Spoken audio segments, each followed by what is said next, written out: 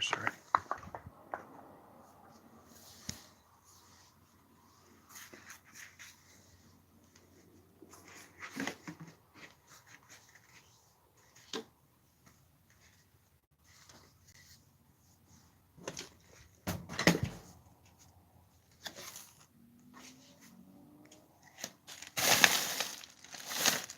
Sorry for the mess, guys. It was clean a couple days ago, but my mom started getting mad and throwing shit around.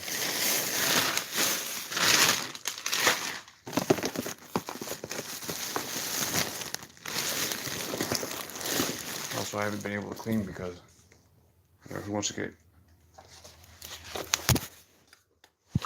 clean when, they're getting yelled at and stuff like that,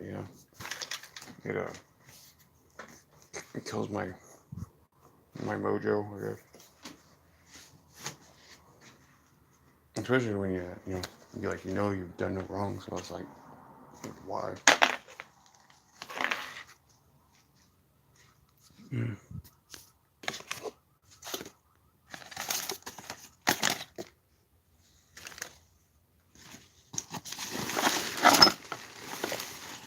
One sec, guys.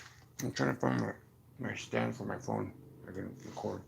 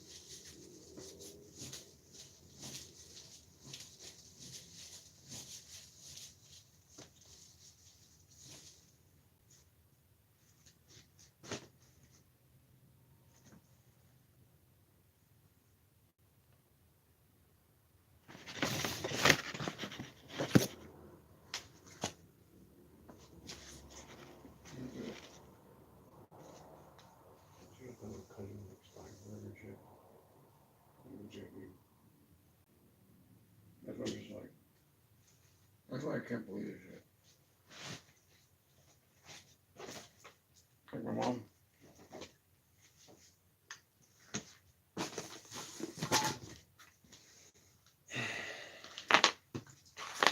That's not my mom anymore.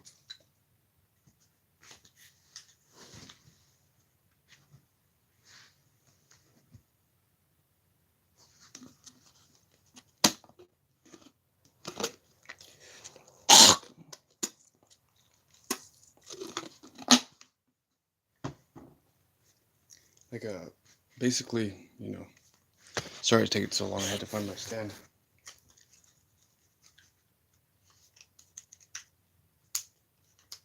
So yeah, like I said, I have tons of evidence, of them spying and interrupting me. And it's like, what are you guys trying to collect evidence for? I'm not the one I'm not the one lying and interrupting an Indian ceremony. And I told my mom, hey, I'm going into ceremony right now. Can you please stop? And she's like, yeah, what'd she say? She said something about, oh, it's my house, blah, blah, blah, something like that. I'm like, dude, I understand, Mom. Hi, guys. I'm so sorry everything's hectic right now. It's just, I have to do this right now, otherwise my mom would probably call the cops and lie again and try to throw me in jail. She just did that again very recently, and it's like, so I'm going to jail because of lies. Pretty much. Wow, okay. So, like I said, she's a nosy freaking weirdo. I won't go too much into it, but she knows how bad I fucking hate her now. I do not like my mom. My mom is I shouldn't say I hate, but I dislike the person that she has become. She used to be cool and all that jazz. Now she's she's not the same person I remember as a kid. But But yeah, so I have to leave this recording, guys. I'm so sorry it has to be like this, but if I don't, she could possibly throw me in jail because she's listening in on me right now. She's been taking odd photos. I'm your kid. I don't know how you were taking photos of me like that. You know? Now she has my little cousin lying for her. So yeah, if you guys see stuff move, that is not me, that's them. Or it's the neighbors. I love my neighbors. I feel so bad for my neighbors, dude. Like, literally, my mom is so inconsiderate. She doesn't realize, like, hey, like, there's people, like, down beneath you. She's like, I don't give a fuck, I don't care. I'm like, dude, mom, why are you this way, dude? You know? So yeah, I'm sorry, guys, but I have to record. I'm gonna go smoke a cigar now. I'm gonna take some photos with my other phone because I wanted to post my ancestor Sacagawea tonight, but I'm just gonna post the photos of how to cure cancer, and then I'm gonna show you guys the photos of my Sacagawea. I mean, my grandmother's Sacagawea. So please bear with me, guys. I'm so sorry. Right, like I said, if you guys please donate heck, just a penny. I don't need much. I just need to get home, and I'm sure if we pass this enough to around enough people, like it'll add up. And you know, I mean it. I mean it. I will help you guys learn how to cure people, but you could not charge for this. I'm only charging a penny because I I still have to like I still have to do something like monetary wise. And I trust me, if I could just give it out like that, that would be freaking awesome. But I'm gonna have to copyright this before anything and all that jazz. Otherwise, people will try to steal it and then sell it for like 50 bucks, $1,000 or whatever. No, that's not how. No, I'm an Indian. I'm an American Indian. I'm Skapi Bikani, Blackfeet. Hello, guys. Hello, Milo. Hello, Potato. I'm so sorry, guys. Everything's like this tonight. You guys be good, okay? But yeah, like if you guys don't even just a penny, I will so freaking like I'll write you a personal thank you letter. Like I am not kidding. And like cool stickers I come up with. But please bear with me, guys. I have to leave this running tonight. Otherwise, I'm afraid my mom would definitely try to call the cops and like have me thrown in jail over lies again. Like I cannot believe this is our justice system that like us males have to like be afraid of like not doing anything.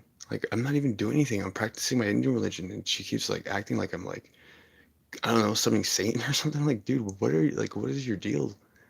Like you should see how her face looks when she's like oh man, my mom doesn't realize it, but she's like possessed. Yeah, and she's listening in on me, being a weirdo still. Watch, you'll hear the footsteps. Sorry, oh, you hear that cough? That's her.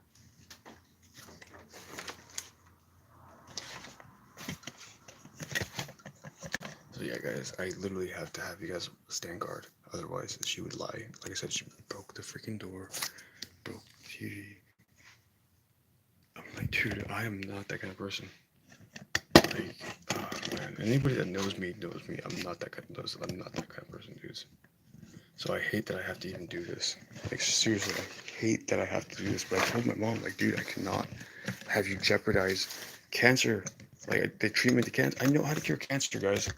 I found out Sacagawea is my grandmother. I know how to cure cancer, and my mom would literally take that away from people. Like that just like that broke my heart when she said that. It's like, yeah. I was like, wow, dude. Like, if anybody knows me, they know I am a freaking big crybaby. Like I just I have like a lot of emotions and I care about people a lot and I hate it because like then when I get backstabbed I just feel like extra like uh... anybody that's a crybaby knows exactly what I'm talking about. Um, dude, it freaking sucks, man. Like I thought I was raised better than to lie, especially to cops, and now I see how backwards the world is at 30. You know, somebody just say one lie and ruin your whole freaking life. That's why I don't lie. My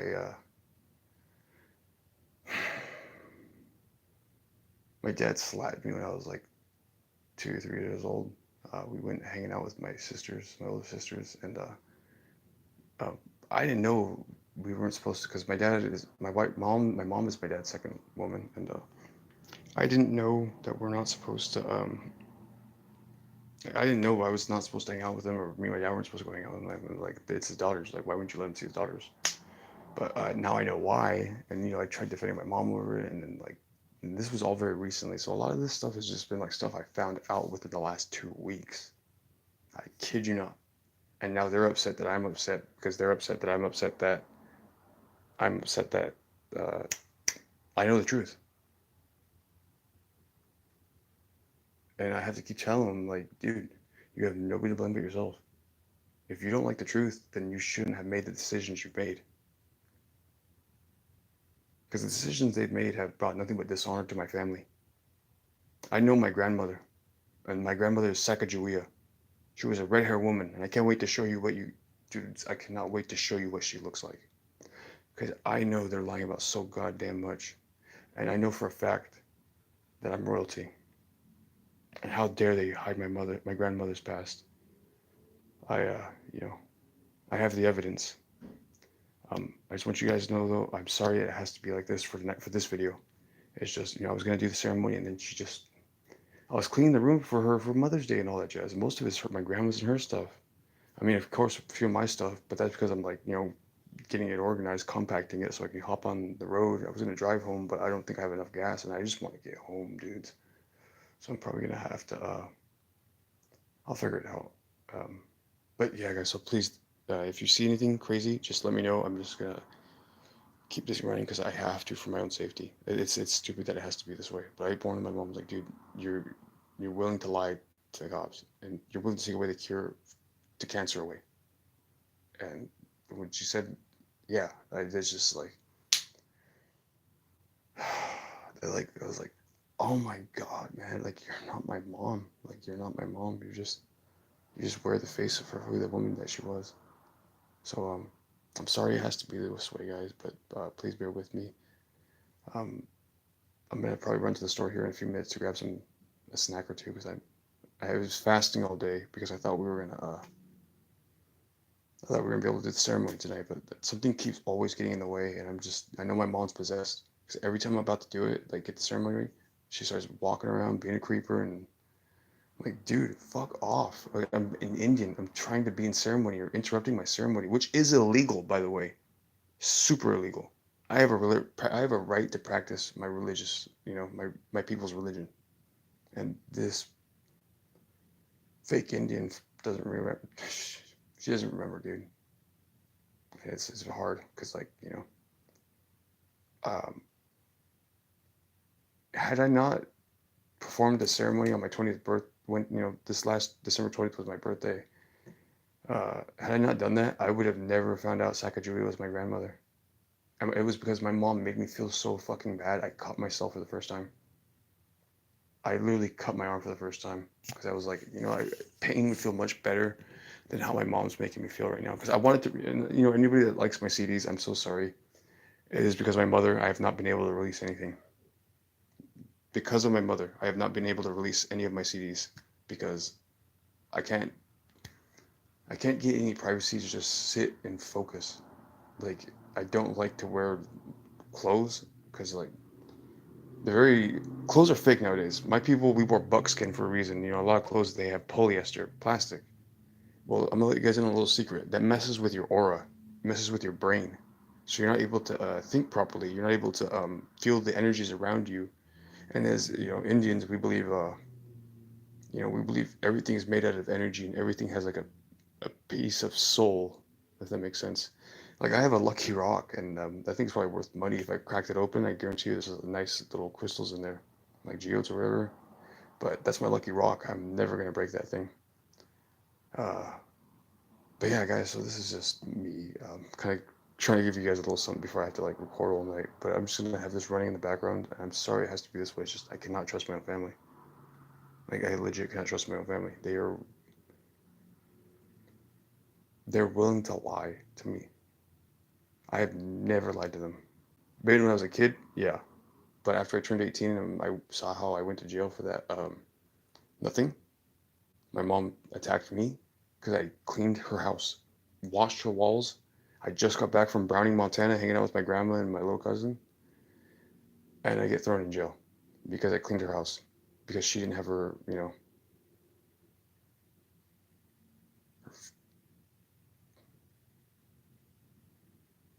me just say, I strongly dislike my mom and her habit. Because of her habit, and she not being able to, you know, use her habit for a week, I got thrown in jail, and that really changed my views about my mother. And then she had my little sister lie, and the reason why I know she lied is because I was raised better than that. I don't hit women. Never in my life have I ever hit a woman. Never in my life have I ever hit a kid. I was raised better than that. But that piece of shit out there wants to hit me and throw shit at me and lie to the cops, throw me out of my, throw me out of the house at 14 because I always called her out on her bullshit. I always spoke the truth. I've never liked liars. It's something like I've been lied to. I'm an American Indian. I'm from the Blackfeet tribe. I've been lied to my whole life about my people. What makes you think I like lies? You know. But I'm sorry, guys. I'm just getting emotional now. But I'm so, like I said, I'm sorry I have to record this, but I cannot even trust my own mother. She's willing to lie to the cops after I told her, hey, I know how to cure cancer. I just found out our grandmother's Sacagawea. And that's a whole another rabbit hole, you know. I'll give you a tip though. Look up alternative history. Don't just use Google. There's a lot more browsers out there. Yeah, I'm sorry guys. I'm just super let down, dudes. My family are not who they are. Like I thought I had this image in my head, and then I started drinking at 14, so I forgot how my parents are. And then I stopped drinking after my cousin killed himself last year. I stopped drinking because I couldn't save him at the time. Like, let me just say, it's just been a rough, rough, rough 25 years. But it's okay. Like especially the last past year two or so. Like it's just the last 5 years. I just know everybody's going through it. And I'm sorry, we're all going through it, dudes. But I got an ace up my sleeve, okay? And I'm here to help because that's what I do. I help. But please, if you guys could help me tonight by just sharing this message around and passing it to people whoever can. I can't even trust my own mom. Yesterday, she proved that to me when I asked her, "Would you really throw away the cure to cancer for your own ego?" She said, "Yeah." And I was like, "Fuck, I should have recorded that." But you know what? It's better. I just hear it because everybody will know I don't lie. I hate liars because I've been lied to my whole life. And she does not understand the severity of what her words, saying yes to those words, what it meant to me. That is not my mom. That person just wears my mom's face. So I want you guys to know, if she ever tries to throw me in jail over nothing, I want you guys to tell the cops in the video she is lying. Because I would never lie. I would never lie. It's just something that's like, it's so foreign to me. It's alien, basically. It's like, speaking R2D2 language. Like, I'm like, what? My brain goes, does not compute. Yeah, so I'm trying to make a funny situation out of this, but it's hard to be funny when like the whole world's like going to hell, and like your own mom is like not understanding of like what's going on. I told her for years, hey, this is going on, and it's like, okay, you can do this other thing, but you can't act like a freaking mother. I had to raise myself basically. I had to raise my three younger siblings also. I had to teach them how to read, how to like basic math, stuff like that. How I taught them how to read? I taught them how to read using the Nintendo 64 and my Game Boy Color. And our dad would get mad at us playing video games all day. I'm like, dude, I told him a couple days ago, I was like, dude, you were never there. And anytime you were either asleep or hungover. So if you don't like it, that's the truth you've shown us. These people have nothing. These people have nobody to blame but themselves. And I'm sorry that, hey, I just figured out the cure to cancer. I just figured out my ancestors. And hey, you know what? I know where I need to go to see some medicine people. Uh, the Blackfeet Reservation and whatnot. I need to go home. They I don't know how to explain it.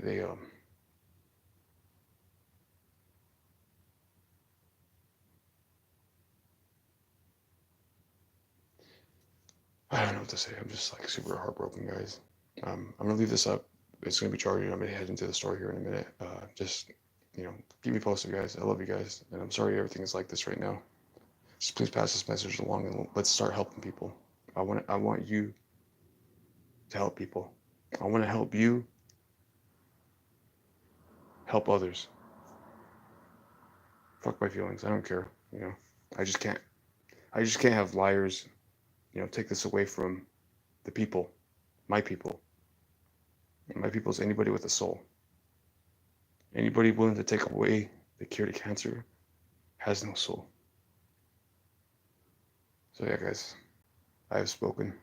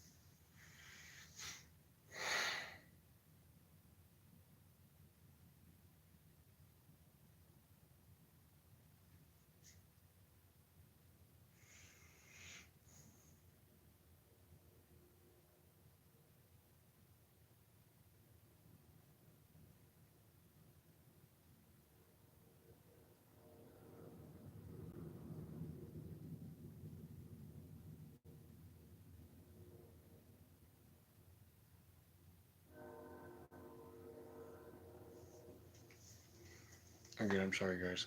I'm gonna take the flash off. Oof, no, leave it on. Sorry. I'll just make it a little bit less. Maybe.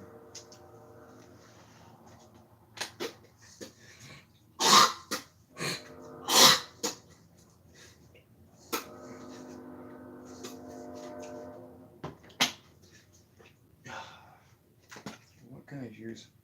You know what, guys? I got a flashlight I could probably put over there instead of wasting the cell phone battery fast. Hey, guys. Because like I don't want my phone to die. My phone dies super fast for some reason. Let me just pop it like this. Where do I put the flashlight at? Dang it. Yeah, we'll just leave it on for now, guys. I need to check out my flower collection, my ganja, and yeah, I need to just de-stress for a second. I need to hit some. You guys ever play Resident Evil? I love Resident Evil. Uh, if you like Resident Evil, I want you to put in the comments your favorite Resident Evil game. Mine? I mean, we already know. MVP, Resident Evil 4, dog. Hey, I'm kidding. So I'm just trying to make a light of a heavy situation right now. But yeah, Resident Evil 4 is my favorite. What's yours, guys? Basically, I'm going to go for the green herb right now. You have to grab the green herb to heal in Resident Evil. If you never played video games before, Resident Evil 4, I mean, all Resident Evils basically, you take a green herb, wink wink, to heal. Alrighty, guys.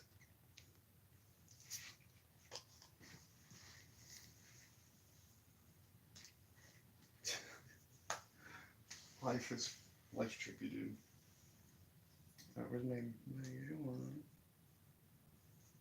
tomorrow, guys? Though I'll show you guys how to heal. I'll try to get a hotel room somewhere where I have a smoking room, so I'm not allowed to burn the sage, because the sage helps get rid of like evil spirits, stuff in that nature and whatnot. Um, we think the spirit world is like some kind of fantasy or something. It's not. The spirit world is very, very real. Trust me. I have seen demons. I've seen angels. I've seen I don't know, things in between. And I know it sounds crazy, but like you understand. I'm Indian. I'm American Indian. I'm Blackfeet. I'm Scapapicani. We have a pretty interesting language. If you look it up, it almost looks alien, I guess you'd say. our spoken language too, though. It's very guttural, like you talk your guttural appendage of your voice. You know what I mean? And you can't lie. It's you almost cannot lie in that kind of language. You would have to literally learn how to like practice how to lie. But in my people's language, that was one of the cool things I learned was that you can't lie in that language. So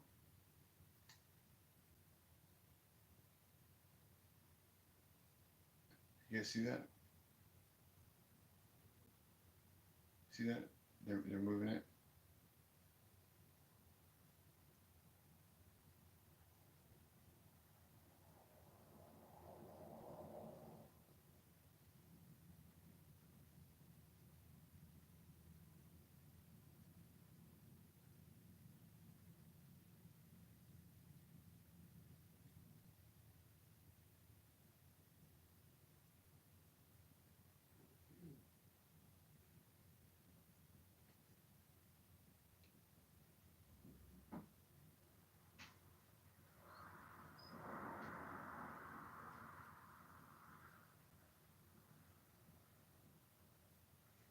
So yeah, guys, that's what a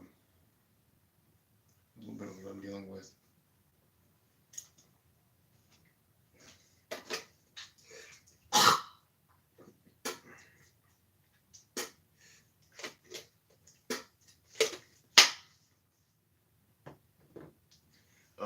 You know what? I'll show you guys the different tobaccos I got.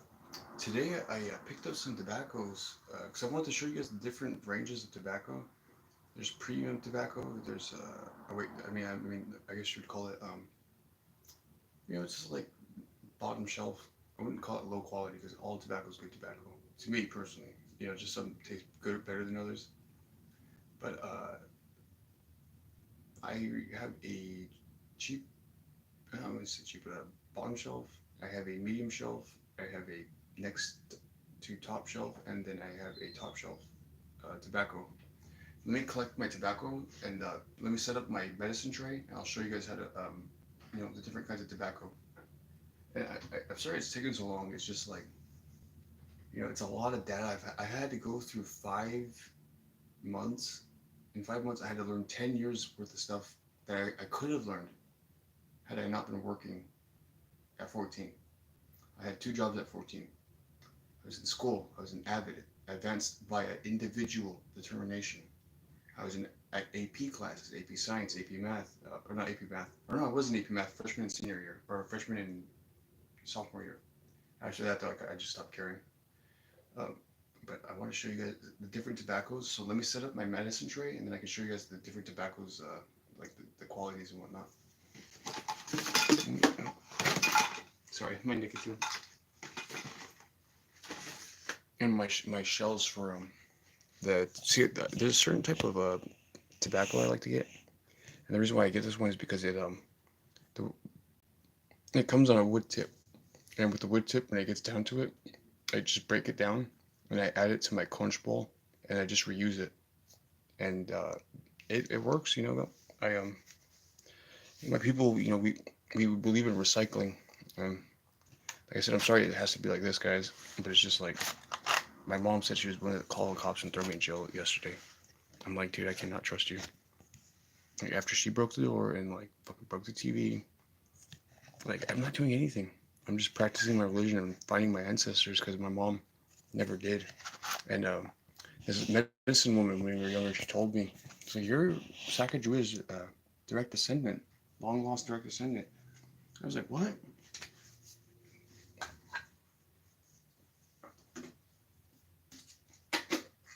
She was like, yeah, you're Sacagawea's long lost descendant. And I told her, I was only like 9 or 10 when she told me, no, I was probably like 8 or 9 when she told me this. I was going to a native class called Iwasel. And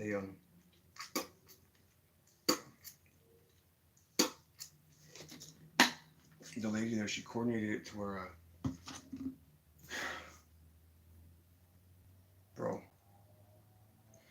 she coordinated it to where she was able to find out everything. Like she had the names and all that. And at the time, I, I, I didn't know. I didn't know what I know today. And my grandmother, second Julia, she was a very important woman back in those times. Some might even say she's still important today because of the legacy she left behind. They'll tell you lies that, oh, she's from this village or that village, or she's how do you say, she betrayed our people. I'm here to tell you guys that is a goddamn lie. She did not betray her people. In fact, other countries talk about how important a certain woman is in each of those tribes or those nations. Um, I'm beginning to think it's the same person,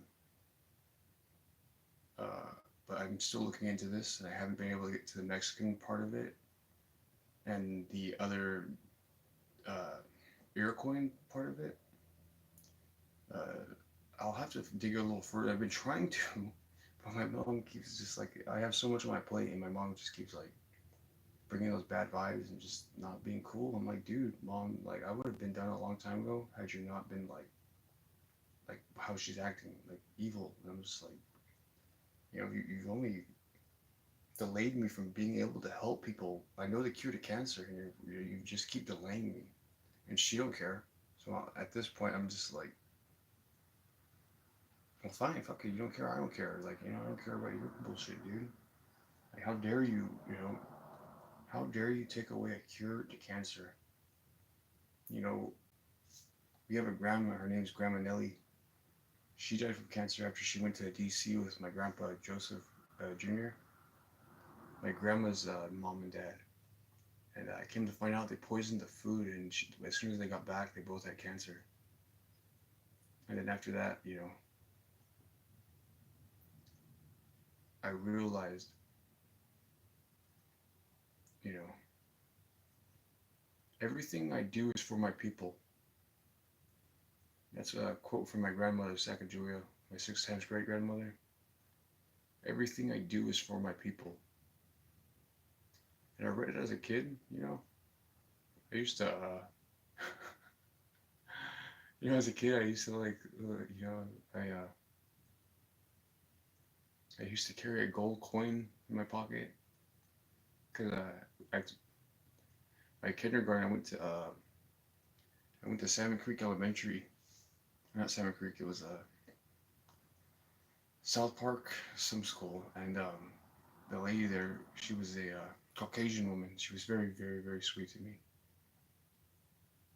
That was one of the most sweetest women ever to me, and I could tell she knew I remembered my people. She knew I remembered my past life, and she could, she always took extra care of me.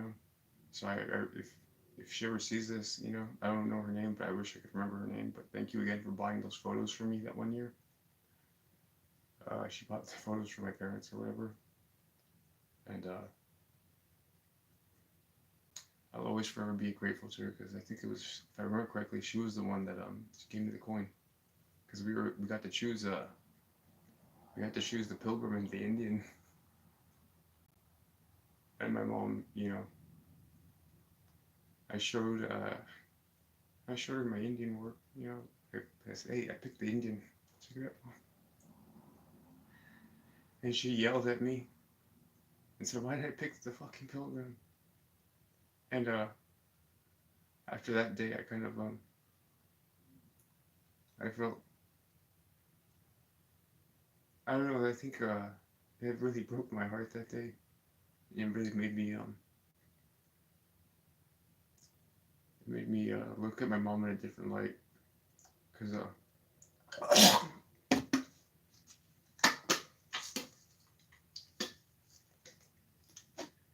my grandma, she kind of raised me for a couple of years. I was staying in Mexico, and that was a blast. I remember some of it. It was only like 2 or 3. And my grandma, my parents brought me up to Montana.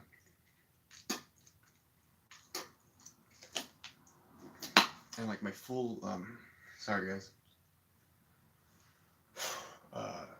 my full, sorry, wait a sec. My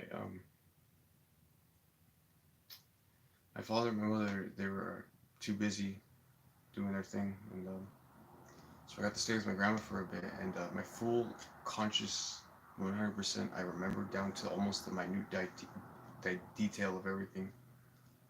I was in my grandma's kitchen. I think I was only like 4, 5, and I remember so her kitchen is set up to where like you walk into it. So you're coming from the living room. You would take a left to the kitchen, and to the right would be the sink. To the straight ahead of you would be the oven, and to the left of you would be the freezer, refrigerator. I was playing with the cans, and like, dude, it's like a ball. It's like a lightning rod hit my head. Like it was just like, you know when like you turn on your computer and it goes boom. It literally felt like that, and like I was like, where am I? Who am I? What am I? You know?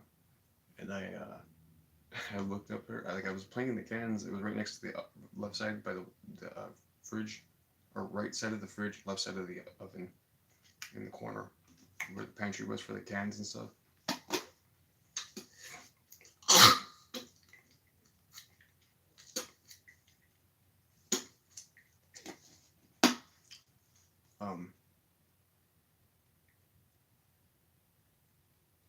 I remember like I turned around and I looked at her. She was just minding her business doing dishes. And I was like,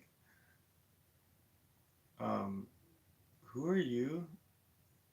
And then she was like, oh wait, I'm your grandma. And I'm like, oh, cool. And that was my first fully 100%. I'm really alive. I'm in this matrix, whatever you want to call it. Like I said, though, guys, I know the cure to cancer, and I cannot let my mother jeopardize this. Yesterday, I saw how full and willing she was to. I saw fully how willing she was to throw it all away. Like I asked her, I was like, you really willing to jeopardize kids by throwing the cure to cancer away? Like, throw me in jail and like, this is gone. I can't teach this to anybody. And she was like, yeah. I was like, it hurt. Physically, emotionally, all that, dude. I was like, dude, you're not my mother. Like in my head, I'm thinking like, dude, you're not my mother then. Like the person that I would call mother would never do that. Never ever jeopardize kids. Never jeopardize someone else's grandma Nelly, someone else's family member, their grandpa, their grandpa, their grandma, their auntie, their uncle, their cousins. You know, the person that I know that is my mom would never say that or do that. That woman out there is not my mother.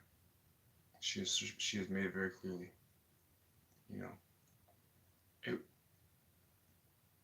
it took me becoming 30 years old to finally say, hey, you know what? I'm depressed. I just had to watch my cousin kill himself a year ago. I couldn't do anything about it. And it really messed me up because I was drinking at the time. And what I saw was like so fast. Like, I regret drinking so much that day. Because I felt like had I not been drinking, maybe I could have fucking been fast enough. And not only that, bro. Dudes, I had lost so many friends last year. I lost 4 friends. No, you know what? I lost 3 brothers and 2 sisters last year. Like, when I care about you, dude, I care about you. You're not just... I don't have friends. It's very, very, very hard for me to, have acquaintances. Because I just don't trust people. My mother and my father have made it very clear, like, do not trust people.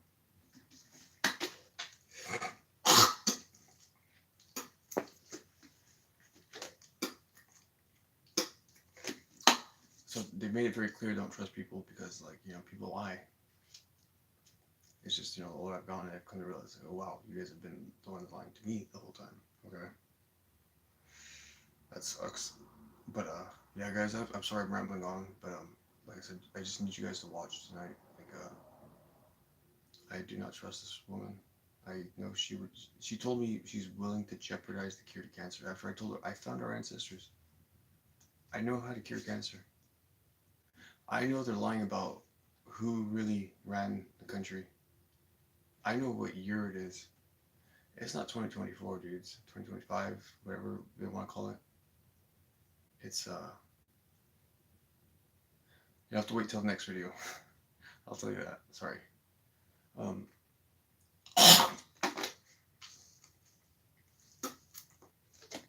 what if I told you guys we're in like some kind of matrix right now? We're like in a 10-year or 10,000-year hyper war.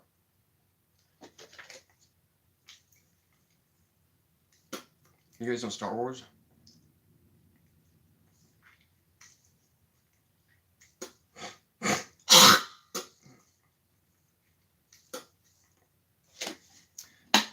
Think of it like Star Wars. We've been in a war for 10,000 years, and they're not saying too much about it because they want to keep covering it up. But you should check up the Finno-Korean hyper war. 10,000 years. And it's been historically documented. Pretty fucking nuts, guys. It's spelled Fenno, Finno-Korean, Korean, hyper war. 10,000 years we've been at this war. And I think it's coming to an end soon. If you guys would like to learn more, just look up Finno-Korean hyper war. And then, you know, look up the Mahabharata about Krishna, and, you know, you kind of get the idea of what's going on. I love you guys. Just keep going. I have to put the thing on mute real quick. Sorry.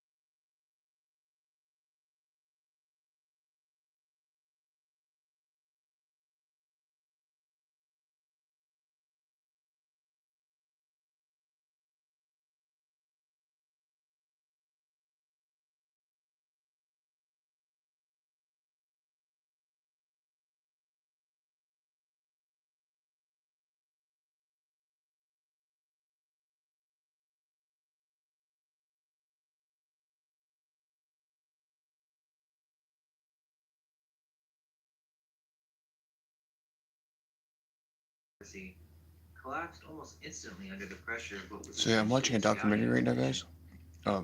Just stay Even posted. more curious, And you know, let me know if you guys see anything. I'm gonna go to the store here and grab something to eat because I was fasting all day and I'm pretty hungry right now. But I'm sorry everything's like hectic, but I'll try to keep everything. I'll try to organize everything much better for the next video and stuff. Nearly all of Iberia was under Islamic Please rule, share though. rebranded as Al-Andalus, with only the remote mountainous regions of the north remaining in Christian hands. The speed, scale, and smoothness of this transition, especially in a territory that had been the seat of Christian councils and royal dynasties, deserved more scrutiny than they typically receive. We're left with a narrative in which an entire civilizational structure is dismantled and replaced with a new religious, linguistic, and cultural system in a single generation. In this supposedly minimal documentation of widespread conflict, collapse, or resistance. Wallet, keys. Under Islamic rule, Al-Andalus quickly became one of the most celebrated centers of learning and culture in medieval Europe. Or so the narrative goes. Cities like Cordova, Sevilla, and Granada are described as flourishing hubs of science, medicine, architecture, and philosophy. centuries ahead of the Christian kingdoms to the north. We're told that Muslims, Christians, and Jews coexisted under a system of dhimma, or protected status for non-Muslims, and that this multicultural dynamic produced a golden age of intellectual progress. So the story is framed in contrast to a supposedly darker, less advanced Christian Europe, though rarely is it explained how such a complex society emerged so quickly after the initial conquest, or how the infrastructure and educational systems necessary for this explosion of knowledge were already in place. Architecturally, the legacy of Al-Andalus is still on full display. The Great Mosque of Cordoba, the Alhambra of Granada, and countless minarets and bathhouses, all blending intricate designs with advanced engineering. And yet, while these structures are universally attributed to the Islamic rulers, the details around their initial construction timelines are often vague, with renovations and additions spanning centuries. Like much of the era, the mainstream portrayal leans heavily on generalization. A tolerant, enlightened Islamic civilization rising almost fully formed in the wake of the Visigothic world, with little resistance and a level of continuity. This whole golden age feels like a polished overlay on top of something older, less clearly defined, far more complex than the official accounts would suggest. The Reconquista, the Christian effort to reclaim Iberia from Islamic rule, is said to have begun almost immediately after the Muslim conquest, with the Battle of Covadonga in 722 AD.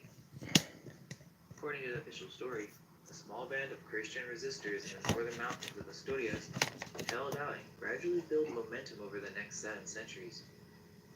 What's strange though is how this reconquest supposedly coexisted for hundreds of years with a still strong, thriving Al-Andalus. For all the talk of a Christian revival, the pace was fairly slow. While cities like Córdoba and Sevilla were flourishing under Muslim rule, the Christian kingdoms, Asturias, León, Castilla, Aragon, Navarre, remained fragmented, underdeveloped, and internally conflicted for centuries. Despite this, the narrative insists that the Reconquista was an inevitable, almost divinely ordained mission to reclaim lost Christian lands. That it wasn't until the 11th century, with the fall of Toledo in 1085, that any serious momentum seemed to develop. Even then, progress was inconsistent. At times, Christian kingdoms allied with Muslim ones against rival Christian neighbors, a fact often glossed over in romanticized retellings. And throughout it all, Al-Andalus was still producing architectural marvels like the Alhambra well into the 13th century. By the time Granada fell in 1492, the narrative ties up neatly. Christian forces unified under Ferdinand and Isabella complete the Reconquista and reassert Catholic dominance over all of Spain. But looking at the timeline, the idea of a 700-year reconquest that progressed slowly with long periods of stagnation and political ambiguity seems oddly prolonged for a supposed halted campaign. Was this really a linear push from one side, or something more complex, more like a gradual reorganization of power, rewritten in retrospect as a clear-cut victory? The year 1492 is often portrayed as the triumphant climax of Spain's rebirth. The fall of Granada, the final Muslim stronghold, the conversion of the Jews, ostensibly to purify the faith, and the launch of Christopher Columbus across the Atlantic, all within a matter of months. It's an oddly packed moment of history, almost too tidy, an ending and a beginning all at once. Catholic monarchs, Ferdinand and Isabella, emerge in the narrative as unifying figures, though their consolidation of power came on the heels of internal purges, inquisitions, and forced conversions that rarely get the same celebratory treatment as the conquest itself. With the Islamic era wiped from the political map, Spain pivots rapidly to become a global empire. Over the next century, it carves out vast territories in the Americas, Asia, and parts of Europe, becoming one of the most dominant powers in the world. Charles V and later Philip II rule over what's often described as an empire on which the sun never sets. Massive wealth floods in from the colonies, silver from Peru, gold from Mexico, financing not just military campaigns, but monumental cathedrals, palaces, and and state apparatus across Iberia. And yet, for an empire said to have expanded so explosively, the logistical and administrative infrastructure seems to have appeared just as suddenly. Enormous fleets, complex trade routes, global governance, emerging in just decades after centuries of slow reconquista. The Spanish Inquisition, established in 1478, but intensifying after 1492, ensured religious uniformity through fear, rooting out heresy at home, even as Catholicism was exported abroad. It's a period marked by incredible reach and power, but also by contradiction. Brutal conquest justified by divine mission, unprecedented wealth coupled with spiraling debt, and a cultural boom that often borrowed from earlier influences. By the early 1700s, the once mighty Spanish Empire was in decline, stretched thin, riddled with debt, and fractured by internal disputes. The official story is that the death of the childless Charles II triggered the War of Spanish Succession, a European power struggle over who would control the Spanish throne.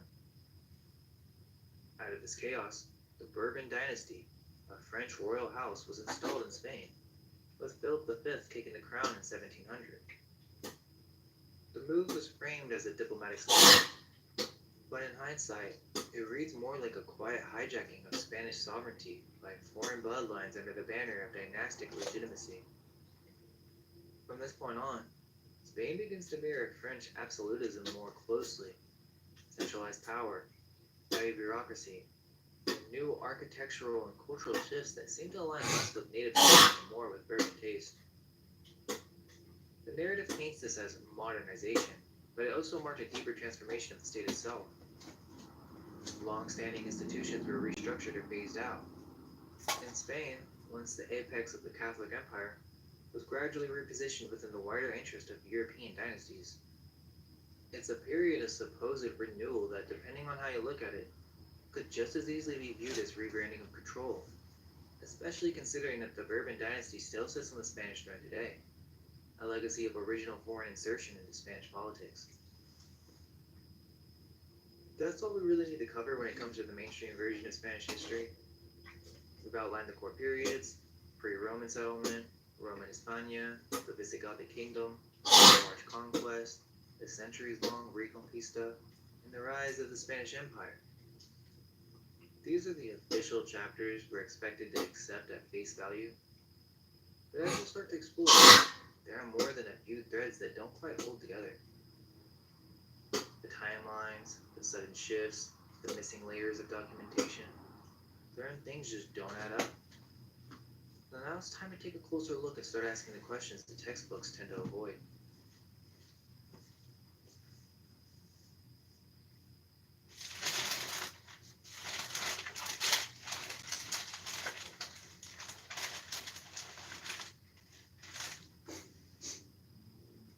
Let's begin with the so-called pre-Roman period, because there are some curious details that don't get that much attention in the mainstream narrative. We're told that the inhabitants of the Iberian Peninsula when the Phoenicians arrived were simply the Iberians. But who exactly were the Iberians? The term is vague at best. It's essentially a catch-all label for the various populations living across the peninsula. It doesn't describe a specific culture, ethnicity, or language group. It's just a broad geographic term. So as you guys can see on the In left-hand terms side of actual and named now the peoples, right-hand side, we mostly hear about the Celts, they're and then, just briefly, about a mysterious group known as the Tartessians. Mainstream history does mention Tartessos, but usually in passing, like I'm telling you, describing it as a this kind of is why we're not able semi-mythical to mix of cure cancer, Venetian and because these Celtiberian people keep elements. acting like weirdos. And even that description leaves a lot unsaid. And if Also, it's not isn't it them, interesting? then Tartessian? I guarantee 100% In prehistory, it's a bad southern spirit my Spain mom was brought known into as the house by Tartessos, accident. a land that appeared in ancient Greek sources, including Herodotus, who placed it beyond the Pillars of Hercules, what we now call the Strait of Gibraltar. Some accounts even say that parts of Tartessos were lost to flooding, tying it to the age-old story of Atlantis. Herodotus names a king of Tartessos, Arganthonius, who is said to have welcomed Greek sailors to the region. He is described as one of the long-lived, semi-divine rulers reigning for over 80 years. That would make him the first documented monarch of the Iberian Peninsula. Yet somehow, this early, possibly advanced civilization remains largely glossed over in mainstream history. What's fascinating is that this civilization, Tartessos, is said to have mysteriously disappeared over 2,500 years ago, and the mainstream offers no real explanation as to why. One of the most famous artifacts is the Lady of Elche, often labeled a fertility goddess. But if you look closer, the large world headpieces resemble symbols found in Hopi tradition, where similar forms represent fertility and cosmic connection. Then there are the sculptures and motifs like the winged lion, which resemble Babylonian art. But again, rather than suggesting Tartessos was borrowing from others, what if it was the source of these ideas, not the recipient?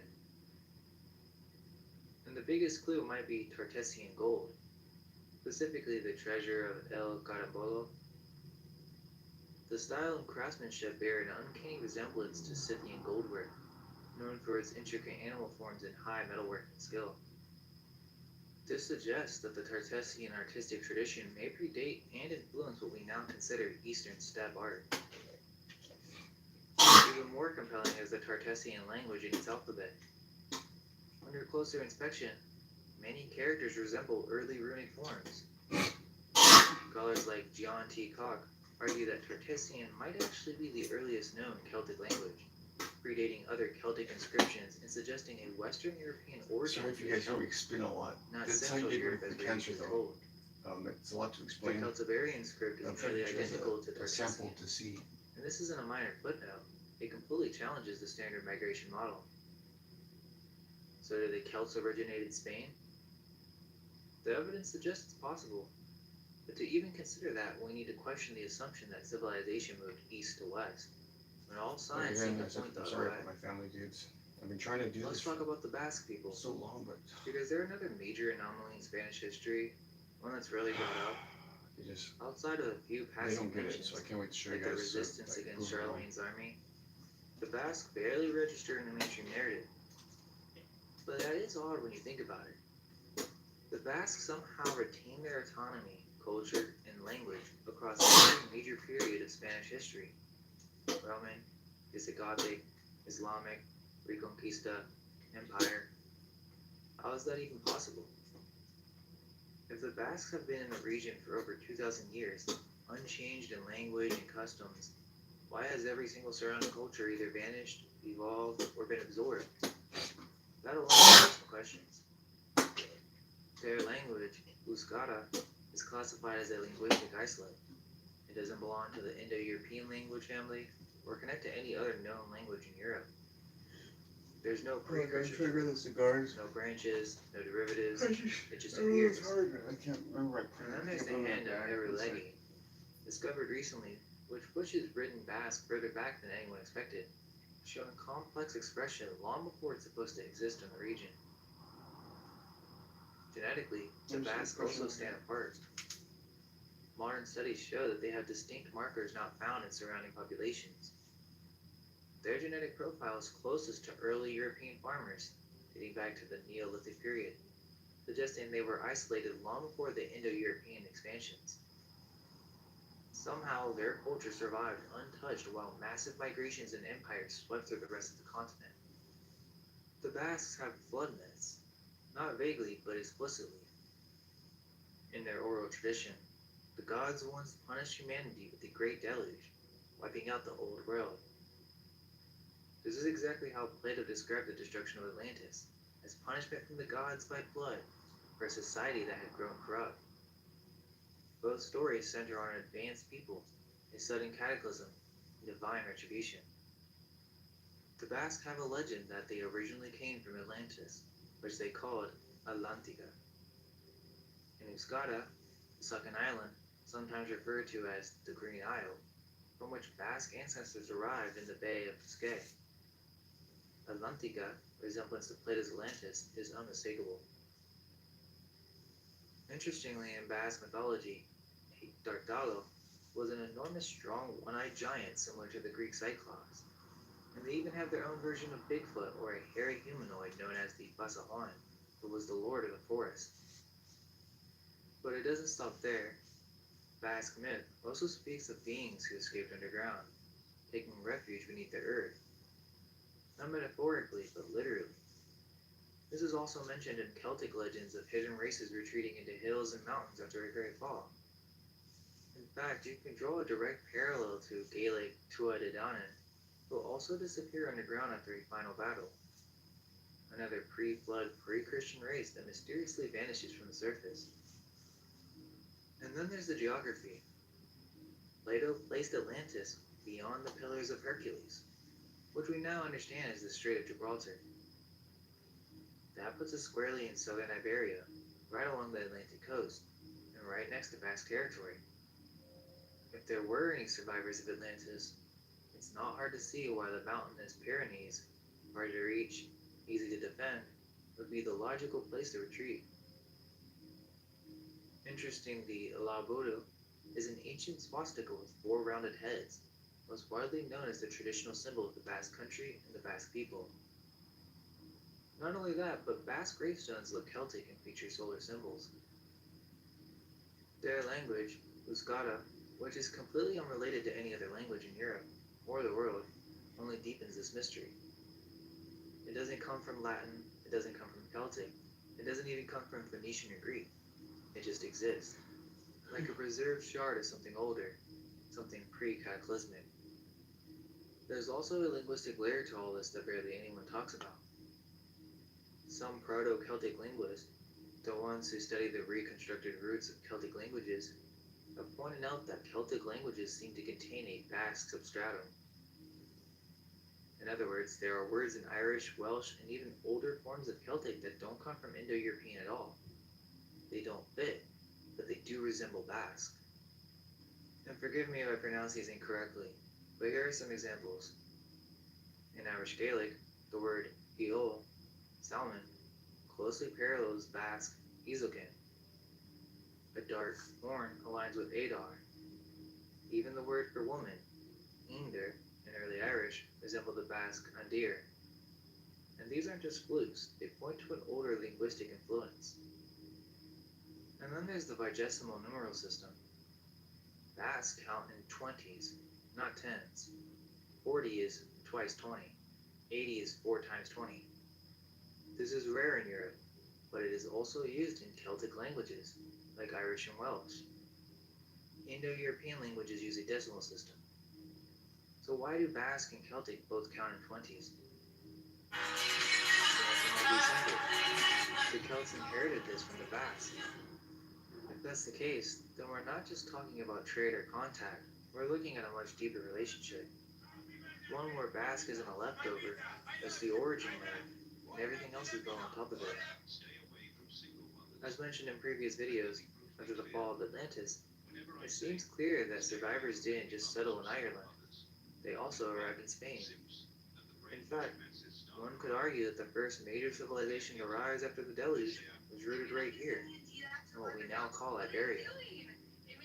Whether through erasure, flooding, or deliberate rewriting, that civilization has been largely lost to official history. It's important to clarify that when I use the term Celt, I'm not just referring to the label used in mainstream history.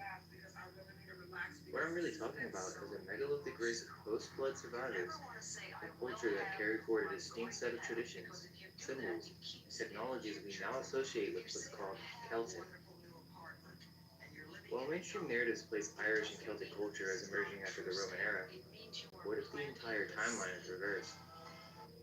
Quote, the Orthodox view of the origins of the Celts turns out to be an archaeological myth left over from the 19th century. Over the past 200 years, a myth has grown up of the Celts as a vast, culturally sophisticated, but warlike people from Central Europe, north of the Alps and the Danube, who invaded most of Europe, including the British Isles, during the Iron Age around 300 BC. I just wanted to. Many archaeologists still hold this view of a grand Iron Age Celtic culture in the center of the continent, which shrank to a Western Rome after Roman times. It is also the basis of the strong sense of ethnic identity that millions of members of the so-called Celtic diaspora hold. But there's absolutely no evidence, linguistic, archaeological, or genetic, that identifies the Hallstatt or Lothian regions or cultures as Celtic homelands. The notion derives from a mistake made by the historian Herodotus 2,500 years ago, when in a passing remark about the Keltoi, he placed them at the sources of Danube, which he thought was near the Pyrenees. Everything else about his description located the Keltoi in the region of Iberia. End quote. From Stephen Oppenheimer, The Origins of the British. Iberia signified the Iberu. From Michael Tessarian. Quote, the yew tree was considered very sacred to both Druids and Egyptian magi. The Iberu, or Ivri, Abri, or Abari, turn up in Egypt as the wise ones, or elders. The letter H, added as a prefix, simply meant the, and so the word Hebrew meant the Hebrew, or the Iberu. This is the origin of the word Iberia that signified Spain, and Hibernia that signified Ireland. The Iberu were Druidic elders who had traveled to Egypt in remote periods bringing solar worship there. End quote. Even today, Spain still holds strong traces of this tradition. In modern-day Galicia, you'll find not just Celtic music and bagpipes, but festivals, stone carvings, and legends that feel much closer to ancient Ireland or Scotland than to the rest of Spain. The people of Galicia identify strongly with their Celtic roots, and many of their customs, such as Samain, a festival marking the end of the harvest just like Samhain, are directly linked to ancient pagan Celtic practices, predating even Roman contact. Archaeologically, Galicia and surrounding regions are covered in castros, stone hill forts identical in layout and function to those found in Ireland, Wales, and Brittany. The Celtic swirls, solar discs, and even spiral motifs carved into stones across northern Spain mirror the ones at Newgrange and other megalithic Irish sites. Galicia is also dotted with dolmens, ancient megalithic tombs that date back to the Neolithic period, supposedly. Notable examples include the Dolmen de Aketos, often referred to as the Parthenon of Galician megalithism, and the Dombate Dolmen, known as Galicia's Neolithic cathedral due to its impressive size and structure. These structures are not only significant for their age, but also for their architectural similarities to megalithic sites found in Ireland and Britain. Doesn't seem like a coincidence. It looks much more like a shared cultural origin that spanned the Atlantic coast before the so-called rise of the Celts. In Galicia and Portugal, legends speak of the Moras Encantadas, a race of supernatural beings which inhabited the lands of Galicia, Asturias, and Portugal since the beginning of time. These beings were forced to live underground, and apparently they worked with silver, gold, and gemstones, which provided them with enormous treasures that were protected by what is called gualebres, or a giant winged serpent dragon. Now this will come into play later, but these supernatural beings were called moros, or moros, and are often described as giants or warriors. In the 4th century Latin poem, Ora Maritima, Rufus Festus Avienus recounts a striking legend about the Ostrimi, a people said to have lived in what is now Galicia and northern Portugal. According to the account, they were forced to flee the region after being overwhelmed by a strange and powerful force. Quote, much later, the serpent chased away the inhabitants and gave the now empty land its name. End quote. The Greeks later called this region Larusa, the land of serpents. But these weren't literal snakes. The serpents here almost certainly refer to a people, likely an invading group or elite class associated with serpent symbolism. This isn't a unique story either. The myth of St. Patrick driving the serpents out of Ireland is a near identical motif, and in that case too, the serpents are widely understood to be druids or pre-Christian people, not actual snakes. Okay, but here's where things get really wild. In Galicia, Wotan is considered the oldest Roman lighthouse still standing, the Tower of Hercules, built in the 1st century AD. It's almost absurd how well preserved it is compared to other Roman lighthouses. For example, the Roman lighthouse in Dover, England, also said to date to the 1st century, is basically a crumbling shell. But the one in Galicia, fully intact, functioning, restored, and standing over foundations that some sources claim are Phoenician. Others aren't sure if it was a rebuild or a continuation, but either way, it's not a typical Roman tower, and it's said to be modeled after the Lighthouse of Alexandria. That's already extremely suspect. But what's even more interesting is what stands in front of it. A statue of Breogan. According to ancient Irish lore, specifically the Lavor Gabala Aiden, the Book of the Taking of Ireland, Breogan was one of the ancestral patriarchs of the Irish Gaels. After wandering the earth for generations, following a great cataclysm, yes, a flood, the Gaels arrived in Iberia, where Breogan is said to have founded a city called Brigantia and built a great tower. From the top of that tower, his son, If, catches sight of a distant green land across the sea, Ireland. The Gaels eventually sail there, led by Breogan's descendants, and go on to divide the land with the Tuatha De Danann, the legendary pre-Christian gods of Ireland, who retreat into the underworld. Brigantia is Galicia, Spain, and the Great Tower is the Tower of Hercules. So we're not just looking at a Roman lighthouse here. We're looking at a monument tied to the mythical origins of the Irish people, physically anchored in Spain. The question is, was this really built by Romans? Or is it, as the legends say, that this was actually built by an Irish king? Okay, let's discuss these pillars of Hercules. The legendary strongman Hercules was born to the god Zeus and an immortal named Alcmena. The union so incensed Zeus' wife, Hera, that she made life almost unbearable for the hero. Her ire resulted in him undertaking a series of tasks, known as the 12 Labors of Hercules. One mission takes Hercules to Erythea to steal the monstrous Geryon's cattle. Along the way, Hercules erected great rocks, or pillars, near the Straits of Gibraltar. To reach Erythea, the island where Geryon resided, Hercules is said to have smashed through a mountain, creating the Strait of Gibraltar, and erecting the 2 pillars to commemorate his feat. Now, if we attempt to decode this myth, it may become more clear.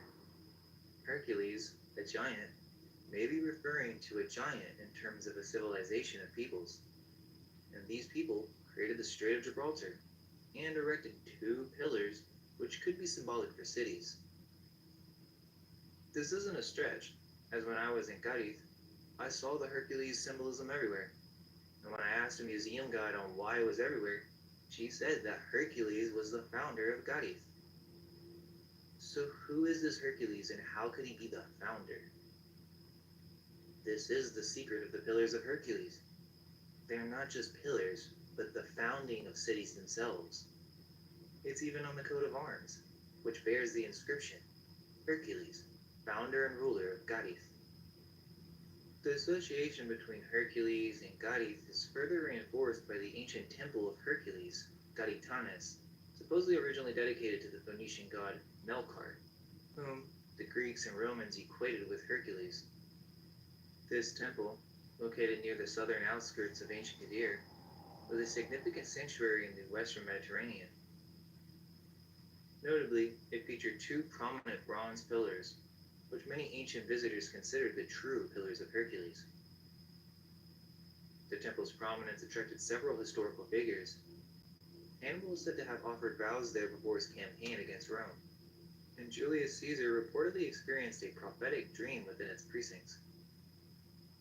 We don't know much about this temple as it no longer stands. However, some say that the structure may be submerged in the Bay of Cádiz. Interestingly, there's a figure in ancient lore who ties directly into this narrative. A Tartessian prince named Norax. According to the myth, Norax was the son of Hermes and Erythea, the daughter of Geryon, the very same Geryon that Hercules was sent to defeat in the far west. Norax is said to have led a group of Iberians from Tartessos to Sardinia, where he founded the city of Nora. In fact, you can actually see their Mainstream shadow. history labels Nora, as well as Cádiz, Gadir, as Phoenician You can cities. see their shadow push that But pin what out? if Phoenician is just a convenient label It's for something upright. older? What if these so-called Phoenician right colonies were actually outposts of a pre-Indo-European smartasses. megalithic maritime culture? In fact, there's strong evidence connecting Funny the how Phoenician language I to trust this early one. Irish Gaelic. In the 18th century, linguists studying the play Penniless by the Roman playwright Plautus noticed striking similarities between the Phoenician lines spoken by a character and ancient Irish Celtic phrasing. Anyways, I'll show you guys more evidence of this. Scholars like General Charles Valency even published side-by-side comparisons showing full lines of text from both languages See on the that right are or left almost side? identical in structure and vocabulary. There's no way it should be moving. Another interesting connection is the naming of the Pyrenees. Like I said, my mom. According to Greek and Roman mythology, Pyrene was a beautiful Iberian princess who met a tragic fate at the hands of Hercules. You see how it's moving? After being abandoned, she gave birth to a serpent and fled in shame, eventually dying in the mountains. Hercules, upon finding her body, was overcome with grief and named the mountain range the Pyrenees in her honor.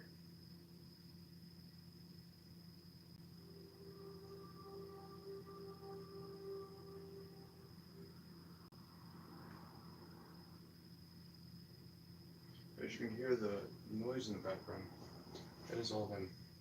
Now that we've discussed some ancient history that helps tie together some puzzle pieces, some questions of the main events in Spain's conventional history.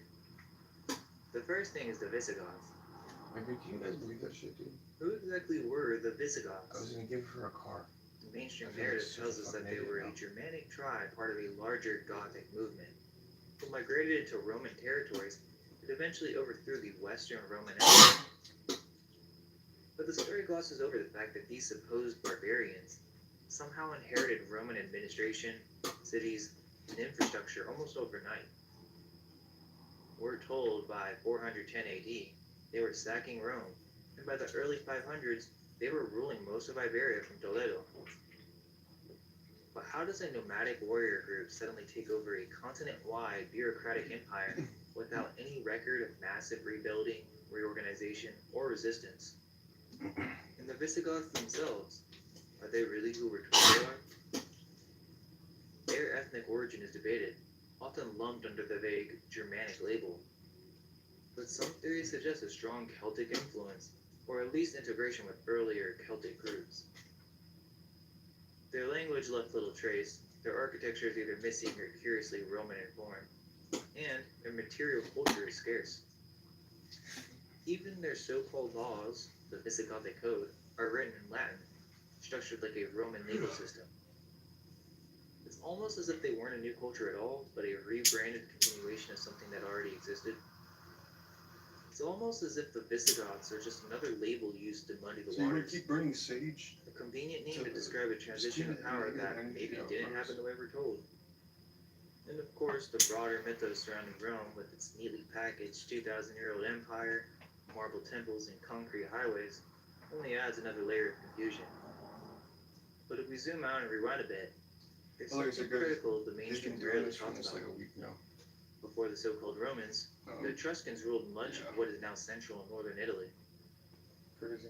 The Etruscans were a maritime and urbanized civilization with writing, advanced metallurgy, and massive temple structures long before Rome was supposedly founded. But their origin is officially So-called unknown, mother of mine keeps their getting away. language undeciphered, and their cultural contributions largely absorbed into Roman identity. Sound familiar? Now here's where it gets even more interesting. Etruscan art, burial customs, and symbolism show clear connections with Celtic Europe. Just The Celtic type torch, in the comments spiral so I can motifs, check it out later. even the use of Where war do you guys trumpets see and it? solar Maybe symbols on the right or left all side. appear I in know both fucking Etruscan right. and early Celtic There's contexts. no way unless their hands were. There are also linguistic overlaps in sacred terminology and royal I mean, you can titles. see that outline pretty In damn fact, some good. scholars have speculated that the Etruscans were not so The much a white towel. separate people, but a part of a The white towel for a pan-European reason. megalithic or proto-Celtic network that spanned from Iberia to Italy and You beyond. see on top right? Well, your So guys' what top if the left. Etruscans, Celts, The outline. Visigoths I weren't outline separate it. civilizations at all? So either There's it's a different ghost names given to various nodes of the same old world culture. or Opposed to the Atlantean maritime society fragmented by cataclysm and rebranded by imperial historians. The next aspect of the mainstream narrative that makes no sense is the entire Moorish conquest of Spain. We're told that in 711 AD, a relatively small force of Berber soldiers, led by Tariq ibn Ziyad, crossed the Strait of Gibraltar and somehow toppled the entire Visigothic kingdom in under a year. The kingdom, mind you, with fortified cities, standing armies, millions of civilians, and Roman-style governance. The numbers alone raise red flags. Some estimates say Tariq had just 7,000 men, yet within months they had taken Toledo, defeated King Roderick, and swept through the peninsula with minimal resistance. It's not just improbable, it's logistically absurd. The deeper you look, the more the story begins to fall apart. Contemporary sources are shockingly thin. The main account, the Chronicle of 754, wasn't even written during the conquest. Later Islamic and Christian sources only add more layers of retrospective embellishment. So what exactly happened? Was there really an invasion at all? Ganja. There's a compelling case that the so-called Ganja is another conquest medicine. may have actually been a Mistrust civil and war, a coup, or even a transitional phase, not a foreign invasion. There are hints that Berbers were already in Spain before 711, possibly as mercenaries, settlers, or part of an existing faction. And if that's true, we're not dealing with an outside force storming the gates. We're looking at an internal power realignment, possibly a call for a more complex cultural transformation. And then there's the architecture. If you're allowed to smoke If the marijuana, Berbers really I brought highly high Islamic recommend, culture with them, then where is it in North Africa? Steve Indicadama, your choice. Why does the greatest flower in the Indicadama so-called right now. Moorish architecture show up in Spain, not the Berber It'll heartlands? help kill the parasite, because what the The parasite Great is... Mosque of Cordoba, the Alhambra, sorry, and other wonders are built using it'll help local kill the materials, cancer, because what Roman cancer columns, is just and Visigothic negative infrastructure. energy. There is almost nothing equivalent in 8th century Morocco or Algeria. It's like a If anything, the invisible architectural innovation seems to flow in snake reverse, that, like, is from pinching body Al-Andalus into North Africa wherever over the these, following centuries. you know, wherever they come from. This and I flips have a the pretty whole good clue where script. the parasites come from. I mean, What if these Moors weren't empires, really North African invaders, but the descendants of an older Iberian civilization, possibly the same one that built Tartessos, the dolmens, and the megalithic cities? What if the term Berber was retroactively applied to a people?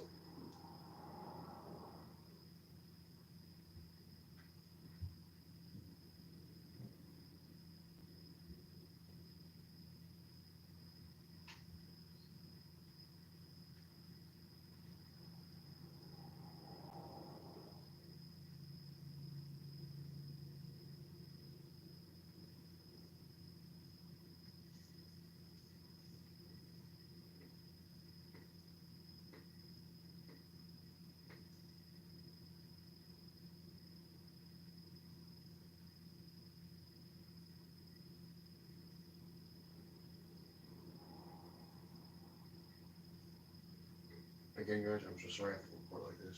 It's just I have to protect myself so I can share this knowledge with you guys.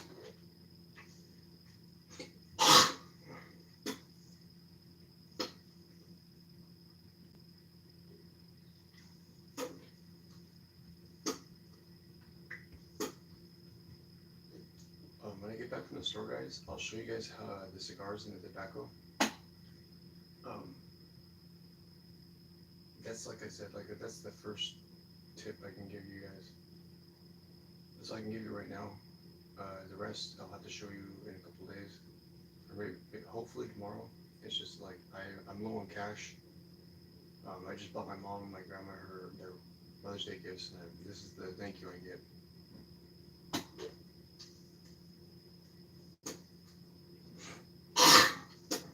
And my mom is so ungrateful. She's always been spoiled, I guess you could say. I literally bought her a roll of nicotine, her favorite, and she don't care. So it's like, I'm ready to go home. I don't feel like I've ever had a mother. If I did, she must have.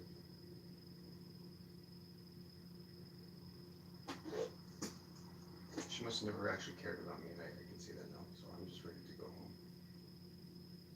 I've wasted enough time here trying to help these people, and they don't want to. Their egos, man. Their egos are so big. They think they know everything. My God, have you tried to be in a debate with my parents? It's like, dude, you guys are just looking like fools. So that means you guys are going in public making me look like fools because you guys aren't educated on these topics. Like, and still, I still am getting like spied on. Like, what is there to spy on? What is there to listen to? This video would have been done a long time ago. Had no negative vibes. Yeah, not been no negative vibing or negative vibing. Like, bro, this would have been done a long time ago. I had to learn 2.5 new languages to go through all the documentation I went through. 2.5 new languages. I now know about 7.5 languages. Just beginners and like the basic consonants and pronunciations. But dude, that's all you really need when you understand that all languages are almost related. It's just very different branches, like Algonquin for ID, independent example. You guys should look it up. It's pretty interesting.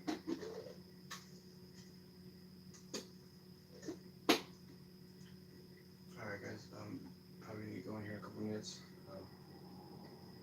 I think I should probably start, but I don't know. I just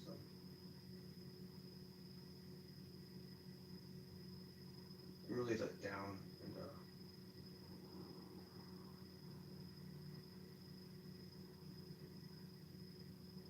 I just don't know. I feel like if I step outside, she's gonna yell, she's gonna come in and throw stuff around. It's like, dude, I already cleaned so much. I've cleaned so much in this room. It's like, it doesn't look like it, but it's because every time she comes in, you're breaking shit, stuff gets thrown around. And it's like, who wants to clean after you just annihilated what they had already cleaned? Yeah.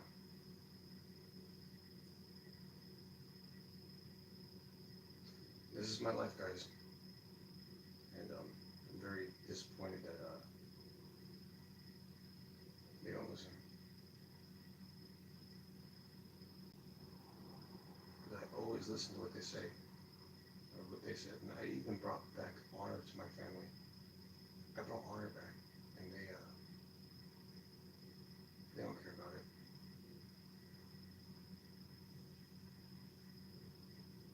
Well, already in the peninsula, a convenient label for rewriting the past.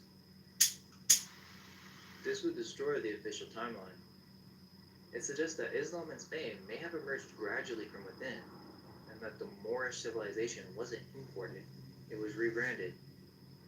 The real builders of Al-Andalus might not have been desert tribesmen at all, but the inheritors of a lost Atlantic culture, one far older, more sophisticated, and deeply rooted in Iberia than were ever told.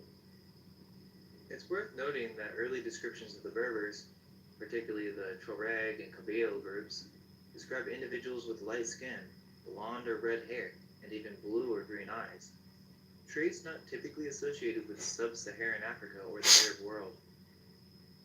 Ancient Greek and Roman writers made similar observations. This phenotype aligns closely with the Guanches, the indigenous people of the Canary Islands, who were also described as tall, fair-skinned, and often light-eyed, and who built step pyramids, megalithic tombs, and practiced mummification. Genetic studies have shown strong links between the Guanches and Berber groups in North Africa, suggesting both could be remnants of a once widespread Atlantic megalithic culture that reached from Iberia to the Canary Islands, and possibly far beyond. It has been argued that the ancestors of the Berbers were none other than the people of Atlantis, and the so-called Moors, who appeared in 711 AD, may have been inheritors of an Atlantic legacy, not just desert nomads on horseback. Their sudden rise, architectural brilliance, and administrative structure in Spain doesn't read like a foreign occupation. It looks more like a reactivation of a dormant civilization, one already deeply rooted in Iberian landscape. Historically, the Moors, especially in later European depictions, are often connected You with the wanna learn, you Saracens should and listen. described or portrayed as black Africans, especially during the Reconquista and Crusader periods. However, the reality of who the Moors were may be more complex. The Moorish Empire in Spain was a multi-ethnic and multicultural society, not a monolith. At its height, Al-Andalus was home to Muslims, Christians, and Jews from various ethnic backgrounds, living under a sophisticated system of administration, science, and urban planning that far outpaced much of medieval Europe. This suggests that the Moors of Al-Andalus may have included descendants of pre-Roman, pre-Phoenician, and even pre-Egyptian peoples who had long histories in the Western Mediterranean. So who were the Moors really? Were they black Saracen warriors, white Berber nobles, Arab scholars, or Iberian Celtic descendants cloaked in a new religion? Or were they all of the above, pulled together into a single name, Moor, that flattened centuries of layered history into a simple conquest narrative? Think about the legends from Galicia and northern Portugal, the tales of the Morda Encantada, the enchanted people said to dwell in ancient megalithic sites, guarding hidden treasures and waiting to be released from a spell. Now consider the Spanish word for Moors, Moros, and its feminine form, Moras. The linguistic overlap is too close to ignore. What if the term Moors isn't just a label for Islamic invaders, but a distorted memory of something much older? Another thing that doesn't really add up is the Moorish architecture itself. When we look at Islamic structures in the Middle East, in places like Syria, Iraq, or Iran, we see a completely different architectural language. The focus is inward, on shade, airflow, and geometric spiritual aesthetics. You don't find much in the way of fortified towers, high outer walls, or battlements. But in Spain, we suddenly get all of that. Massive fortress-like structures that look more like European castles than Islamic temples. The so-called Alcazabas and Alcazars of Spain, like those in Malaga, Toledo, and Sevilla, feature thick stone walls, battlements, towers, and high ground placements. These are classic defensive military designs, and something you'd expect from a culture whose architectural roots supposedly lie in the Levant or North Africa. So what happened? The mainstream will tell you that these were multi-use complexes, part palace, part fortress, part religious center. But the question is, why would recently arrived Berbers from North Africa suddenly start building hybrid mosque castles in a European style that they didn't use back home? There's no clear precedent for this in early Islamic North Africa, and even in the famed citadel of Aleppo, we see a very different design logic. Functional, yes, but not monumental in the same way as the Alhambra or Mezquita of Cordoba. What if what we call Moorish architecture is really just the surviving infrastructure of a lost civilization, what we now call Tartarian? Okay, so let's just take a look at examples. Where do you think the earliest and most impressive Islamic architecture originates? If we follow the mainstream narrative, we'd expect the heart of it to be in the Arabian Peninsula, the birthplace of Islam itself. But that's not the case. In fact, pre-11th century architecture from Arabia looks nothing like what we call Moorish architecture. There are no sprawling arches, no intricate courtyards, no stone fortress complexes like we see in Spain. The early Islamic structures in Arabia are modest at best. Simple mosque, mud brick construction, flat roofs, and minimal ornamentation. The design language we associate with Al-Andalus is simply absent from its supposed source. You might then point to North Africa, but even there, the evidence is underwhelming. The only major early Islamic structure of note is the Great Mosque of Kairouan in Tunisia, and even that dates from the 9th century, later than the construction of some Iberian sites, and sits on the ruins of Carthage, which had long-standing connections to the Iberian Peninsula. In other words, this was a Romanized region that had already absorbed architectural knowledge from the Western Mediterranean. If anything, the architecture of Kairouan draws from the same pool as Spain, not the other way around. So where do we actually find the most advanced, earliest, and best preserved examples of what we call Islamic architecture? Spain, specifically the Mosque Cathedral of Cordoba, with its iconic double-tiered arches, forest of Roman columns, and vast hypostyle hall. This structure, attributed to the 8th century, wasn't built in the Arabian or North African style. It was built using Roman, Visigothic, and even pre-Roman techniques, blended with an entirely new aesthetic. But the thing is, the Mosque of Cordoba wasn't built from scratch. It was constructed on the foundations of a Visigothic Christian church, which itself stood on top of an older Roman temple. Many of its columns and capitals were reused, lifted directly from earlier structures.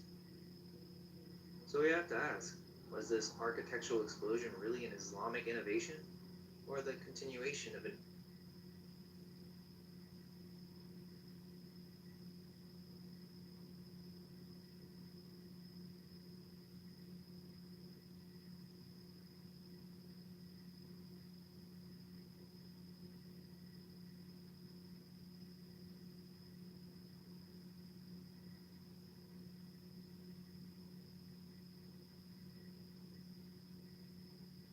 older Iberian tradition, just under new management? The style we call Moorish may not have been imported, it may have evolved in place. It may have emerged from the bones of a pre-existing advanced civilization, one with access to Roman engineering, Visigothic craftsmanship, perhaps even Atlantean or Tartessian knowledge, all later repackaged under Islamic rule. It's not just Cordoba. Across the entire Islamic world, there are no clear examples between the 7th and 9th centuries that match the scale, complexity, or architectural fusion seen in Cordoba, Madinat al-Zahra, or the early phases of the Alcazar of Sevilla. In the Arabian Peninsula, early Islamic architecture was largely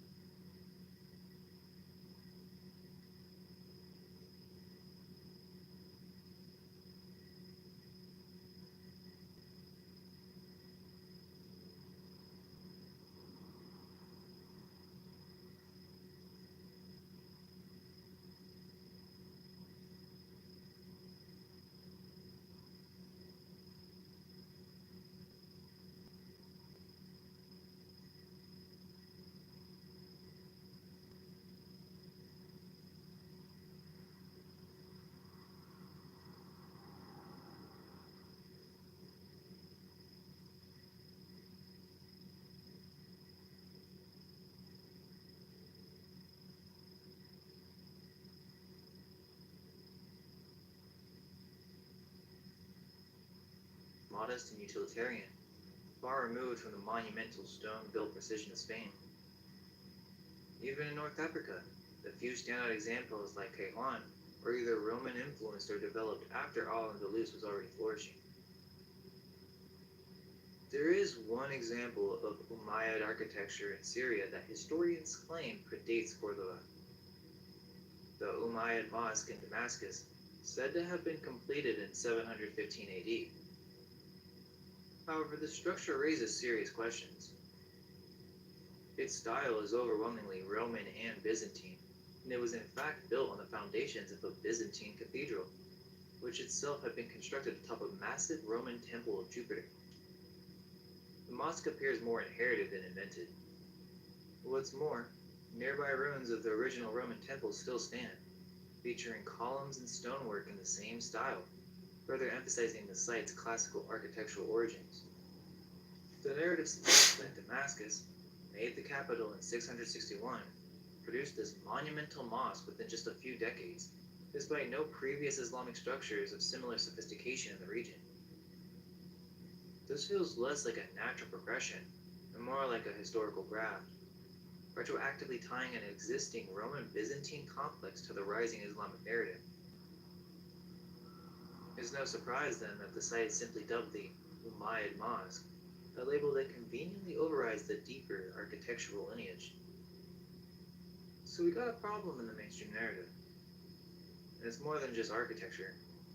So according to the official history, the Umayyad conquest of Iberia happened during what's commonly referred to as the Dark Ages, a time of widespread decline, cultural stagnation, and societal collapse across much of Europe. And yet, We're supposed to believe that a small force of desert nomads, with limited resources and no architectural tradition to speak of, swept through the entire Iberian Peninsula in just a few years and went on to establish one of the most sophisticated and enlightened civilizations in medieval Europe. The rest of Europe was supposedly crawling through the mud, losing literacy, forgetting how to build in stone, and fragmenting into feudal warbands. Al-Andalus was somehow producing multi-ethnic urban centers, scientific academies, lit streets, public baths, advanced irrigation and sewer systems, monumental architecture, and libraries said to house hundreds of thousands of volumes. Cities like Córdoba were described as having hundreds of mosques, schools, and hospitals, while many European cities at the time didn't even have paved roads. We're told this civilizational leap came almost overnight, courtesy of a few thousand desert nomads. Does that really make sense? By the 10th century, Córdoba had become the intellectual heart of Europe, a city that rivaled Baghdad and Constantinople in scale, literacy, and scientific output. Yet even those famed capitals, for all their prestige, lacked architectural achievements on par with Córdoba's monumental design, engineering precision, and urban planning. Nothing in Baghdad or Constantinople at the time matched the sophistication of the mosque cathedral, Medina al-Zahra, or the illuminated streets and public infrastructure that defined Al-Andalus. Travelers and diplomats from Christian Europe were stunned by its sophistication. It boasted public libraries, botanical gardens, and running water, while cities like Paris and London were still largely wooded and unsewered. Scholars from across the Mediterranean came to Córdoba to study medicine, astronomy, law, mathematics, and philosophy. It was here that the lost Greek texts were preserved and translated, not only into Arabic, but also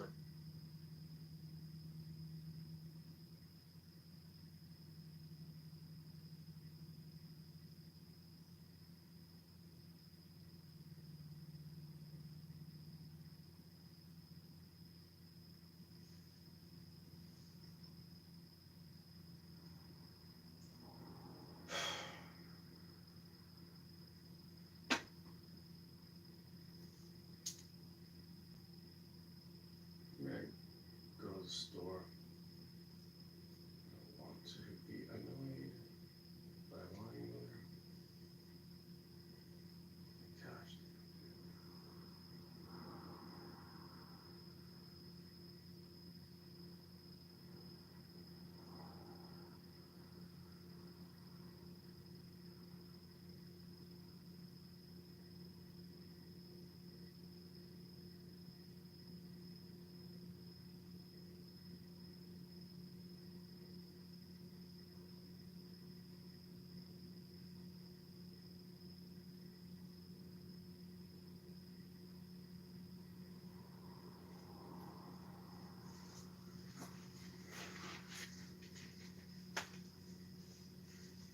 Yeah, guys.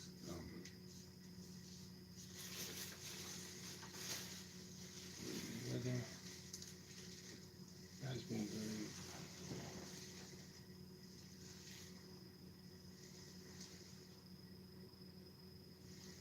It's been very pretty out. I can't wait to drive to Montana.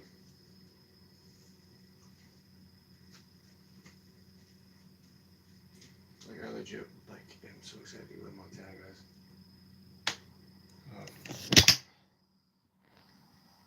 Hi guys, sorry it's so wonky tonight. So I wanted to show you guys the tobacco. I just wanted to learn up a few things about them beforehand. So what I have here today is my new cigar box I picked up from sorry, it's so bright. I picked up my new cigar box from the smoke shop. I live next to the Muckleshoe Smoke Shop, and this is my matches. I got these from a different store, but this is just my jewelry.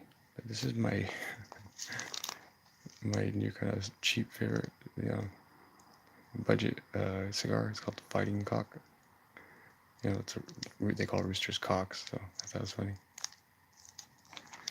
And this is my new diesel I haven't tried this brand yet. I do want to try this later tonight. Probably possibly tomorrow. But I like when I spoke with my ancestors, I like to buy them.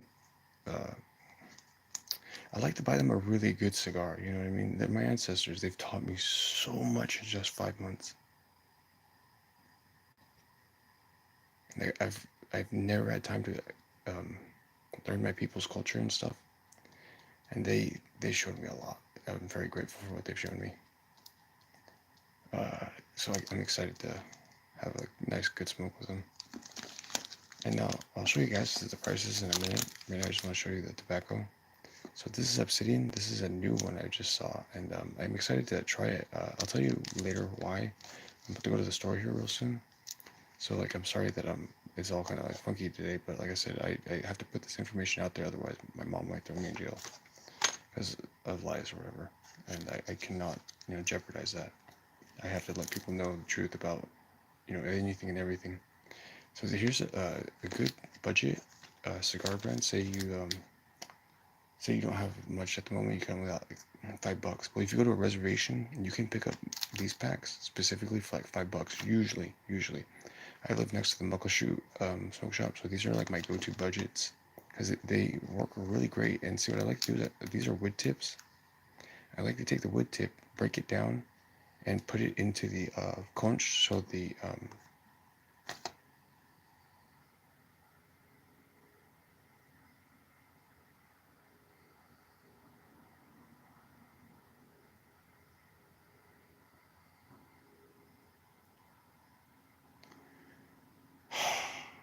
sorry guys, I've been trying to do this forever, and I was supposed to do it tonight, but my mom does not honor her word. So yeah, man, it's just frustrating. Uh, sorry, I'm a little upset. Okay, this is a black and mild wood tip wine. I usually like to smoke these ones with my ancestors, but if I'm just on the go and on the road, uh, black and mild wood tips, the jazz. You gotta keep it jazzy. But yeah, these are my go-to budgets. These are usually like $5 a pop at reservations. If not, they usually go for I want to say $10. I don't know too much about it, but possibly. And right here's Obsidian. This one is I think this one was $4.50 for this cigar. And with these ones, you just cut the tip right here, like right there, and then you smoke it. Like, it is $4.50, and this is a pretty good tobacco brand from apparently what I've read. I haven't read too much on tobaccos, but from what little I do know, it is medicine. Trust me. Not cigarettes. Big difference, guys. So the one up from that, or one below that, so in price range, this one is $2.95, I believe. But I remember the card is at $2.95, so this one was like $2 or $3. And this one was this one was $4.50. From what I learned so far, it is a great budget one. Like the flower they use, the brand of the nicotine they use is like very potent and so like tobacco. What it does is it helps the body expel fluid in the lymphatic system. So you have like two blood vessels. You have your red and you have your blue. Your red is for your blood, obviously. Your chakra. Oh what? Oh, did it cut? Oh guys, I'm so sorry it cut. I'm so sorry. I was saying though, right here, these are the $5 budget. This is $2.95 budget, and this is a $4.50 budget. And this is a $9 one. This is the one I'm excited to smoke with my ancestors. I like to smoke with them. They're pretty cool. What I was saying though was this one's a pretty cool from what I've read. It's $4.50 right now at the Muckleshoot Smoke Shop. But you also want to get yourself a cool box. See, these boxes are only like $4.50. No, yeah, 2 for $5. So if you go to the Muckleshoot Smoke Shop, 2 for $5 for these cool wooden boxes. I'll show you guys the other ones right now. I'm gonna put the phone on the charger, and then I'm gonna go grab something to eat at the store. But yeah, just Keep me posted, guys. Let me know if you see anything. All right, bye. Like I said, I can't trust my family. I wish I could, but they don't honor their word ever. You know, I was raised better than that. I was raised to keep my word.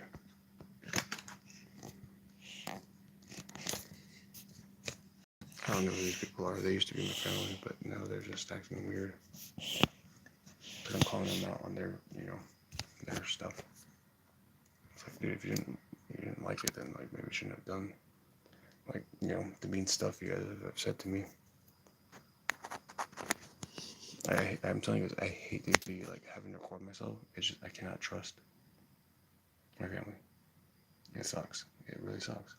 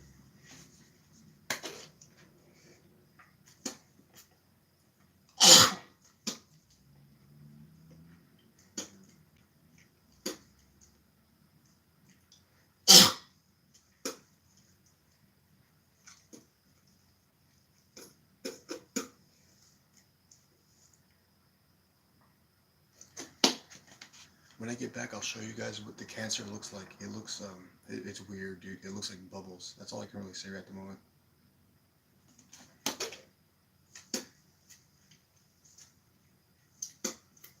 You know when you go to a grocery store, guys? At a grocery store, you know when you go to a gas station, and then you get like one of those quick, big gulps or whatever?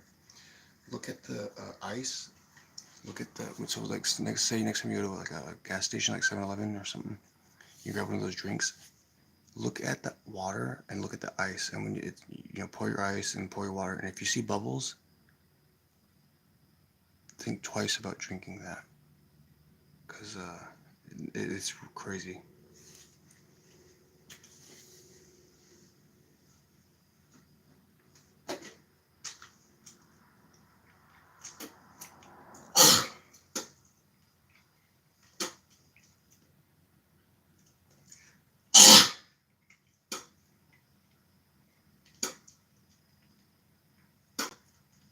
Like I said, no need to fear, guys. Because as luck would have it, no need to fear, okay? Seriously, because as luck would have it, the Creator has sent me to teach you guys to teach others. So whoever learns this, pass it on, but do not charge for it.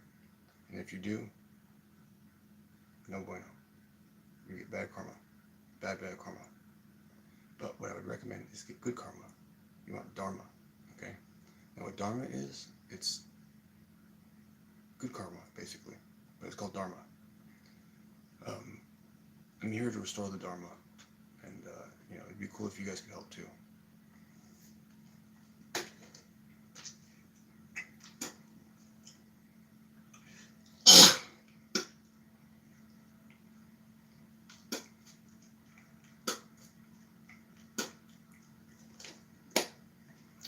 I never understood it, but as a kid, I was always into like kung fu and like martial arts.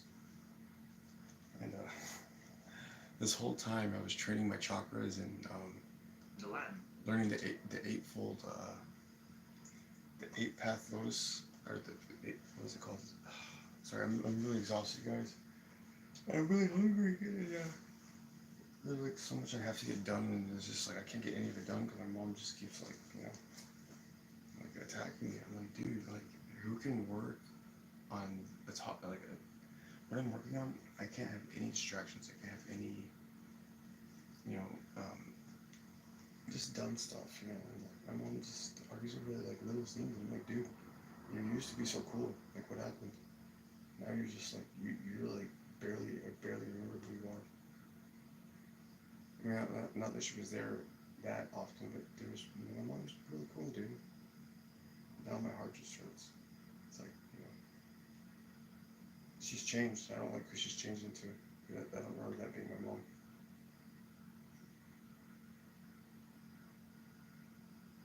She used to be cool. I'll be back. Eventually fueling the European Renaissance centuries later. From an intellectual and artistic standpoint, it seems clear that much of this knowledge originated in the Iberian Peninsula and spread eastward. So why are we told the opposite? That civilization began in the Levant and moved from east to west. This narrative has been carefully constructed by historians to obscure the true origins of our past. We are told that Islam began at the start of the 7th century, with the life of the Prophet Muhammad traditionally placed between 570 and 632 AD. Almost immediately after his death, we're asked to believe that tribal, recently unified Arab clans, who just a generation prior were largely illiterate and semi-nomadic, suddenly transformed into a hyper-organized, expansive imperial force capable of overrunning vast regions of the Byzantine and Persian empires. And within just a few decades, this brand new religion, language, and empire not only conquered the Levant and North Africa, but made its way into the Iberian Peninsula and supposedly established one of the most enlightened and architecturally stunning civilizations Europe had ever seen. Al-Andalus. Just stop and think about that for a second. Within 70 years of its supposed origin, Islam had already reached the westernmost edge of Europe, supposedly founded Córdoba as a cultural and scientific capital, and built structures that still awe architects today. That timeline is just ludicrous. Where are the logistics? Where are the training periods, the economic foundations, the learning curves? How does the people go from oral tribal traditions in the Arabian Peninsula to building palatial fortresses, bathhouses, and astronomical observatories in Spain within a single lifetime? This rapid expansion has all the hallmarks of a retrofitted historical narrative, a post hoc explanation to rationalize a layer of civilization that pre-existed the official Islamic Empire. There was no archaeological transition. The cities of Al-Andalus, like Córdoba, Sevilla, and Toledo, do not show signs of being built from scratch. Their core structures already existed. There are also coinage anomalies. Early Islamic coins often carry mixed Christian and Arabic inscriptions, or look suspiciously like restruck Roman coins. Were these really new empires or simply rebranded administrations? We are told that the Umayyads brought their architectural style from Damascus, yet the buildings in Spain show more affinity with Visigothic and Roman traditions than with the Levantine or North African ones. Why does this style improve the further west you go? Its civilization supposedly started in the east. We also have to consider chronological compression. As Fomenko and others suggest, much of what we call early Islamic history could have taken place centuries later than claimed, compressed to create a more dramatic narrative of rise and fall, conquest, and continuity. What we now call Tartaria is often placed far to the east, somewhere between the steppes of Russia and Central Asia. But what if it actually began in the west? Let's consider the so-called Byzantine Empire. On paper, it's the eastern remnant of the Roman Empire, centered in Constantinople, modern-day Istanbul. But its aesthetics, its engineering, its symbolic systems, domes, arches, mosaics, aqueducts, are far more aligned with what we see later in Islamic Spain than anything truly Greco-Roman. Now again, bring in the Moorish Empire, supposedly the Berber-led Islamic conquest from North Africa that swept into Iberia in the 8th century. But the technological and architectural accomplishments attributed to this conquest, advanced irrigation, domed cathedrals, mathematical harmonics, mosaic art, city grids, are far beyond what should have been possible for a small band of desert nomads. Both the Byzantines and the Moors may not have been separate empires at all. So I'm not sure if you guys are able to tell in the video. Of a larger Eurasian imperial order. I've been able to read empire, minds whose a lot infrastructure lately. and culture was later divided, renamed, and distorted. And This would explain why Moorish architecture in Spain looks like the Hagia Sophia in Constantinople. I got Snapchat. Why Arabic coins, and I have, swords, and inscriptions are found in Russia, Watch North this. Europe, and You guys Iberia. are gonna get a kick out of this. Why early Islamic mosques reused Roman pillars that matched those in Byzantine churches. Why the Byzantine elite and the Andalusian elite had access to the same scientific Like and the air artistic is so systems. like Geometry, star maps, water engineering. and Why toxic. both There's empires like supposedly negative peaked energy during the Dark moving Ages, stuff around. a period we're told was full of And chaos and y'all see that? illiteracy That's everywhere pretty else in crazy, yeah. Europe.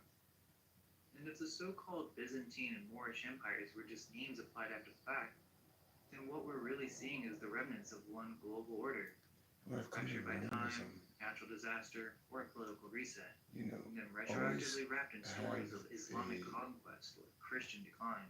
logical, There is evidence to support you this, know, like out-of-place interpretation Arabic of artifacts. when Many to, Arabic coins were found in know, Northern Europe and Russia. Arabic dirhams, when to not silver trust coins people. with Cubic script, have been found in Because then you can always Scandinavia, have a back the door. Baltic, Ukraine, and Russia, in astonishing numbers in strange contexts. At Timorevo, near Yaroslavl, Russia, archaeologists uncovered one of the largest deposits of Arabic coins ever found in Northern Europe. So it's about being like 5 steps ahead and stuff. Runic inscriptions were scratched into many of these coins, suggesting direct interaction Just make between sure you guys, Arabic and Norse cultures. These coins often predate the supposed Viking look up the ways of the American archives Indian, and appear in areas supposedly and untouched by Islamic you'll be able expansion. to get a better understanding of what I'm talking about. Like us Indians, we know what we're talking about. Most people just don't, you know, listen. And it's like sad because it's like, dude, we know what we're talking about. Like, because we're not from, you know, Hindustan, we don't know what we're talking about, people think. But it was actually pronounced Indostan, the original India. Little known fact. I've always been fascinated by Indian culture. And then I came to the realization in my studies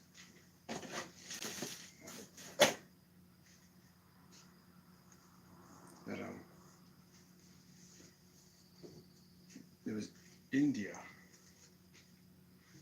this, you know, the continent, not the subcontinent. According to Flamenco, Arabic script So, like, may not have been exclusive to Israel. I don't know who's watching live, but like India was a continent, not a subcontinent. So all of Asia was called India at one point, or Indostan, whatever one you want to call it.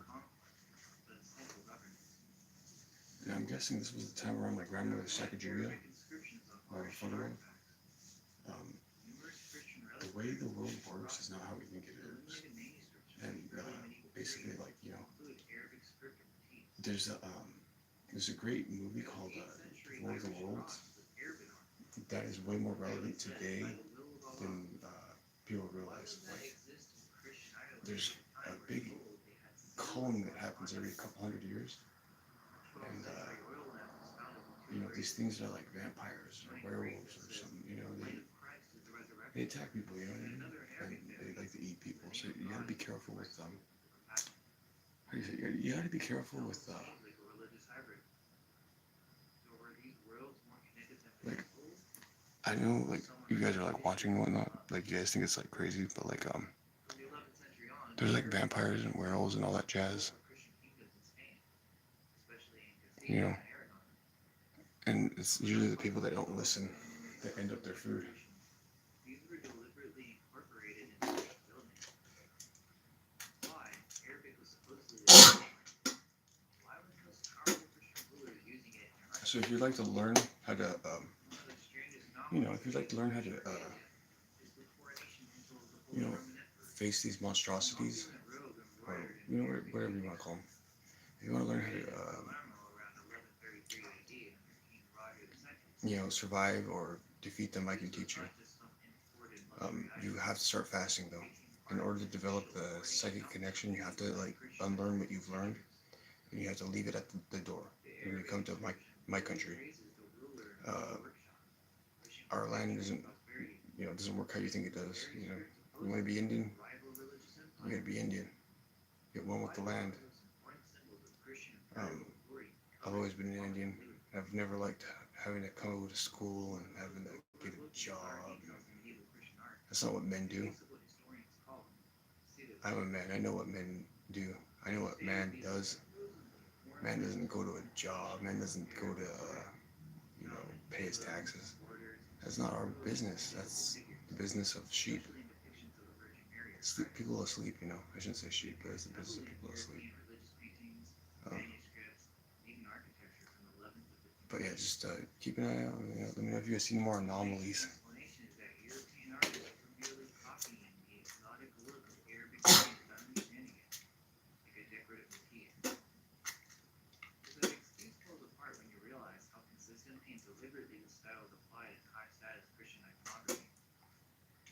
So the real question is, why would Christian artists obsessively include Arabic-looking script and holy imagery if Islam is supposed to be a hostile foreign religion? Why do we find these motifs in depictions of Mary, Jesus, and the angels? The term pseudo is just a modern patch to cover up that Arabic-looking foreign cult. So this is what it kind of looks like, guys. You got cancer. So this is what it looks like. It looks like a clearish liquid. And you'll see the stuff floating in there. Guess what that is? Take a wild guess what that stuff is. And everybody has this, so don't think I don't care who you are.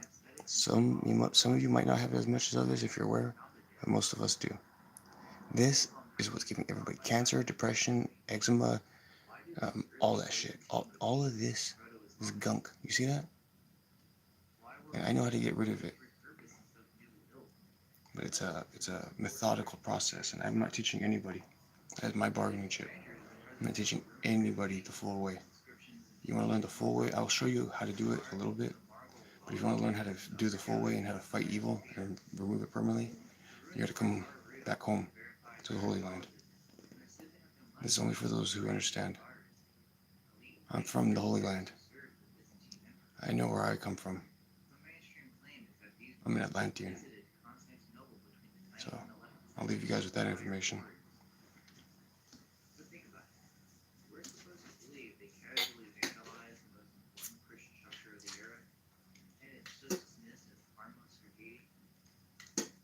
I want to be known too.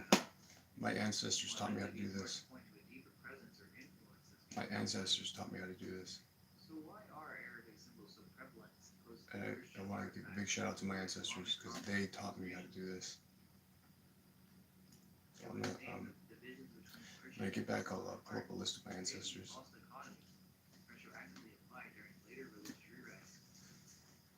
original culture may have had a shared visual language, and the later conquerors merely rebranded what already existed.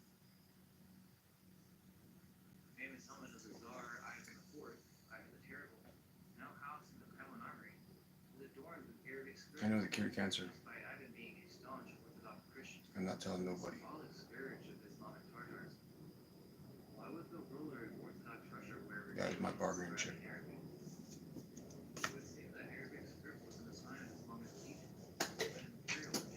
If you want to learn the full thing, you got to come back to the Holy Land.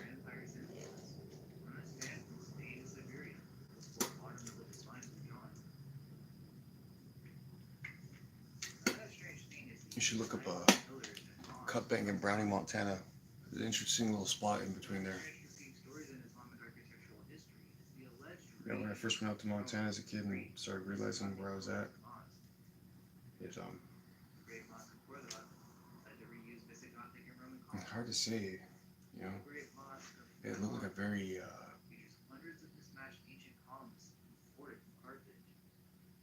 it looked like a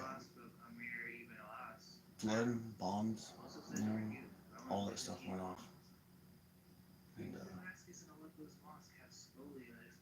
where I've gone, I've come to realize why do all these mosques spanning Africa, Europe, and the Levant repeat the same implausible excuse for their architectural precision?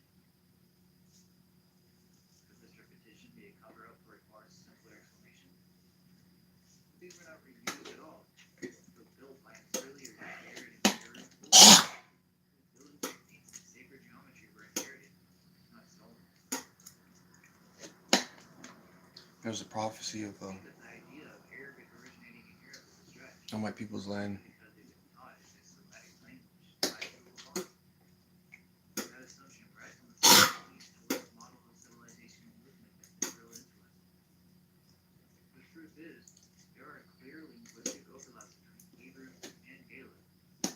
On my people's land, if you look up the prophecy of Chief Mountain, there's a prophecy says that in the end times when Jesus, as people call him,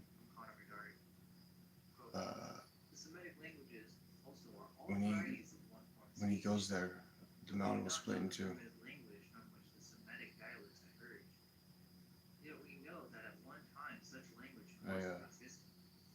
One can imagine why it would be split into two. One for the good kids and one for the bad kids, right? But what do I know? I'm just a dumb Indian, right?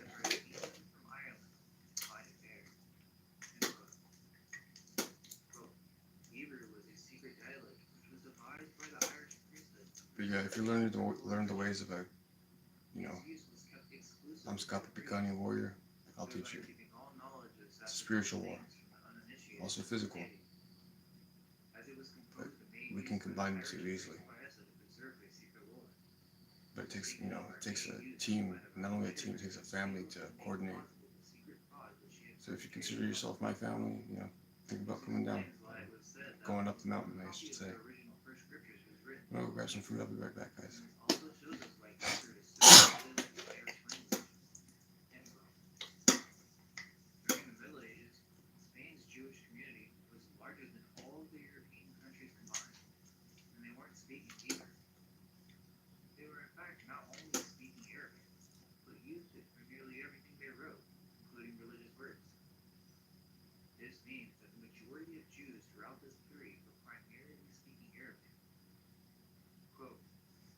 You guys should see how it moves. It literally, and it looks just like water, guys. It looks just like water. But when you have the eyes to see, you can see them clear as day.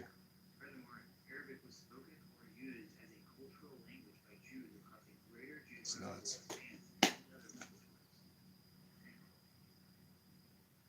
And you gotta be careful too. If you spin it, do not spill it. It turns into a demon. If you let this spill, or do not put tobacco in it, I'm making sure this clear. I'll show you guys when I get back. I've made this clear for a reason. I want you guys to see what it looks like, and then I want to show you guys what the tobacco does to kill what the tobacco does to kill the bug, the parasite, this vampire. Sorry, I mean the cancer. Slip of the tongue, my bad. It's nuts, dudes. This is cancer.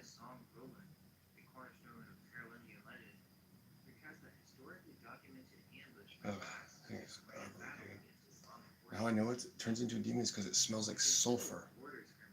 When you spill this, it smells like sulfur. And I remember reading back a while ago. I was like, what does it say? I read something that said when encountering demons, people have mentioned the scent of sulfur, and I couldn't believe it until when my mom, she came in, knocked something over, and she's always knocking stuff over because she's mad, throwing shit, breaking shit. She knocked over a cup, and it spilled on the floor, and I was like, oh my gosh, dude. So for that whole night almost, it was probably like about an hour into like me laying down, bruh, I just felt like spider webs on me. I was like, what the fuck is this? And I was like, oh no. And like my gut was telling me, my ancestors were telling me, they're like, dude, yeah. And I'm like, oh my god, it's gonna be like a spider. I don't know what to call that. Like, all I know is do not spill it unless you're prepared to like reap the consequences of your dumbass action. And how do I know this again? Because like, look, dude, this time it was my fault. I had a cop back here. I think it was my subject number 64, 65.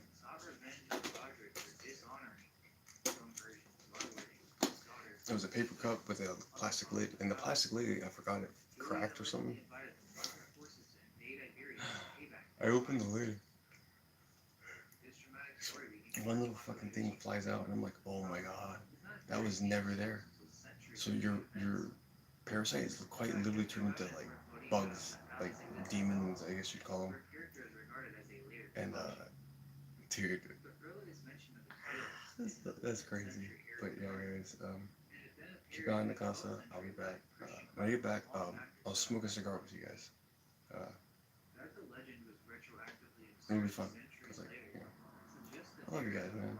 And I'm sorry, like, I haven't been able to release anything sooner. It's just like, I can't trust my family. Like, they lie. They lie, dude. And it's not their fault, though. You know, it's just that the generation they grew up in, they had to. Because, like, you know, people were trying to kill us.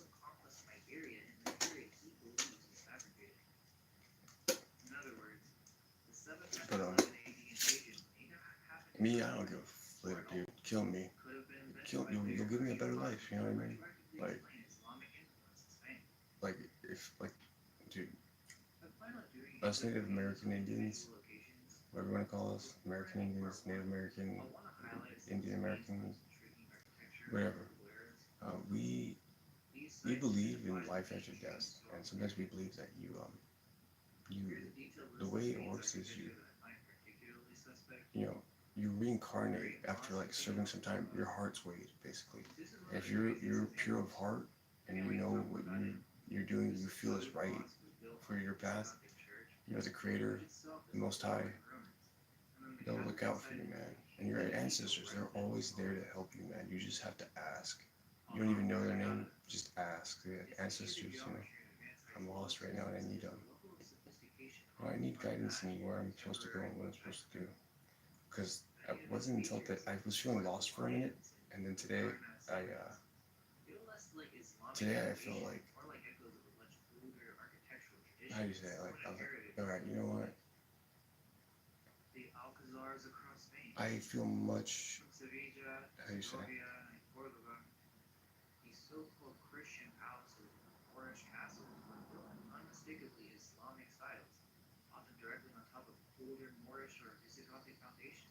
Oh god, it's a fucking poltergeist. Oh my god, it is a poltergeist. I fucking knew it. Jesus Christ. Holy shit. Dude, it is a fucking poltergeist. Okay. Okay. I see what's going on here. Dude, it's a fucking poltergeist. Holy fuck. I can see it. Oh my god. No, you don't. No, you're done harassing my family, demon. Hold on, guys. Hold on. No, fuck no. Not on my watch. No. There's a freaking poltergeist, guys. I can't. Oh, shoot. It's hard to explain. Okay, when you have the ability to see the other side, you can see the signs. Something is moving the camera. I'm not touching the camera. It is literally twisting to the side. It is literally twisting to the side. By itself. Holy shit, my arm head went all the way up. I wish I could show you guys this. It's a fucking poltergeist. I'm so sorry, guys. You guys just caught this at a weird freaking time. I'm gonna show you guys how to kill a demon today. So, welcome to class, students. So, when fighting demons, just remember, they're little bitches. They're about to get what they deserve, okay?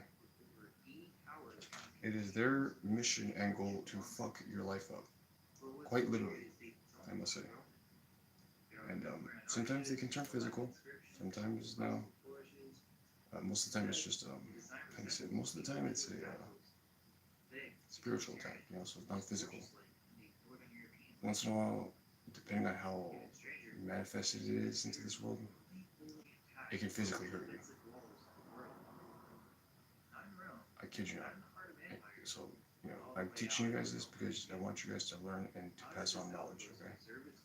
These things do not care about you. These things want your fear, and it knows I'm not afraid of it.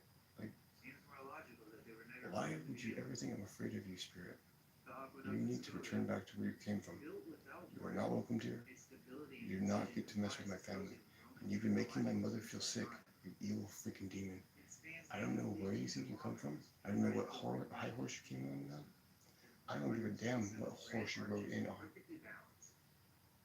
You must leave today.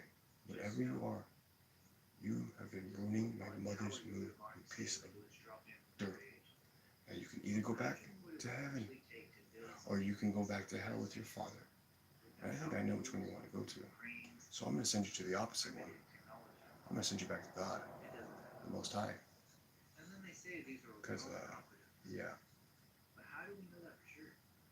I know how much you don't want that if you are of evil. So unless you're here to help,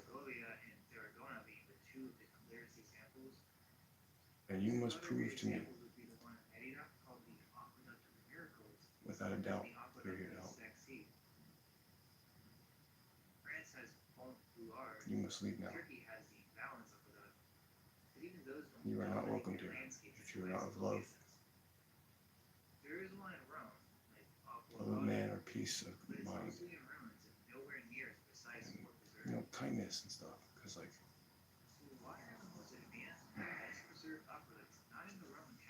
wow. Alright, guys. This is crazy. Damn, I did not expect this to happen. Alright, guys. Give me a second. There's a poltergeist in this house. And I knew it. It's just my family don't freaking listen to me. Damn.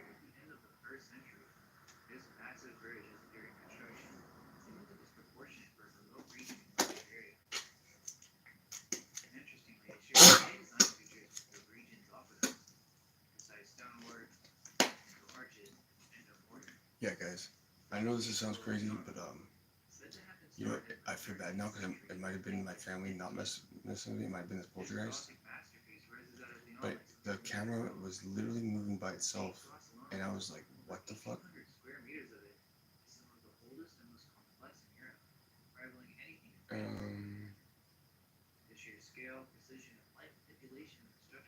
What the fuck, dude?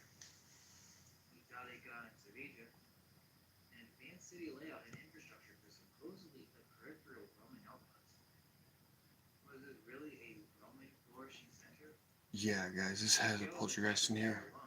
I'm so sorry, guys. Damn it, I don't.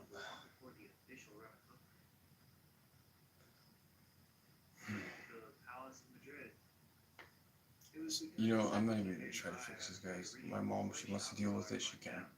Because, frankly, she brought it in. My mom's been, like, the most negative person the last couple months. I, literally almost wanted to kill myself, like, 3 times within the last 8 months because of my mother. It's just, I don't mean it, like, as of recently. I'm talking about, it was, months ago. It was just, wow, my mom was just, awful and making me want to hurt myself. So you can learn something.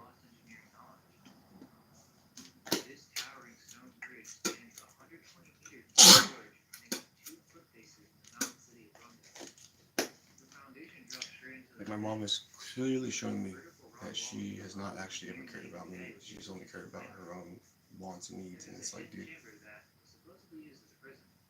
I raised your 4 fucking kids. Well, yeah, I raised your 4 kids. I'm a kid. Dude, I raised all 4 of us. Do you know how much pain I had to go through having to watch my little babies, my siblings, cry over her and dad? It's like, Kathy, you do not understand how much pain I'm in. You just act like, the world owes you something. And, I act like, I don't care. Like, the world doesn't owe me nothing. I owe the world, though. I owe the Creator, though. I owe the Most High. I owe anything.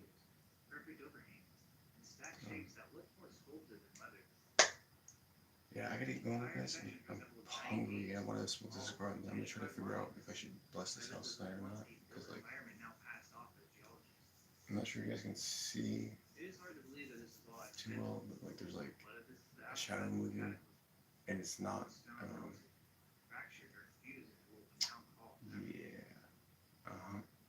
yeah, there it is, right there on the roof. You are not welcomed here.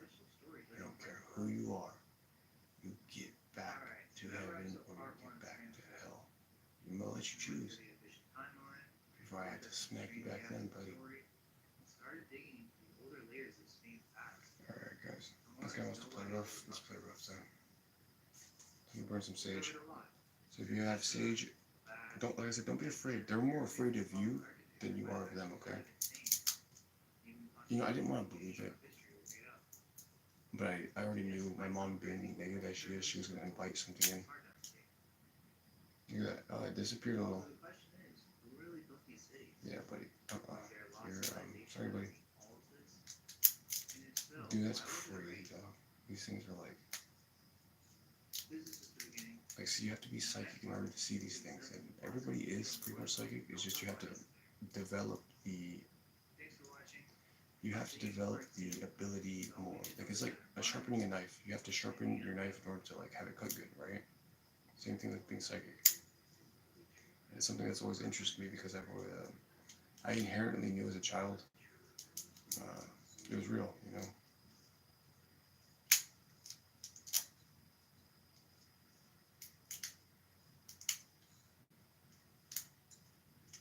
Which just makes me even sad because, like, my parents forgot. But I get it. The generation I'm in, they had to in order to survive.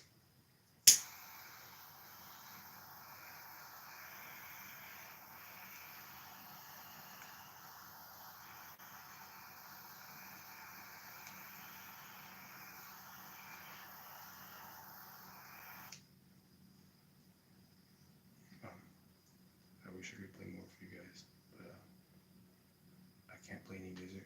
My neighbors are asleep, and my father's asleep, and my mom and grandma are asleep. So I'm just gonna bless the room right now, guys. But if I didn't have to be spitting out the parasite, I seriously infected myself a little more with the sugar. It turns into cancer.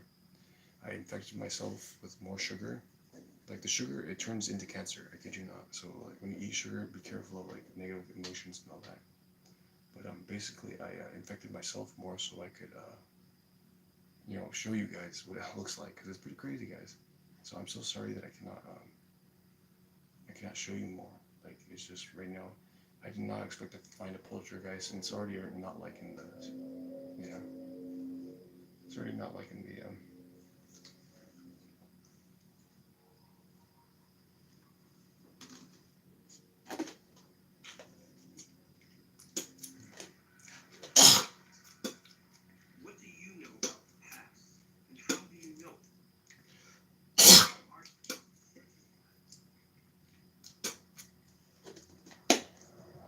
So yeah, guys, the sage, think of it as, like, also an antifungal, not antifungal, I think it's antimicrobial. What it does is it takes away what do I call it? Like, if you have something that's, like, dirty and, like, it needs to, like,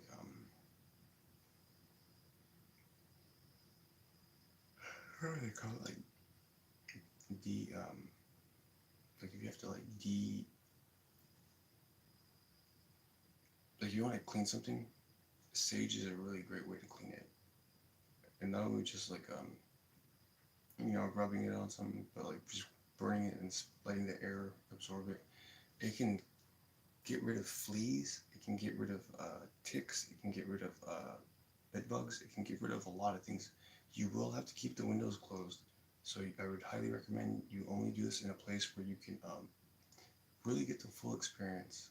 But don't forget also, always sage your house or your room or your apartment whenever you have the chance to, because that's your temple, that's your you know what I mean, your Shangri-La.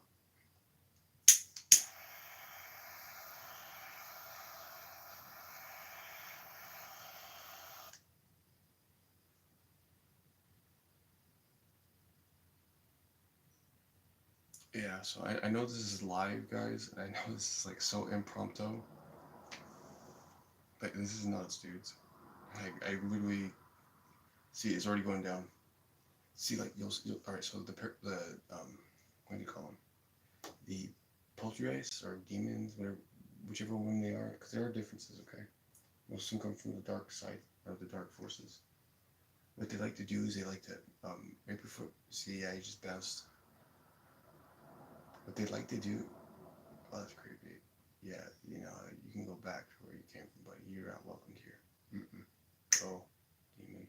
Go. See, look, if I could show, man, you have to be in person to really see these things, dude. It's hard to explain. It's super hard to explain. But like, one bounced off, and that one's still hiding behind the jacket rack. And I see you, yeah, yeah, and I see you behind the bed too. Both of you, 1, 2. Yes, you fucking demons, go. You're not welcome here. In the name of the Most High, should you break these rules again, you're going to the big chief upstairs, and he'll judge you there. No more going back to your father, because this is it. I will not be harassing my family ever again, you demons. You have to remember, you come from the Most High. You are made in the Most High's image. You have the power, you have the voice. Those of you with souls, you know what I mean? Don't forget it. You have souls, guys. And don't let people tell you don't, okay? And don't let people take away your soul. Somebody tries to take away your soul for food, tell them, fuck you. You know, your soul's worth more than gold alone. You know, food, you can always have food in your next life. I barely eat nowadays, and I look pretty damn good.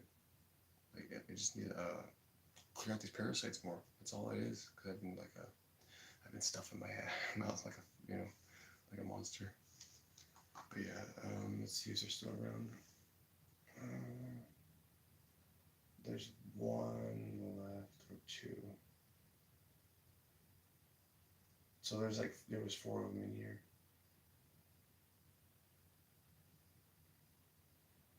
Yeah, right there. It's leaning down.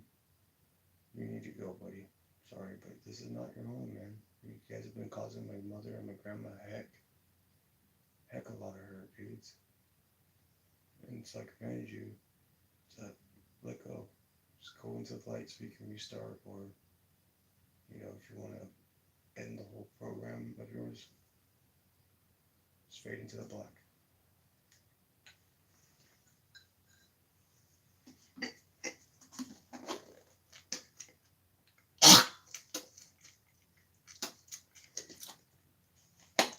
Like, come on, dude. It's like, you don't want to be here.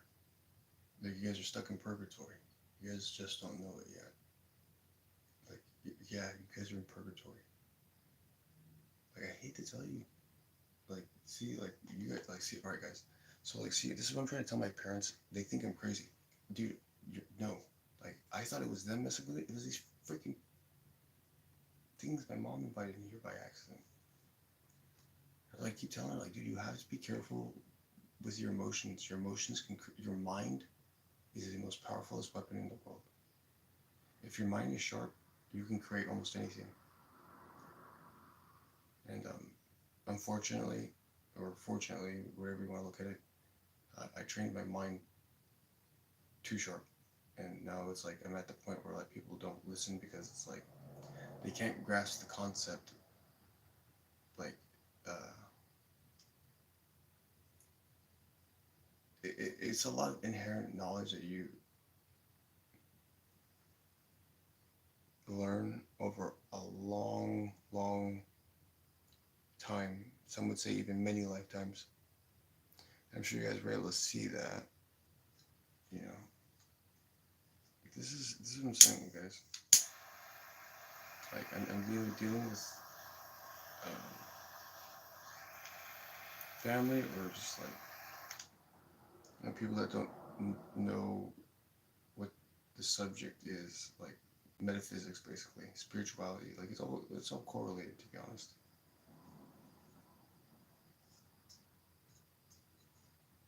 Like, my family, they think I'm probably crazy. I'm like, dude, you guys are crazy for like forgetting where you guys come from.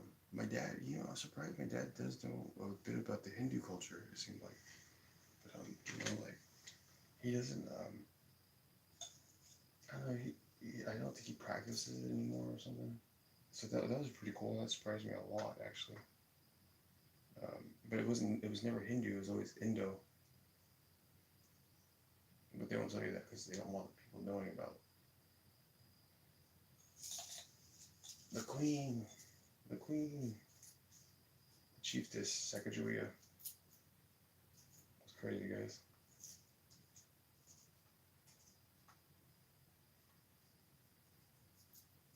So I'm gonna smoke a little bit of this. Kush. You know, I'm gonna open the window a little bit and I'm gonna tell these things, hey buddies. You know, I can't give you my peace pipe because I don't know what spirits you guys are. You guys haven't confirmed or denied whether you guys are on the good side or bad side.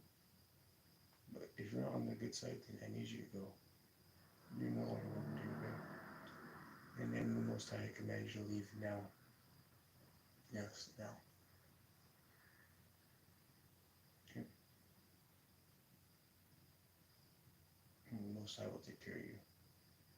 And he will take you back up to him instead of your father, Satan. I know you guys are like that. So you demons need to piss off. I'm being super kind demons. You guys need to piss off. You have been torturing my family this whole time. That's why I haven't been able to practice.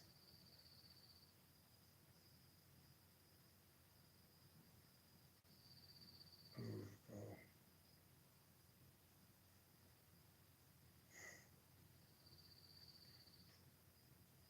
You guys are just spirits, you two.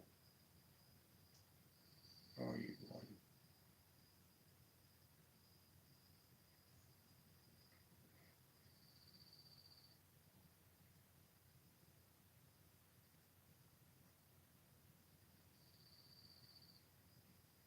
Okay, the other one left. It's just, like I'm telling you guys have authority over them.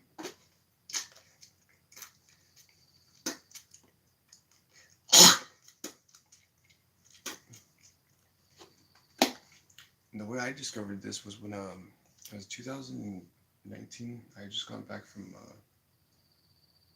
Montana firefighting in Washington, firefighting out of Montana and then moving to Washington for a while.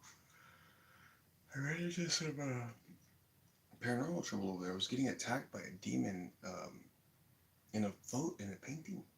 I kid you guys not, it was a demon in a painting, and what happened was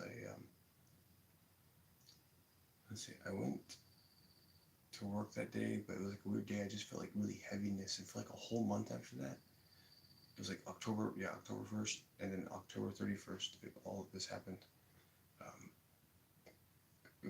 I kept waking up at like 2 a.m., 3 a.m. at night, and like just feeling like my chest was being sit on or something like that. Or I'd wake up like screaming, and I do have mild PTSD, I'll say. You know, a lifetime of like trauma does build up, so be careful. But this painting, when I saw it with my first eye, it freaking legit, I kid you guys not, it moved like the Harry Potter paintings. And what happened after that blew my mind.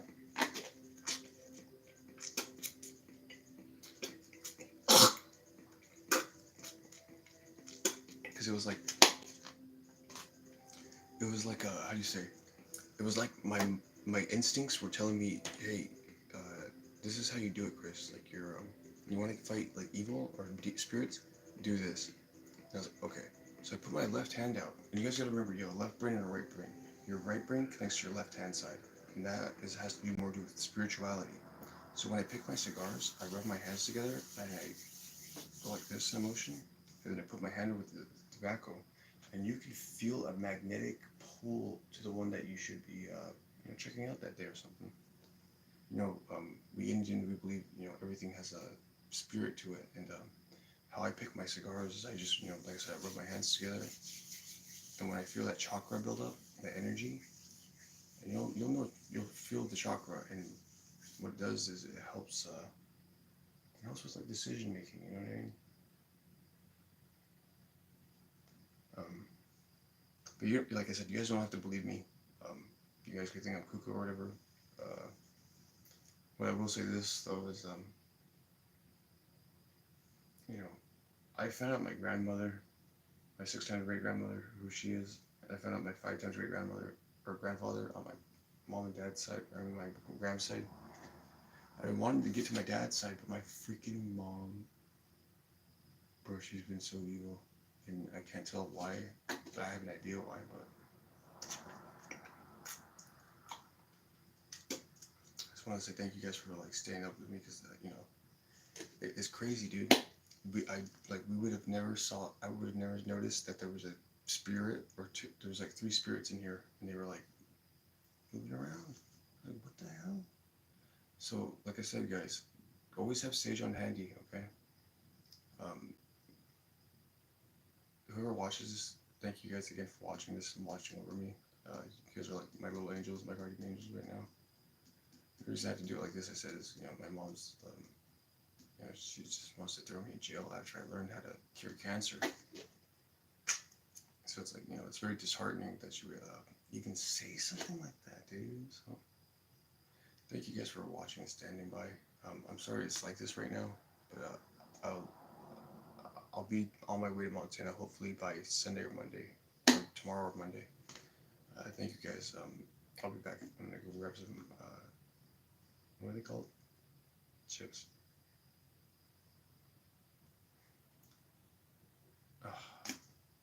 And see, like, they keep listening in on me. It's like, dude, how am I supposed to do any work when I know you guys are just spying on me? For what? What do you get out of that? Were you trying to take fucking naughty pics or something? Trying to take new pics of your kid or something? Fucking weirdos. You guys see what I'm dealing with? This is what I'm dealing with. Fucking weirdos, man.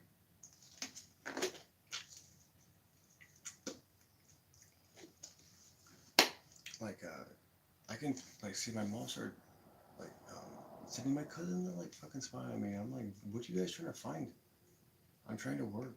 Just because my operation, my mode of operation is different from yours, does not make me less, less of a person or anything. We all have our methods, and mine apparently is like, my method of training, because I have too much trauma. I have been abused my whole life. Not to like, not dig, what they call it, dig measure or anything, but like, my mom and dad don't realize like the mental abuse they put me through. Like, it was like I said, I was like 3 years old. My dad slapped me after like telling me to lie to my mom, and I'm like, what? Like, why? Like, I'm only freaking 3 years old. Like, why do I, or 2 years old? Like, why do I get slapped? Like, I thought we're not supposed to tell lies, I don't know if you give a fuck.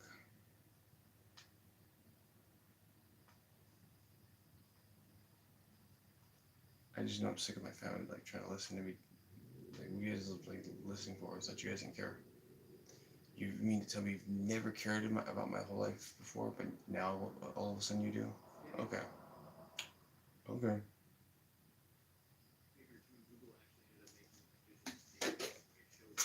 You see what I mean? It's fucking retarded, guys. And like, I love my family, dudes. I love my family, but I don't like how they don't like take what I say serious. Like, dude, I've been studying this stuff. Oh boy, it's like, why would I lie? Like, dude, sorry you guys didn't educate yourselves. Like,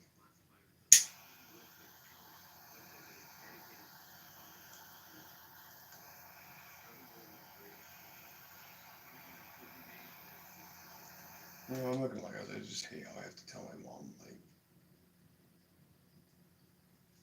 hey, I'm feeling depressed or something, and like, you're kind of like, you're making me feel bad. Because then she don't care. And it's like, dude, like, okay, I could just like be like, you know, a loving person. And it's like, she's like, no. I'm like, oh my god.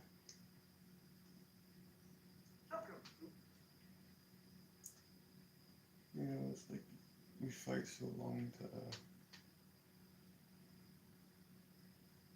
you know, we fight because it's like we're both trying to prove a point, and it's like, dude, I've listened to you my whole life, Mom.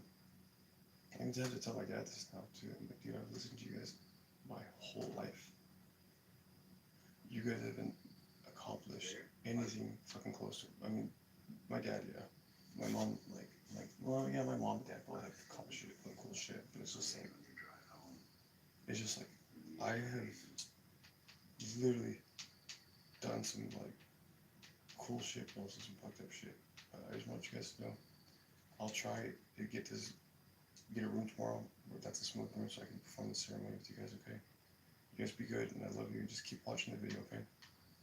Let me know if you guys see any anomalies, anything. I love, like, you know, we'll talk about it tomorrow. Alright, guys. Peace out. I'll be right back. I'm gonna grab just like a bag of chips and like ice cream because I'm like so like sad. I want ice cream. But you gotta quit ice cream, okay? I mean, quit sugar. If you can, okay, guys? Okay, give me a couple minutes, try to find a documentary that looks interesting. I love documentaries, by the way.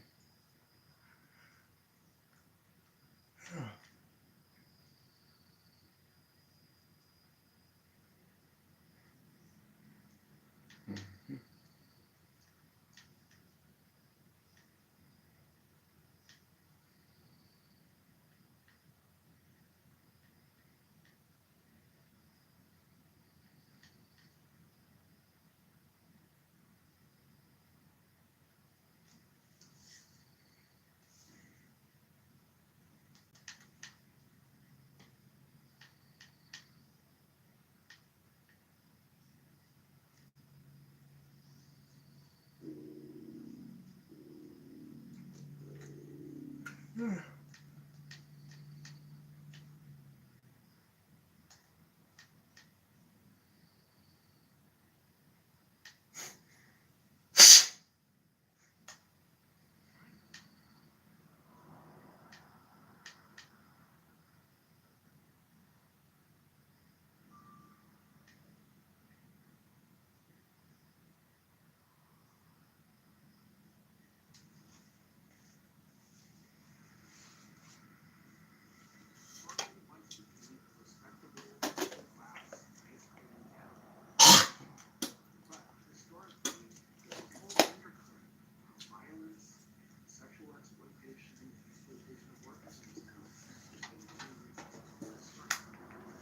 Again, guys, I'm so sorry everything's like this right now. When I leave tomorrow to move out of here, I hope to find somewhere like along the way I can show you guys how to do this, even if it's like the most rough spot. Like I just need to be away from my mother. I cannot believe the person she is and how she would treat me, knowing that like dude, I've been nothing but a good person my whole life, and you still treat me like shit. Okay. Yeah, I love you guys. I'll be right back. Okay.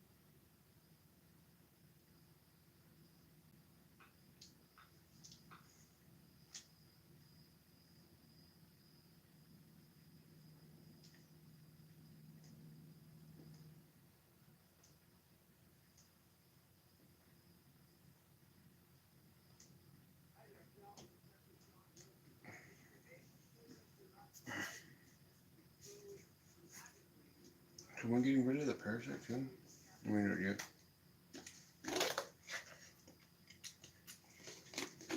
when getting rid of the cancer, you want to make sure you always shower after your session. That way you can wash off the you know the whatever it is, because like dudes, it's so like just imagine like invisible spiders coming out of you or something.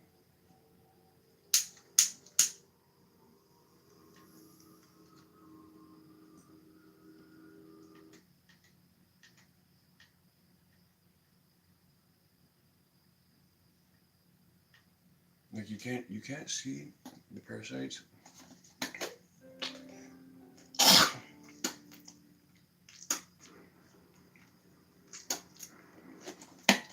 unless you have the like I said, the eyes to see it. And I've done my time.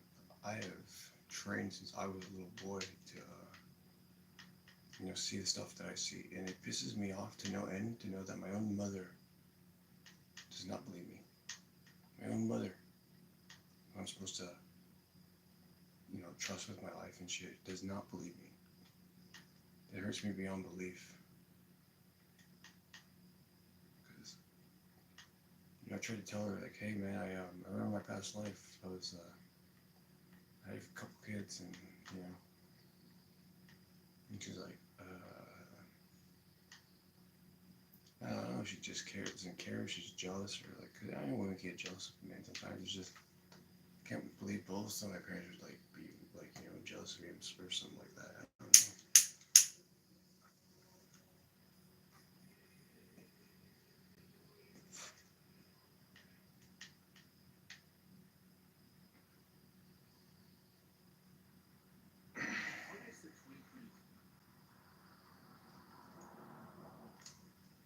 Gemini 9, 1966. We didn't know a lot about warfare. We didn't know a lot until after we done it.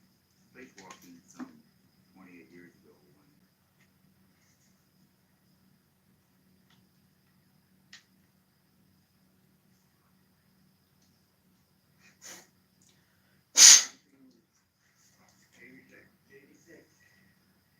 What I want to add is, Black, please tell me first time you ever saw a car.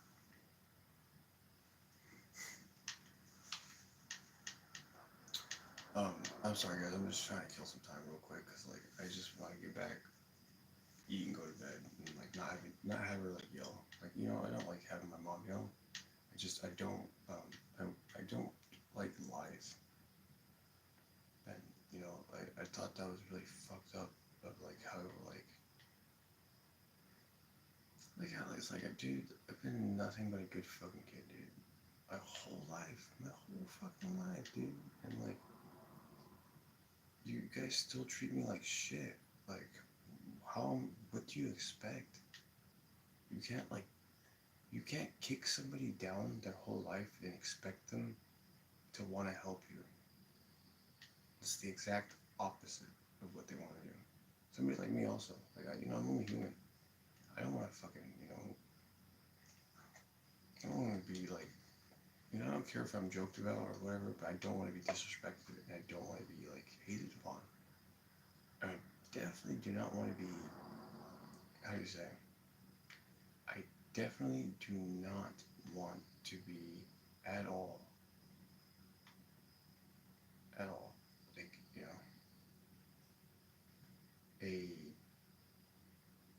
I can't think of the word, I'm tired.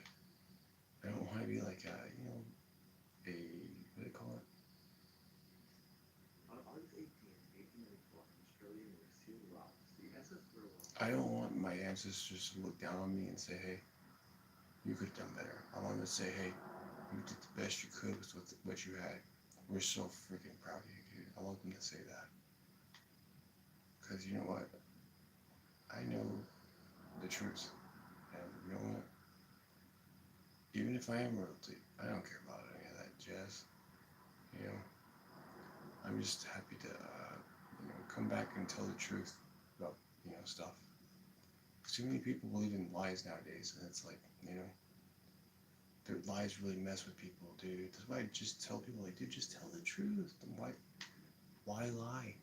Like, dude, in the end, like, everybody's gonna, like, no one's gonna trust you if you, it's like, seriously, dude, once you lie to someone, like, especially like me, somebody like me, it, Abandoned for reasons shrouded in mystery. Most intriguing is that this work remained hidden for nearly a century, discovered 90 years after its creation. The painting depicts a giant figure with horns, sorry, that's my neck. perplexed many. But why did Goya create such a terrifying painting?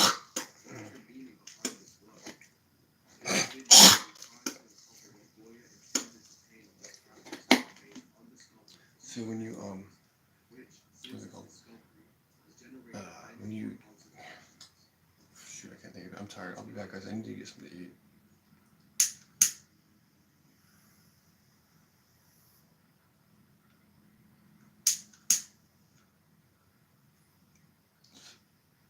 Like, bro, my mom had nothing better to do but to spy on me. It's just like annoys me because I've asked her for help too. And I showed her, I was like, hey, this is our grandmother. And she's like, no way. And she's like, yeah. Like, dude, like, why are you not, like, excited about it? And, she has not given me a good reason. And, I feel like it's a cop-out. I feel like now she's, like, I don't know, jealous or upset that, like, it's like, like, it makes no sense. It's like, the only thing I can think of is, like, you're just jealous that I found our ancestors. Like, dude, you should be fucking proud. Like, I'm happy. You're happy. Like, you can't be proud. Like, it's our ancestor. I don't know, man.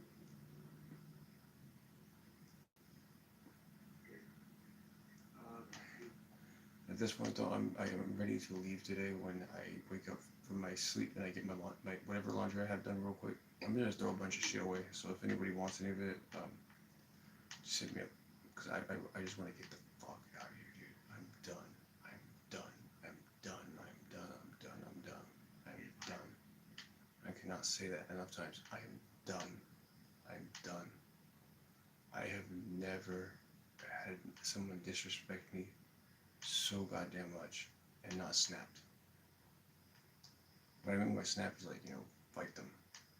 Nothing crazy. I'm not in that kind of business no more. Real ones will know what I'm talking about. I like peace. I need peace nowadays, dude. I've had too much, I've seen too much, too young. I was like too young to have seen a lot of the shit I have seen. And now, it's just like, if I could go back in time, I just like, I would have moved away from my parents a long time ago.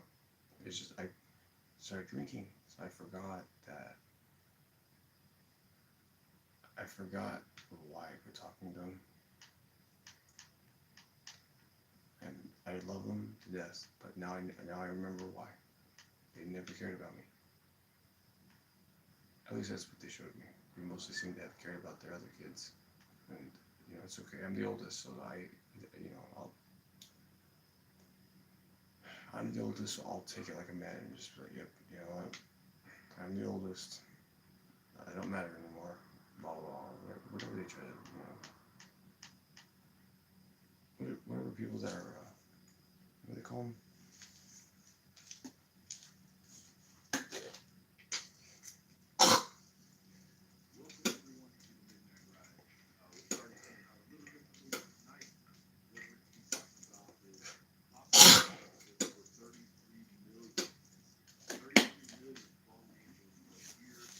I don't know, guys. I'm just kind of rambling at this point.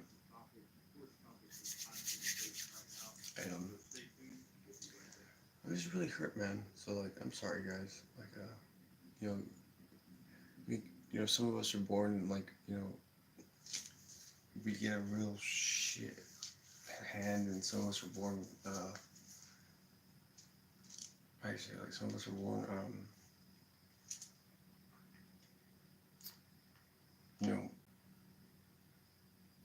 In misfortunate positions or misfortunate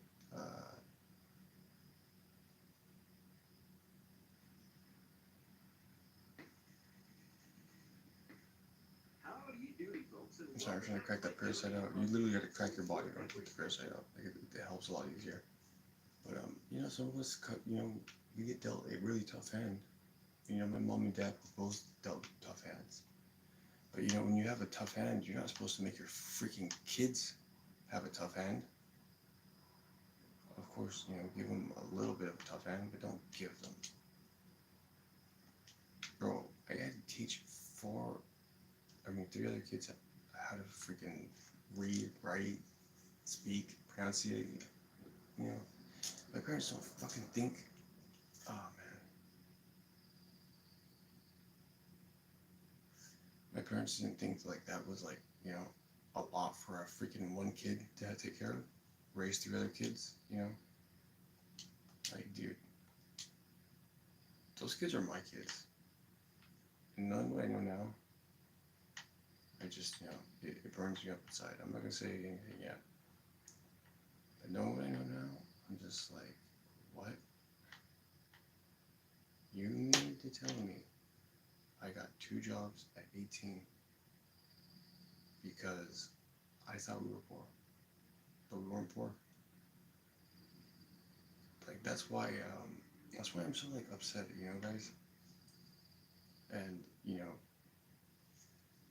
like I said, I'm pissed off that I haven't been able to. I'm pissed off that I haven't been able to get this documentary done. But it's like it would have been done way sooner had I not had someone being negative and evil. When it's like, dude, this would have done way sooner. I just like let me be. No, you have to be. We were going like, you're looking at me like every day. Like for what? Like, dude, you just yeah, it makes no sense, dudes.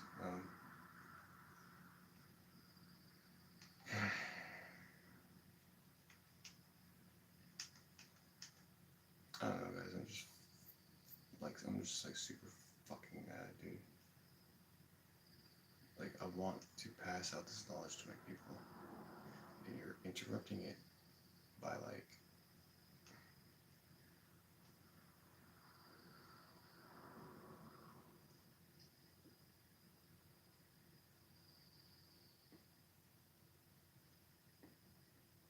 She's interrupting it by like just like being negative. I'm like, dude, I could have been done a long time ago had you just like not been, you know, evil. Like, dude, like I'm a very smart person. I shouldn't say smart, but I know a thing or two. You know, I'm one of those people. I know a thing or two. Not everything, but I know a thing or two. I'm really Lucius running out. I'll be right back in the store. Okay, guys.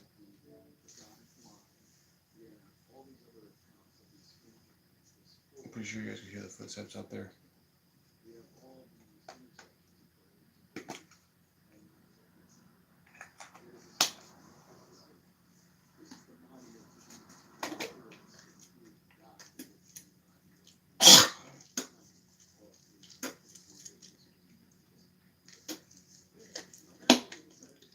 Like I said, guys, I just can't believe my mom was like, after I saw her, I was like, Mom, I know how to cure cancer. Her first thing to say was like, still say, oh, fuck, like I give a fuck. And I was like, what? Like, I said, you would really throw away the cure to cancer? You would really jeopardize kids? You would really throw it all away? I'm thinking to myself, you know, her attitude just said it all. I was like, Mom, dude, you know, it's fucked up, man. I'm gonna get going, guys. I gotta get something to eat. Love you guys, man. Just take care of yourselves, okay? I'll be back. You guys anybody want anything else? No? Nobody wants nothing? Okay. Peace out. I'll just keep watching, guys. Like seriously, I don't believe that they're on live. Like, yeah. Jeez.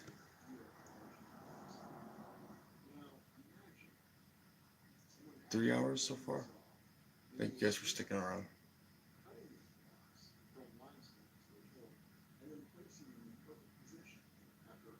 It's like, I'm telling you, they have nothing better to do.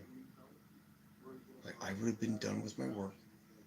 Like, oh my gosh, bro, it makes no sense. I'm telling you guys, like, they literally just like don't get like, hey, he knows how to cure cancer, let him work. No, my mom has to be like some kind of sick weirdo or something. Like, it's like, dude, why do you care now? You never cared before. Like, just let it be the same. Like, I'll get my studying done and I'll be out. Like, she's so negative, dude. She causes all this and then say she's willing to lie to the cops to throw me in jail. Like, what? Like, bro, I just, I cannot believe that's my mother at all.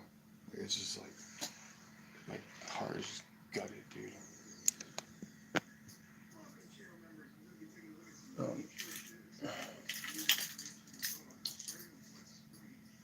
Yeah, so like I said, I'm just like writing dudes because like I literally cannot trust them. Like, dude, I found her pills. I found her medication she took, and she literally tried to blame me for stealing or some shit. I'm like, wait, what? Dude, that is the most dumbest shit I've ever heard, and she knows it. She knows it. That's the kind of mother I have. Bruh. I don't steal pills. First off, I don't even take pills. Second. Third, I just wish there was more truthful people instead of liars. Like, lies have destroyed our world, and it's just like, you know.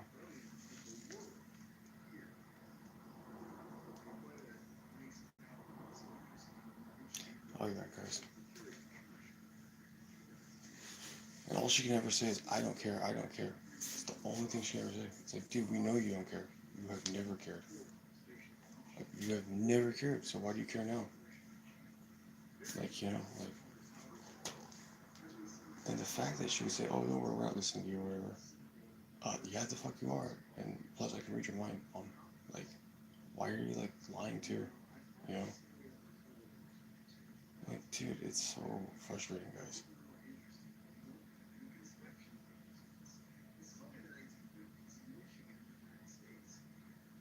Like, I wish I had a family that, like, actually cared about me and not pretend like they care about me because of what I provide them. That's what my parents are showing me. They only care about what I can provide for them. Like, seriously, man.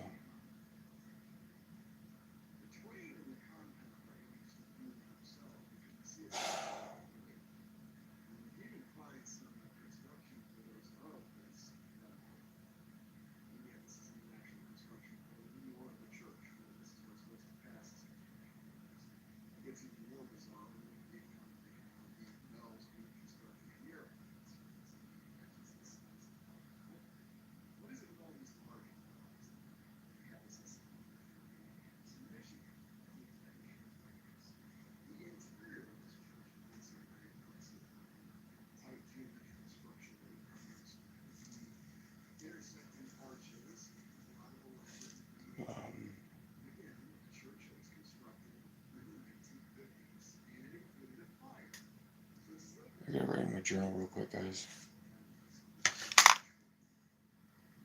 Shit.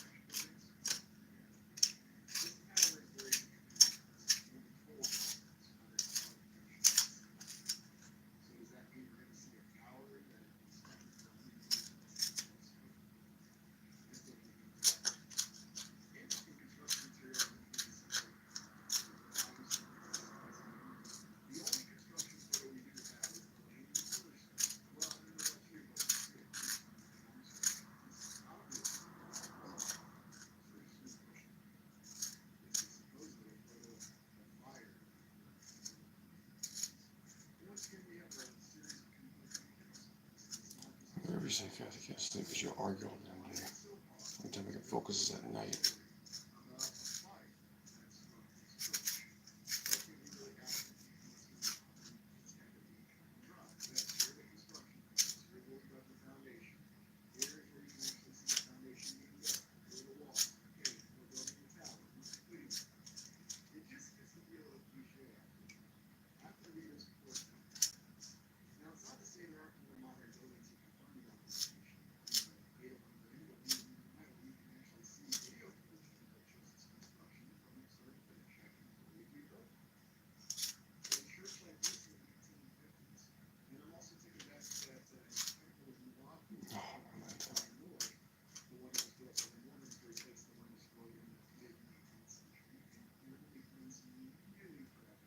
So guys, I literally discovered the cure to cancer.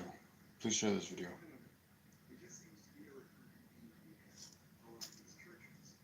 And I'm not sharing it with anybody anymore until I'm home on my land.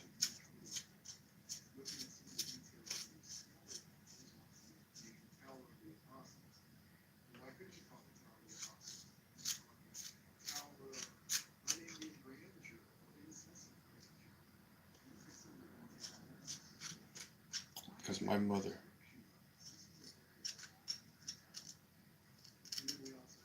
I was gonna do it tonight, but I don't trust her. After she told me, yeah, Chris, don't worry, you know what, take care of it. I was gonna have this whole fucking room cleaned. She messed it up. Like, bro, she literally comes in mad, throws everything around. I'm like, dude, what are you doing? And she just, I don't know, she's been like this for like,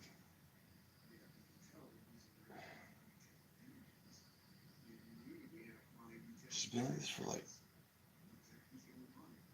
2 years and maybe. And it's like, dude, like,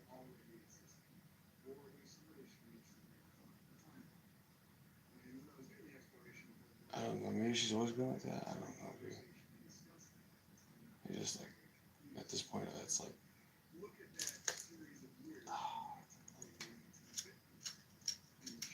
I mean, after I figured out, hey, Dad, you blew 2.85 million, 222 years at the casino in horse races.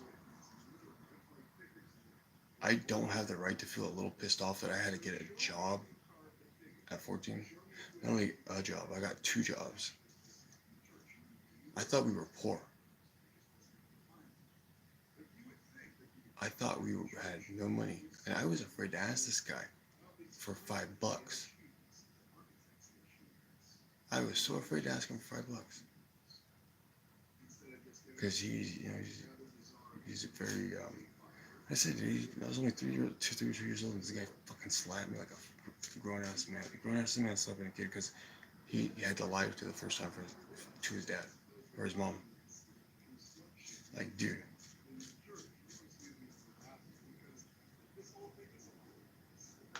Like, bro.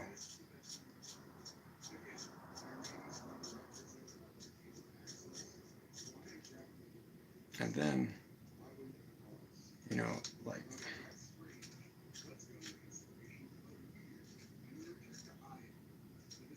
I don't know, guys. My mom is just like, she's so pissed off that I, you know, about whatever. Probably the fact that, you know, my mom has pissed me off beyond belief. She could be anything else but a freaking mother my whole life. My whole life. Like, no, dude, no. I needed a mother. What the fuck?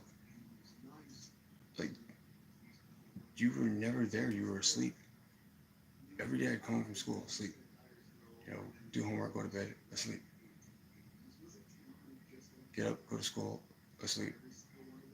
Get home from school, asleep. The only times when she was like awake during like dinner time, she'd eat dinner, you know, she'd wake up, start yelling at everybody for whatever reason, go back to bed. And she can say whatever lie she wants. She did work a job at one point. She is very smart. She is educated. It's just like, you know, she she had to take care of us, 4 kids. I put a strong emphasis on like, take care in quotation marks. Like I took care. I taught those kids how to read, how to write. You know. So forgive me for being a little upset that that money that could have went to my little kids went instead to the casino's hall. And they can get mad, get sad, or whatever they want. But if I don't tell the truth, I'm doing my ancestors a disservice. It's not what my parents care about, it's what our ancestors think. And they forgot that. They dishonored me before I was even born. They have no right to speak on anything. They don't even remember their Indian ways.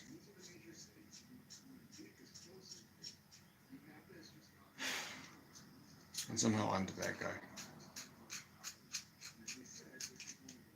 It's like all the trouble I ever got into would have been avoided had you guys been responsible parents. Instead, I had to deal with everything.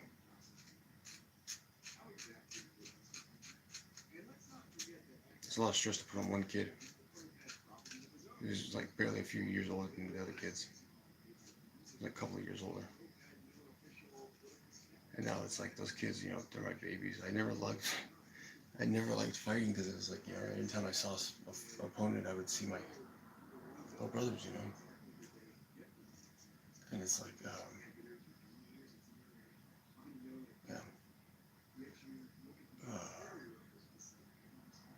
Life's, life's just crappy, man. It's like you get dealt a bad hand. And it's like, dude, like, you get like dealt like a 50-50 or, dead man's hand like I got. It's just like, okay. It's like, you win, but you can't win. Yeah, guys, I don't even feel comfortable going out there now.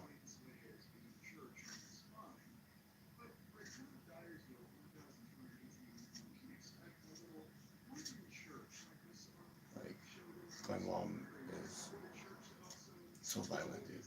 I just, like, it hurts. Like, it hurts inside emotionally and physically. And it's like, dude, I remember being the kid and just thinking, like,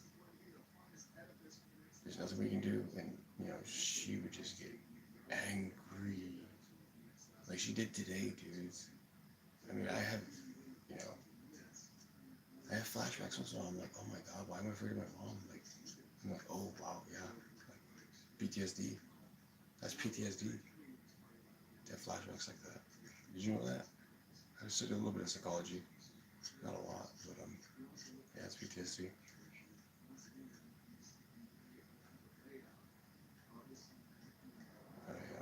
I forgive them though, because they didn't know better. They just thought they were doing they thought they were doing what was right, and they weren't doing what was right. But I forgive them because that's my mom and dad.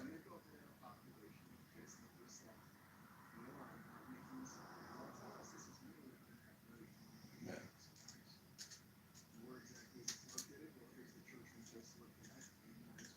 I gave them all the information they needed to read. They haven't read it.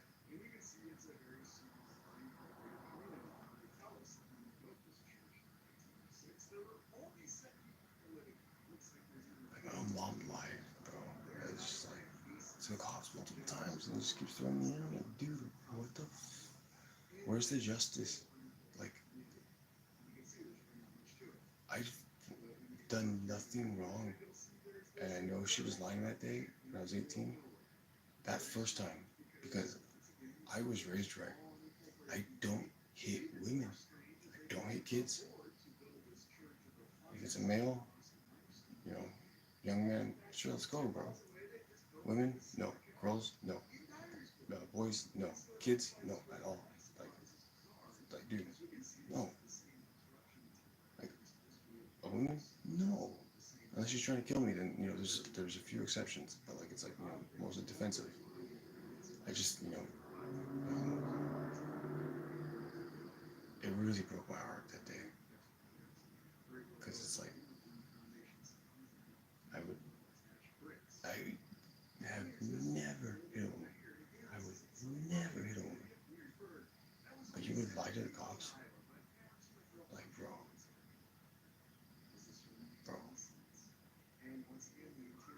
like be real. You know what I mean? Like you can't be real.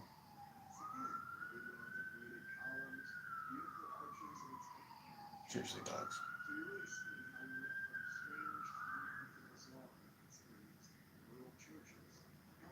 Like, the older I get, the more I come to realize, like, I know there's not too many on right now. You guys keep popping on and off, but like, whoever watches it, please share.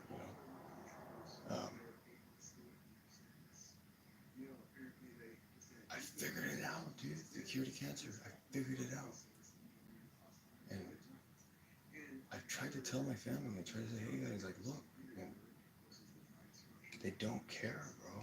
And I'm like thinking, like, nowadays, I'm like, dude, why the hell do you care what I do then? You've never cared before, but now you guys care?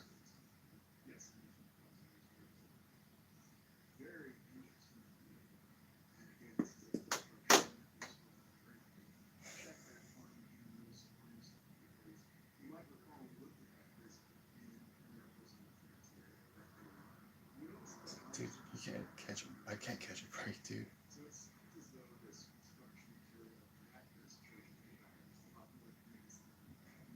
I learned to cure the cancer because this is super embarrassing, but I have a benign tumor in my prostate. Like, dude, I had to tell my mom finally like 2 days ago, and like she probably doesn't even know what that means or whatever. And I was just like, dude.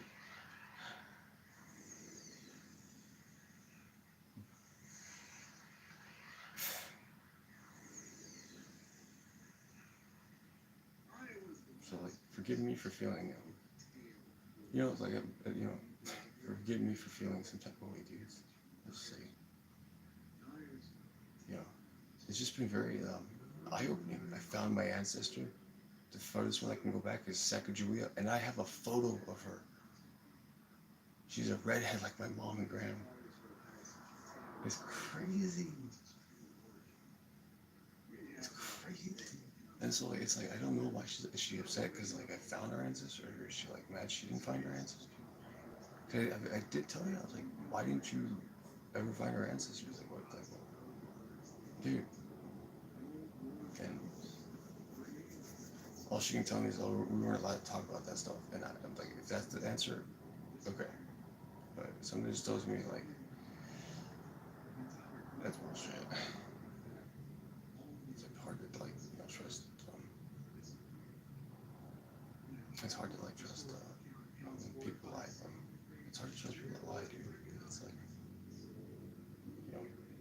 they say one thing and do another. It's like, how do you trust that, guys?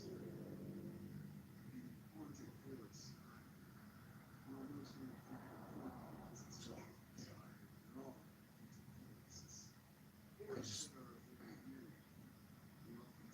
I don't think my mom and dad could.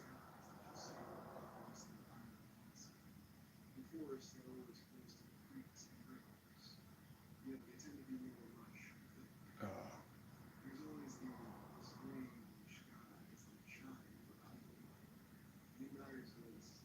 um,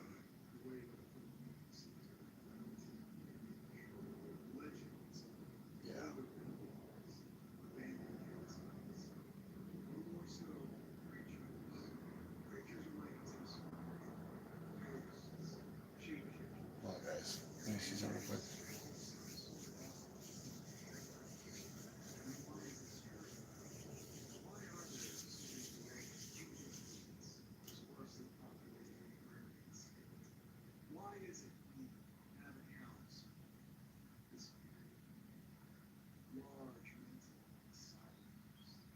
statement was never that popular.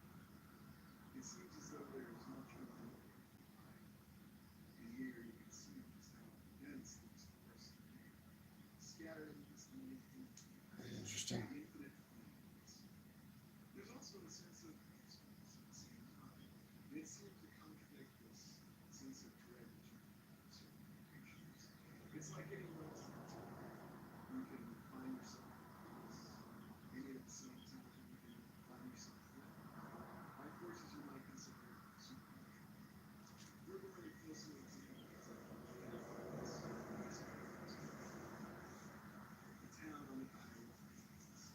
It seems to have much more to it than this. Please forgive me for like having no trust. There's the Irish we may find one conclusion. Our explorations bring us on to the shores. The official account of the Irishman says that originally a group of settlers from the area ended up at St. Louis and rode the way up the Mississippi. They then settled farms in the county around Iriston. Then there were a group of English settlers involved. They actually built up the town. But these English settlers mysteriously disappeared because of the financial connects and portions made to the settlements free. And as a result, farmers and merchants were the ones who mortgaged their properties to build the great Catholic Church as a savior for the Catholics. And this is the history of Iriston. But what happened to the English settlers? Well, there used to be a castle. Now it's historic Iriston Castle, actually called a castle. A house that had over 27 rooms, a mansion. It was generally built in Ireland. Yet this doesn't seem like this is a that good castle that's existed in Ireland. Official records state that this castle has disappeared in 1903. You can still find remnants of it back in Ireland, here in Iriston. And as we go close to Iriston, Don't believe police, you guys. in great Basque. And down here, we have Old Castle Road. And we're going to be called Old Castle Road. And you look at the terrain, we see Um, Old Castle Road, this have a cigar real quick. Irish Old Castle, is located here. Castle Circle. Modern development since the If you're seeing Blackfeet, it's a copy. that castle Everything is good. glass It's a copy. There are different political accounts that say that true rulers of Iriston, the people who came from England. Even to this day, you can look around and see what the town of Iriston Life's a trip, guys. mixed in I very impressive facilities. just want to go home, back to my We didn't people. look too closely at these buildings. The account says I just, great bank, Chilton Bank. my mom and dad took me back my mom and dad took me from my people back when I was 4 or 5. I was staying with my grandma for a while. And there's a little place in it was somewhere walking between grandma's house and my auntie Muffet. When she was around, she had a bar, Johnny's. It was somewhere between there and the water tower. I was walking and I was only like 4 or 5, and I just had this memory of like, it was hard to explain. It was like big, massive buildings of rock, but like opulent looking and majestic, like castles almost and whatnot. And my people. And then I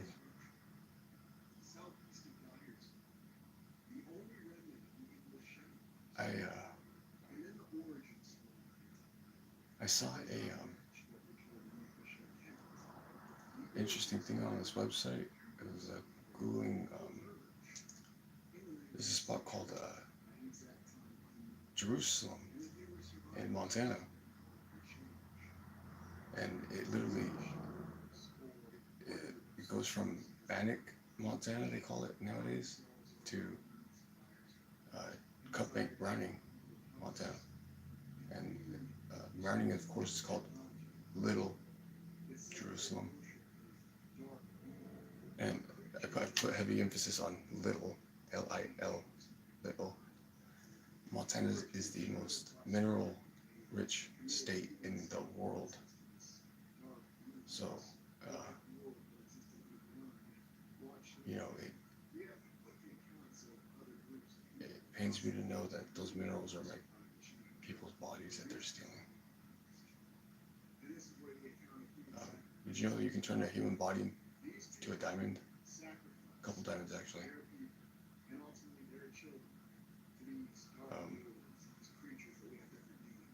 I can't let that happen to my people.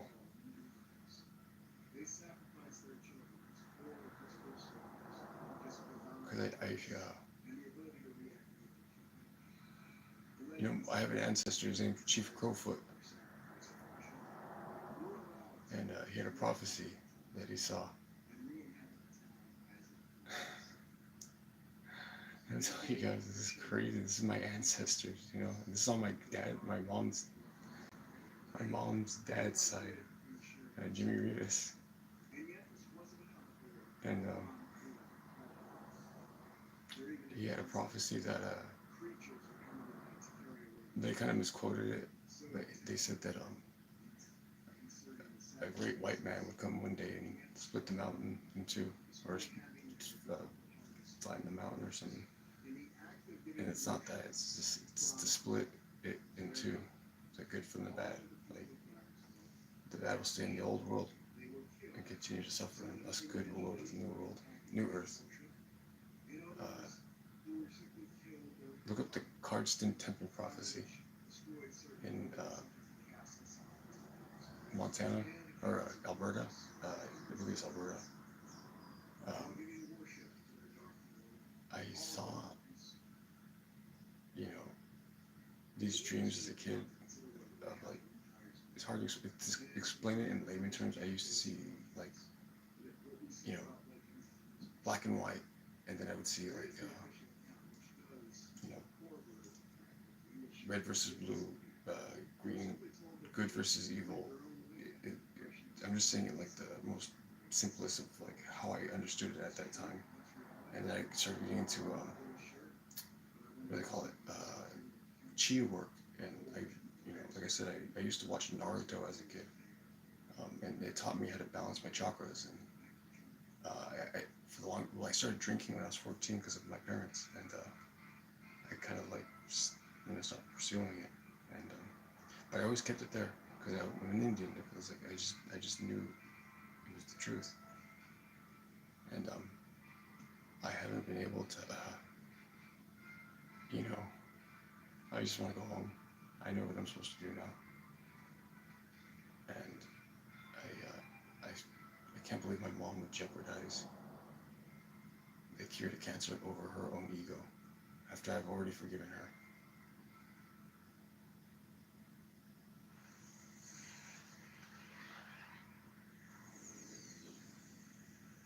Bro, you would really doom people because of your ego? You're no fucking Indian, dude. You're a fake Indian, you know? Our grandmother, Sacagawea, she has a quote. It says, everything I do is for my people. And these assholes would take me away from my people. My mom and dad. My dad, no protest. My mother, full send.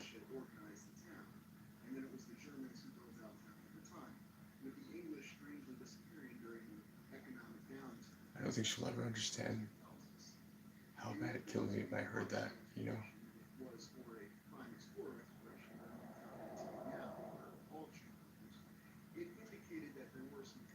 Like, I've already forgiven you. You know, you've made my life hard having to raise those kids while you slept.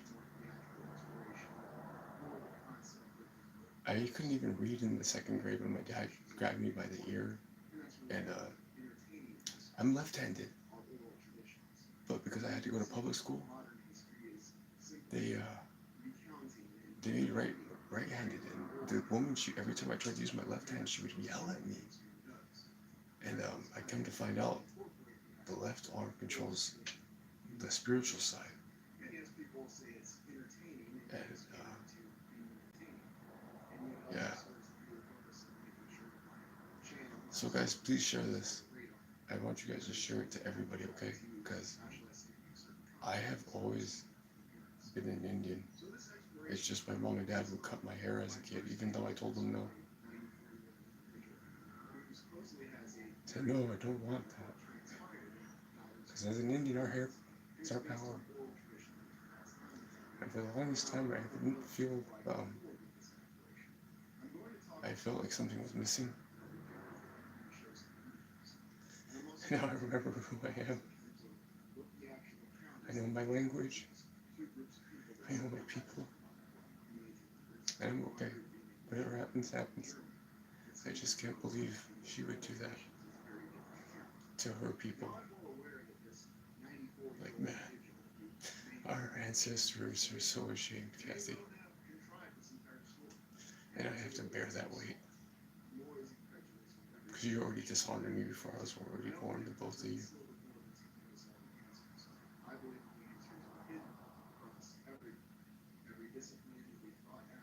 And as long as you would lie and throw me in jail, I still forgive you each time, because you know why? You were my mom, dude. I don't know who you are anymore. You're not my mom. My mom would never do that. Jeopardize people. I know what to do, and you would do that. Your story takes us back to Northeastern Ireland. This is an area I would have explored extensively before. You recall some of you, whose diaries That I cannot forgive. your account. The nearby But I do, because it's, you know, very spectacular scenes. it's your karma, not mine, dude. The Most High knows what I did. I did my best, and I'm still in ceremony. The individual I met The ceremony is when I say it is. I have to fight the Antichrist, and you keep getting in the way, bro. I'm under so much stress. I'm trying to help people show, and man, I even have a picture of the Antichrist from when he was a boy. And I tried showing her, and she still doesn't fucking get it, guys. She still doesn't get it. Like, I literally have the evidence of all of this on my phone. And I've been trying to put it into a movie, but it's hard to focus when you're being yelled at every day for, like, nothing. It's like, Mom, like I said, Mom, your house is a mess because of you, not me, you know? Like, I am tired of being the maid. I'm 30. I've been cleaning your guys' shit up for how long, dude? I'm tired. I need to go to my people and help them now. And I had to wait till 30 to,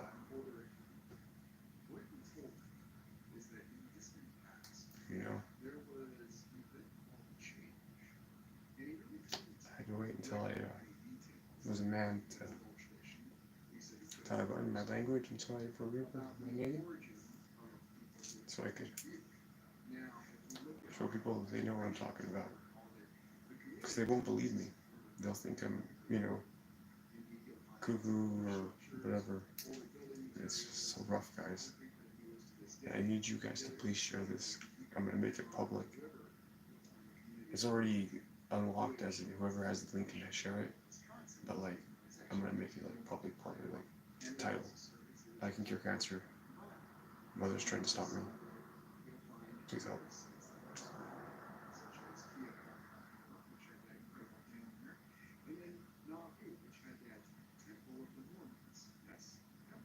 I'm leaving today. I'm going home today. I don't want to be here anymore. I want to go home. I'm leaving. I'm selling that. You don't get the car. You don't get any of the money. I told you, you would have had money. You would have had a car. But you...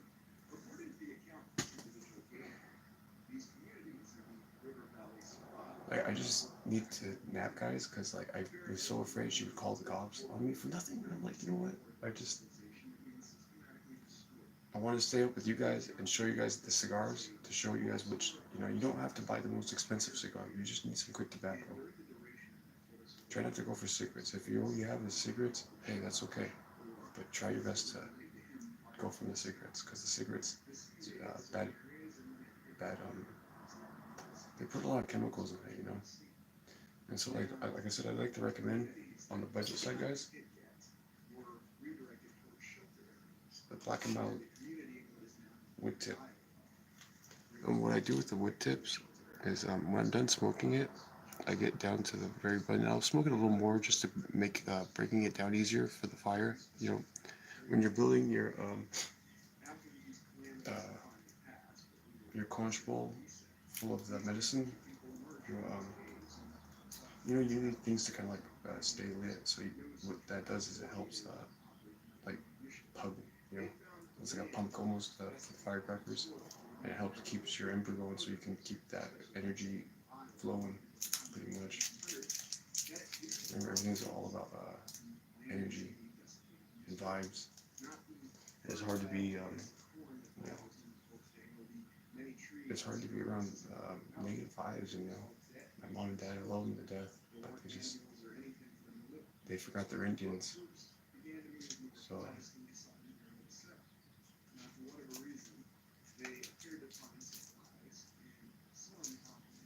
yeah, I want to show you guys tobacco. So like I said, you can possibly buy these for even, like I said, guys, you can possibly buy these for about $1.50 some places. I know that Jazz does go for a little bit more, so like probably like $1.99. But it's the Jazz wood tip, and like I said, you can even pop the back cap off. Like, say you just want to, because like, see what you want to do when you're curing.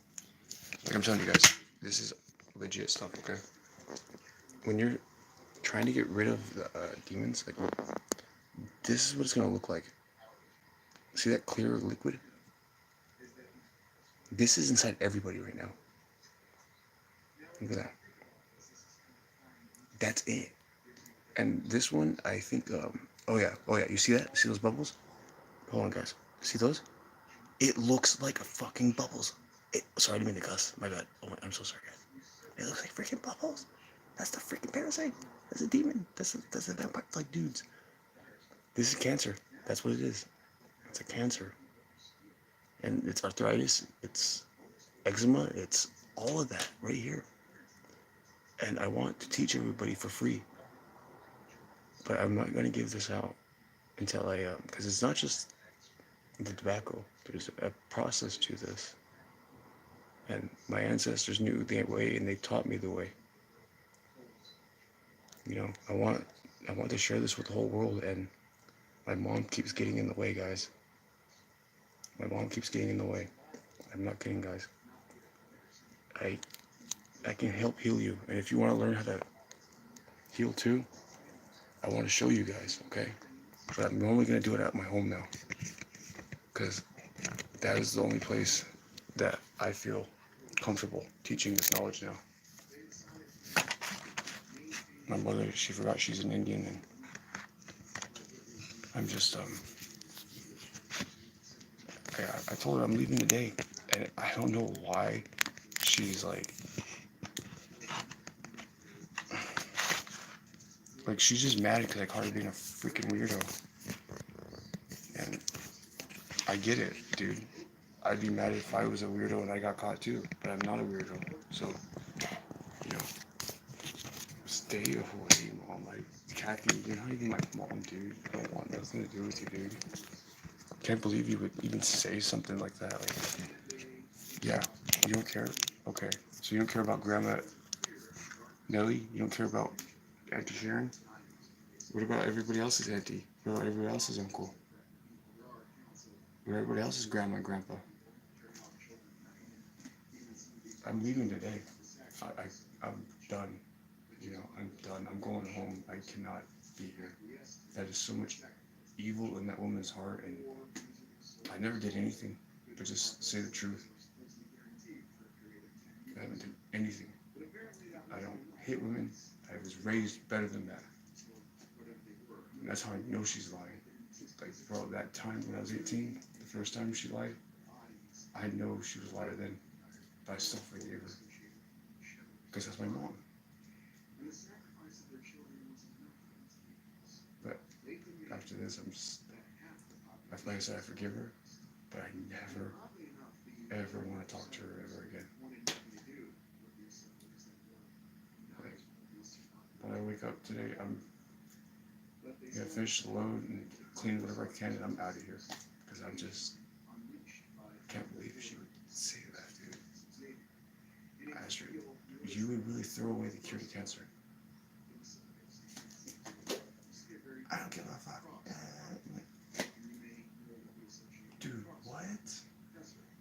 If you were my mom, you would never say something like that.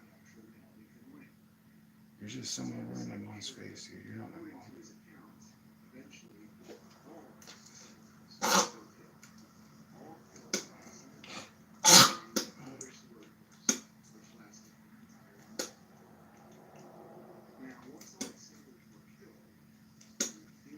It sucks being the oldest of 4 kids.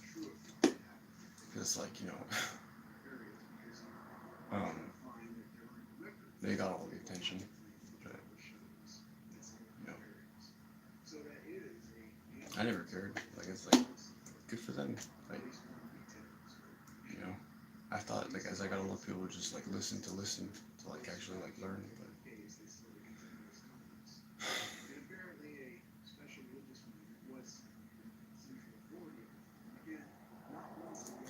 I just want to go to bed, dude.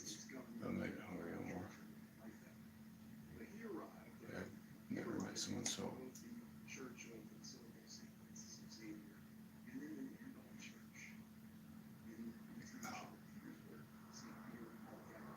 And I'm scared to go out there because it's just like...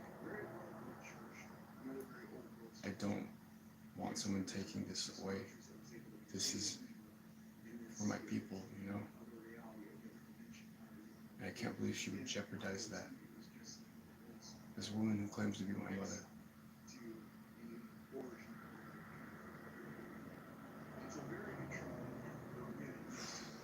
So much dishonor.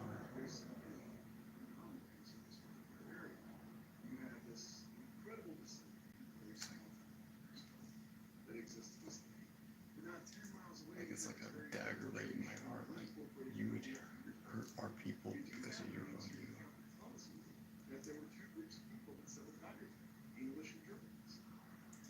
Like, we haven't all been killed enough, huh, Kathy?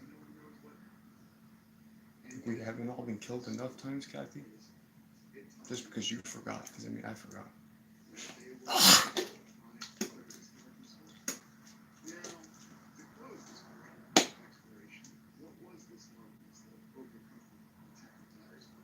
And I just want to say, guys, if you guys decide to come to Montana to learn, you will have to give up, like, stuff you don't need. People carry too much. And, the best way to get rid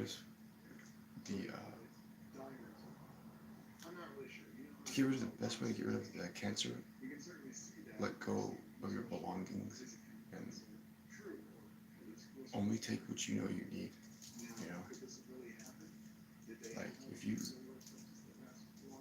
you can't hike 3 miles with it, do you really need it? Like, us Indians, we had a different lifestyle. Like us, the men, we were very skinny, but it's because we were running long distances. We talk about the plains in Montana. But we also had to stay limber to fight for the women. The women would do a lot of heavy carrying so they could fight if they had to, if need be. But generally, that was like the last resort. Us men, we ran. I ran track my whole life, dude. But, 3 miles is like a cakewalk for me. My parents keep saying I like doing like drugs and stuff. I'm smoking plants, bro. I know what I'm talking about. Like, I feel bad because my dad, like when I was in 2nd grade, when I was in 3rd grade, got a pack of cigarettes, and that's around the time the cigarette campaigns come out. Don't stop big tobacco or something. And I'm like, oh my god, I was such a fool to listen to those. Because my dad probably would have still been cool. Like, he wouldn't have been, like, you know. I think when he smoked cigarettes, he was a lot more, like, just a little more mellow. Like, straight up, guys. I can't believe, like, they lied to us about, like, everything, guys. Like, legit everything. But I do believe that this is a closer version of what happened to business. Like, the way tobacco is his medicine. It legit, look up the chemical compounds. They classify it as a, hold on, let me put on the documentary. They classify it as a, I think it was a mystical or, what was it? Dang it, oh no, I lost it. They classify it as like you know, where it's like, still an unknown property. And what that means is, like, they don't know the full effect of what it does. From my understanding and my how would you say, my science experiments, it is it's a medicinal psychoactive plant. So, like, in the art of ninjutsu, if you want to learn how to flow your chakra, you have to have your chakra flowing through your body. And what that means is, basically what you need to do is detox the body of bad juju. And the body is made of 70% water, if I'm correct, 60 or 70% water. I.e., therefore, you have two blood vessels, correct? Your red blood vessels and your blue blood vessels, or your red vessels. I mean, your blue vessels and your red vessels. The red vessels, of course, iron in your blood, blah, blah, blah. You know, that's the vital life force. That's what keeps you alive day to day. The blue blood vessels, are your chakra. Not too many know this. I am very well versed in these because I've been studying this over many lifetimes, and I remember since I was a kid, which is why I trained in this way. And I tried to tell my parents years ago, but they just, you know, like I said, they never paid attention. They took care of the other kids, but and like the photos I showed my mom, I was like, I didn't make these. This is not like, this is not, I didn't make those. Those were people from around the world. And it made a lot of sense. I've been studying since I was 8. And I started because I was forced to go to Catholic school. And I don't know why, but every time we'd go to church, I'd just get this, there was just like this part of me was like, screaming, PHU, PHU, or EFF, PHU, to the church, because I could tell the way they build these buildings, guys. You guys wouldn't even believe it. I have the evidence, and I know, because I've studied this. They use alchemy, very dark alchemy. They take live humans into those stone structures we walk into. Quite literally, if you go anywhere that has a red brick building, if it has a red brick building, those are my people.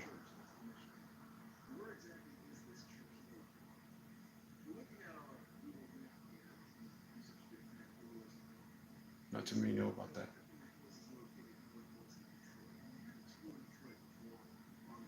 And so when I found that out about a week ago, I knew then why I came back. Like 5-6 days ago now.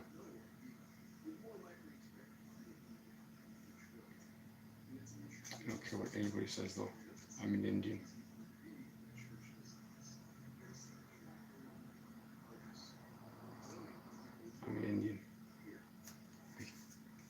kiss my ass until the day I'm dead. They won't say I'm anything else. That they have the old-fashioned three-dimensional cross, or the cross that actually is fourth spatial dimension. We'll be getting to that in some very impressive. Like I said, I've been in ceremony for about 4 or 5 days now. My mother has still been a nuisance, and it is illegal. I'm an Indian and I have rights. And right now I'm in ceremony.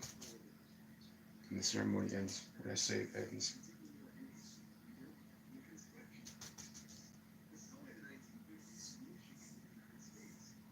Practically right before the primary advent of use of color code. There are no photographs to be found of the construction of this very limited church. Scape Picani. Poking. Visigothic.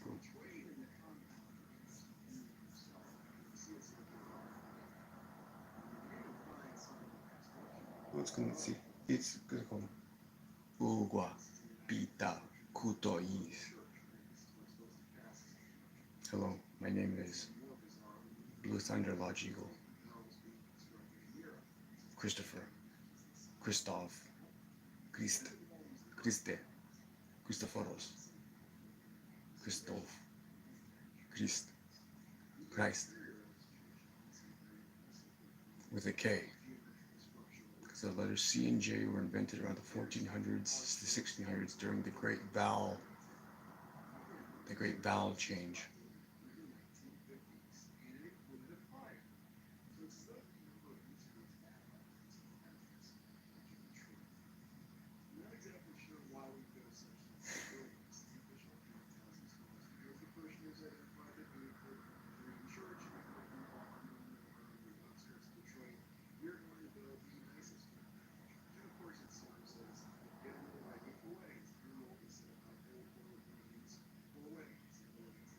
Like I said, I got photographic evidence of a lot of this. I've been studying since I was 8. I've been training since I was around 9, 10.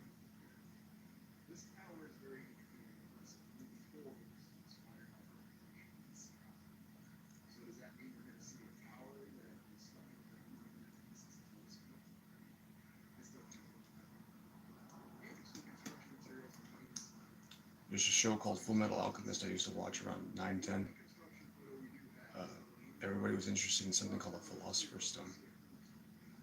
It could apparently turn lead into gold.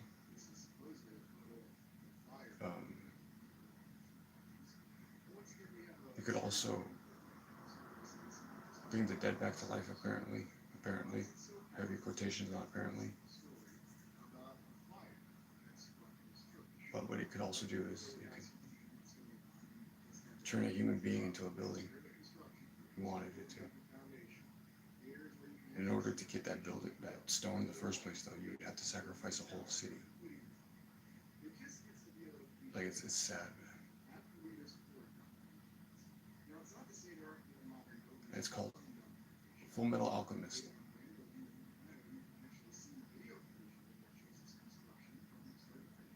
Like,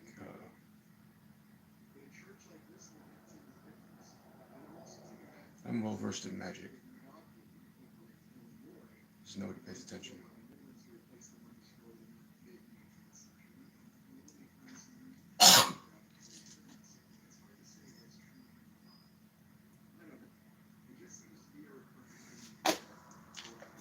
I said, Kathy, I'm leaving today, dude. I just couldn't trust you. Because I know you lie.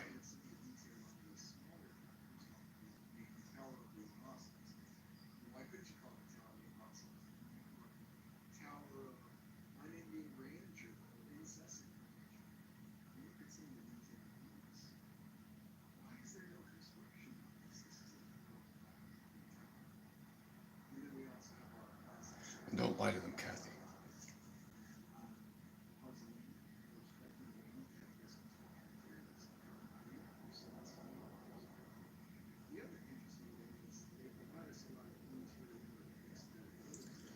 I'm upset because Kathy,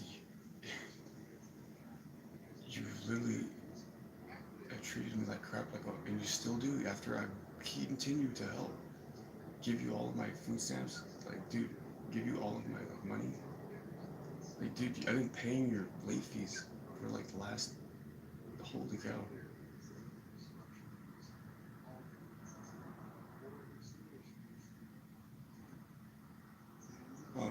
If you guys need me, just say something, I'll come out, dude.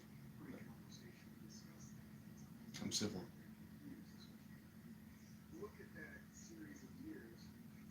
But you have to talk to me.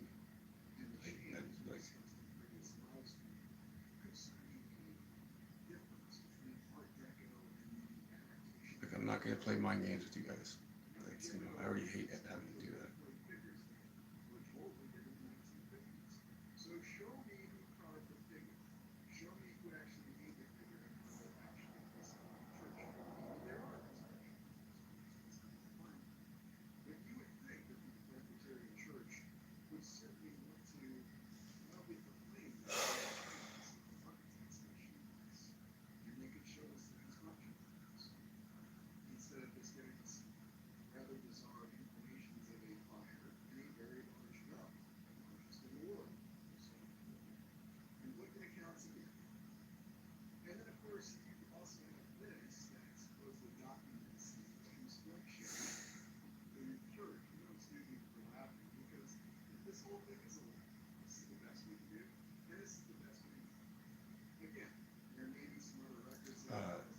Whoever's watching, just remember, please share. I'm gonna teach you guys how to, pray real quick.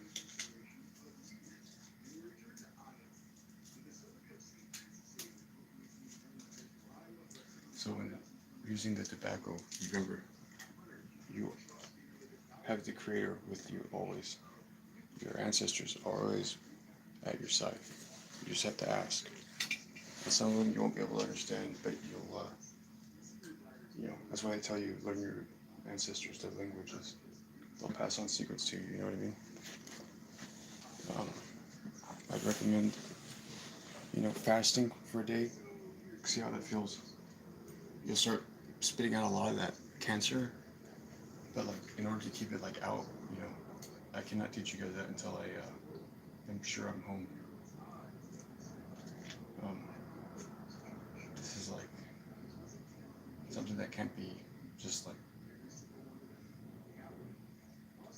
only my ancestors know the secret, and that's why they killed us.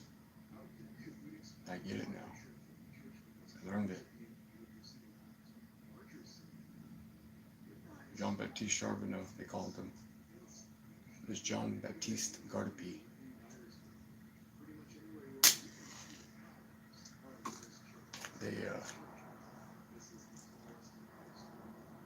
You look at them, kind of have the same beard. They say John the Baptist is supposed to make the way for Christ.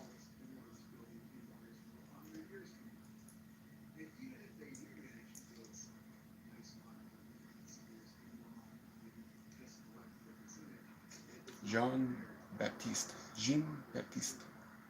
John Baptiste. Jean Baptiste. John the Baptist. Jean Baptiste. Charbonneau. No. Gotta be. It's called phonetics. So when you pray, guys, make sure it's lit. You can lick it, and what that helps is get the body used to it in a way, but also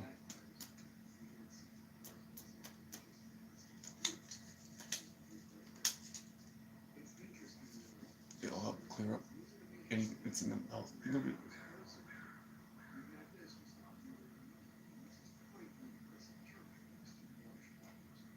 Think of it as like a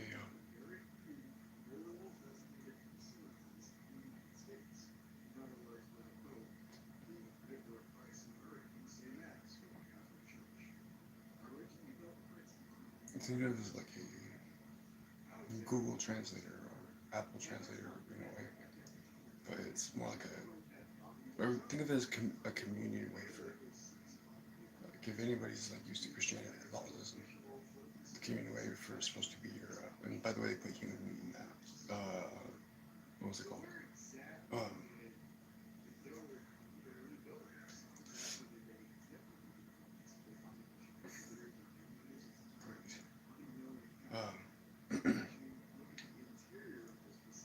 basically, make sure it's nice and going, and close your eyes, because the eyes lie. This reality we live in, this is the matrix, all that jazz, whatever you want to call it. This isn't real. Well, it's all a dream when I get down to it. So I'm facing east, north, east, south, west. Everything's backwards. That would be north. And you guys can't see right now, but picture where you're at right now, whoever views this, that's Seattle, the direction you're facing. If you were to look to the left, that would be what they call west, east. And what they call west is east. Like I said, everything's kind of backwards. And it happened in the 4th reset. I believe we're in the 5th reset or the 6th. Like these resets are very numerous, but it's just it's like a think of like those snowballs, like it goes down a hill and then it rolls. But yeah, so anyways, the direction I'm facing, guys. Sorry for my family, guys. You want to,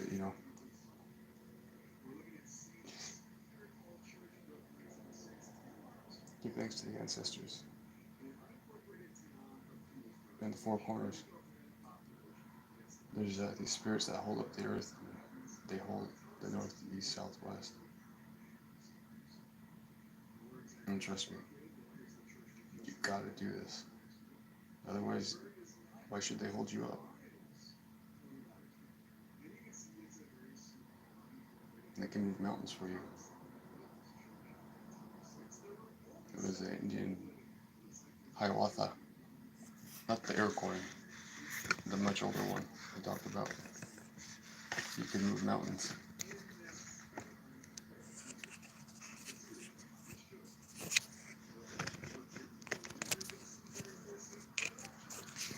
There's a lot of Indian stories they don't like to talk about. They keep them hidden. You gotta look for them. My grandmother's Sacagawea. Did you guys know? I gotta tell you guys this. Pretty crazy. She united all of the Indians. Why have I never heard of this? My grandmother. I've been trying to get to the bottom of it, and when I found a great lead, my mom starts, like not even 4 or 5 days ago, she started getting like too crazy and like angry. I'm like, where's this coming from?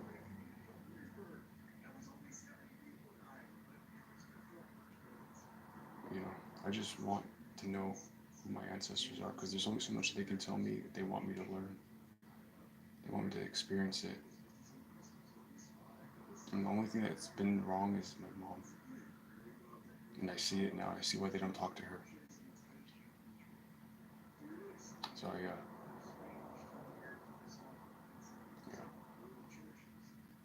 I need to help my people.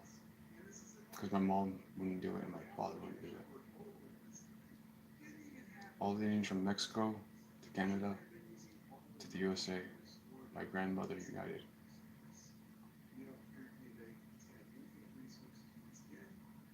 Why have I never heard of this?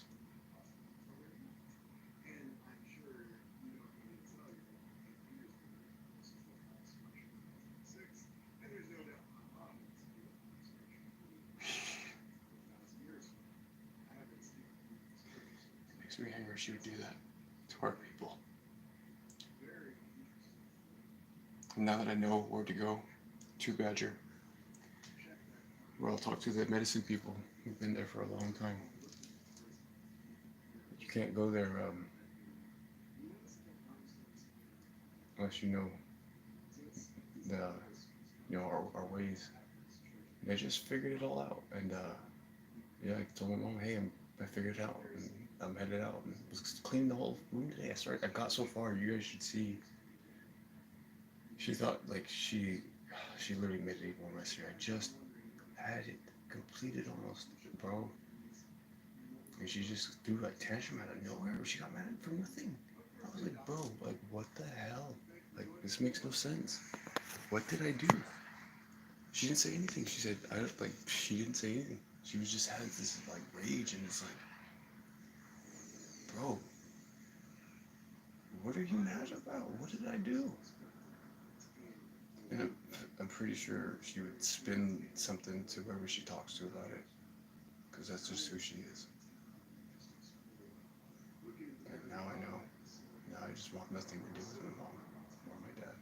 And I've had to be recording this because I have to record everything nowadays because it's just like, how could you lie, bro? That dishonor to our family, dude.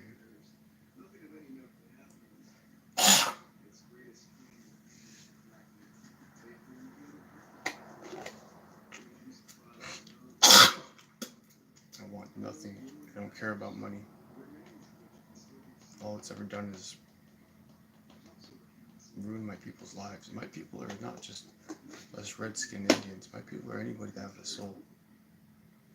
A lot of people forgot Atlantis wasn't just one race. It was a people. Psychic, black, white, yellow, red, blue, green, and these Martians, whatever you want to call them, took our people, and killed them, brought them to asylums, and lobotomized them, murdered them, raped them, sacrificed them, turned them into buildings. Evidence is everywhere.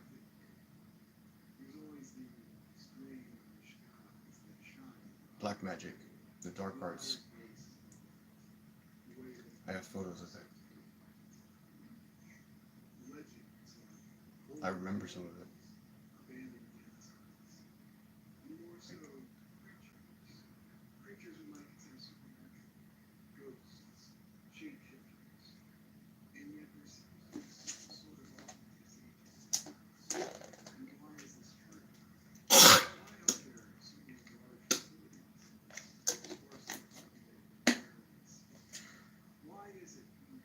My mom's negative energy is so bad, she brought in spirits, and I had to get rid of them. So if you heard me talking to the evil spirits, it's because I'm a holy man.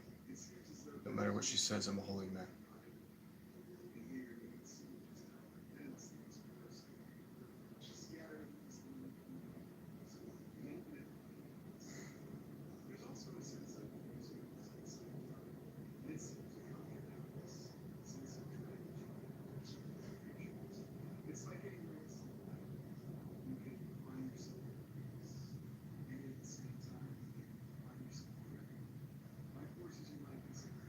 You should show him a photo of our grandmother, Kathy Sacagawea. You Google it. It says there's no photos of her.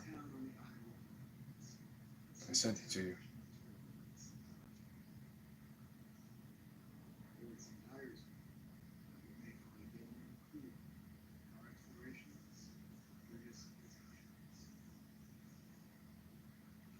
You should also tell him why I don't want to talk to you again, Kathy. I'm your son, man.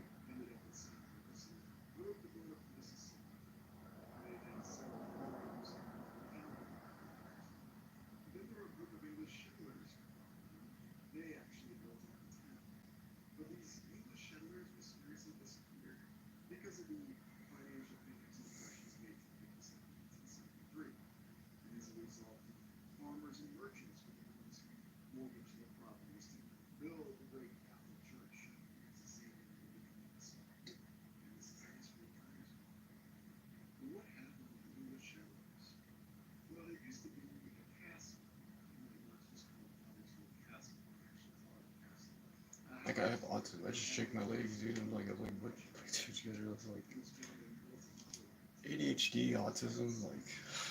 just like so I'm just like, but I'm so sad right now. It's just like I need to go home. I was supposed to do that today before she got all weird.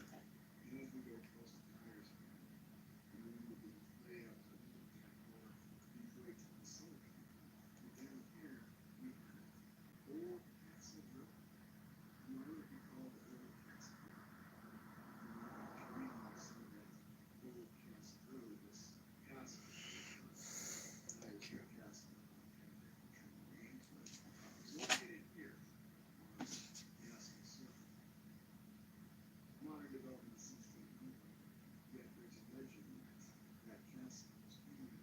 I'll be out of here, Kathy. I just need a nap before I go on that 14-hour drive.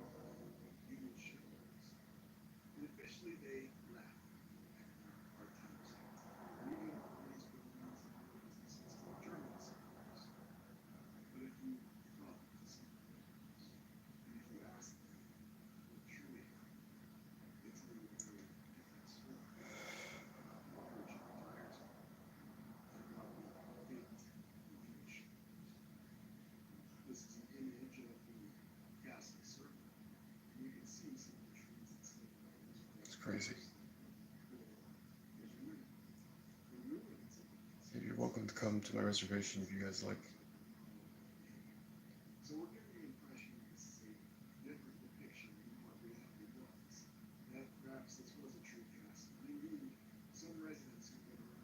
You just have to be willing to help people heal.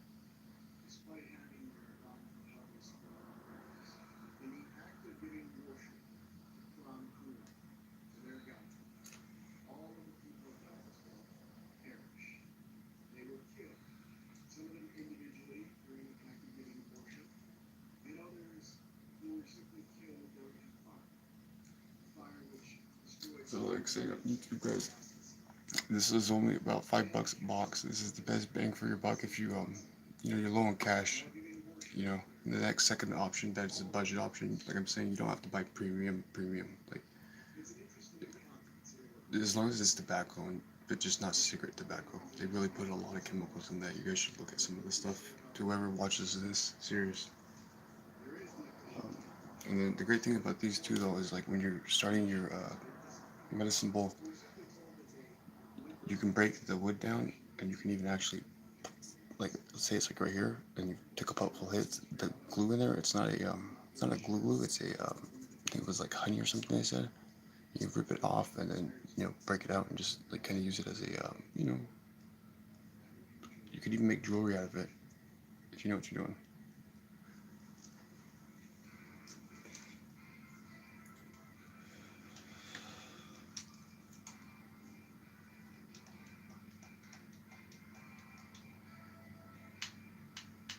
Like I told you, I was leaving Kathy. I don't know why you think of it out. Like, stay. Like I have found out last night after you broke your word again.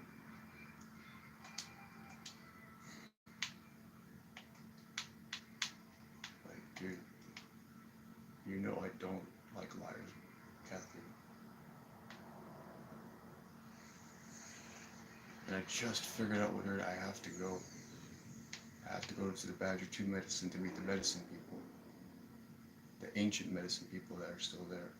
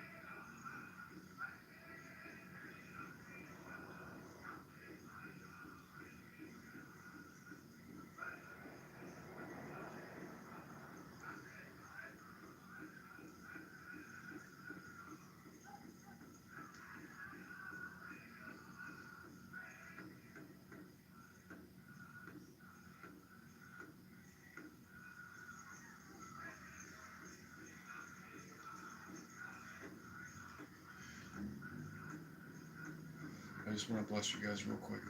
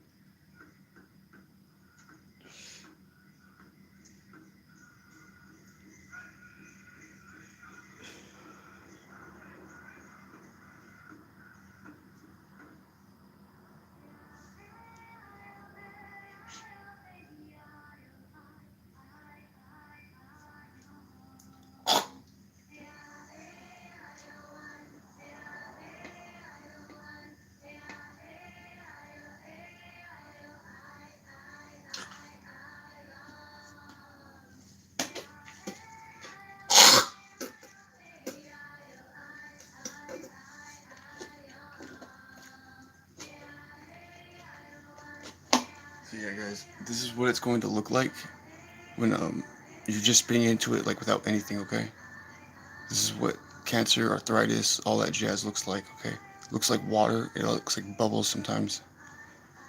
If you do this, very dangerous. You're gonna release. So what these are demons basically. I know it sounds crazy, but I've experienced it. I've had to deal with the repercussions. You always want to put tobacco. The only reason why I did this is to show you guys how it looks like. Okay, this is how it looks like at first. I'll show you guys now what happens after you add tobacco. And I have to do this, otherwise, you know, at least somebody else can carry on the torch if anything happens to me.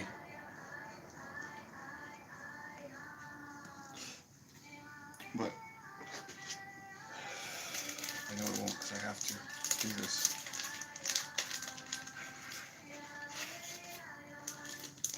And now I'll also show you guys one more trick.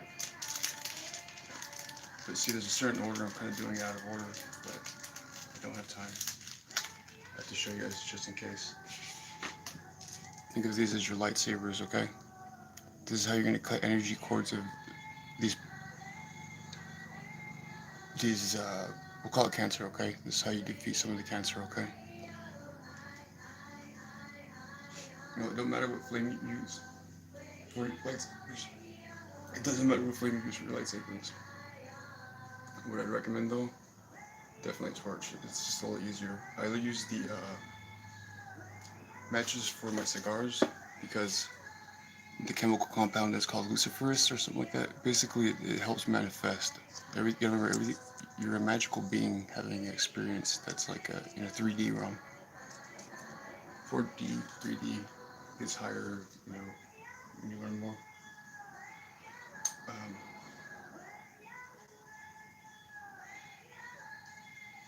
And this is also good, these torches for your conch bowls, because we don't waste, and you know, I stay in the city at the moment, so it's like the quickest, fastest way to like get it going. Normally I would start with a bunch of matches, but this is, you know, next best can be.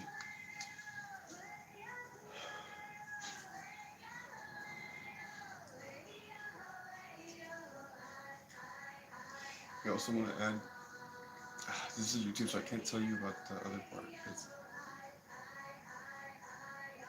It's green. So,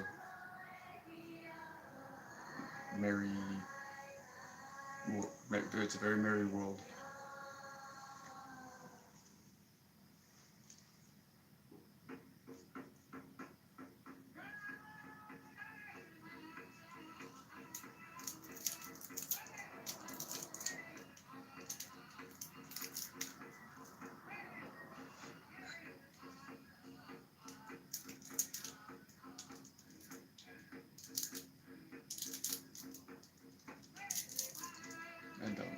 a heads up. You can usually find the conch shells at nearest reservation. They usually go for $5 to $10 depending on the size. I would say try to go for a more thicker one. That way it has it, because it can get pretty hot if you don't know what you're doing. And I accidentally cracked one by accident. But that's because I was like just beginning to learn.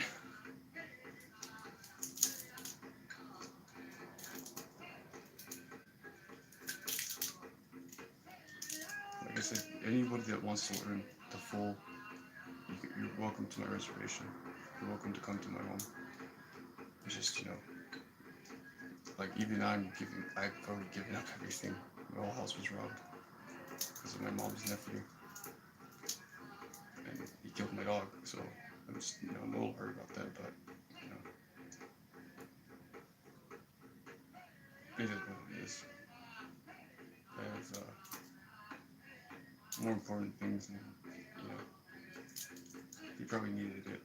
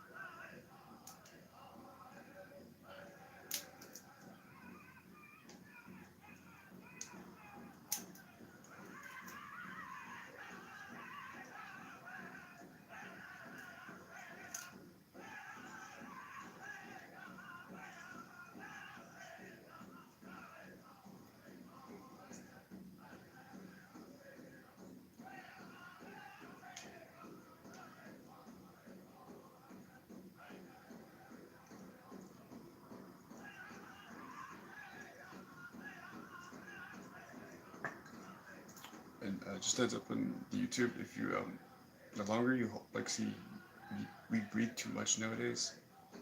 And it's very shallow breaths, and it kills us faster. We used to live a lot longer, all of us. So,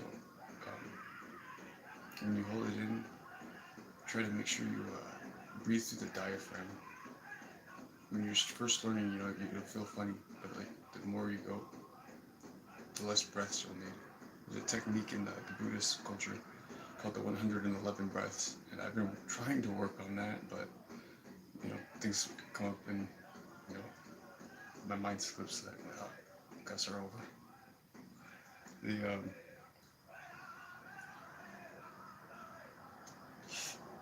The temple I learned a lot of my stuff from was the Eightfold Lotus Path in Montana. It's the 1,000 Buddhas. And, what is that? I'm just a little tired. Sorry, everybody that's watching. If you are watching this, I'm so sorry. I'm tired. It's been a very long, frustrating day yesterday. Everything was going right, and then I don't know, my mom took a nap and just woke up on the bad side, I guess, of the bed. But let me show you guys real quick on YouTube. Sorry, I just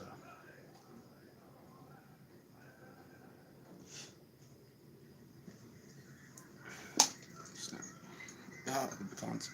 So this is what it's going to look like. And I do have some sweetgrass in there from earlier. So anybody that's seen the video from the other day, you'll see the sweetgrass. Just add the sweetgrass beforehand. It's a great, not punk. It's a great tinder kindling. And also, if you have the leaves from Catholic churches, they give out the palm Sundays. Save them and dry them out, let them dry, and also your sweetgrass too, let that dry out. I'll show you guys later the difference between a fresh one and a one that's been cured, like the one that's in my front of my windshield. It's the best place to put it because it'll dry it faster. And what it does is, it's hard to explain. The medicine, it's plant medicine, but trust me, it helps keep the body pure. Sorry, there you guys go. Let me get back to more. I'll show you guys the rest later, but I'm gonna just because I have to do some other stuff right now. 1 second, guys. So this is what it looks like, alright?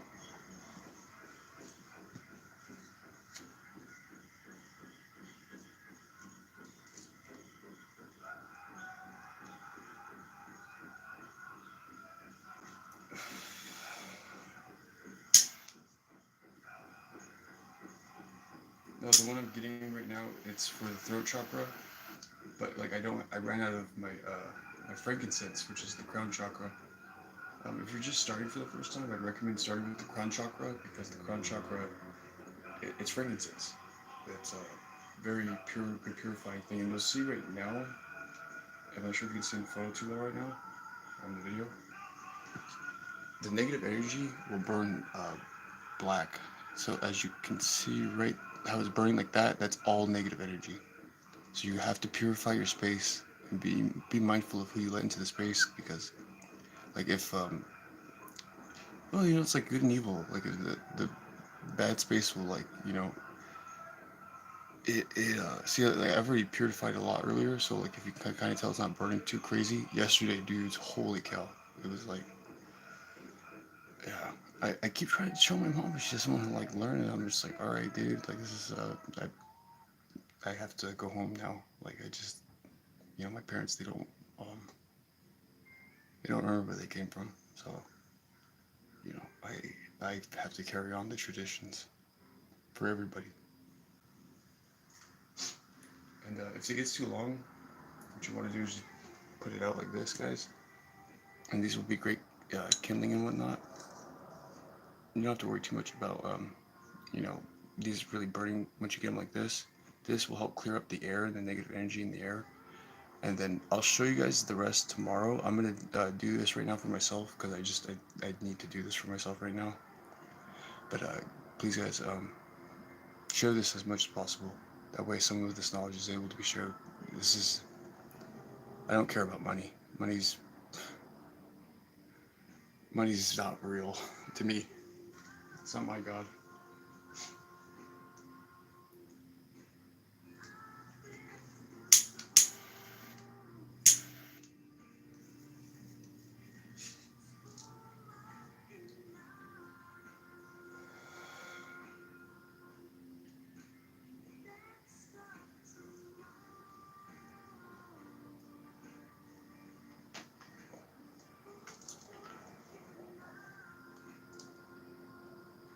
Another thing too, anybody watching the video, just crack your bones. Trust me, it will be a lot.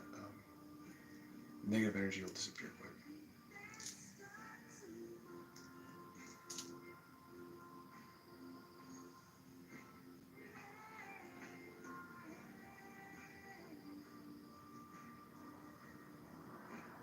And so, everybody that can not see right now, I'm just cutting off negative energy, and you'll feel it in spots where it's at. It feels like you're literally cutting through,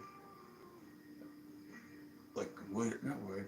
Depending on how much negative energy you have in that spot, it'll feel like you're cutting through. Let's see where this felt like right now. Right here. Oh yeah. Like so on my back. If you could see, I'm going a lot slower. And it's not even me trying. It's literally being blocked by negative energy.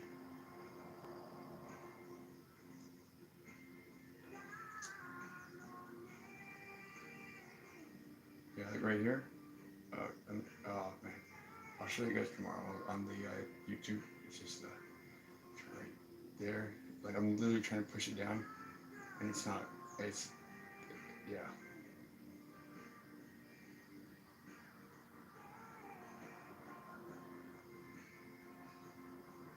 And keeps the this keeps the negative energy and the I don't want to say parasites. The cancer from because if you say parasites, it gets flagged.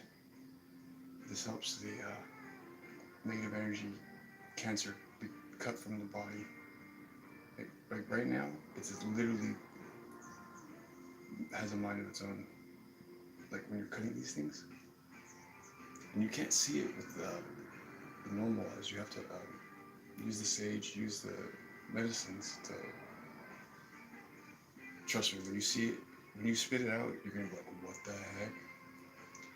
And actually, my mom, that same day I discovered that, it was like 2, 3 weeks ago, or 2, 3 weeks ago maybe now. And I was like, I just hit some tobacco, and I was like, I held it for really, like a good, like 90 seconds. And I started sweating immediately, but as soon as that happened, I started whoa.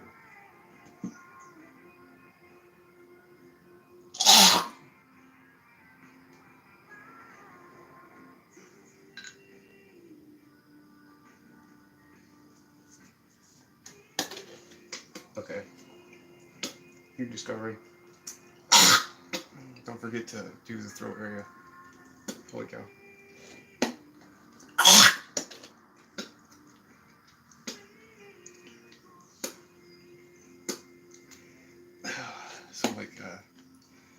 So like, whoever sees this later, you probably heard all night me spitting. That's because that's basically what the cancer is. It's like it blocks the chakras. Like it calcifies. Like negative energy, cussing, swearing. That's why you hear me apologize a lot for cussing, guys. And I try not to cuss so much anymore, and I don't. Like, I'm very happy with how much progress I've made. It builds the negative energy and turns it into like a hardened a tumor. Like you guys will probably hear later in the video. I recently found out about like a half a year ago that I had a tumor somewhere, and it's embarrassing, but it freaked me out because it's like I'm still pretty young, but like so I started focusing like it was around my birthday. I was trying to make my CD. I'm pretty sure you guys, anybody that's watching YouTube, has been wondering why I haven't dropped the third CD, and it's because I was so close to my birthday, and then my mom just attacked me, and I was like, I can't work with them. It's like negativity. But go for your throat chakra too, guys. Because like, what it does is it clears up.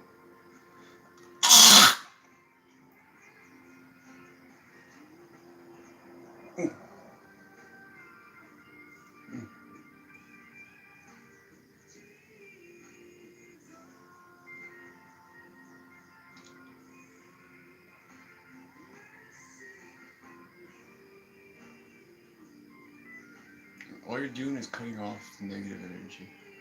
And close your eyes when you do it. That way you can feel it, and you gotta remember you have more than one sensation to operate in this realm. The Indians, we believe that. Hold on, I got something on my back, guys.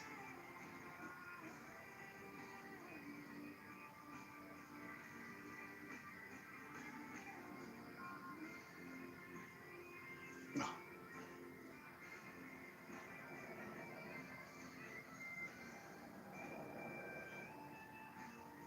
Yeah, that's crazy. A lot of negative energy on me. I guarantee I know who it came from too.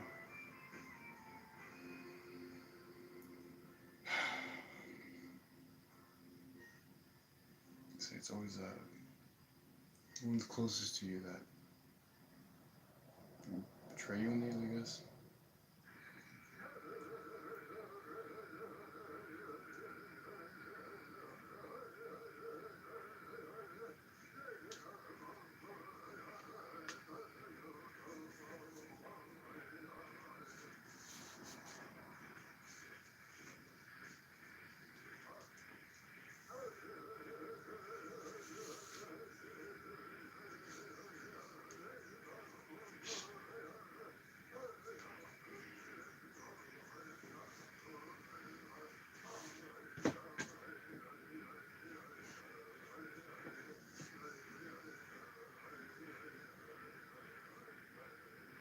And if you have carpet, vacuum that up, guys.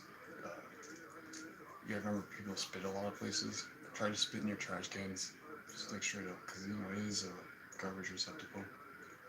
But if you can like just dump it in it, even if it's like like a dirt that that's like It's okay to spit in. If it's sacred ground, do not do that. Do not do that. Hold it. Or carry a spittoon with you. Because you know, you gotta honor the land. The land is like our mother, you know.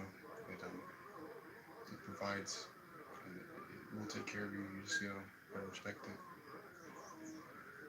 it. Like you live in a hostile land, you know, there's people that still thrive in those communities because they know their mother and they take care of it. But yeah, guys, so don't be afraid to like put it on your body. When I show you guys tomorrow, all this stuff I got from the dollar store, most of it. I grabbed a shower curtain to, so you want to keep the hot. See, I don't have a teepee where I'm at, or a sweat lodge, so I have to kind of like, I have to kind of like wing it, I guess you'd say. And you want to sweat. That is the main thing. Sweating helps the body expel from the chakra vessels, the blue blood vessels, or the blue vessels, your lymphatic system. It helps expel the chakra that's plugged. So any of your chakra points, see my right leg, holy cow. You gotta move that fluid. And if you're, say if you're an elder, you know, 50 plus, 60 plus, this will help so much, even just like sitting and having somebody that knows what they're doing do this to you. And you know, just close your eyes when they do it. And if you're able to, partake in the Mary and definitely tobacco, and you'll feel that energy. Like, you know, guys, I've only recently discovered this, not even 5 weeks ago, maybe. So like I'm still like learning, and it's like I know what to do now. I have to go home, but I wanted to get this message out there to as many people that you know want to see how the rest of the story plays out.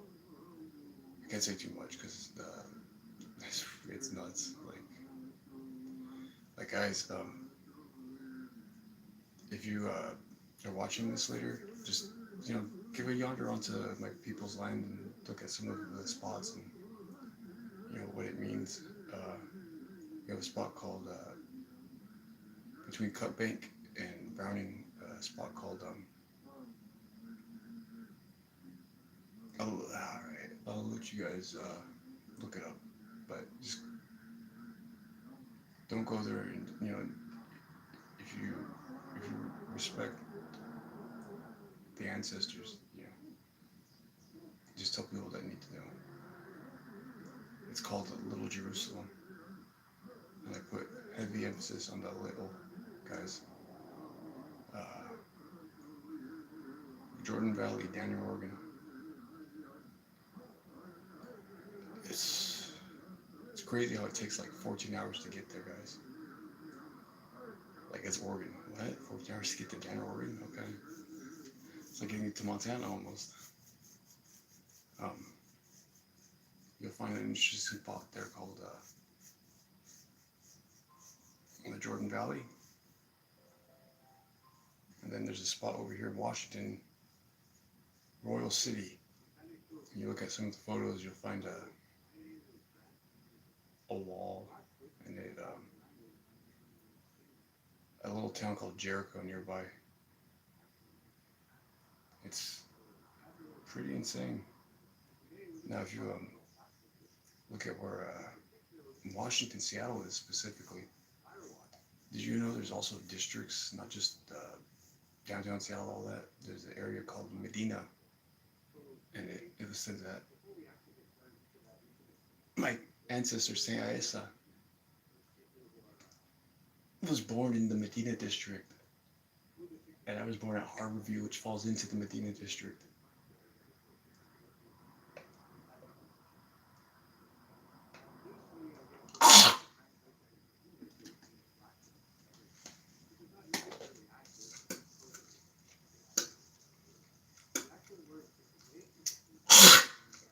I forgot what they call it. It's not a district per se, but it's like a zone of sorts.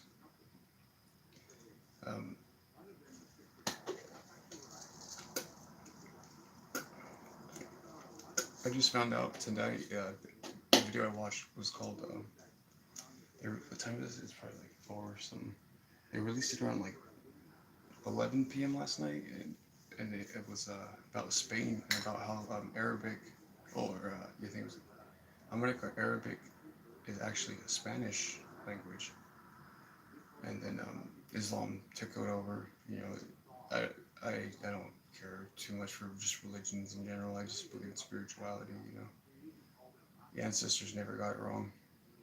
And we we lived in a place that was pretty much, I guess, they used to call it the Garden of Eden. But that's a story for another day, guys.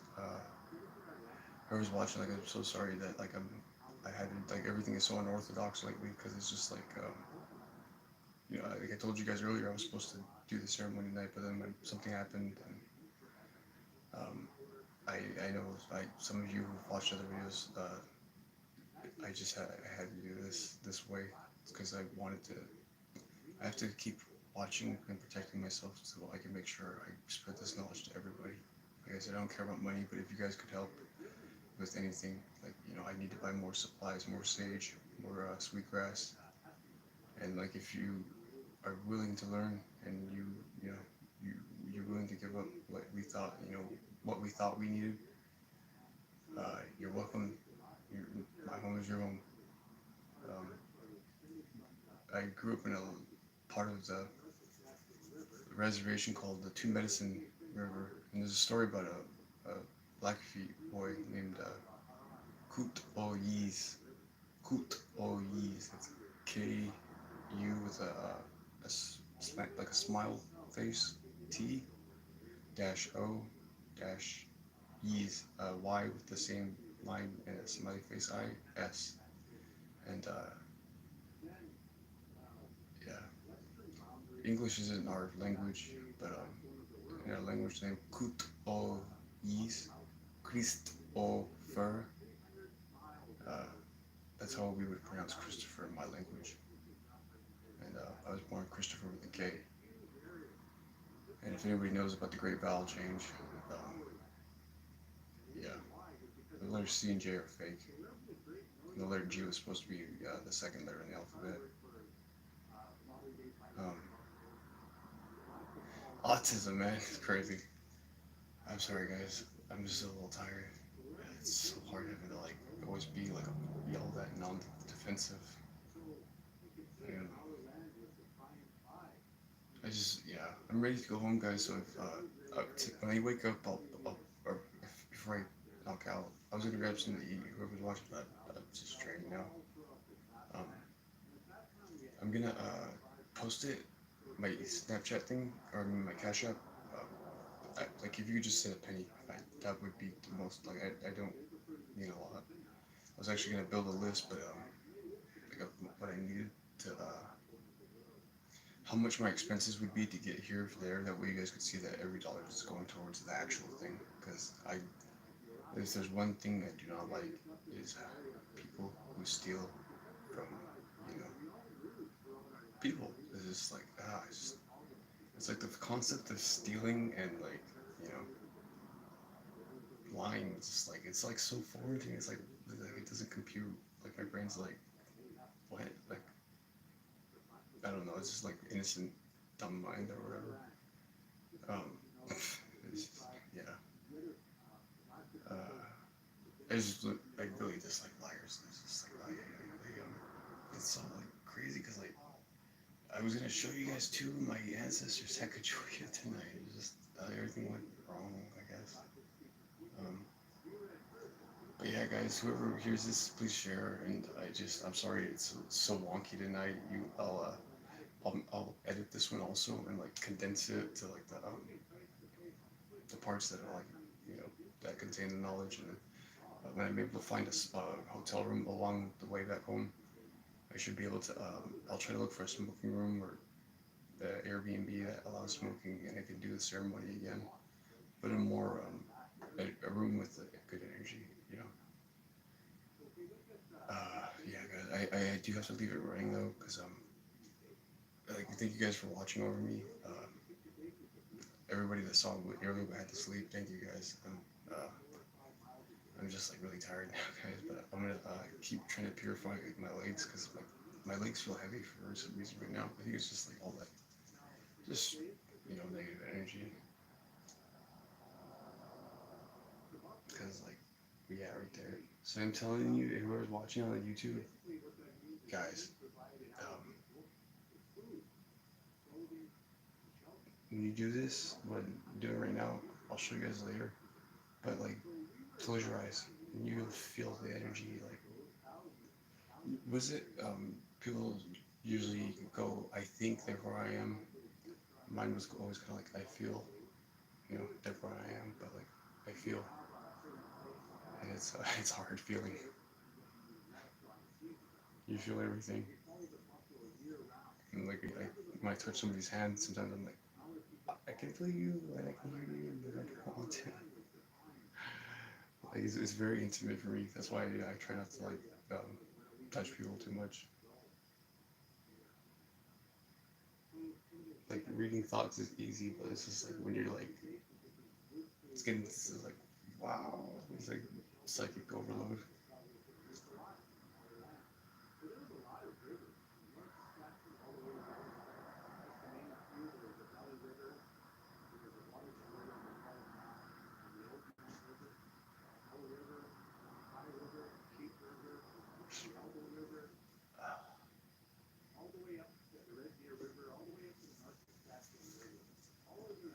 Sage. Yeah, that's probably why I need to burn some sage. I'm just so tired. Everything's kind of out of whack.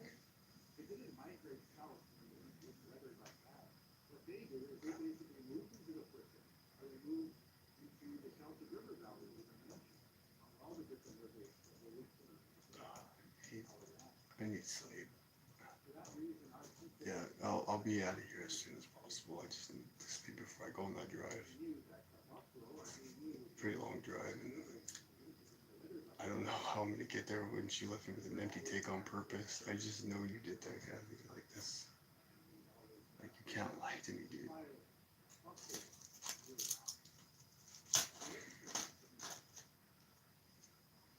Like I've been trying to go.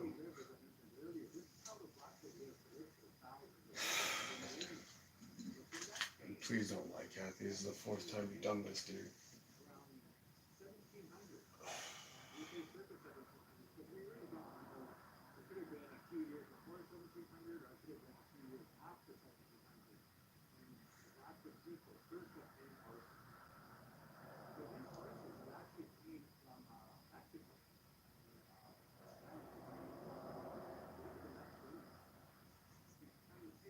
Thank you guys downstairs. I'm so sorry about my mom, guys.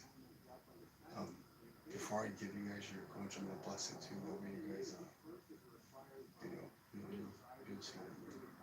I'm so sorry, and I'm so sorry. But I wish I came downstairs to talk to you guys sooner. I'm so sorry. Thank you guys.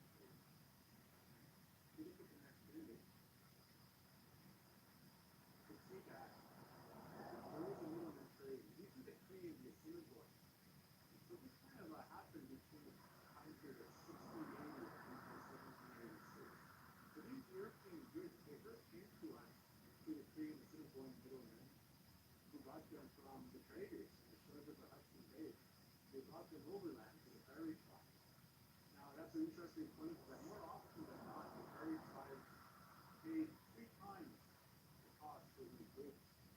And they were usually second-hand goods. Middlemen, they rarely sold us new items.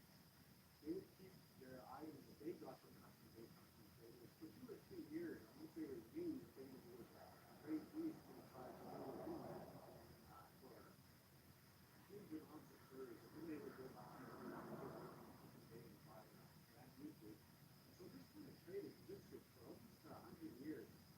And during that time, our people hadn't met an optimum. We were aware of it.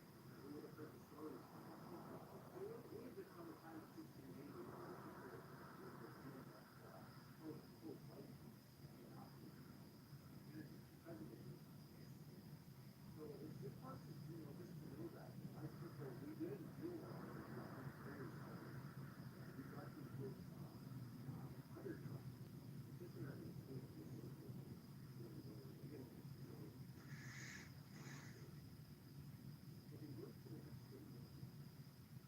It's also interesting to note that the Hudson Bay Company closed from 1670 up until about 1770. So for about 100 years of that first century, the Hudson Bay Company had no competition. So the Hudson Bay Company didn't deal at all with liquor. Liquor was no part of the European way of time. In fact, the Hudson Bay Company imported less than enough wine, brandy, and rum to serve the needs of its own officers on the shores of the Hudson Bay. In 1770, for example, they only imported 250 gallons of liquor. And that was just for the use of the Hudson Bay Company employees. As I mentioned, during this time, when they had no competition, they never used liquor on trade. That's kind of an interesting point. So we're looking for about 1786, around that time period. Sorry, Naka. The bubbles right there, you guys see? That's what it looks like in like water that's purified or whatever. You can't even tell. That's what I'm trying to tell you guys. Like, you have to buy purified reverse osmosis, and when you open it, just drink it right away, because otherwise, this happens. And there's a spring over here near my mom's place, Kathy's place. It's called I'll have to look it up later, but it's releasing it into the water over here. Like, if you can, just stop drinking the water. I mean, shower, but like, don't touch the water unless it's hot, hot. Like, seriously, guys, the hot water, it literally, like, it, it must, because it look when you spit it out, it's very mucusy, gummy, and what happens is the way it like operates, if it's cold water, it's gonna stick in there. I kid you not, it's gonna stick in there. Hey, God. Oh, I'm sorry, guys. I'm so sorry. Good to see you guys. I'm sorry, guys. What's it called? The mucus. So, like, if it's cold water, it'll. You can't even see it, guys. It's so crazy. Use hot water if you're gonna take a shower, and don't touch the water unless it's like boiling hot almost, because like the cold water, I'm not sure if you guys have ever seen, if whoever watches this on YouTube, if you guys see the like look up War of the Worlds. I think it was War of the Worlds analog horror, and you'll see a part where he says something about it looks as a clear, or it was a good. Hold on, I gotta share this because when I saw this, I was like, oh, that makes so much sense. Basically, War of the Worlds, and so I have to add all this to the movie, guys, and I'm so sorry. Like, it's been taking so long. It's just like, just things keep coming up, and I'm just like, like I need to focus. The way it works. Nuclear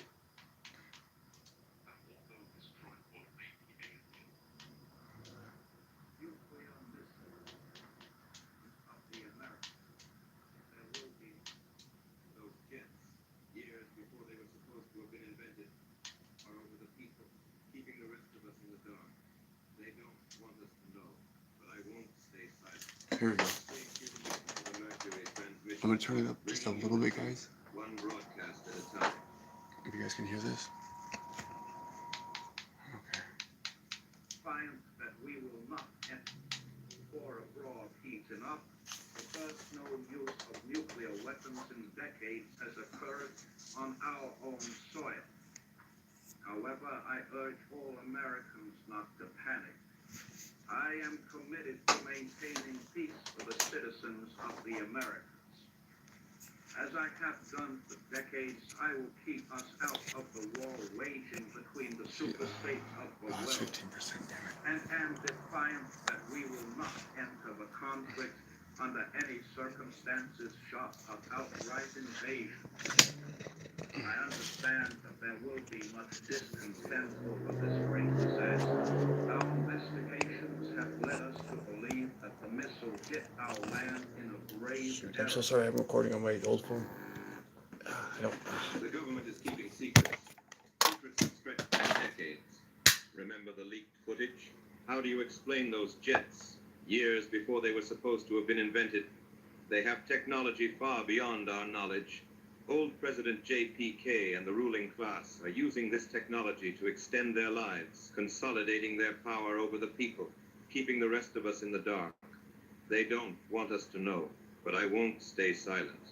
Stay tuned in to the Mercury transmission, bringing you the truth, one broadcast at a time. Sorry, guys, this is the wrong one.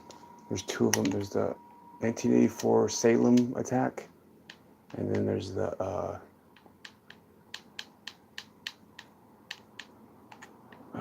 shoot.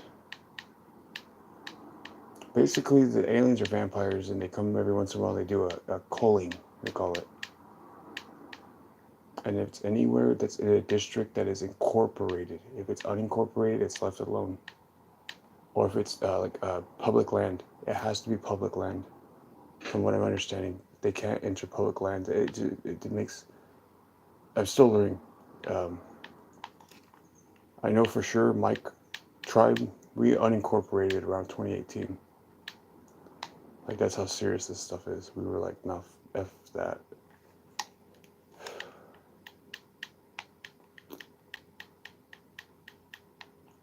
Shoot.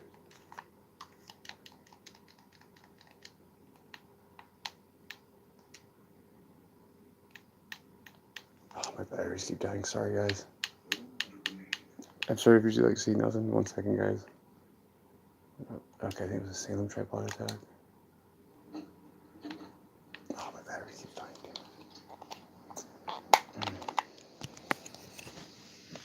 Sorry, guys. I'm turning the brightness off.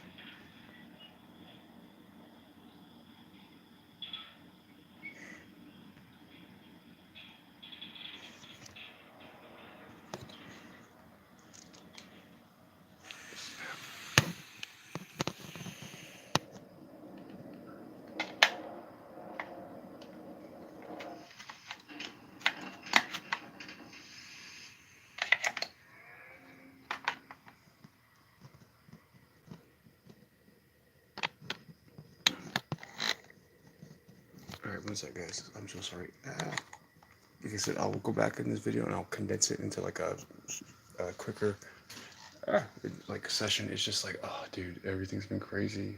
And I know you guys have seen it. I'm so sorry, dude. It's like, I don't know why my life. I mean, I know why, but at the same time, I'm just like, could you just make it, a little harder, God? I'm kidding. I'm kidding. I'm kidding. Sorry. It's already a lot. I'm sorry if it looks crazy. My mom kind of kicked the door down and broke the TV by accident. I'm sorry, guys. So this is what the video looked like, and then towards, I think it's the middle or the end, H.G. Wells comes up and he says something about I think it's right here. In the 84th year of the 20th Right here. century, 1 second, guys. Okay, I'm so sorry. Let me zoom out a little bit. Okay. And he talks about the water as locked ready to back. Oh. Okay. Let me try to get right there, guys. Okay. Zoom out. No. Okay. And is inherited out of the dark, warm, great. The truth of the situation is this. The northeast mainland was attacked. We know now that in the early years of the 20th century, this world was being watched closely by intelligences greater than man, yet as mortal as his own. We know now that as human beings busied themselves about their various concerns, they were scrutinized and studied, perhaps almost as narrowly as a man with a microscope might scrutinize the transient creatures form and multiply in a drop of water. With infinite complacency. So did you guys catch that? He said, water with infinite complacency. Oh wait, hold on. Let me go back 10. Microscope might scrutinize the transient creatures form and multiply in a drop of water. War and multiply in a drop of water. People went. So, you guys catch what I'm saying? War. The microscope might scrutinize the transient creatures form and multiply in a drop of water. War and multiply in a drop of water.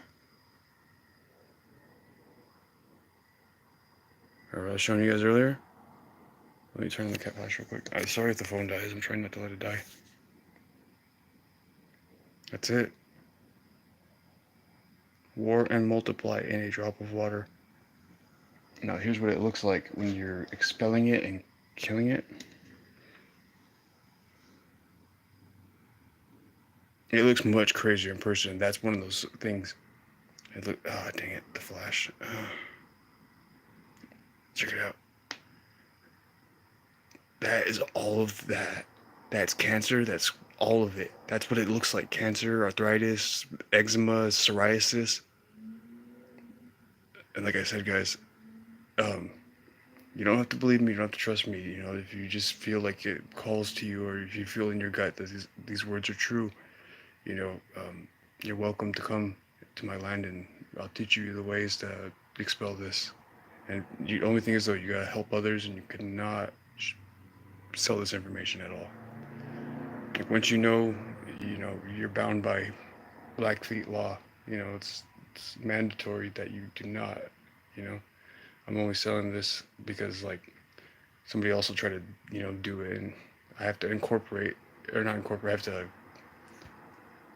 if depending on like, dude, I have to. A lot's going on. I have to fight some dude, and it's crazy, but just fight. We can all begin to fight by just getting rid of this stuff out of our systems. So I'm sorry, this is too much to explain. I'm a little tired, guys, but I just wanted to show you that real quick. And H.G. Wells' words: the transient creatures war and multiply in a drop of water. Near to this, the gunk.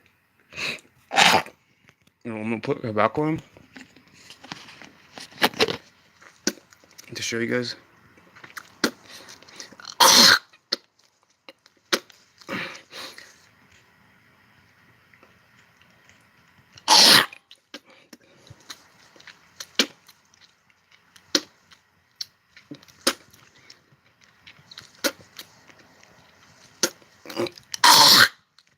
I just want you guys all to remember, do not feel ashamed about this. Everybody's infected, okay? Everybody. So don't feel bad. And just know when you first start, you're gonna freak out. You're gonna freak out, dude, because you're gonna see how it wants to get right back into your body as soon as you start spitting it out. Oh my gosh, guys. I'm hungry, but I'm tired also. What's it called? So I spit it out, And I told my mom right afterwards too. I looked at her like, no. I hit the cigar, and I felt like coughing, and as soon as I coughed, I just felt like there was like something stuck. So I kept coughing, right? And oh shit! You guys hear that sound? So you see how it does that? All right. Oh, I'm not sure if you guys heard that sound, but that sound is basically the gases from this releasing. Like, you have to be careful. This turns into sulfur. And sulfur, I'm not sure if you've researched demons. They come from sulfur, or they smell like sulfur when they're around. This was probably like a month ago, month and a half, 2 weeks or something. I felt like I started learning. I figured this out, and my mom came in and knocked something over because she was mad or whatever, and then it fell on the ground. And bro, literally what what these hatch into are like some kind of like microscopic bug in a way. They they turned into like flies of some, or spiders of some sort. Yeah, spiders is the best way to say it. It looks like a fuzzy little ball, and they like literally they how do you say it? They like cast a web onto you, and you can feel it. And bro, I kept wondering. I was like, why have why do I feel like I'm getting eaten or something like that? And what it does is those suck out your chakra and replace it with the chemical or whatever it is inside of these things. Okay, I don't know. Like, I'm still learning some of all this. I'm still learning a lot of all this. But what I've come to find out is that that is like a vampiric bug or something. Let me show you guys another movie real quick I found. It's called The Satan Bug. And this is from the 1954 Satan Bug. And this is where like I was like, whoa. You know, like how there's no such thing as they say there's no such thing as coincidence, and I'm beginning to like really see that. And you know, I know, but at the same time it's just like my logical mind's like no, and I have to like say, hey dude, you learn. I have to tell my mind sometimes, hey, like, you don't know everything, you know. Satan Bug. And remember, this movie's from 1954, so you know, you guys might not be used to it, but like I've always had a thing for like old school. Right here, The Satan Bug. Okay, 1965. Let me see if I can play the trailer. Uh, um, all right, so right here, the message is clear: put an end to war. Put an end to war. Prepare for the end of the earth. And so basically, the movie's about how they created a disease that like makes war, like something like that.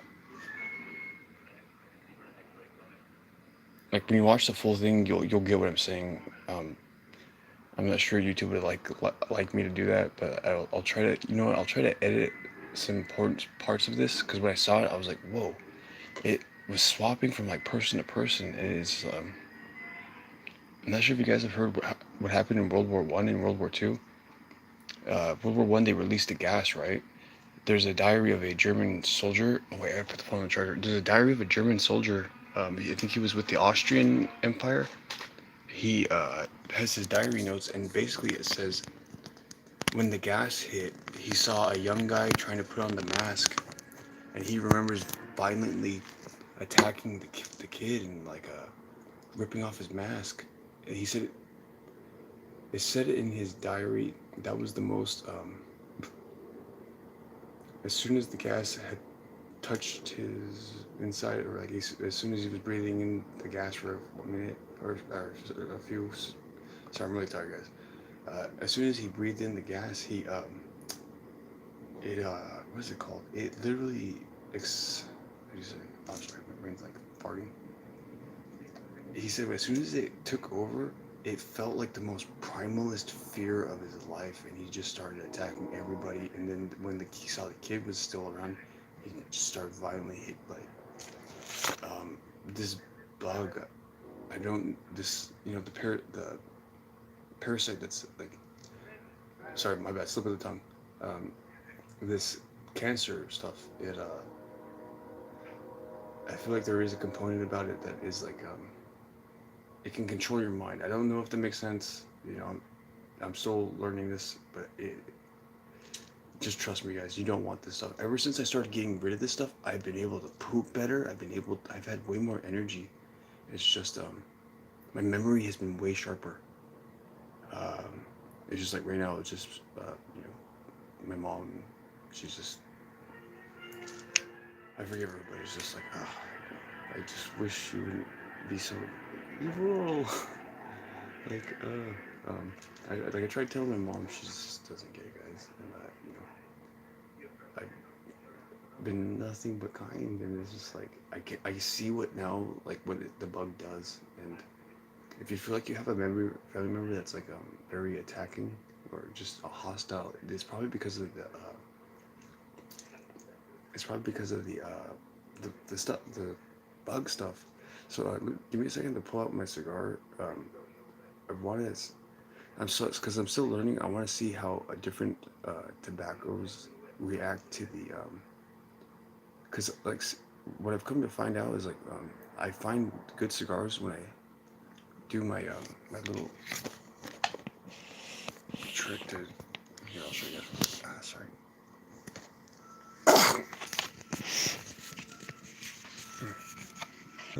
Okay, cool. Sorry, guys.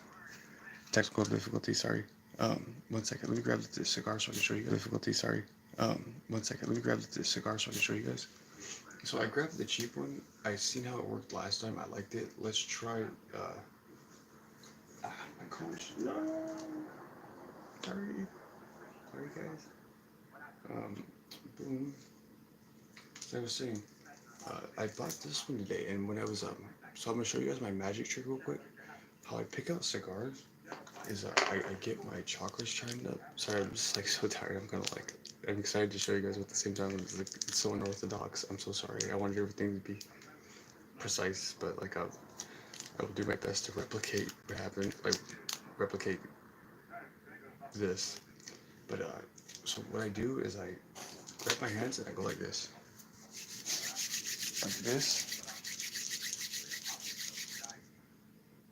and you can feel the energy. Like you just rub your hands together, okay?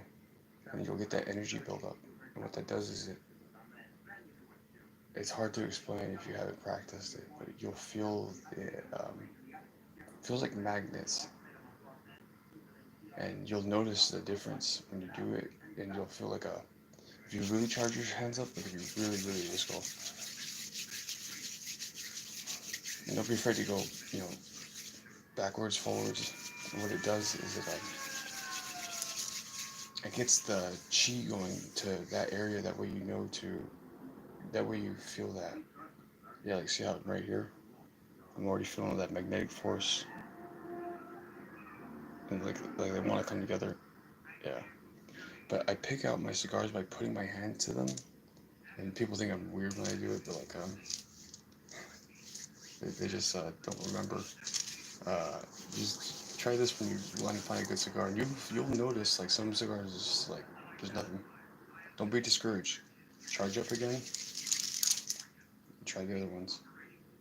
And trust me, there's gonna be a certain one that you just like your hands like take that one.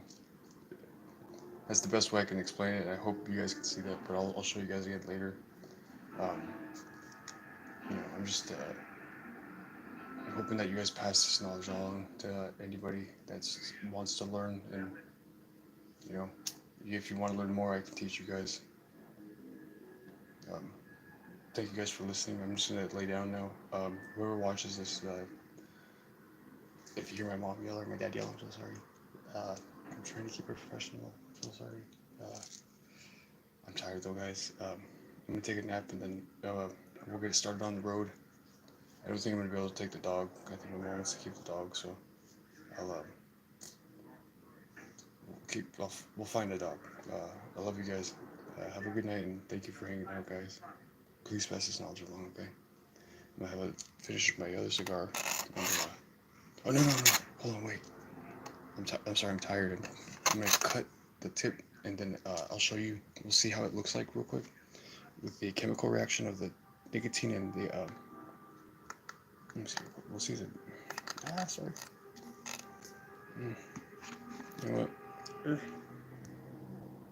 Okay. Sorry for the mess, guys. It was so much done earlier. So, you know what? We'll start with the cheap one, and then we'll move up to the expensive. That way I can do it like a, that way you can see from affordable tobacco to the premium one. I put mine. Okay, here's my old one. So watch when you do this.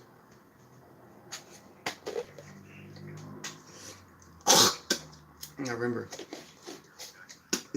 and sometimes you'll get like a really big one. But don't be afraid. Seriously, it's freaky, but don't be afraid, okay? So never do this unless you're forced to or have to, okay? Always put tobacco in it right off the bat because it'll help start killing this, and you'll see in a second like what happens.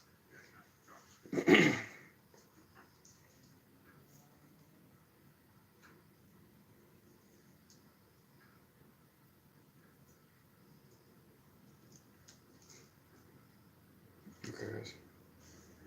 So look at what's happening right there. I'm not sure you can see it too well. Let me add a little more actually. This was the jazz. Let's use another jazz. That way it stays. It stays within the. Like any tobacco will do, but I want to show you guys like the scientific method in a way.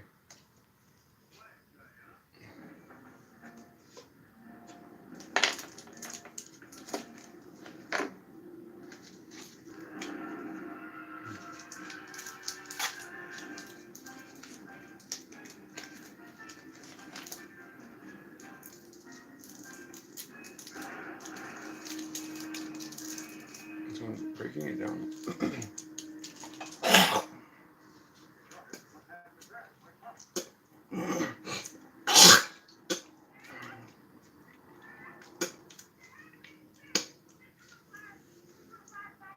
And breaking it down, I would recommend like starting like kind of like, I'm not sure you guys can see it too well, like that, and then you'll see it gets a little easier to like loosen down, and it goes like this, and try to get, not too much, but try to give it a good healthy serving, because like what it does is it starts eating it in a way, or it gets like attached to it. It's almost like like it's attracted to it, but then like it can't stand it, so then it just like it withers and dies in a way. And then once you feel like, see, I have a lot of spit in this one, so I want to put a good amount of tobacco in it. And usually, if I save my butts, but I've had a lot of my stuff backed up. If you save the butts, I'm sorry guys, 1 second. There you go. Okay, so that should be enough. So that's how much I kind of put in this one. Oh, I'm so tired. It looks like that, right? And just shake it up, not shake it, but add the lid. And trust me, you want to do this almost immediately because in my 76, I think it was my 57th or 76th, so I was 76. So it was about like my 67th, 68th, or 69th. This is like my 67th sample. I didn't put it was a story I told earlier about the Coca-Cola cup and the cap broke and I didn't know. So like I was like picking it up, and this is my fault. I picked it up, it freaking like the lid popped, and a fly flew out. Like I don't even know if it was a fly. How does that happen? I had the lid taped up, so I noticed it grows from this, the whatever that was, the spiders and stuff. And one thing I learned too, I forgot what it was. Like there's certain. Sorry, 1 second. Sorry about that. It was the. I'm sorry, guys. I'm just like tired. Okay. I got batteries right here. It was the.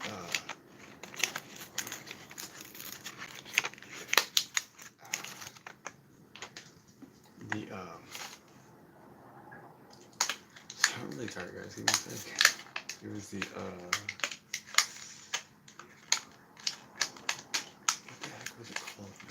It was the oh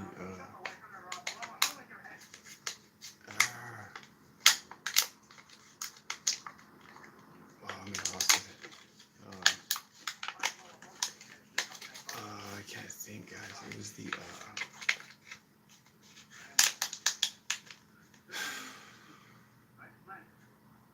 I'm so sorry, guys. I'm gonna knock out here soon. It was the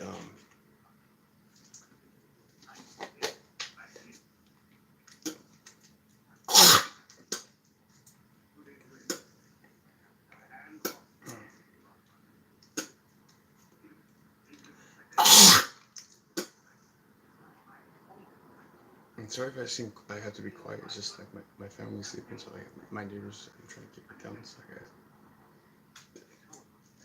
Like I said, tonight did not go as we planned, and I'm so sorry about that again, guys. I'll try to do it tonight if I can find a hotel room that, or somewhere before I bounce off that. I have a friend that might, if their garage is open, I might be able to do it at their garage tonight. But that's that's it. If not, we'll start heading back home, and I'll show you guys the road trip vlog, I guess. Dude, that route. Beautiful. Like you guys will say you guys will see what I mean when I say Washington is not Washington. That whole trip is like a man. It's chef kiss. What was I gonna show you guys? I'm so sorry, guys. Yeah, I'm gonna lay down, guys. If you guys have any questions, just drop it in the comments, and then I'll share it with whoever. I know mostly everybody fell asleep. Thank you guys for hanging out for a little bit. Thank you guys for watching over me, because you guys just saw how crazy it is. I'm so sorry, guys. But I love you guys. Have a good night, guys, and thanks for hanging out. And whoever is able to watch, I appreciate it. Seriously, guys. Stay blessed, and don't forget to drink water, guys. Let me see how it looks real quick. Oh yeah, so see how the tobacco is turning the water brown? That's what you want to get. You want to make sure it's brown like that, and that's how it's neutralizing the bug, basically. So just a little tip. And remember, this is just step 1. There's about 13 of these. You guys saw one step and 2 step, and it's a little out of order. But I'll show you guys. If let's hope and pray that we can get it done tonight. Because the sooner the better. It's just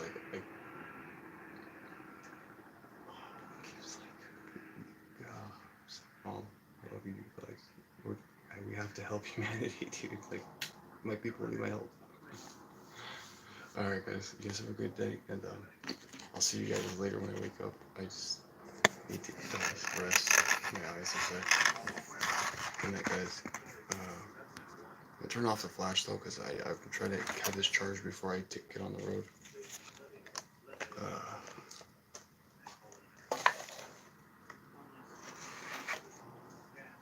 Seriously, guys, I'll add my email too. I'm sorry, I can't give out my number. I just don't feel comfortable giving out my number. But I'll totally put my email, guys.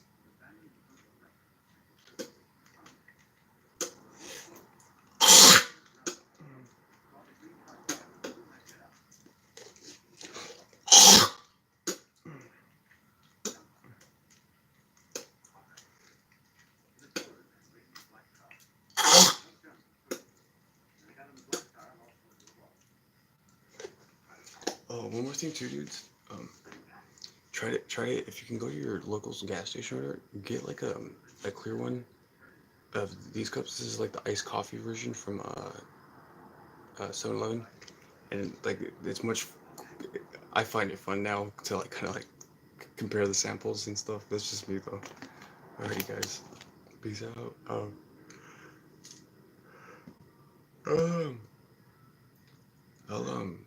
What's it called? I'm so sorry, guys. What's it called? Oh, I'm so sorry. You know what, guys? I'm so sorry. Have a good night, guys. I was gonna put. I'm so sorry. Here, I'll leave you guys right here. I know how long can be. I'll put something relaxing on the background. That way you guys can relax as well. Good night, though, guys.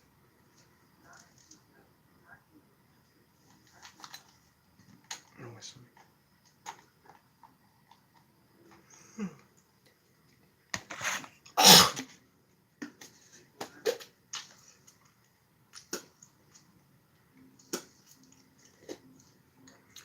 Be out of your hair today, Kathy.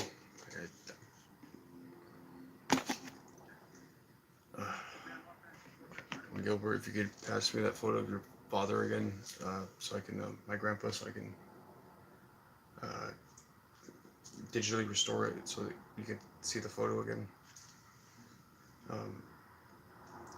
I also found a website, Padre.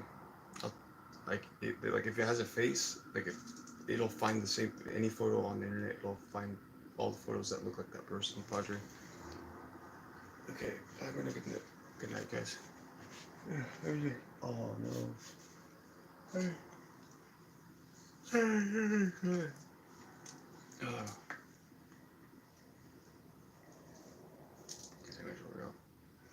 Also, don't sleep with your jewelry on, guys.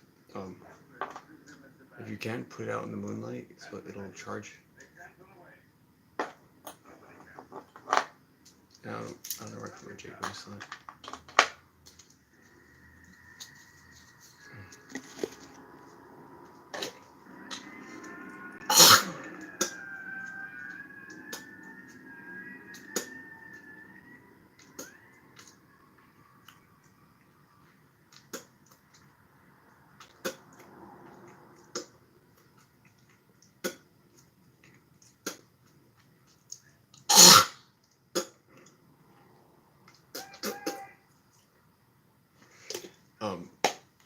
One last thing, I'm sorry, guys. If you're, it's good to kind of like dry fast, but if you feel like you need, like if it's coming out like that, just drink water. I've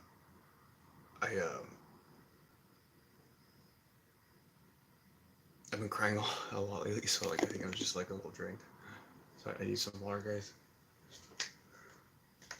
But yeah, see, this is reverse osmosis water. There's no bubbles. This is from Fred Meyer, and you can tell right here it says no if it says sodium bicarbonate, tap water. Don't even drink it. Sodium bicarbonate. And I'll show you guys later why. There's a yeah, it's crazy, guys. I sorry guys, I'm tired. Thank you, really. Please share, and then I'll condense it down later.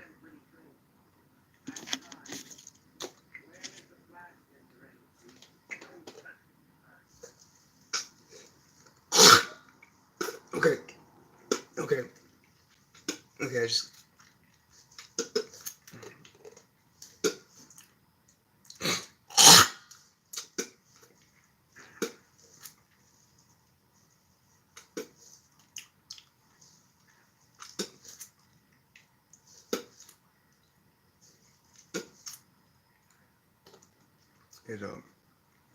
Dudes, okay. I just spit out. Oh, dang it. I just spit out a big. So like sometimes there's like bugs. They look like bugs, and dudes, it feels freaky. But just stick to it, and you'll get rid of them. Trust me, I did it. But I started eating sugar again just so I could build them back up. So I can build it back up, so I can show you guys demonstration wise. Because like I cleared out a bunch of it. I had to run a 2-week experiment, and my mom kept trying to rush me. Like, dude, this is it's a scientific method. You can't rush science. You rush science, you get wrong data. You get the wrong data. You might basically I had to do it this way so I could my ancestors like here like we'll show you how to do it. Just make sure you do it correctly, basically. Dude, I'm so tired, guys. But yeah, so like the bugs, just spit it out, and if you don't spit it out, you're gonna feel them try to crawl back in. It's such a freaky feeling, dudes. And that happened to me about like I said, like a month and 2 weeks or something. I felt it go like I coughed, and I could feel it like try to crawl back in my throat, and I was like, oh. And I ran into my mom, and I ran into my dad's room, and I ran into Gilbert's room, and he Kathy was laying down but playing our phone, and I was like, I was like, mom, dude, there's parasite. Like, I said, do you ever like cough up and like I feel like she's like, yeah. I'm like, oh, dude, and this just all made sense, guys. I'll tell you guys more later. I'm so sorry, I'm tired, guys. Peace out, guys.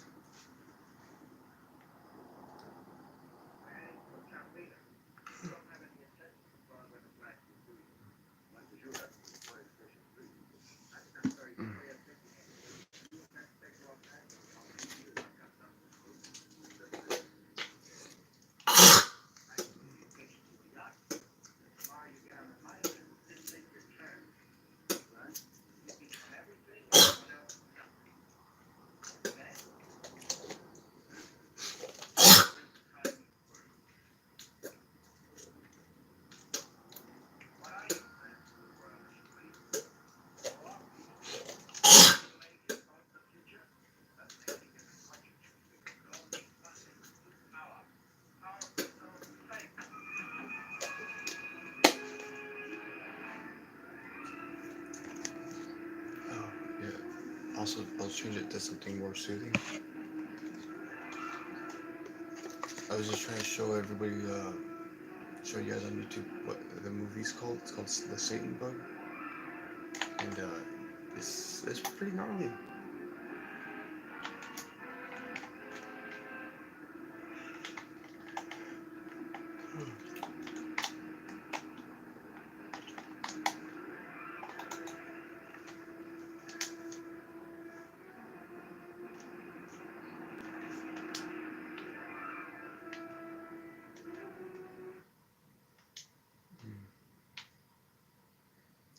Another, sorry guys, on YouTube, another good one, Panic in Year Zero, and then Invasion of the Body Snatchers. I know they're old school, but there's a lot of truth in those movies, guys. I remember listening to the Lost Civilization from it says Spain and built Part 1 Tartari's capital, origin of Arabic lost civilizations. It was pretty good, but I couldn't finish it last night, so we'll finish it right now. If you guys hear anything, you guys like just type in the comment, or if you want me to check it out, I got you guys.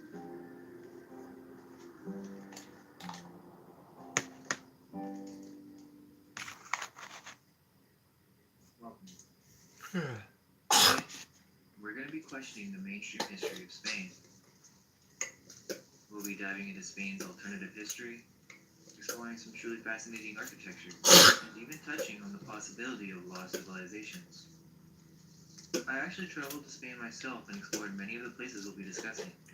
So you'll see some boots on the ground footage of these structures and sites throughout the series. This isn't meant to be a comprehensive breakdown of all of Spain's history. I've still got much to learn and many more cities to visit. But for now, this will hopefully scratch the surface. My goal is to do it justice, but don't take my word for anything. Always do your own research. This is simply an attempt to explore the hidden layers of Spanish history through an alternative lens. With that said, let's get ready to explore.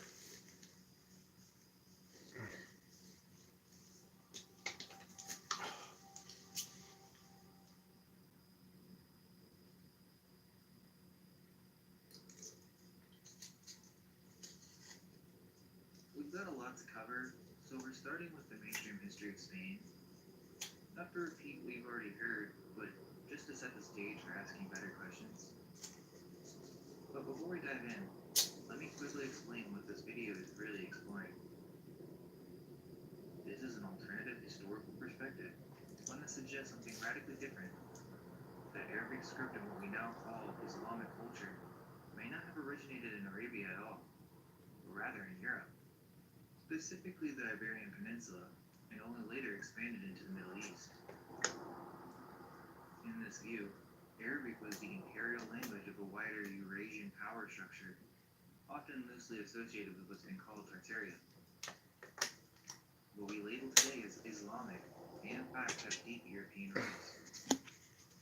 Now I get it, that probably sounds like a huge stretch. So instead of jumping straight into that, we're going to build our way there, starting with what the textbooks tell us. If you're already familiar with Spain's conventional timeline, feel free to skip ahead. But for those who want to follow the clues from the beginning, let's start with the version of history we're all supposed to accept. The most ancient inhabitants of Spain, according to the mainstream narrative, were the Celts and the Iberians. The term Iberians itself is a bit of a misnomer, as it tends to lump together a variety of culturally and linguistically distinct peoples who lived along the eastern and southern coast.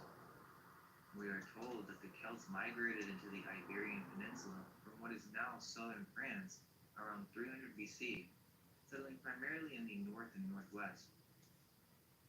These so-called Celtiberians, a hybrid cultural identity, are said to have formed through the interaction of these migrating Celts with the indigenous Iberians. But as with much of early history, the archaeological record leaves a lot open to interpretation. Meanwhile, the Phoenicians, seafaring traders from the eastern Mediterranean, are said to have arrived much earlier, around 1100 BC, establishing coastal colonies like Adair, modern Cadiz, which some claim is one of the oldest continuously inhabited cities in Western Europe. Their influence, particularly in trade and metallurgy, was significant, but the mainstream account offers surprisingly little detail about the nature of their inland presence or long-term integration. For a group supposedly so vital in the transmission of writing, maritime navigation, and urban development, the lack of in-depth records on their societal impact with Iberia is notable. Most of what we now know comes from Greek and later Roman sources. As the Phoenician presence in southern Spain grew, their influence eventually gave rise to the powerful city-state of Carthage, a former Phoenician colony that would go on to dominate much of the western Mediterranean. Carthage inherited many of the original settlements along the Spanish coast and expanded them into strategic outposts for trade and military logistics. This brought them into direct conflict with the rising Roman Republic.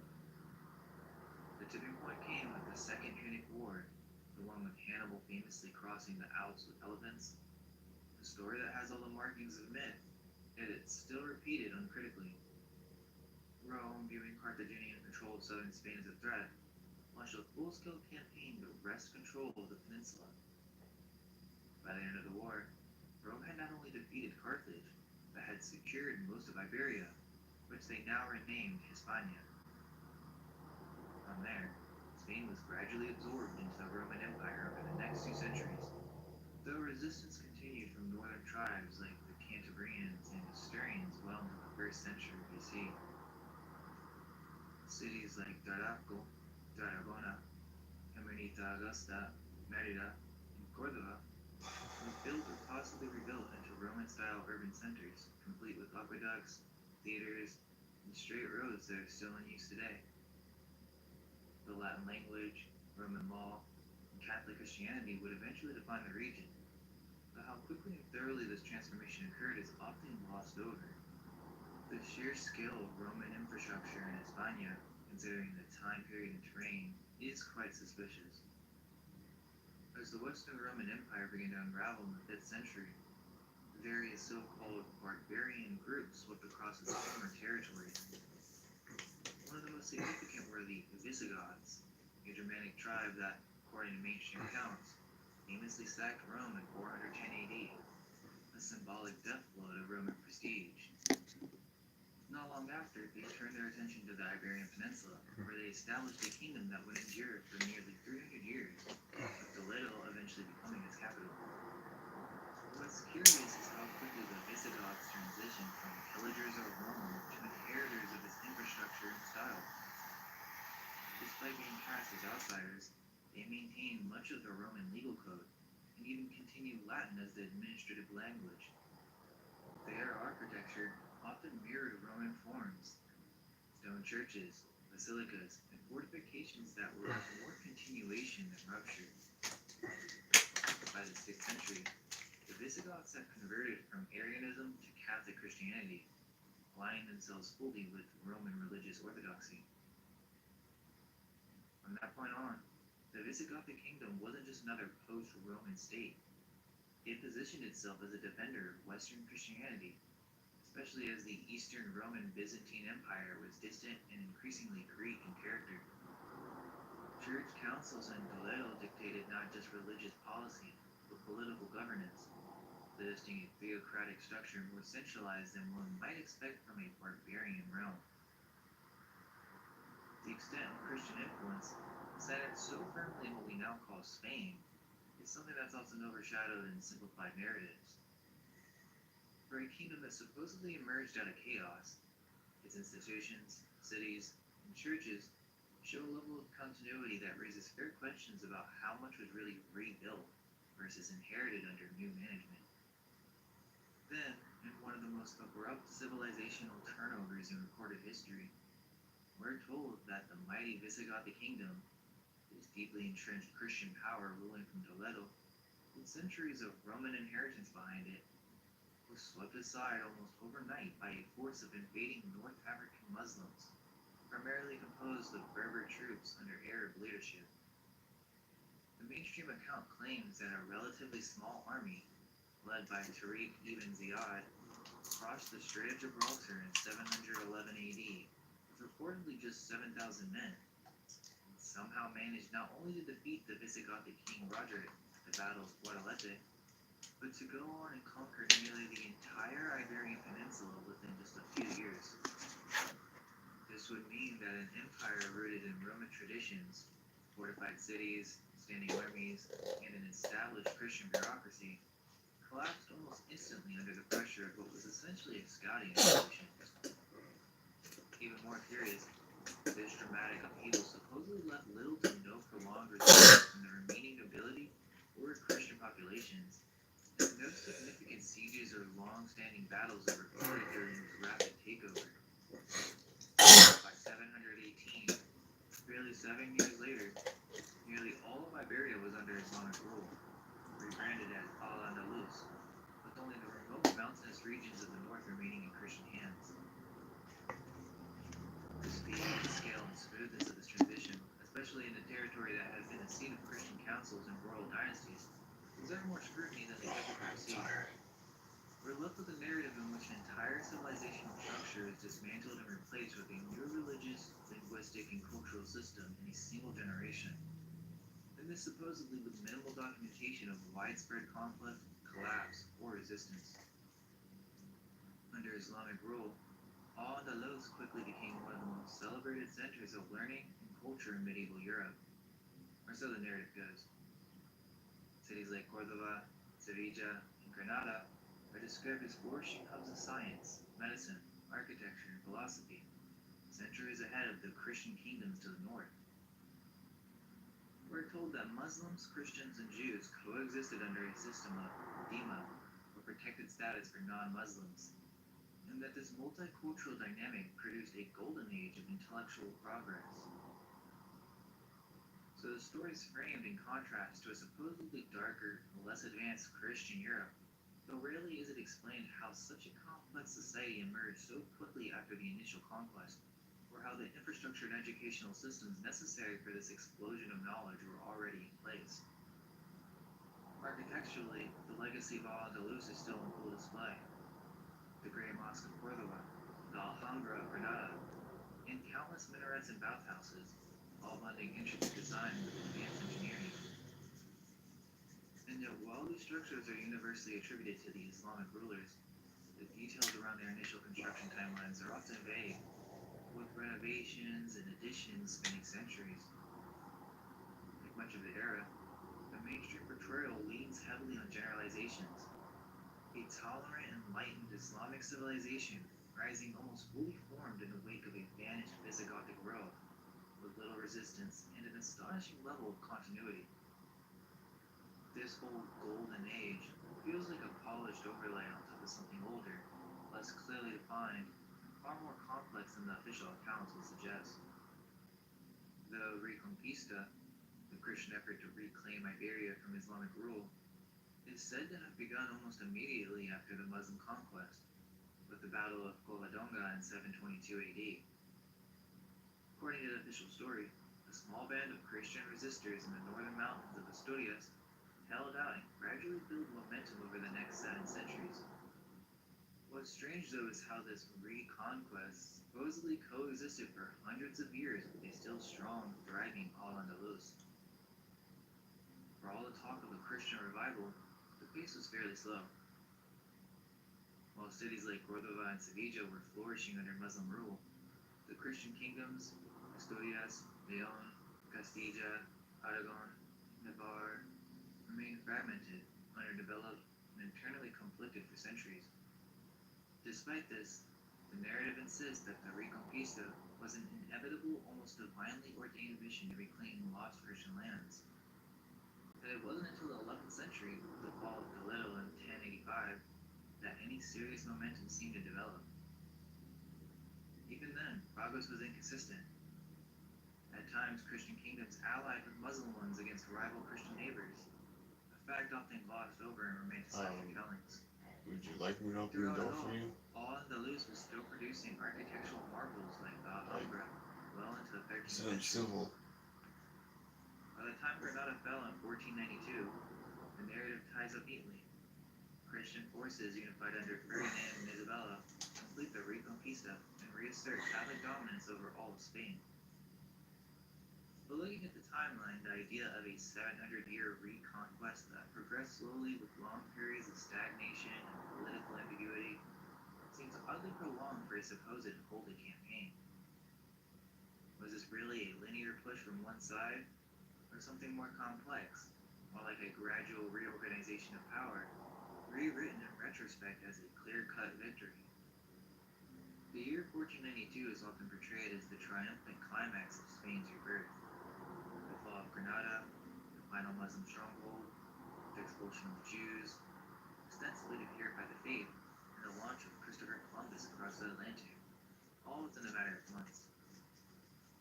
It's an oddly packed moment of history, almost too tidy, an ending and a beginning all at once. Catholic monarchs, Ferdinand and Isabella, emerge in the narrative as unifying figures, though their consolidation of power came on the heels of internal purges, inquisitions, and enforced conversions that rarely get the same celebratory treatment as the conquest itself. With the Islamic era wiped from the political map, Spain pivots rapidly to become a global empire. Over the next century, it carves out vast territories in the Americas, Asia, and parts of Europe, becoming one of the most dominant powers in the world. Charles V and later Philip II rule over what's often described as an empire on which the sun never sets. Massive wealth floods in from the colonies, silver from Peru, gold from Mexico, financing not just military campaigns, but monumental cathedrals, palaces, and state apparatus across Iberia. And yet for an empire said to have expanded so explosively, the logistical and administrative infrastructure seems to have appeared just as suddenly. Enormous fleets, complex trade routes, global governance, emerging in just decades after centuries of slow reconquista. The Spanish Inquisition, established in 1478, but intensifying after 1492, ensured religious uniformity through fear, rooting out heresy at home, even as Catholicism was exported abroad. It's a period marked by incredible reach and power, but also by contradiction.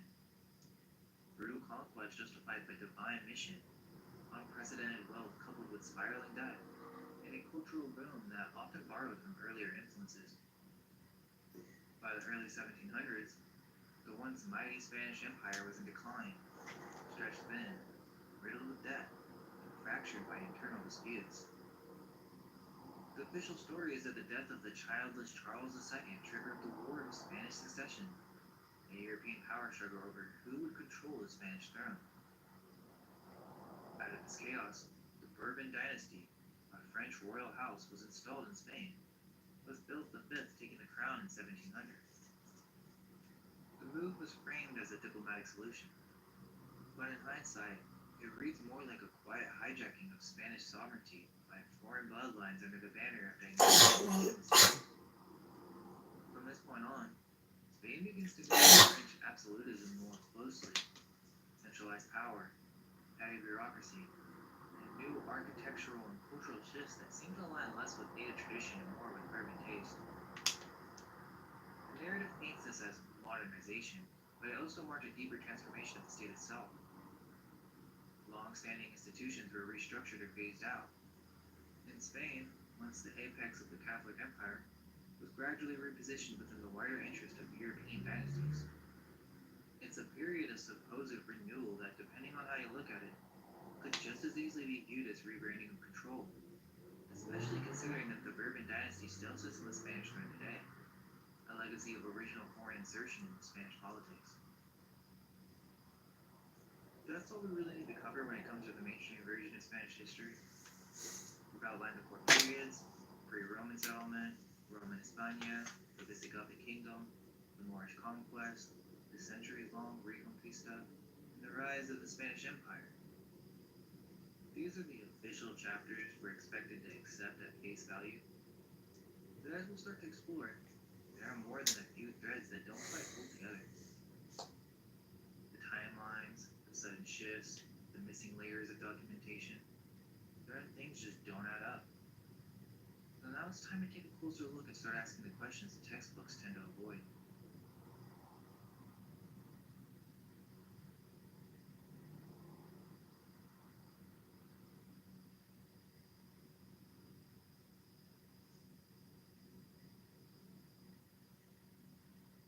Let's begin with the so-called pre-Roman period, because there are some curious details that don't get that much attention in the mainstream narrative. We're told that the inhabitants of the Iberian Peninsula when the Phoenicians arrived were simply the Iberians. But who exactly were the Iberians? The term is vague at best. It's essentially a catch-all label for the various populations living across the peninsula. It doesn't describe a specific culture, ethnicity, or language group. It's just a broad geographic term. In terms of actual named peoples, you mostly hear about the Celts, and then, just briefly, about a mysterious group known as the Tartessians. Mainstream history does mention Tartessos, but usually in passing, describing it as a kind of semi-mythical mix of Phoenician and Celtiberian elements. And even that description leaves a lot unsaid. Also, isn't it interesting? Tartessian. In prehistory, southern Spain was known as Tartessos, a land that appeared in ancient Greek sources, including Herodotus, who placed it beyond the Pillars of Hercules, what we now call the Strait of Gibraltar. Some accounts even say that parts of Tartessos were lost to flooding, tying it to the age-old story of Atlantis. Herodotus names a king of Tartessos, Arganthonius, who is said to have welcomed Greek sailors to the region. He was described as one of the long-lived, semi-divine rulers reigning for over 80 years. That would make him the first documented monarch of the Iberian Peninsula. Yet somehow, this fairly possibly advanced civilization remains largely glossed over in mainstream history.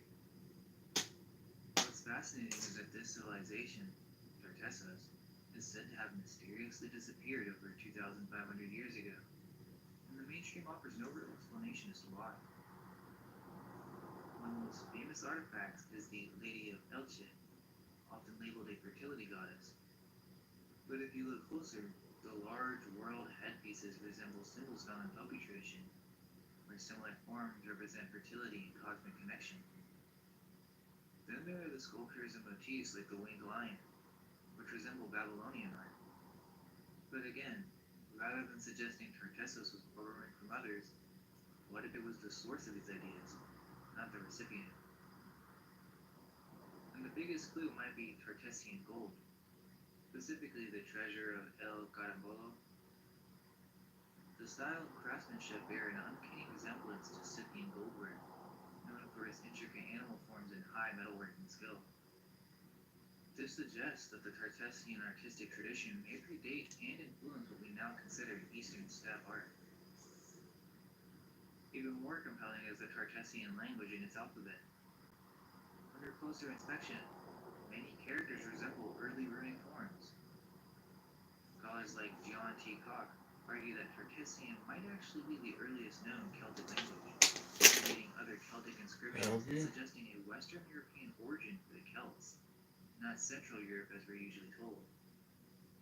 The Celtiberian script is nearly identical to Tartessian. This is a minor footnote. It completely challenges the standard migration model. Maybe some sage? originate in Spain?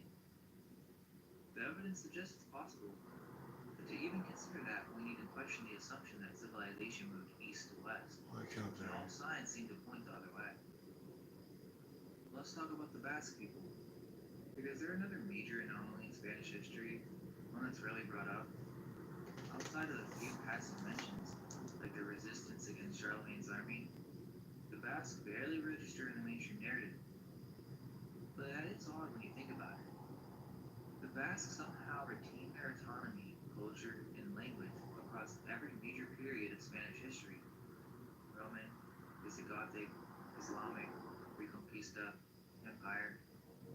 How is that even possible?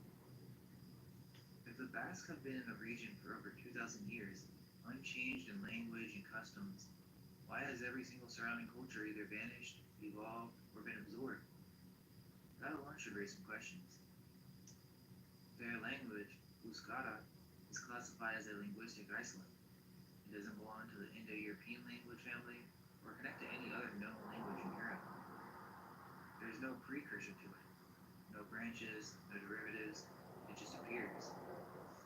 And then there's the hand of Hercules, discovered recently, which pushes written Basque further back than anyone expected, showing complex expression long before it's supposed to exist in the region.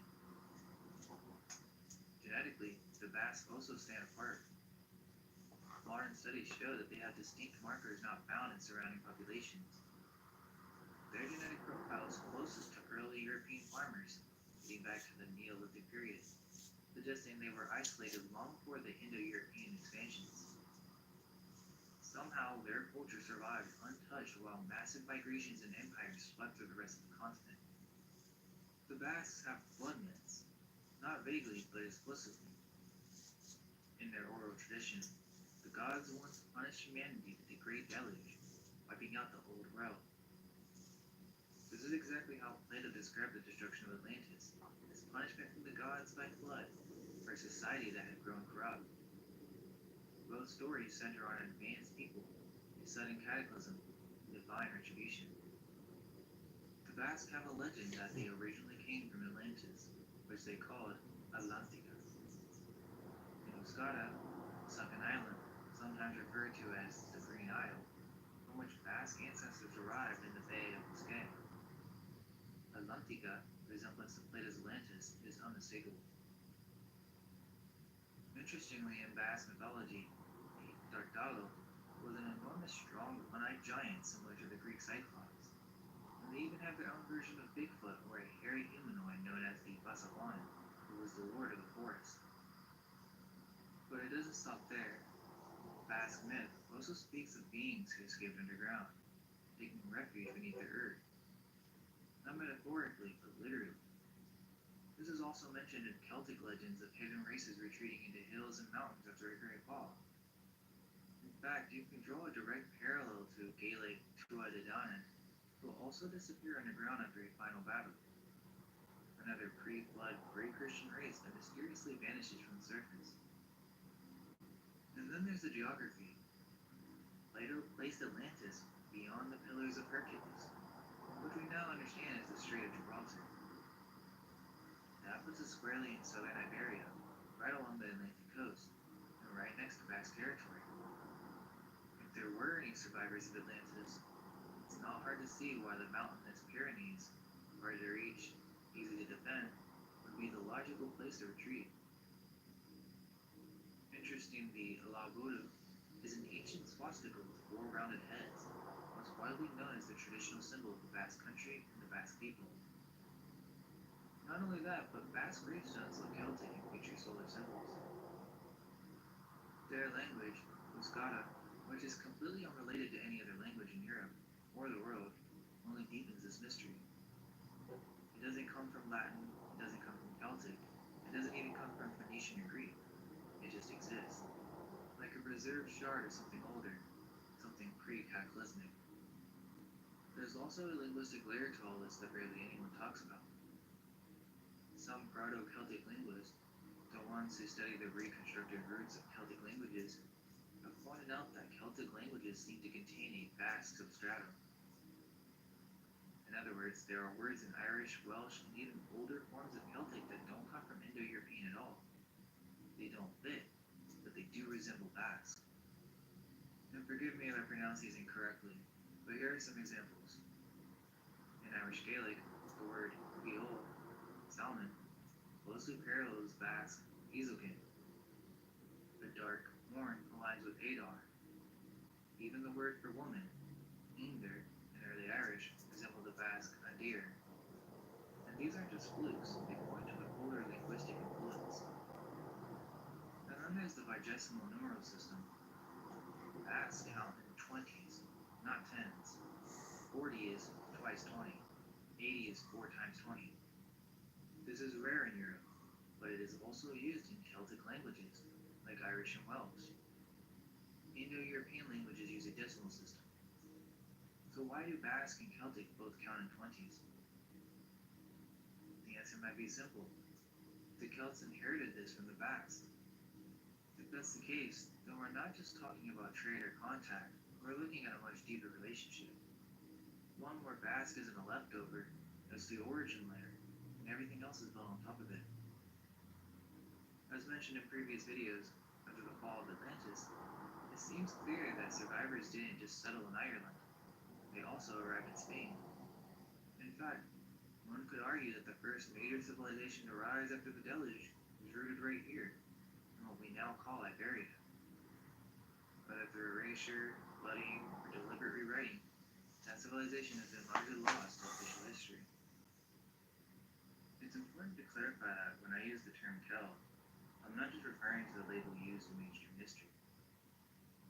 What I'm really talking about is a megalithic race of post-flood survivors, a culture that carried forward a distinct set of traditions, symbols, technologies we now associate with what's called Celtic.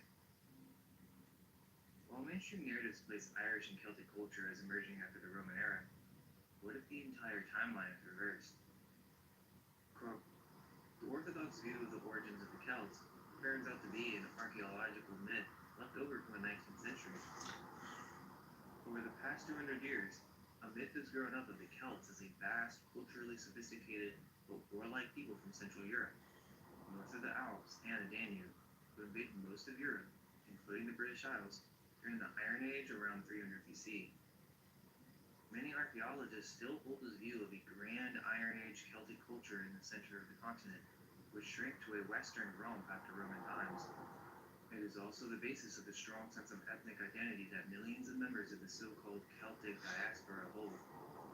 But there's absolutely no evidence, linguistic, archaeological, or genetic, that identifies the Hallstatt or Latian regions or cultures as Celtic homelands. The notion derives from a mistake made by the historian Herodotus 2,500 years ago, when in a passing remark about the Celtoi, he placed them at the source of the Danube, which he thought was near the Pyrenees. Everything else about his description located the Celtoi in the region of Iberia. End quote. From Stephen Oppenheimer, Origins of the British. Iberia signified the Iberu.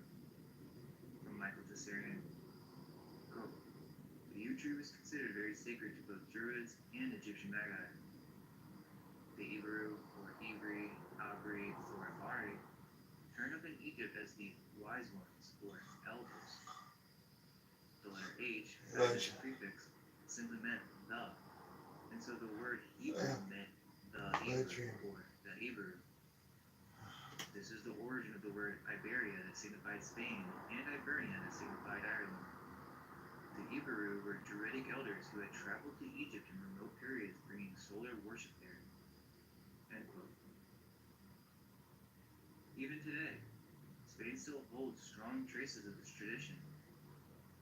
In modern-day Galicia, you'll find not just Celtic music and bagpipes, but festivals, stone carvings, and legends that feel much closer to ancient Ireland or Scotland than to the rest of Spain. People of Galicia identify strongly with their Celtic roots, and many of their customs, such as Samain, a festival marking the end of the harvest just like Samhain, are directly linked to ancient pagan Celtic practices, predating even Roman contact.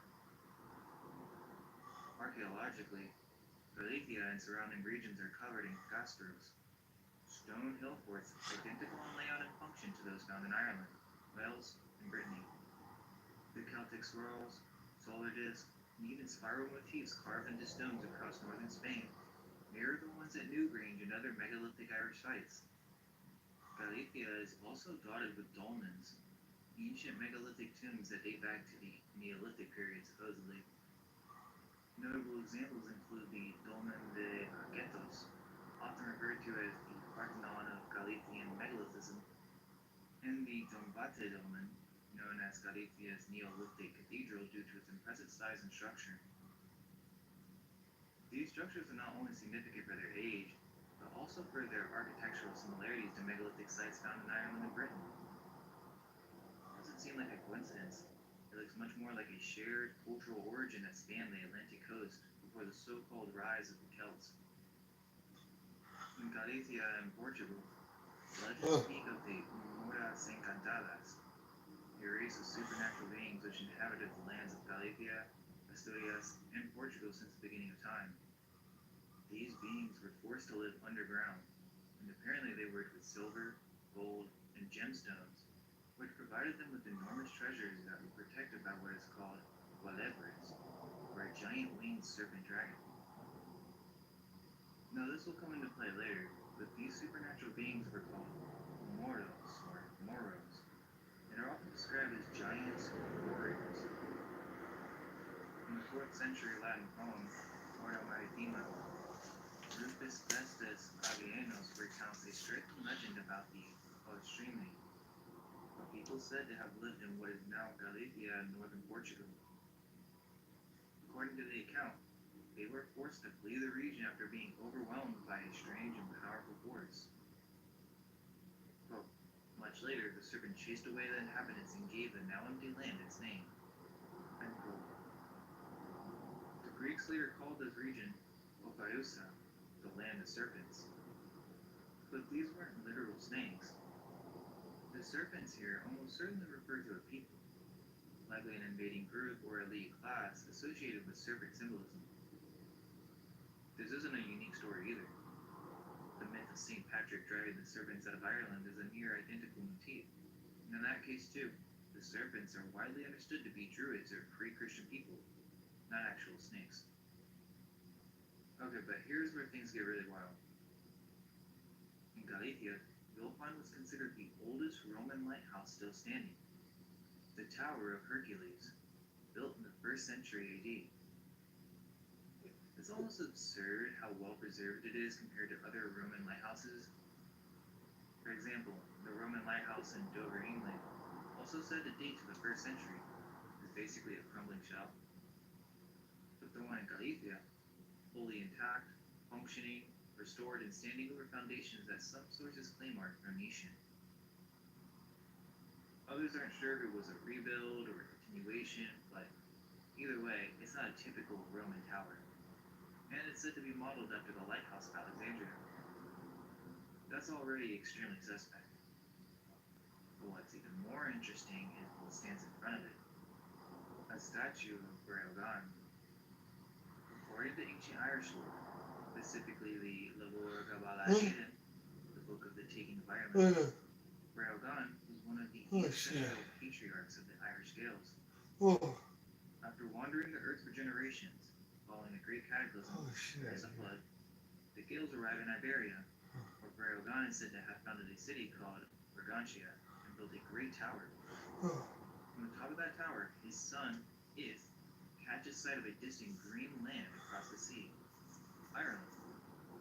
The Gaels eventually sail there, led by Breogan's descendants, and go on to divide the land with the Tuatha De Danann, the legendary pre-Christian god of Ireland, a retreat to the underworld.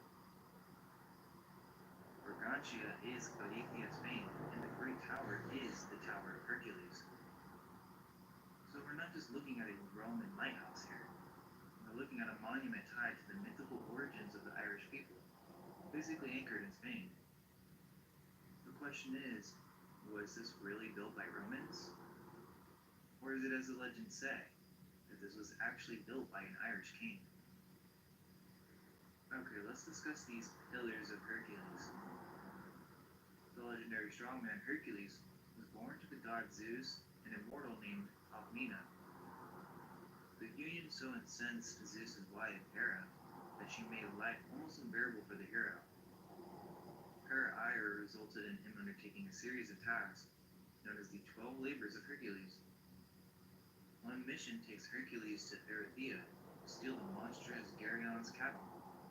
Along the way, Hercules erected great rocks or pillars near the Straits of Gibraltar. To reach Erythea, the island where Geryon resided, Hercules is said to have smashed through a mountain, creating the Strait of Gibraltar, and erecting the 2 pillars to commemorate his feat. Now, if we attempt to decode this myth, it may become more clear. Hercules, a giant, may be referring to a giant in terms of the civilization of peoples. And these people created the Strait of Gibraltar and erected 2 pillars, which could be symbolic for cities. This isn't a stretch, as when I was in Cádiz, I saw the Hercules symbolism everywhere. And when I asked a museum guide on why it was everywhere, she said that Hercules was the founder of Cádiz. So who is this Hercules and how can he be the founder? This is the secret of the Pillars of Hercules. They are not just pillars, but the founding of cities themselves. It's even on the coat of arms, which bears the inscription, Hercules, founder and ruler of Cádiz. The association between Hercules and Cádiz is further reinforced by the ancient temple of Hercules, Gaditanes, supposedly originally dedicated to the Phoenician god Melkart, whom the Greeks and Romans equated with Hercules. This temple, located near the southern outskirts of ancient Kadir, was a significant sanctuary in the western Mediterranean. Notably, it featured 2 prominent bronze pillars, which many ancient visitors considered the true Pillars of Hercules. The temple's prominence attracted several historical figures. Hannibal is said to have offered vows there before his campaign against Rome, and Julius Caesar reportedly experienced a prophetic dream within its precincts. We don't know much about this temple as it no longer stands. However, some say that the structure may be submerged in the Bay of Cádiz. Interestingly, there's a figure in ancient lore who ties directly into this narrative. The Tartessian prince named Norax. According to the myth, Norax was the son of Hermes and Erythea, daughter of Geryon, the very same Geryon that Hercules was sent to defeat in the far west. Norax is said to have led a group of Iberians from Tartessos to Sardinia, where he founded the city of Nora. Mainstream history labels Nora, as well as Cádiz, Kadir, as Phoenician cities. The word Phoenician is just a convenient label for something older. What if these so-called Phoenician colonies were actually outposts of a pre-Indo-European megalithic maritime culture? In fact, there's strong evidence connecting the Phoenician language to early Irish Gaelic. In the 18th century, linguistic play Penniless by the Roman playwright Plautus noted striking similarities between the Phoenician lines spoken by a character and ancient Irish Celtic phrasing. Scholars like General Charles Valency even published side-by-side comparisons showing full lines of text from both languages that were almost identical in structure and vocabulary. Another interesting connection is the naming of the Pyrenees. According to Greek and Roman mythology, Pyrene was a beautiful Iberian princess who met a tragic fate at the hands of Hercules. After being abandoned, she gave birth to a serpent with blood and shame, eventually dying in the mountains. Hercules, upon finding her body, was overcome with grief and named the mountain range the Pyrenees in her honor.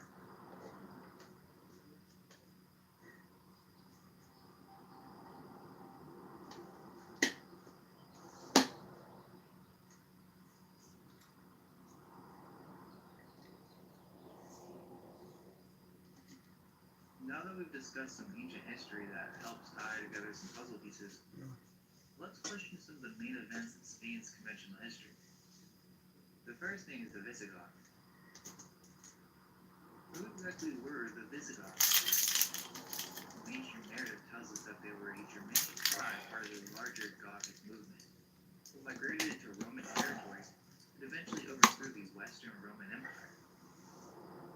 But the story glosses over the fact that these supposed barbarians somehow inherited Roman administration, cities, and infrastructure almost overnight. We're told by 410 AD they were sacking Rome, and by the early 500s they were ruling most of Iberia from Toledo. But how does a nomadic warrior group suddenly take over a continent-wide bureaucratic empire without any record of massive rebuilding, reorganization, or resistance? And the Visigoths themselves, are they really who we're told they are? Their ethnic origin is debated, often lumped under the vague Germanic label. But some theories suggest a strong Celtic influence, or at least integration with earlier Celtic groups.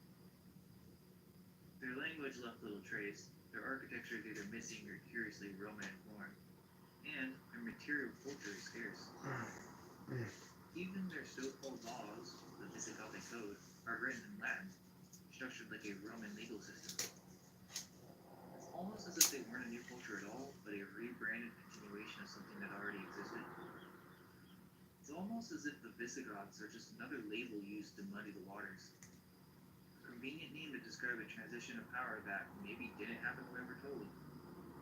And of course, the broader mythos surrounding Rome with its neatly packaged 2,000-year-old empire, marble temples, and concrete highways only adds another layer of confusion. But if we zoom out and rewind a bit, there's something critical the mainstream rarely talks about. Before the so-called Romans, the Etruscans ruled much of what is now central and northern Italy. The Etruscans were a maritime and urbanized civilization with writing, advanced metallurgy, and massive temple structures long before Rome was supposedly founded. But their origins officially unknown, their language undeciphered, and their cultural contributions largely absorbed into Roman identity. Sound familiar? Now here's where it gets even more interesting. Etruscan art, burial customs, and symbolism show clear connections with Celtic Europe. The Celtic torque, spiral motifs, even the use of war trumpets and solar symbols, all appear in both Etruscan and early Celtic contexts. There are also linguistic overlaps in sacred terminology and royal titles. So much In fact, stress. some scholars have speculated that the Etruscans were not so much a separate people, but a part of a pan-European megalithic proto-Celtic network that spanned from Iberia to Italy and beyond. So what if the Etruscans, Celts, and Visigoths weren't separate civilizations at all, but different names given to various nodes of the same old world culture? A post-Atlantean maritime society fragmented by cataclysm and later rebranded by imperial historians. The next aspect of the mainstream narrative that makes no sense is the entire Moorish conquest of Spain. We're told that in 711 AD, a relatively small force of Berber soldiers, led by Tariq ibn Ziyad, crossed the Strait of Gibraltar and somehow toppled the entire Visigothic kingdom in under a year. The kingdom, mind you, with fortified cities, standing armies, millions of civilians, and Roman-style governance. The numbers alone raise red flags. Some estimates say Tariq had just 7,000 men, yet within months they had taken Toledo, defeated King Roderick, and swept through the peninsula with minimal resistance. It's not just improbable, it's logistically absurd. The deeper you look, the more the story begins to fall apart. Contemporary sources are shockingly thin. The main account, the Chronicle of 754, wasn't even written during the conquest. Later Islamic and Christian sources only add more layers of retrospective embellishment. But what exactly happened? Was there really an invasion at all? There's a compelling case that the so-called conquest may have actually been a civil war, a coup, or even a transitional phase, not a foreign invasion. There are hints that Berbers were already in Spain before 711, possibly as mercenaries, settlers, or part of an existing faction. And if that's true, we're not dealing with an outside force storming the gates. We're looking at an internal power alignment, possibly a color for a more complex cultural transformation. And then there's the architecture. If the Berbers really brought high Islamic culture with them, then where is it in North Africa? Why does the greatest flowering of so-called Moorish architecture show up in Spain, not the Berber heartlands? The Great Mosque of Córdoba, the Alhambra, and other other wonders are built using local materials, Roman columns, and Visigothic infrastructure. There is almost nothing equivalent in 8th century Morocco or Algeria. If anything, the architectural innovation seems to flow in reverse, from Al-Andalus into North Africa over the following centuries. This flips the whole script. What if these Moors weren't really North African invaders, but the descendants of an older Iberian civilization, possibly the same one that built Tartessos, the dolmens, and the megalithic cities?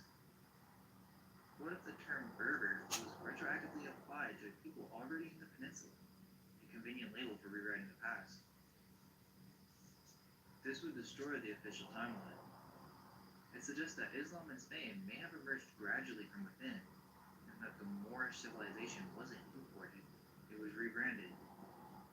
The real builders of Al-Andalus might not have been desert tribesmen at all, but the inheritors of a lost Atlantic culture, one far older, more sophisticated, and deeply rooted in Iberia than we're ever told. It's worth noting that early descriptions of the Berbers, particularly the Tuareg and Kabyle groups, describe individuals with light skin, blonde or red hair, and even blue or green eyes, traits not typically associated with sub-Saharan Africa or the Arab world. Ancient Greek and Roman writers made similar observations. This phenotype aligns closely with the Guanches, the indigenous people of the Canary Islands, who were also described as tall, fair-skinned, and often light-eyed, and who built step pyramids, megalithic tombs, and practiced mummification. Genetic studies have shown strong links between the Guanches and Berber groups in North Africa, suggesting both could be remnants of a once widespread Atlantic megalithic culture that reached from Iberia to the Canary Islands, and possibly far beyond. It has been argued that the ancestors of the Berbers were none other than the people of Atlantis, and the so-called Moors, who appeared in 711 AD, may have been inheritors of an Atlantic legacy, not just desert nomads on horseback. Their sudden rise, architectural brilliance, and administrative structure in Spain doesn't read like a foreign occupation. It looks more like the reactivation of a dormant civilization, one already deeply rooted in Iberian landscape. Historically, the Moors, especially in later European depictions, are often connected with the Saracens and described or portrayed as black Africans, especially during the Reconquista and Crusader periods. However, the reality of who the Moors were may be more complex. The Moorish Empire in Spain was a multi-ethnic and multicultural society, not a monolith. At its height, Al-Andalus was home to Muslims, Christians, and Jews from various ethnic backgrounds, living under a sophisticated system of administration, science, and urban planning that far outpaced much of medieval Europe. This suggests that the Moors of Al-Andalus may have included descendants of pre-Roman, pre-Phoenician, and even pre-Egyptian peoples with long histories in the Western Mediterranean. So who were the Moors really? Were they black Saracen warriors, white Berber nobles, Arab scholars, or Iberian Celtic descendants cloaked in a new religion? Or were they all of the above, pulled together into a single name, Moor, that flattened centuries of layered history to a simple conquest narrative? Think about the legends from Galicia and northern Portugal, the tales of the Morda Encantada, the enchanted people said to dwell in ancient megalithic sites, guarding hidden treasures and waiting to be released from the spell. Now consider the Spanish word for Moors, Moros, and its feminine form, Moras. The linguistic overlap is too close to ignore. What if the term Moors isn't just a label for Islamic invaders, but a distorted memory of something much older? Another thing that doesn't really add up is the Moorish architecture itself. When we look at Islamic structures in the Middle East, in places like Syria, Iraq, or Iran, we see a completely different architectural language. The focus is inward, on shade, airflow, and geometric spiritual aesthetics. You don't find much in the way of fortified towers, high outer walls, or battlements. But in Spain, we suddenly get all of that. Massive fortress-like structures that look more like European castles than Islamic temples. The so-called Alcazabas and Alcazars of Spain, like those in Malaga, Toledo, and Sevilla featured thick stone walls, battlements, towers, and high ground placements. These are classic defensive military designs, something you'd expect from a culture whose architectural roots closely lie in the Levant or North Africa. So what happened? The mainstream will tell you that these were multi-use complexes, part palace, part fortress, part religious center. But the question is, why would recently arrived Berbers from North Africa suddenly start building hybrid mosque castles in a European style that they didn't use back home?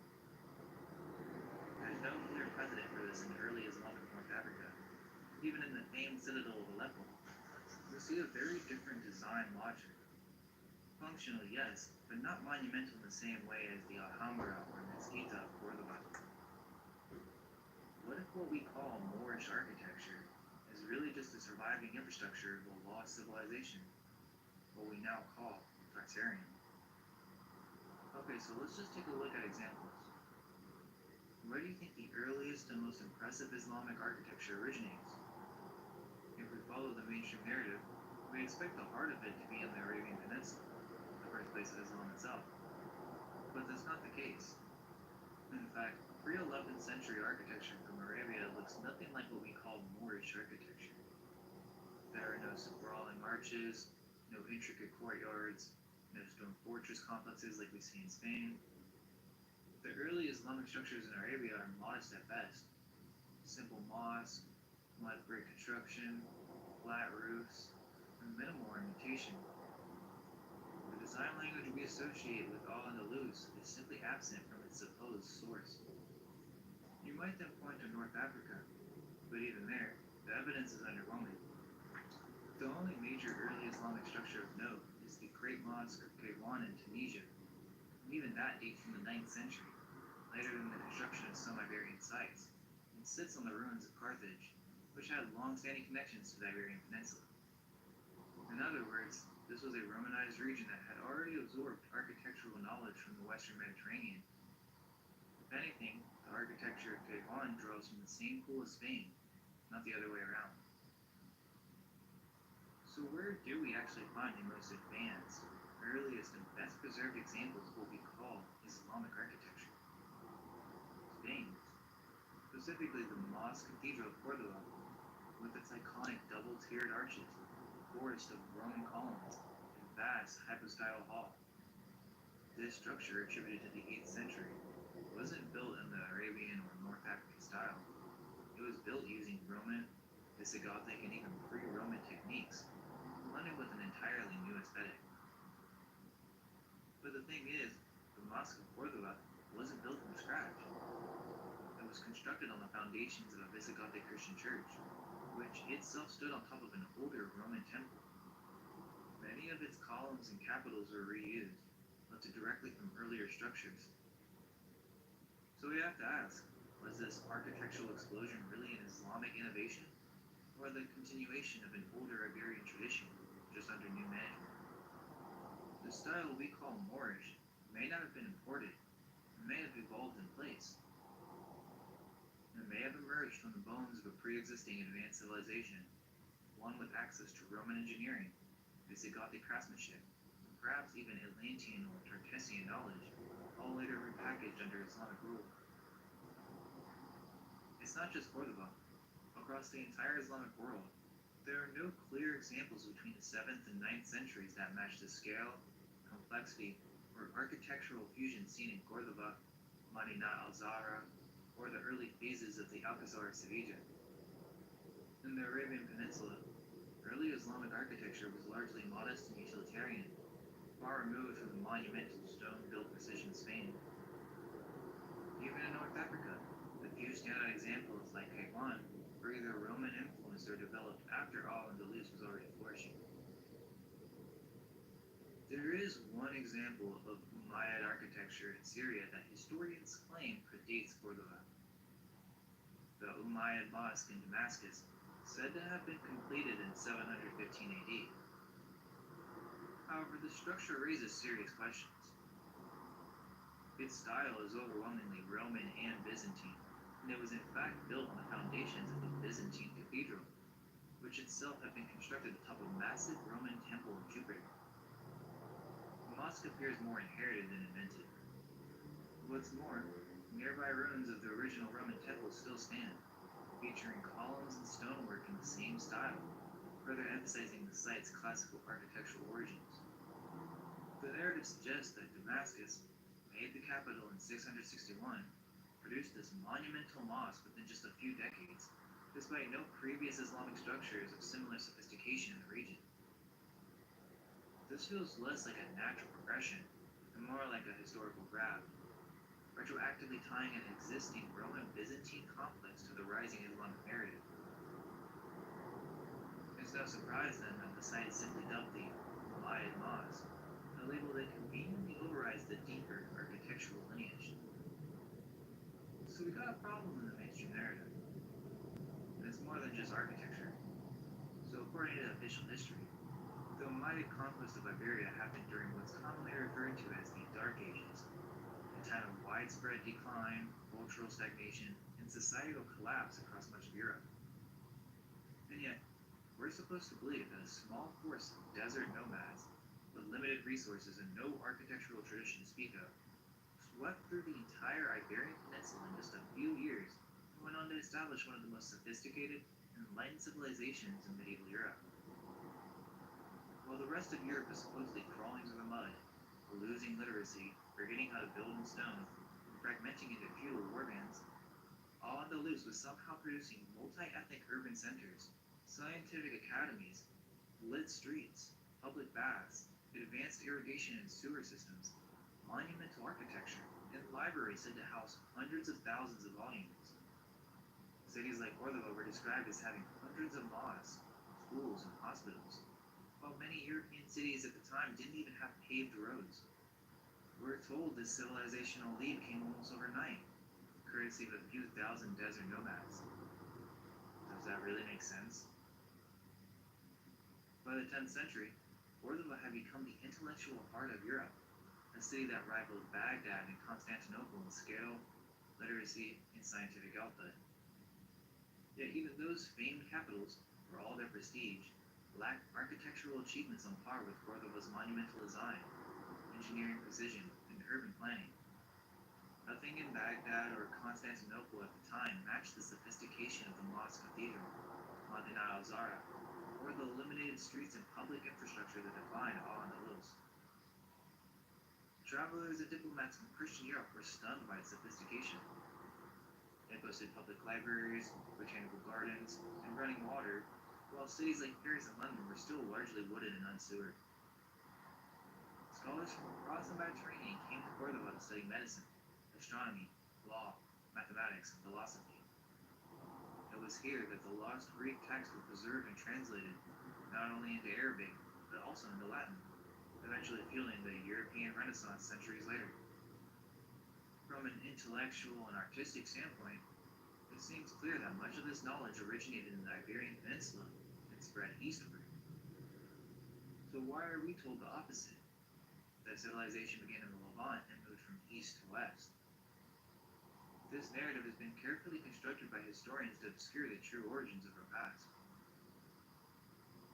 We are told that Islam began at the start of the 7th century, with the life of the Prophet Muhammad traditionally placed between 570 and 632 AD. Almost immediately after his death, we're asked to believe that tribal, recently unified Arab clans, who just a generation prior were largely illiterate and semi-nomadic, suddenly transformed into a hyper-organized, expansive imperial force capable of overrunning vast regions of the Byzantine and Persian empires.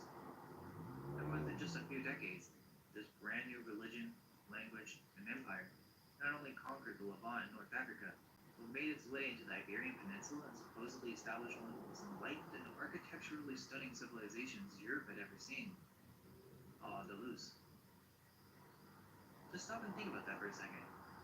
Within 70 years of its supposed origin, Islam had already reached the westernmost edge of Europe, supposedly founded Córdoba as a cultural and scientific capital, and built structures that still awe architects today.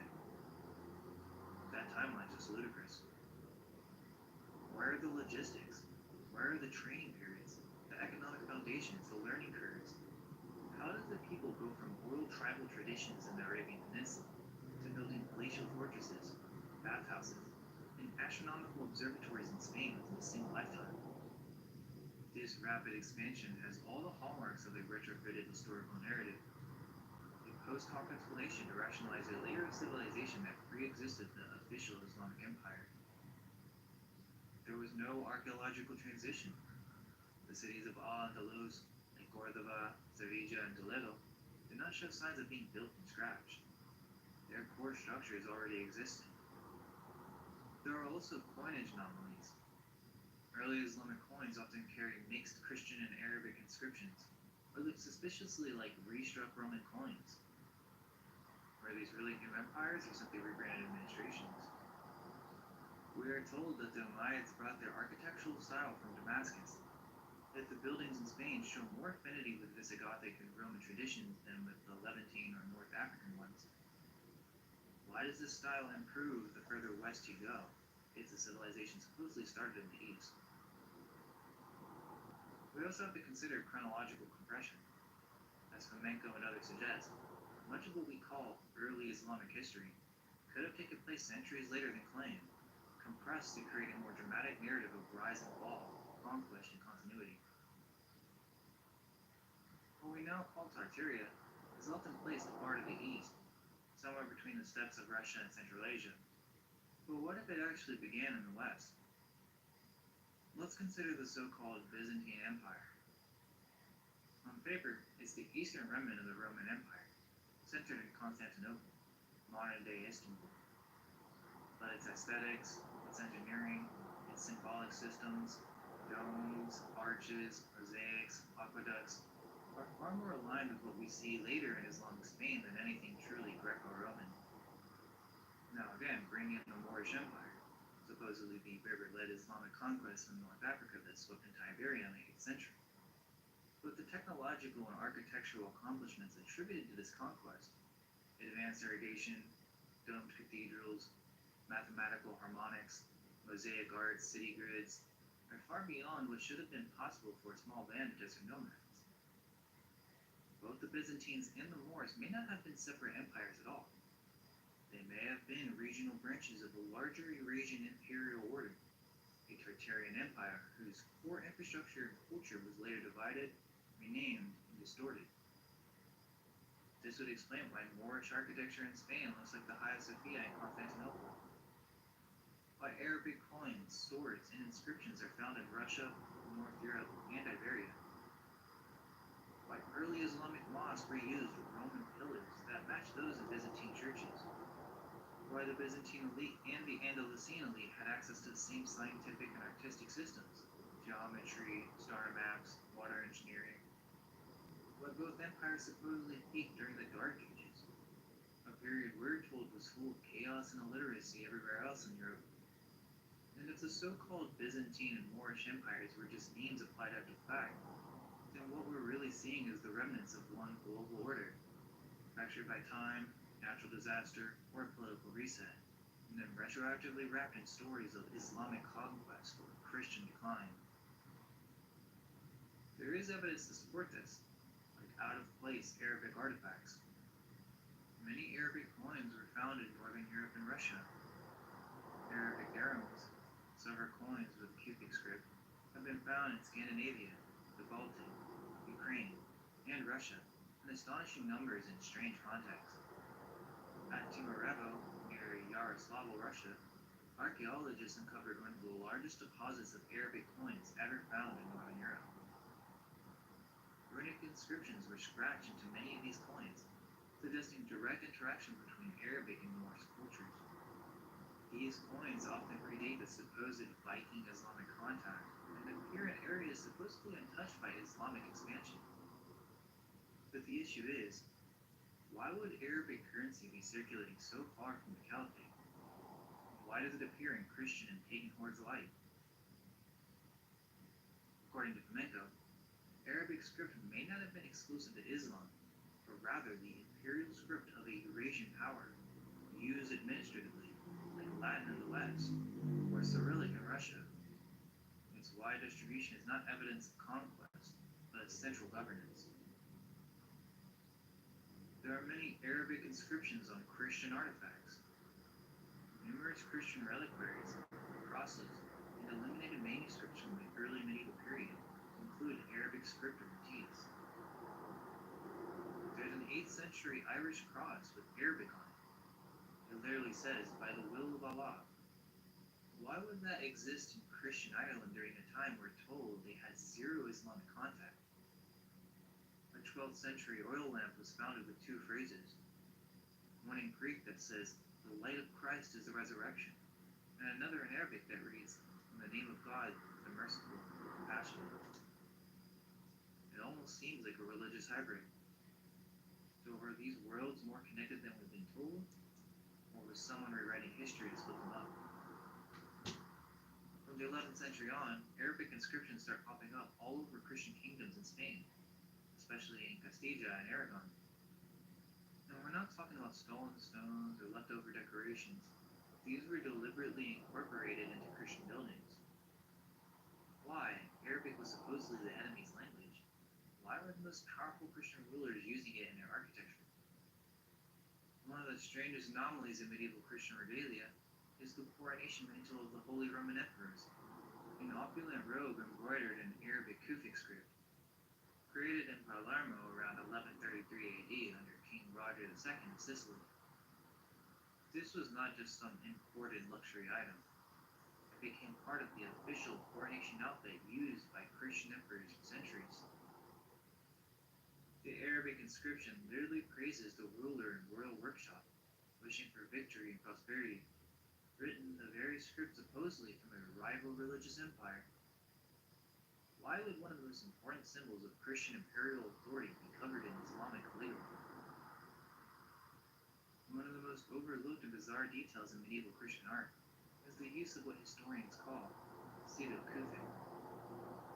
They say these are supposedly ornamental imitations of Arabic script, found in halos, borders, and robes of biblical figures, especially in depictions of the Virgin Mary or Christ. It appears heavily in European religious paintings, manuscripts, and even architecture from the 11th to 15th centuries. The mainstream explanation is that European artists were merely copying the exotic look of Arabic writing without understanding it, like a decorative motif. But that excuse falls apart when you realize how consistently and deliberately this style is applied in high-status Christian iconography. So the real question is, why would Christian artists obsessively include Arabic-looking script and holy imagery if Islam was supposed to be a hostile foreign religion? Why do we find these motifs and depictions of Mary, Jesus, and the angels? The term pseudo is just a modern patch to cover up that Arabic wasn't foreign at all. It may have been part of the elite or liturgical language system used across both Islamic and Christian domains. In the Hagia Sophia, long before its conversion to a mosque, we already find Arabic-style motifs coexisting with Christian iconography. This raises serious questions. Why would a supposedly Christian basilica, constructed in the 6th century under Emperor Justinian, already contain aesthetics and symbolic overlap with a religion that hadn't even been founded yet? If Islam hadn't even begun by 537 AD, why do these early Byzantine motifs look proto-Islamic? Why were older pillars repurposed instead of newly built, especially for the most important Christian structure of its time? But even stranger is the presence of runic graffiti, inscriptions in the ancient Norse alphabet, carved into the marble balustrades and upper galleries of the Hagia Sophia. The runic marks are real, verified by archaeologists, and are said to have been left by Varangian guards, elite Viking mercenaries who served the Byzantine emperors. The mainstream claim is that these Norsemen visited Constantinople between the 9th and 11th centuries as hired warriors. But think about it.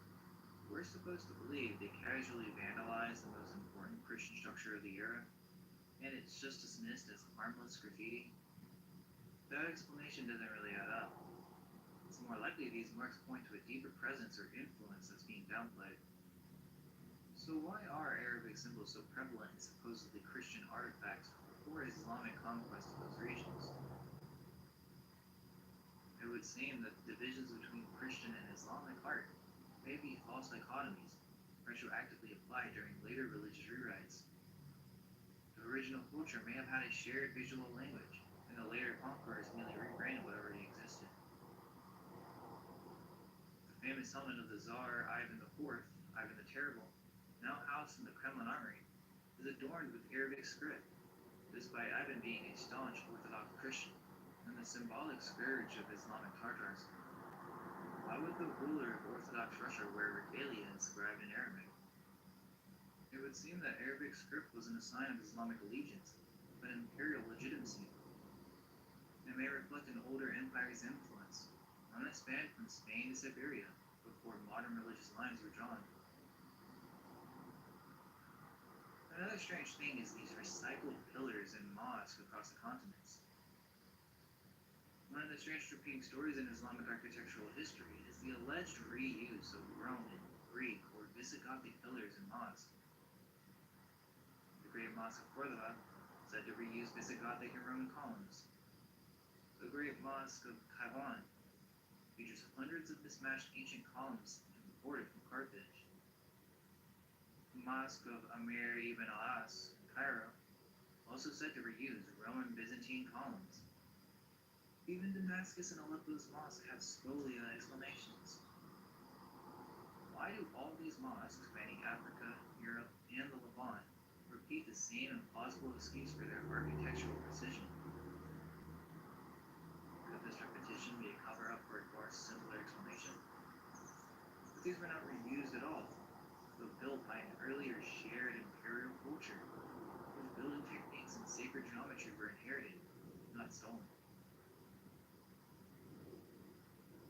Many will think that the idea of Arabic originating in Europe is a stretch, simply because they've been taught it's a Semitic language tied to the Levant. But that assumption rests on the same east-west model of civilizational movement that's been drilled into us. The truth is, there are clear linguistic overlaps between Hebrew and Gaelic. We've already shown how early Phoenician is nearly identical to ancient Irish. So the real question isn't whether the languages are related, it's which one came first. From Connor Regard.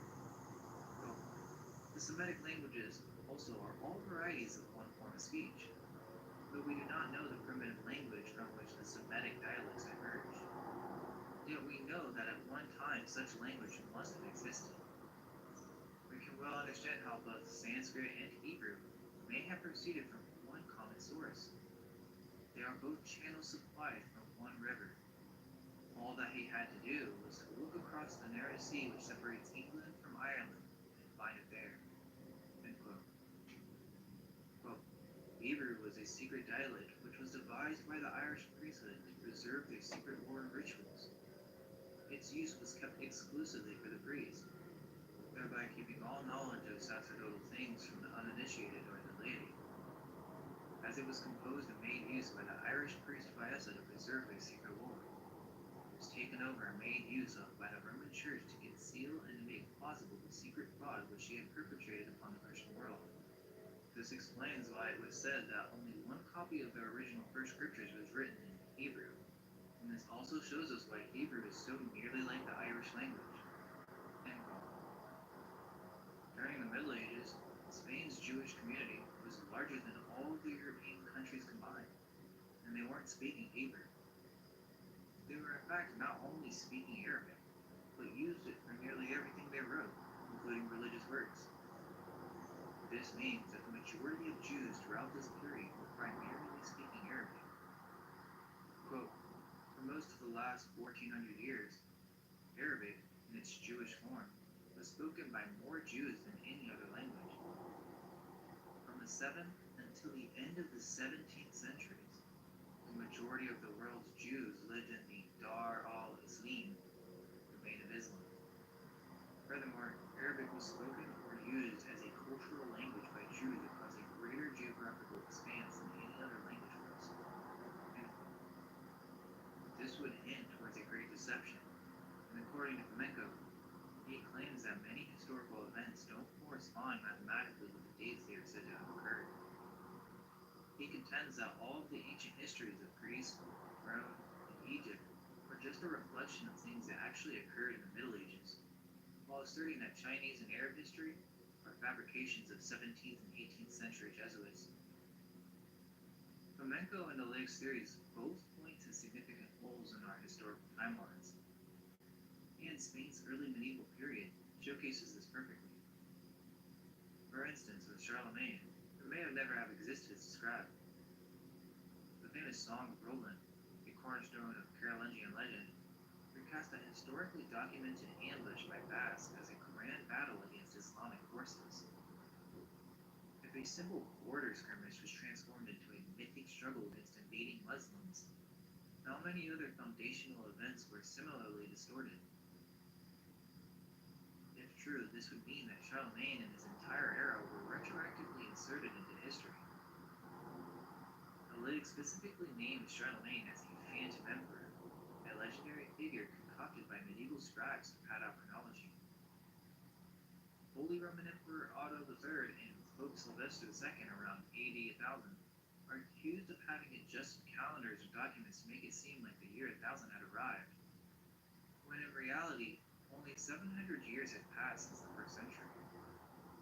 To bridge that gap, chroniclers would have invented or greatly embellished figures like Charlemagne to occupy the non-existent 8th to 9th centuries. There is also the calendar discrepancy. By the Gregorian reform of 1582, the Julian calendar had drifted by 10 days, whereas it should have drifted 13 days if 1600 years had truly passed since Julius Caesar's time, suggesting that roughly 3 centuries worth of days never actually elapsed. All of this fits conveniently in the time around the Moorish conquest of Spain. And interestingly, there is a legend that had grown up to explain why the Moors so easily overcame Roderick. The tale goes that Count Julian, a Visigothic noble, sought revenge on Roderick for dishonoring, in some versions are wording, his daughter Florinda, often called La Gaga. Julian allegedly invited the Muslim forces to invade Iberia as payback against Roderick. This dramatic story became part of popular history. However, it does not appear in any source until centuries after the events. In fact, there is no evidence for Florinda La Gava's existence at all. Her character is regarded as a later concoction. The earliest mention of the tale is an 11th century Arabic chronicle, and it then appears in a 12th century Latin Christian chronicle long after 711 AD. That the legend was retroactively inserted centuries later suggests the narrative of Roderick's fall was rewritten to include a moralizing story, blaming the loss of Spain on the King of Sin. If one applies the phantom time idea, the early 8th century Islamic conquest of Spain falls squarely inside the missing years. Indeed, Oleg explicitly includes the Muslim conquest of Iberia in the period he believes was fabricated. In other words, the 711 AD invasion may not have happened as recorded, or at all. It could have been invented by later Christian chroniclers to retroactively explain Islamic influence in Spain. I plan on doing in-depth videos on individual locations, but before ending part 1, I want to highlight some of Spain's most intriguing architecture from multiple eras. These sites seem to defy the mainstream historical narrative. Here's a detailed list of Spain's architecture that I find particularly suspect. The Great Mosque Cathedral of Córdoba. This is one of the craziest examples. I can't wait to talk more about it, but this supposed mosque was built on a Visigothic church, which itself is on Roman ruins, and then the Catholics decided to build a huge cathedral right in the middle of the mosque. Alhambra Granada. Its intricate geometry and advanced hydraulic systems suggest a level of sophistication awfully unmatched in contemporary North Africa. Many of its features, like the Court of the Lions and garnet ceilings, feel less like Islamic innovation and more like echoes of a much older architectural tradition that someone inherited rather than invented. The Alcazars across Spain, from Sevilla to Segovia and Córdoba, these so-called Christian palaces or Moorish castles were built in unmistakably Islamic styles, often directly on top of older Moorish or Visigothic foundations.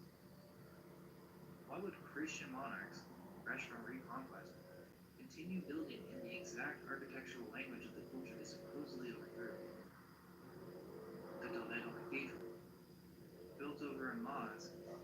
foundations are older still, Visigothic in origin.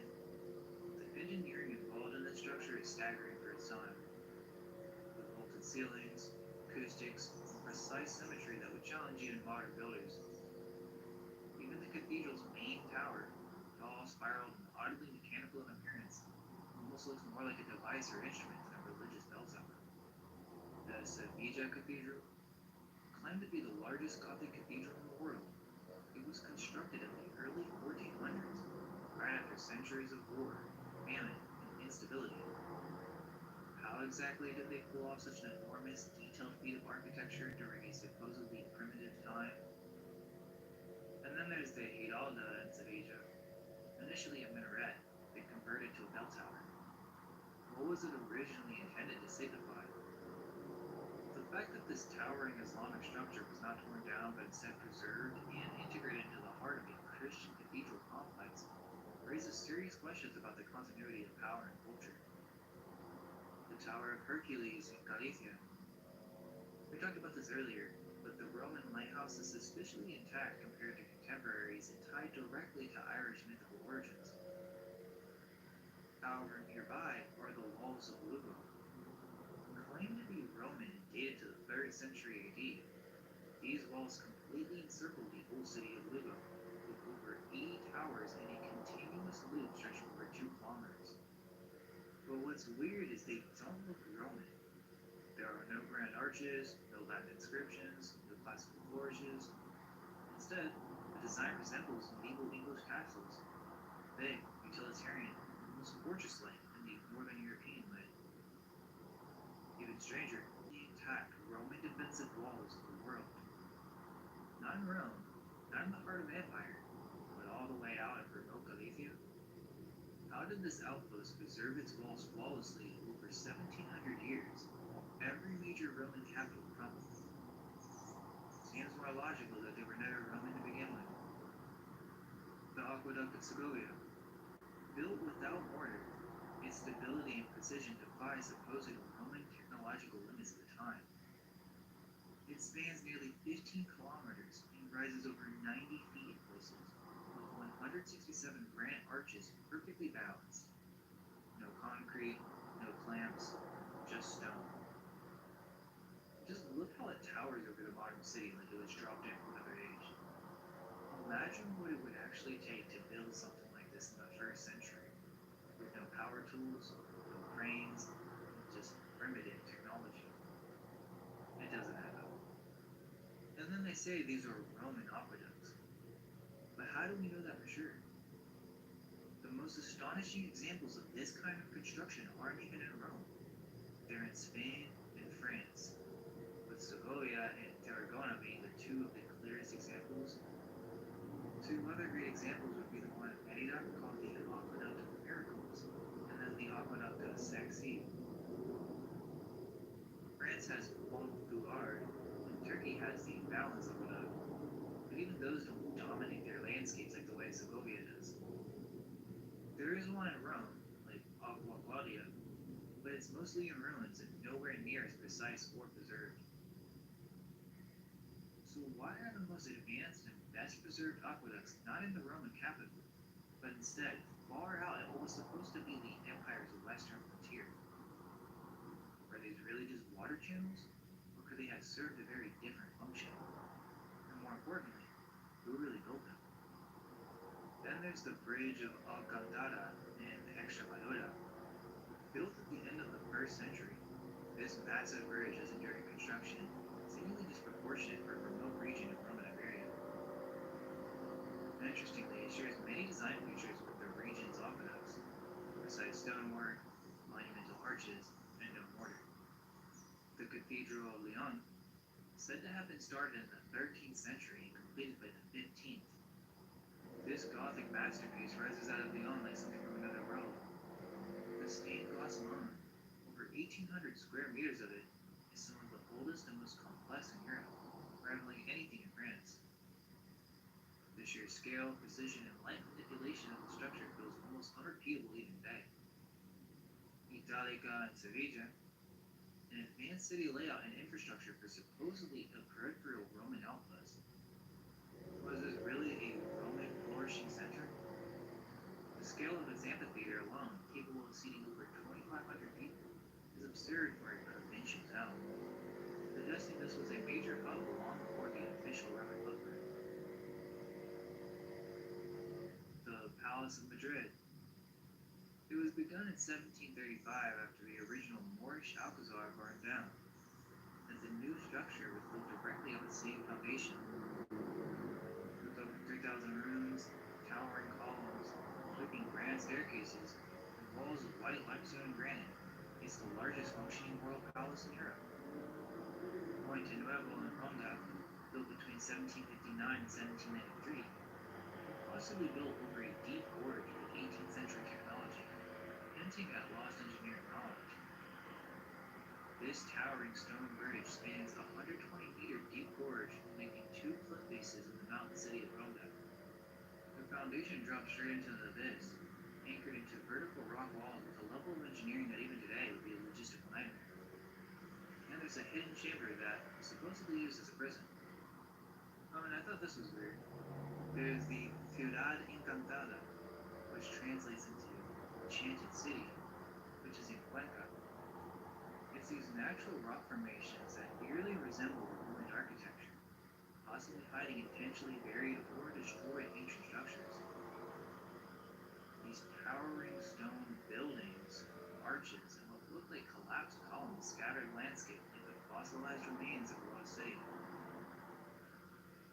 The official explanation chalked it up to millions of years of wind and water erosion, but some of the formations have sharp angles, perfect overhangs, and stacked shapes that look more sculpted than weathered.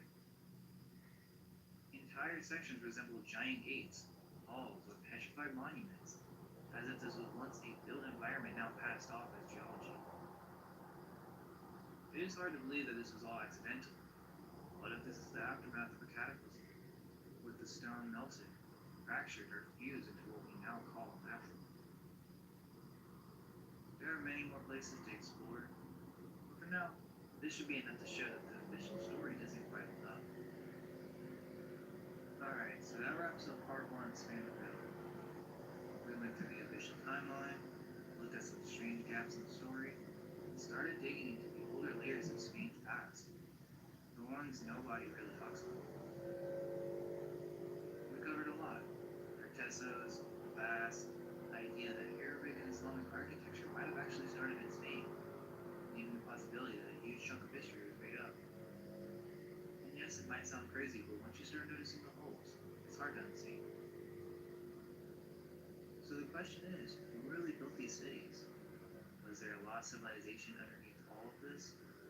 And if so, why was it erased? This is just the beginning. In the next part, we will be discussing the Basque Cathedral in Portugal, and I'll talk about my visit there. Thanks for watching. I'll see you in part 2, and all we can hope is that our minds may be unveiled.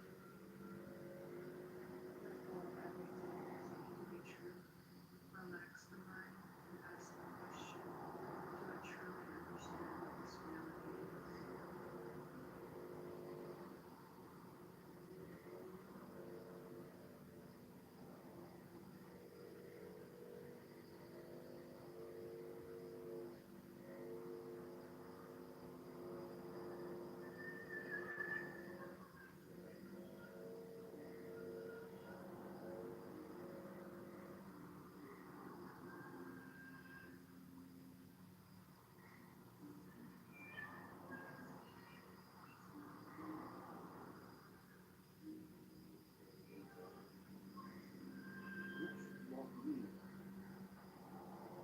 The name of the library is Visigothic. The library of Hercules. This library with the rare books and the manuscripts altogether 23 pounds. And I had what I did. Always combined with fast to produce every day a show as an entrepreneur. So I built a company and I made out of the profits of my company. It's not something the books come. I brought into the house the treasures of Mr. Now you have to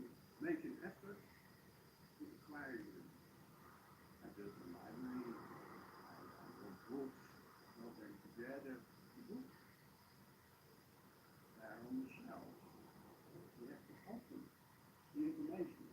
Suddenly, you come to the point that you're not standing alone anymore. And that is a fantastic point. What I call the chain. We are united with members. That's what I love most. Every single book in a different way, and a book doesn't stand alone, it stands together. They are like in a continuous conversation of minutes, of fascinates. By muscular criticism, unique set of currents, movements, cultures that can go back basically to the antiquity and the Middle Ages with a big revival in the early Roman period during the Renaissance, and then which continued with the revival throughout the 19th century up to our days. Listening criticism is studying the outside of the inner reality. It's like a diagram of the different aspects of tradition. Traditions that emerged and developed mostly in Europe and in the Mediterranean basin. Compose all of that understanding, but it never gives the meaning of the language itself. Approaching the divine, approaching the kind of metaphysical reality, are precisely what we can understand as the core of the tradition. I was very interested in human passions, but not as the end of the story, as the beginning, where I say, what is the man? Why he's here comes from the invisible, from the secret, it disappears. If you look into the Hubble telescope, you can see this infinite universe, all different forms of energy that are in a way on the move. Perhaps we didn't know, but we are experiencing the Big Bang again. We say we have the elements, earth, water, air, and fire. But I believe to myself that there is new element in the ocean. That what was peaceful, contained, and mysteriously, under the protection of the ceremonies, where there is an holiness, there is divine energy, is kept as a secret. Some different like religion, millions, millions. That is the so-called Inconsistencies. Why? Because they don't, and if there are any wondering about what is said and over, this is what tradition is. This is what you is the way you see, believe, you are. The domination, no. It all ends in anarchy. The democracy that is known as the international power twitch conflict, that we are in a crisis. Nobody can say, I have nothing to do with that. Comes closer and closer. We are not independent. We are very dependent, more and more dependent on each other as we thought in the past. We have main connecting areas, and they are America, ultimate mysticism, Confucianism, but related connecting areas are Kabbalah, but also philosophy, anthroposophy, so the more modern movements originating from 19th century can also be found here. Esotericism is in fact modern because it was created in the 19th century, but in fact the history of the term is older. The word comes from the Greek, the ancient Greek esoterikos, which is an adjective, which basically means interior. It means something that is inner, or something that is inside, as opposed to something that is outside. In ancient Greece, the term was used especially to refer to philosophy, to philosophical schools. For instance, in the case of Plato, in the case of Aristotle, the idea was that there was a particular teaching that was meant for a broader public, and then there was a more restricted kind of teaching. That teaching would be reserved only for a particular elite. It really needed to be pupilled.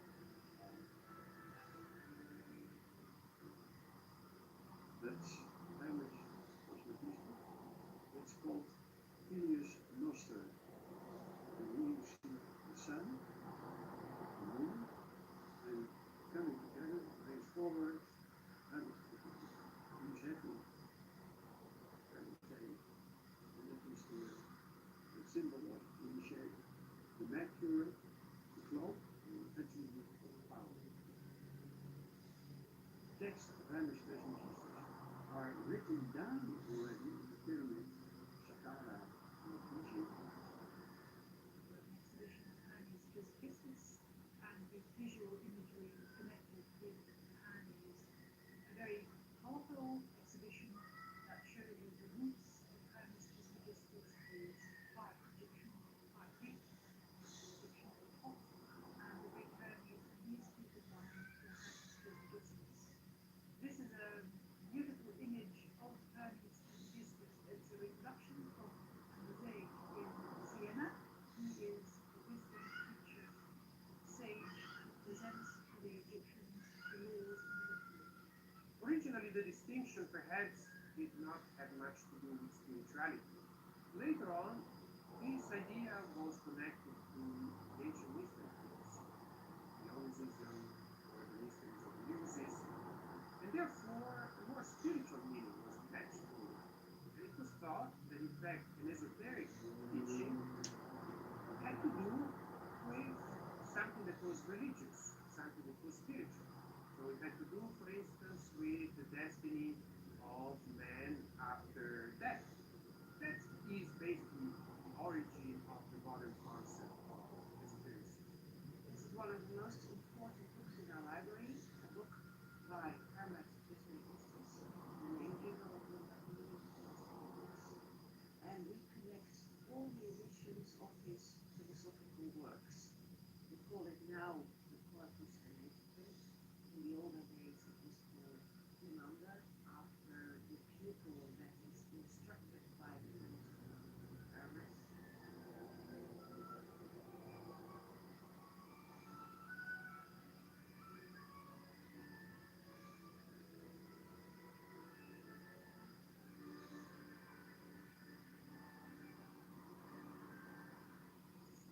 The Egyptian were top and the Greek Hermes. They are both scribes, messengers, and magic is also attributed to them. And that is why they were translated and became Hermes Trismegistus, the thrice greatest. Classical culture becomes as prominent in the Middle Ages. Greek culture sort of forgotten, but then it comes back in the Renaissance. One treasures of the library, and that is the Corpus Hermeticum of Hermes Trismegistus and Vellum.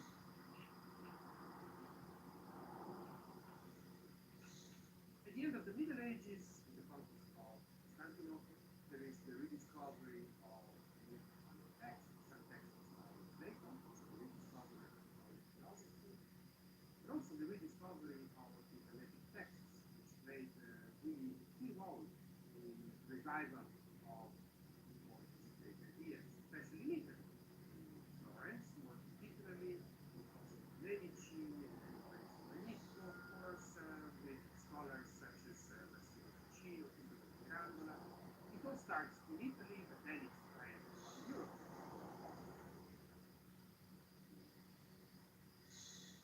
I was in the Medici Library in Florence. That was built by Michelangelo. And there was an exhibition to commemorate the 500 years of death of Marsilio Ficino, the director of the Medici Library. She said to me, Mr. Whitman, I have a present for you, but you don't can take it away. She gave me in my hands. And that was the original copy of the manuscript of the Corpus Hermeticum.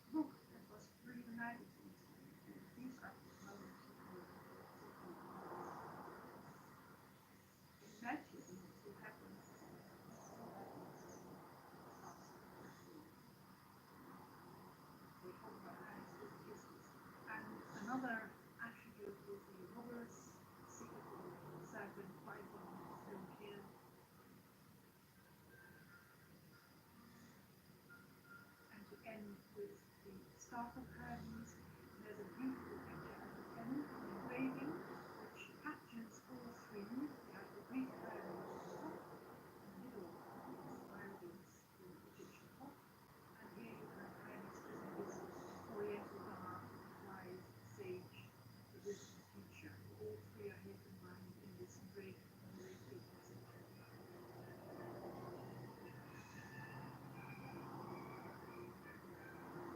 This is one of the later editions of the Corpus Hermeticum, a scholarly edition in Latin. In other languages, such as Italian, Dutch, English, there are also editions of the Corpus Hermeticum. All the books were very often rebound, and not only once, but maybe 4 or 5 times. And every time a new binding was put around the book, the binder cut the paper nice and sharp, but we lose a bit of text then. This is the first time the texts of Hermes were translated into German, and as you can see, that was rather late, 1706. Of course, everybody could read Latin in those days, so they kept printing the Latin edition. An illustration like this, of course, has to do with the book. It refers to the emerald table. Also, the text is typed to Hermes, and it says, so above, so below. The macrocosmos, the world above the world of the gods, the microcosmos, the world of man. This Corpus Hermeticum is also having the tabula smaragdina. This is a beautiful engraving which ran in 17th century called the Tabula Smaragdina. One of the most pregnant phrases from this very deep text published in Hermes is that which is above is like that which is below, and it just tells you all about the intimate connection between the macrocosmos and the microcosm. Still, many persons are coming to an idea that there is something hidden behind the curtain of physical life. Hidden meaning that has to be found, hidden meaning that has been handed down in the form of tradition, or hidden meaning that can be discovered through particular experiences of revelation, contact with the divine dimension, with God, or also with nature, for instance, mystical experience, fusion with nature. Let's climb the mountain. Let's try to reach the top. Or let's go deeply in the earth. What we could find out at the end of the story, we only find that a certain one, some person, who dives so deep in the mystery.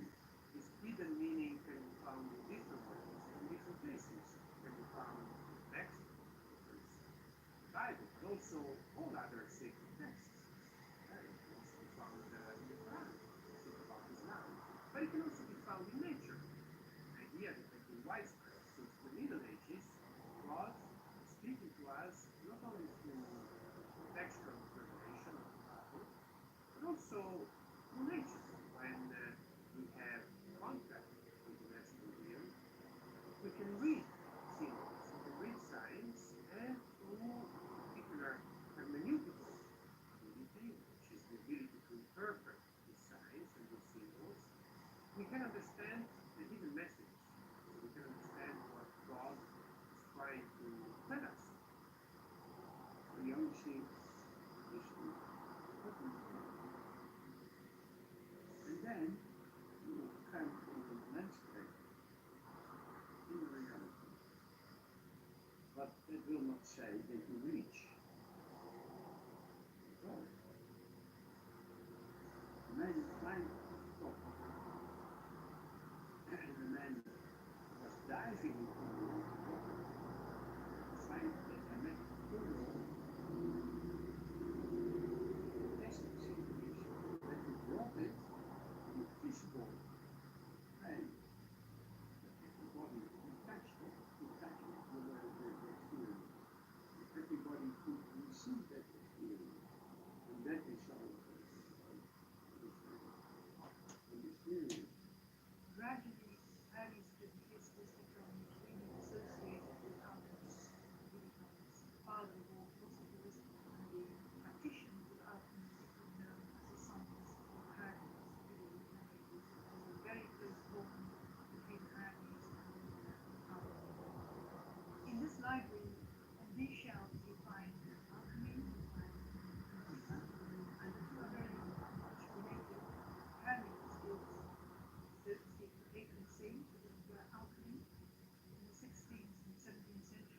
people with informed alchemy, alchemists, similar to something earlier. So there is a very close connection between alchemy and earlier. You don't find many alchemical symbols painted.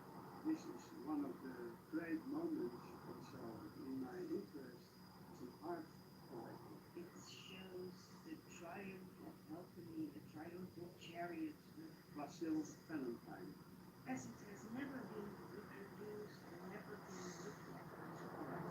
This actually is probably unique in the history of the imaginary. A lady whose negative side about the rise to attract, I would say, the pseudo-alchemists, all the real adepts were taken in the secret of the tools of Basil Valentine to the real process of alchemy. I only recognized it because I was looking in an old book and there it was redrawn and I thought I recognized this drawing. This is the picture that Mr. Redmond has hanging on his wall for 20 years. And then I took a closer look and found out what an extremely rare piece we had here.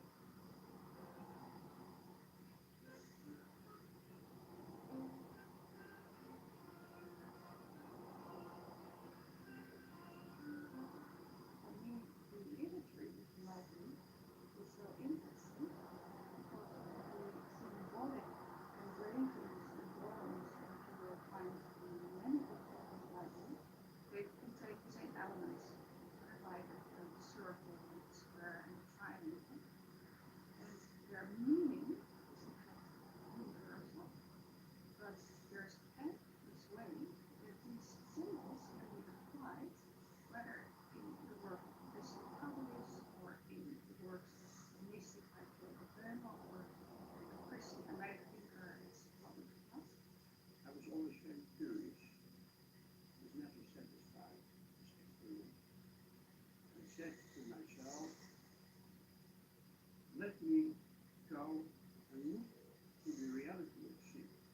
And therefore, I knew that I was a spark between the invisible, life was a spark, and then disappeared again. Mr. Rickman disappeared. So I asked myself, when I'm on the spark, the light flash in the moment, why I should not build a library of awareness, research, this library. This library with geometric science, science of all awareness. I am confused.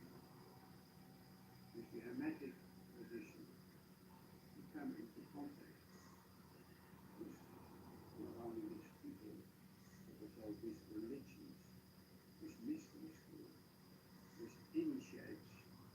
And we, the mystery schools around the world, they connected the master plan with the flow of human awareness through, I would say, the millennium. This millennium is a completely different paradigm that what we saw so far in the last 5,000 years. Different intelligence of religion, different intelligence of spirituality. Now it comes together in one global goal, and that's for me magic. Magic. Hermetism and Gnosticism, they have the same roots in all the stories, in all the religions of the world. It has to do with, I don't want to call it God, but I want to call it creator, creation, and creation, man. The three aspects of science, element, nature, element, spiritual, and physical, comes together in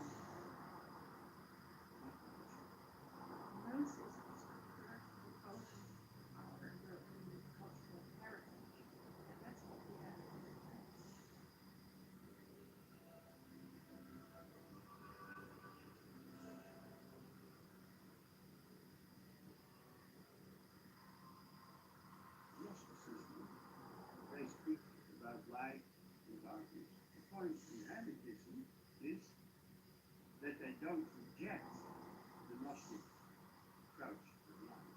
What they say it is the task for you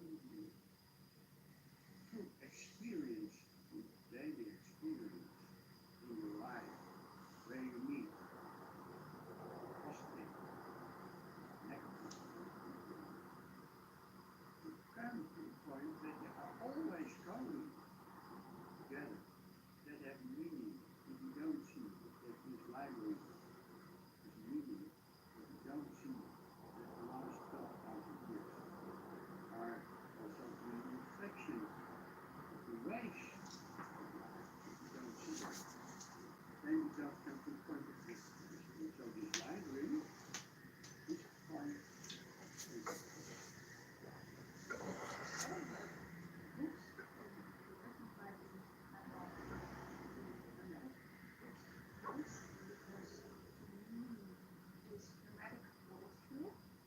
Relation to the cosmos then is the essence of human consciousness.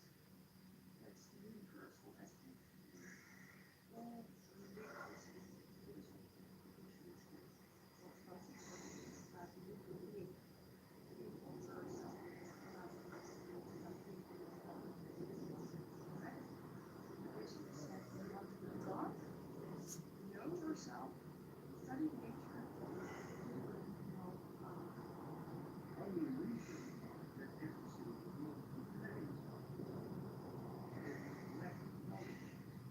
Knowledge of the dimension that we don't bring into our daily life. The gnosis is ours. It is an energy field.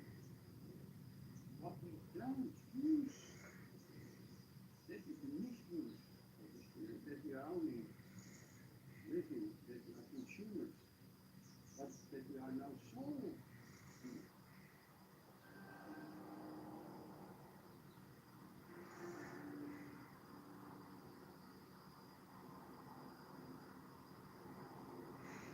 Kabbalah, Jewish forms of mysticism and spiritualism begin in the late Middle Ages, especially in South France.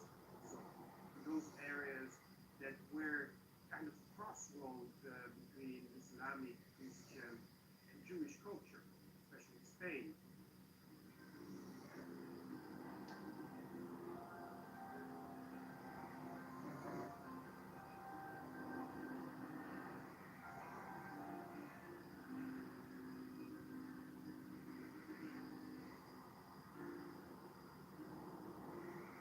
Whole person is here to construct a whole system of philosophy, which is a kind of synthesis in fact.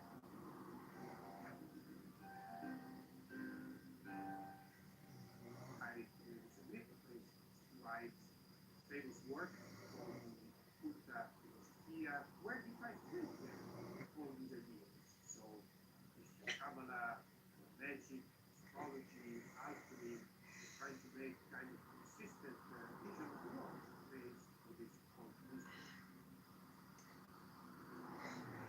Cultists were opposing some of what is perceived to be kind of negative aspects of both science and religion.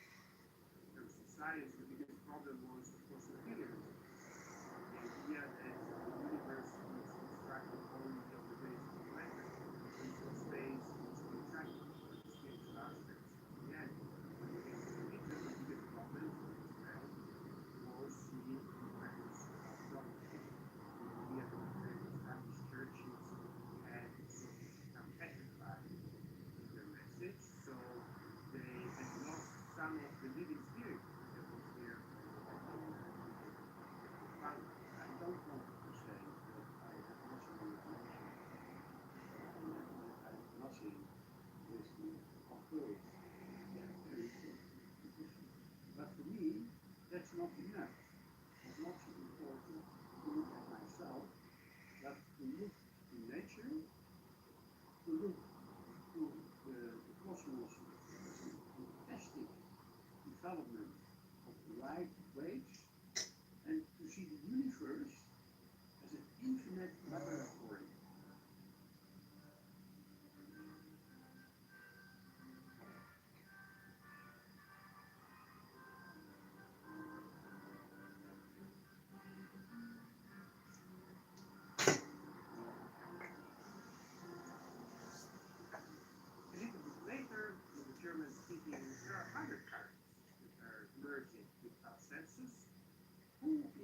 starting off wants to be considered different kind of tradition, different kind of trends, which later will take the form of Christian theology, especially after the Upper Room.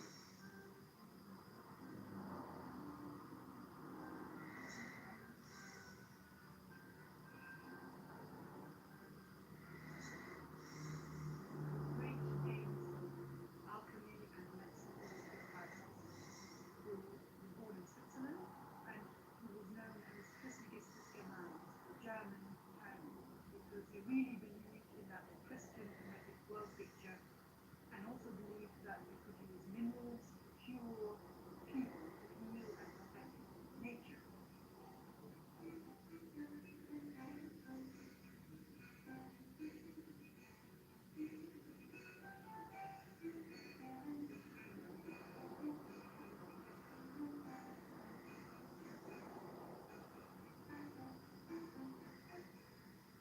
This is one of our books in the original binding, dated 1512, the letters of St. Paul. This is a text of the Bible.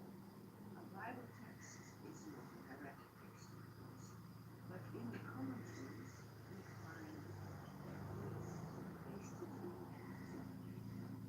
that makes it very interesting because all printed books, two copies are never the same.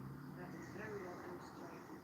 As you can see, one copy is a paper copy, and this is a copy printed on vellum, on parchment. All over the commentaries, this text is censored. If we look at the same page in this copy, we will find no censored passages. So it depends where the book was used, if certain ideas were thought to be heretic or not. But the general point is that many of our authors got into problems with the church. Men who were crucified, were killed, their blood on the stake, where they represent the inner reality, and that they said, no, the dictatorship that you have to obey. Giordano Bruno is one of the main philosophers of the 16th century. He was burned at the stake in the year 1600 by an accusation of heresy by the Catholic Church. But there was one book that brought him to the stake, and that was this text, Spazio della Bestia Triomphante.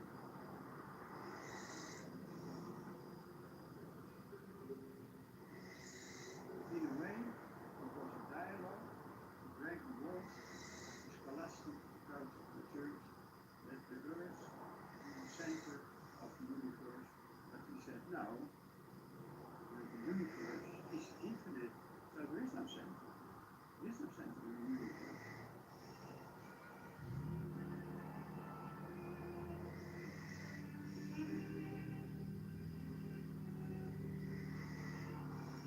In our library, we have about 20 publications, first editions by Giordano Bruno. But this book was missing. I was in Venice, and I was there with a conference, Saint Venice, the Water Club Venice, and I was there with many international visitors, but in a special forum, people that were interested in books. And the last evening was an antiquarian bookseller who brought some books about architecture in Venice. And suddenly it came with me, to my mind, to ask, do you have copies of Giordano Bruno? He said, yes, I have two. I have the English in the island, and I have Spazio della Bestia Triomphante. And it was so nice that Bruno was taken prisoner in Venice. I felt myself very close to Giordano Bruno, and then to acquire a book on the city prisoner. It was very moving. And he wrote it was commemoration of 400 years death of Girolamo Bruno. And he was given a compliment by the Minister of Culture to bring treasures so to Girolamo Bruno. He was burned at the stake at the flower market. So, Campos of Glory. And now you are here in the Canal of the Flowers in Amsterdam. My relationship is to Bruno. It's very powerful.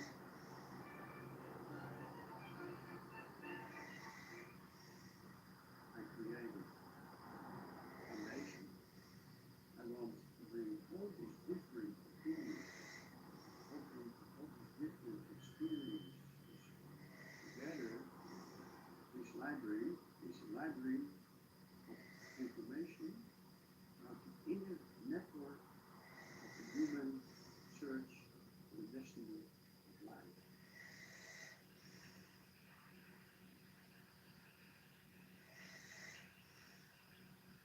The new energy, you can call it a fire, or heavenly body, that comes to the earth and will clean up many dark things or things that are crystallized. Life is always on the move, like a river that flows through a landscape, but it brings energy, it brings the mineral life, vegetable life, the biological life.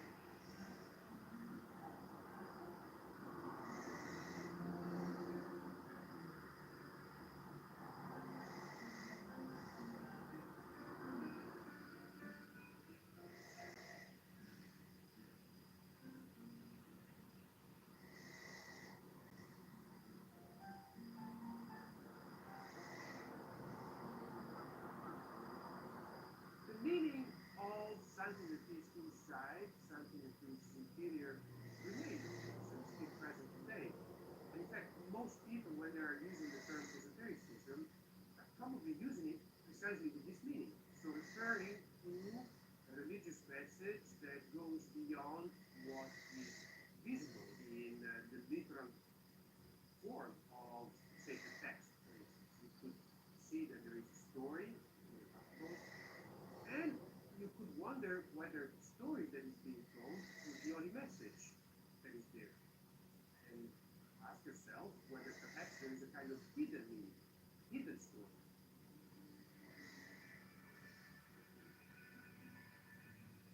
The Polyglot Bible, it was printed in Antwerp in 1573.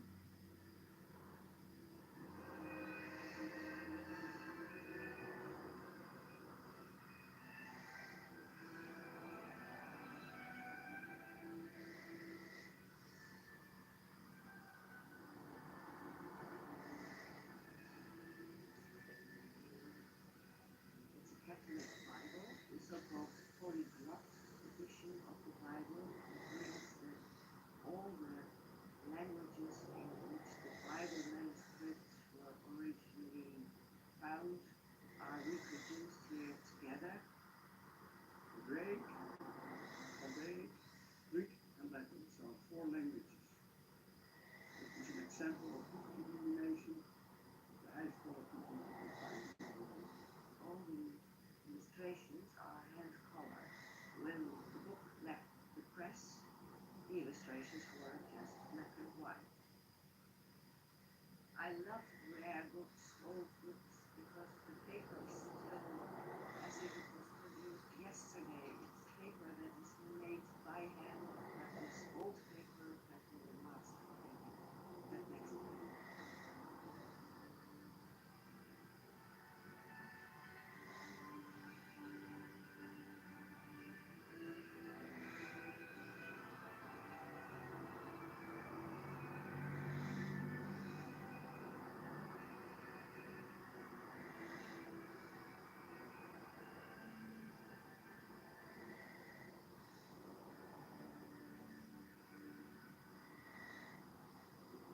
On the one hand, it was thought that it was possible to demonstrate the existence of a spiritual dimension,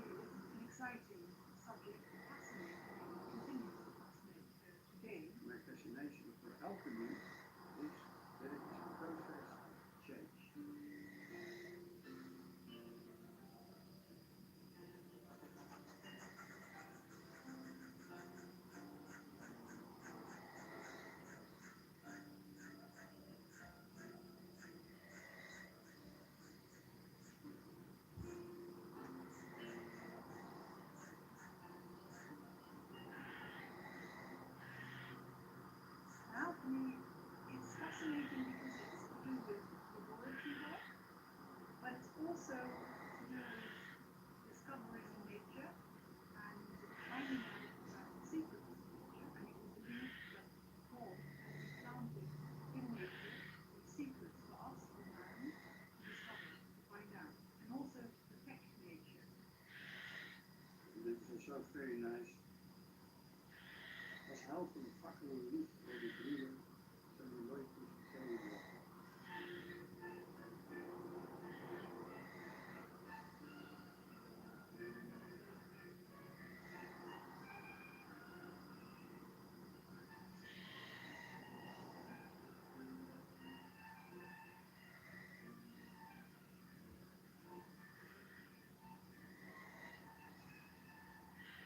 I have a principle that I say that divine spark is within you.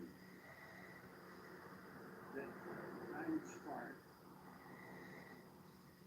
has to become a flame of the land. And what that flame should produce is fire. Fire. And that fire is your heritage. Fire. Fire that produces this pitch. What the people at CERN are doing now is what the scientists, the alchemists in the 17th century were doing also. They were working in a laboratory and they were exploring nature. You see the interior alchemist. To pray, what I call the work. What I call it. That is from Koolraad. I think Buddha, the German alchemist, physician, is another very well-known engraving called the Laboratory and the Oratory. And here you have Kunrad himself, he's meditating, he's freeing his mind before he can perform the alchemical work in the laboratory. So you have the tomb, the oratory, and the laboratory actually on the same level. There is no hierarchy. That performing alchemy and praying to God are on the same level. It's a really very astute observation. I was always interested in the laboratory of nature, the laboratory of the universe, and the laboratory of the man as a microcosm.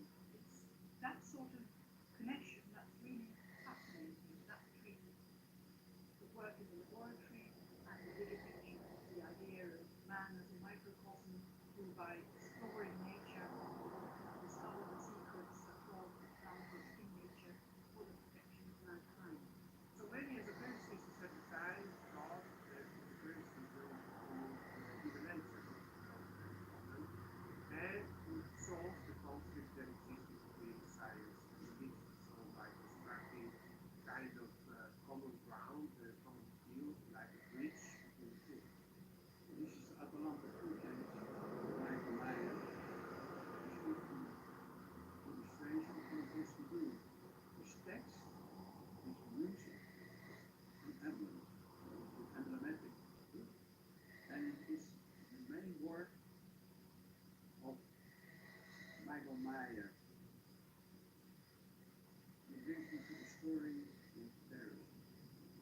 That is my private play. I flew to Paris.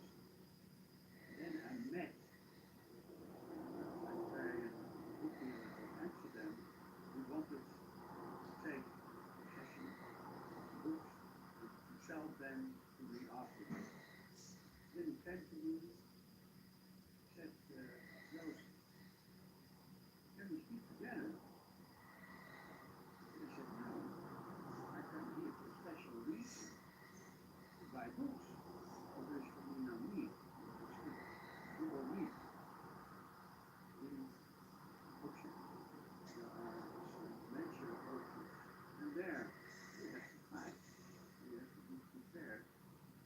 And you have to pay the price.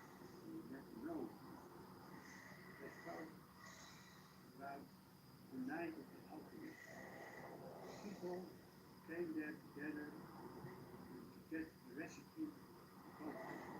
So the people who are interested in the original writings were coming together and were fighting in the second half of the last century. Many very rare books and manuscripts came to the book market. And now that they are over. So you can really say that they took the opportunity from the early 60s, now more than 50 years later, to make this library. I bought that onto one shirt, all the available text. This is a priceless book.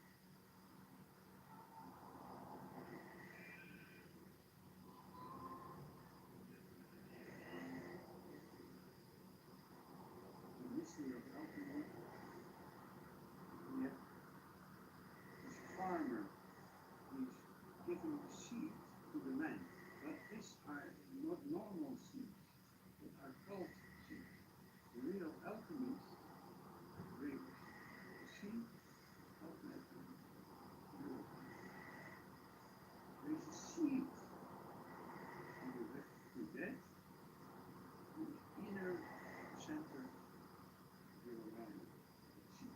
And at that moment that you have went through the experience, you see that seed starts to grow and flourish in a different dimension.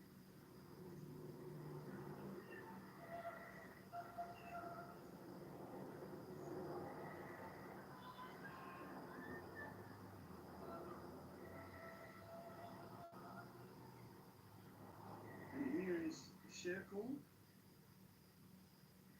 and then a square, and then a triangle.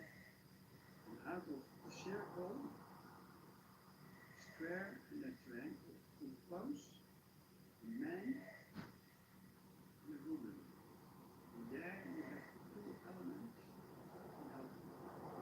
Male and female come together to create the stone of the life.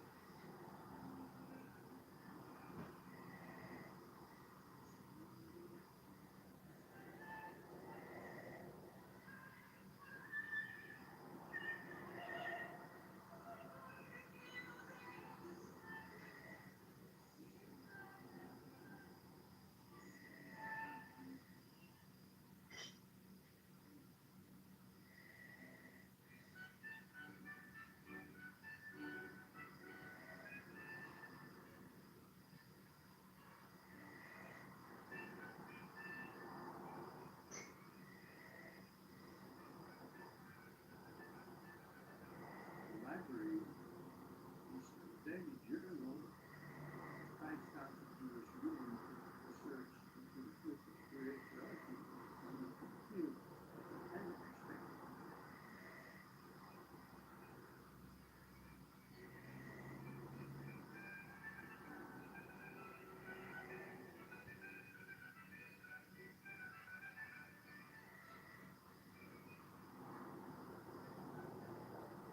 And alchemy basically about three things. About children, that is related to the sun. Mercury, that's related to the moon. And salt, that is related to matter.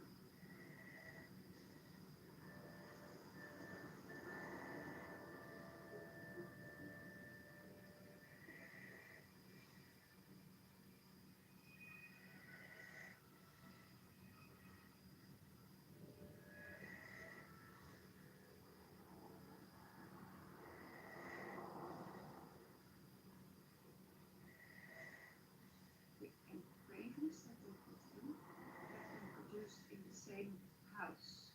It was the engraver Miriam who was working in Oppenheim. It's not a frequency, but in fact, media put, I would say, that makes alchemy interesting to a broader audience.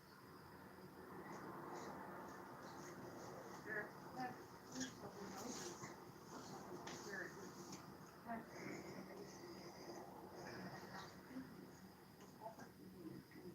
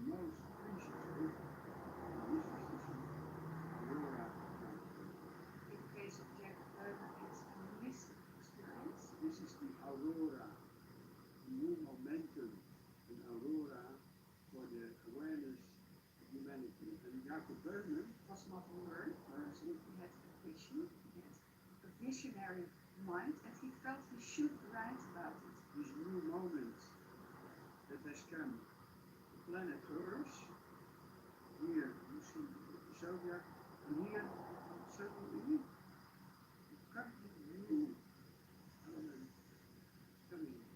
If you see an image like this, the favorite book of my father, you're not immediately able to explain. You are able to grasp the meaning, so somehow it gives you some sensation of, wow, this is really special.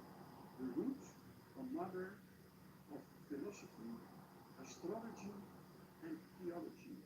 So this is also a fantastic present, and I could say that was a spark that became a flame in my collector's life. It was the present when I was 23 years old, so more than 50 years ago, that I got to my mother. And this is one of the early copies of the library. What we call now, what are now the first momentums, the first books. So please correct, this was the first book that came to the collection.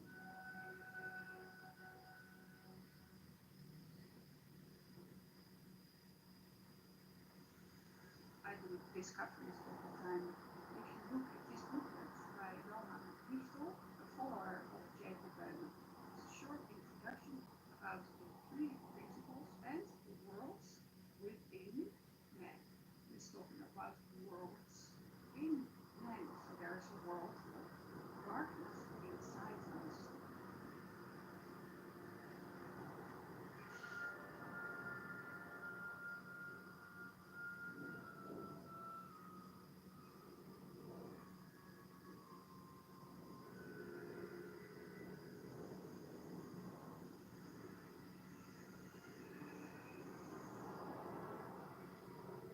Fascination that I personally have always had is the fascination for the ancient life. Of course, I've grown up in the world of ideas. A lot of the content of these books is visionary.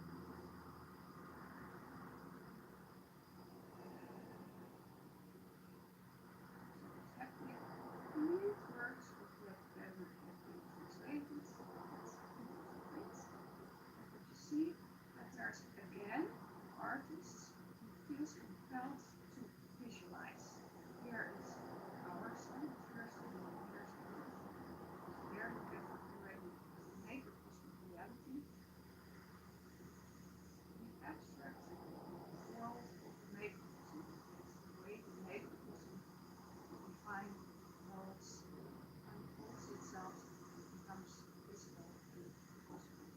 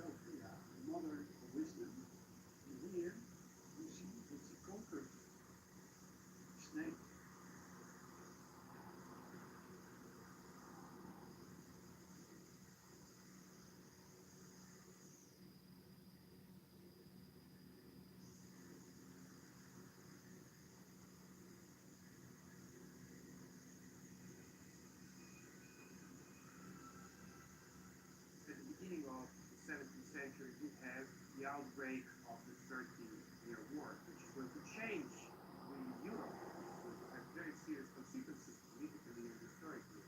So the historical climate right before the outbreak was that constitutionalism begins. It started with my father just knocking on the door where the bookseller asking, I wanted to buy Catholic that outside. Well, he said, hey, I wouldn't forget all my life as well. So what do you think? It's a German affair, so to speak, because it originally in 1613, where the first constitution of Basque was written actually. Parma Patriotatis, or Brotherhood, and it was a very small pamphlet which formed from all the learned heads of Europe to achieve a reformation, worldwide reformation of science, religion, history, everything, to make mankind realize the microcosm.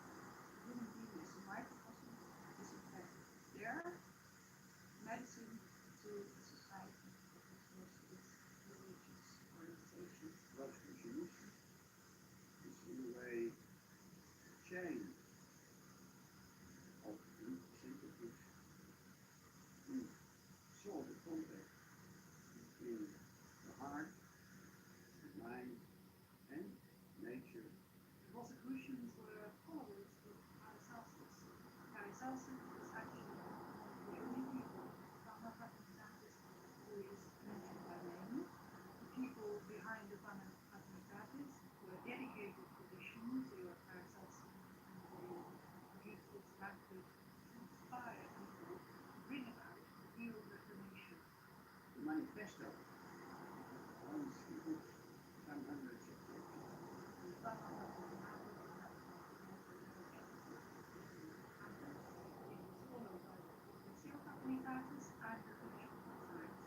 These 3 pamphlets together are called the Rosicrucian Manifesto. They are really the source of breakthrough in German society only needed 30 years old. The very first times kind of Patriotatis was now comes all your small gifts and grace that God has bestowed on us. It's now time also to provide like it's a wonderful story that in Christian Visigothic, we traveled to the Orient with legs, all kinds of magical, alchemical, holistic knowledge, takes it with him back to Europe and presents it to the learned heads who don't know.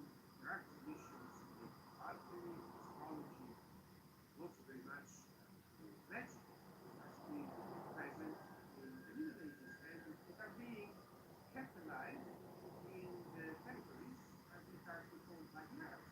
Almost diamond is some of the types, the protagonist of the Parma Patriotatis also visited France, which is Bourbon, and it's been established recently that the rules of the Brotherhood, 4 of them, are actually based on those of the Sufi state instead. So really one of those is presented with a magical name for them. But of course, like magic, it also has its roots in Christianity. And so what the Parma Patriotatis urged was a reformation. Also, because they were Tartessos and therefore physicians, they also urged their colleagues to cure people of flu. The Arabs played a key role in transmitting the Greek culture by translating philosophical treatises into Arabic and then from Arabic into Latin. If you look at the traditional Rosicrucians, 100,000 persons who are interested to know about Rosicrucians. This is a watercolor drawing. It's the original illustration in the book of the War, Secret Teachings of the Ages. And what we see here is a very important moment in the Parma Patriotatis, where one of the brothers, who is architect, he wants to improve something in the building, and he sees a small nail in the wall, and he thinks, I should tear that out. And when he does, he finds a door.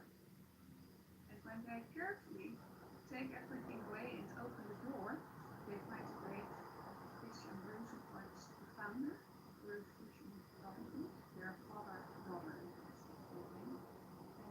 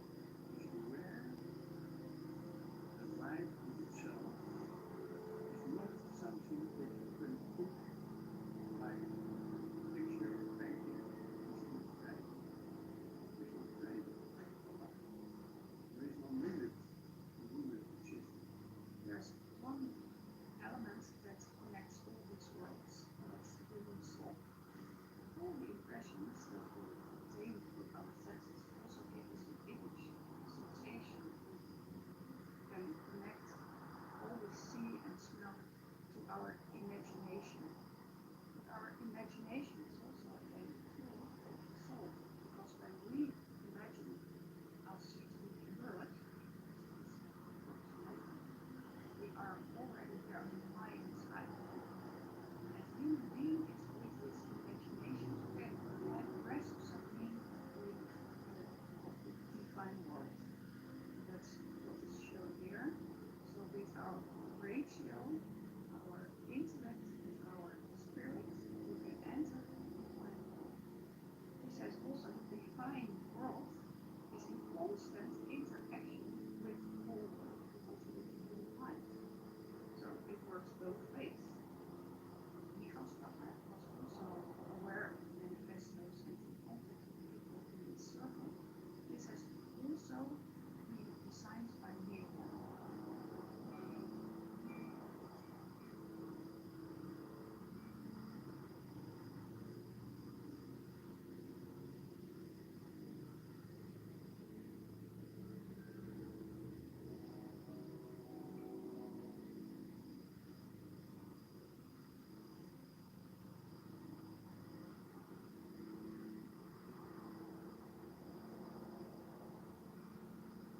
They follow the tradition of human research. And this goes back 5,000 years ago. Alchemy goes back to 3,000 years ago. The mysticism is very related to Christianity.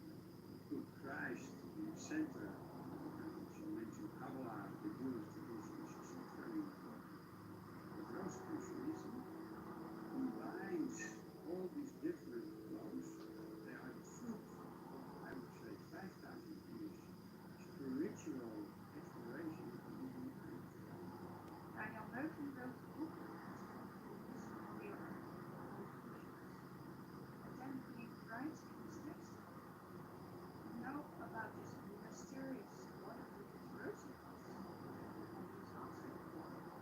If you want to know what's the meaning of this Rosicrucian message, study this engraving of Rosicrucians. All you need to know about the Rosicrucians there, I cannot say more. Because you know what happens when you say something, they are twisting the words, so I cannot say more.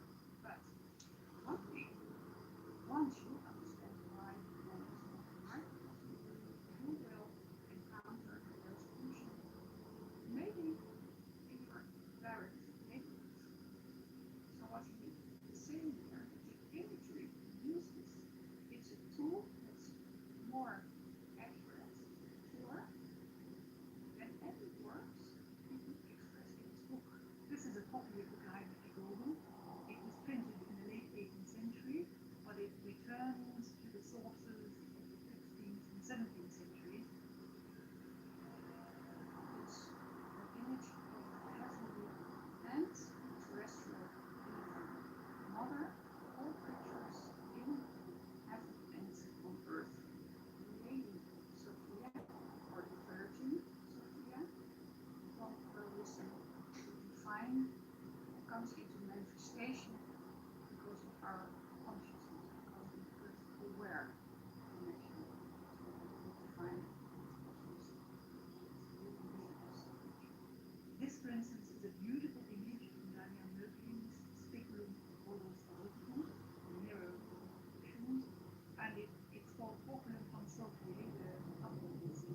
A man, and he is connected with mineral, vegetable, and biological life, so the microcosmos, and nature itself. The human being connects eternity with time. The human being is then displayed as an instrument, the instrument of the divine fiat. In the middle you have man with the microcosm, and the Latin word for you, which means we are the microcosm and that is what given to the world. We as men, as people, we rely on our five senses, but we also have knowledge, called inner knowledge, what is left for possessing. That is why man is the most equal of creatures, because he has his five senses, but he has no sense we can achieve the knowledge of God, and that is what this image is all about. On that up inner, that would be from the one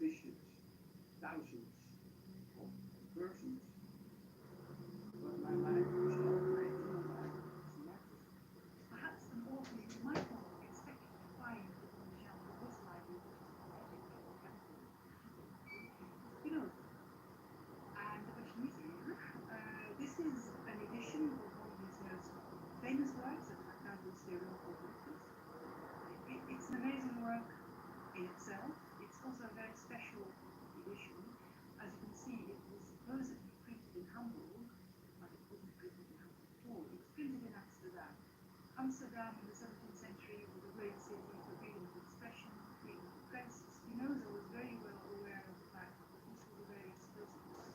It's in Latin, it's international.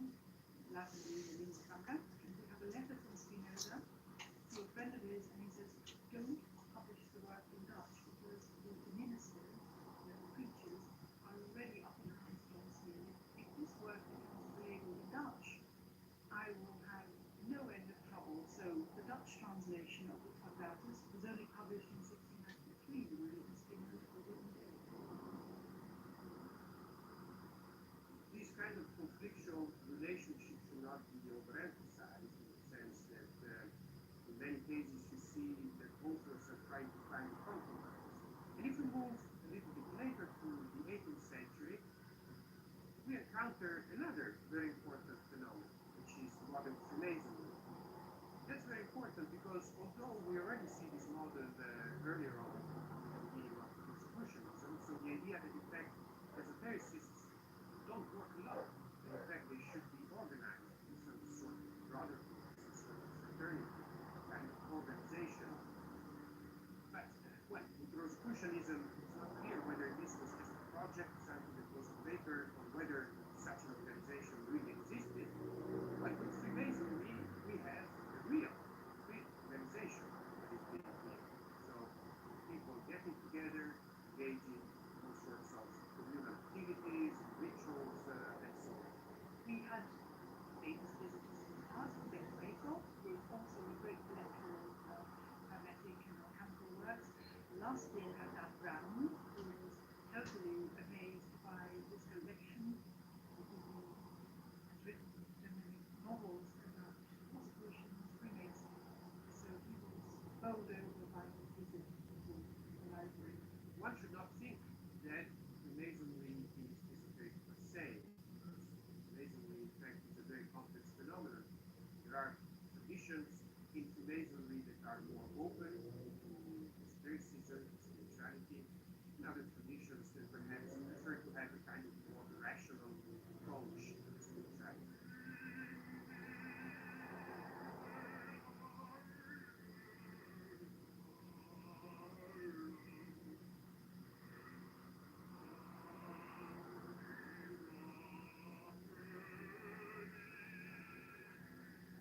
The macrocosmos is a spark of the Big Bang Theory. It's what particles, and I carry that Proxpark treasure in the life.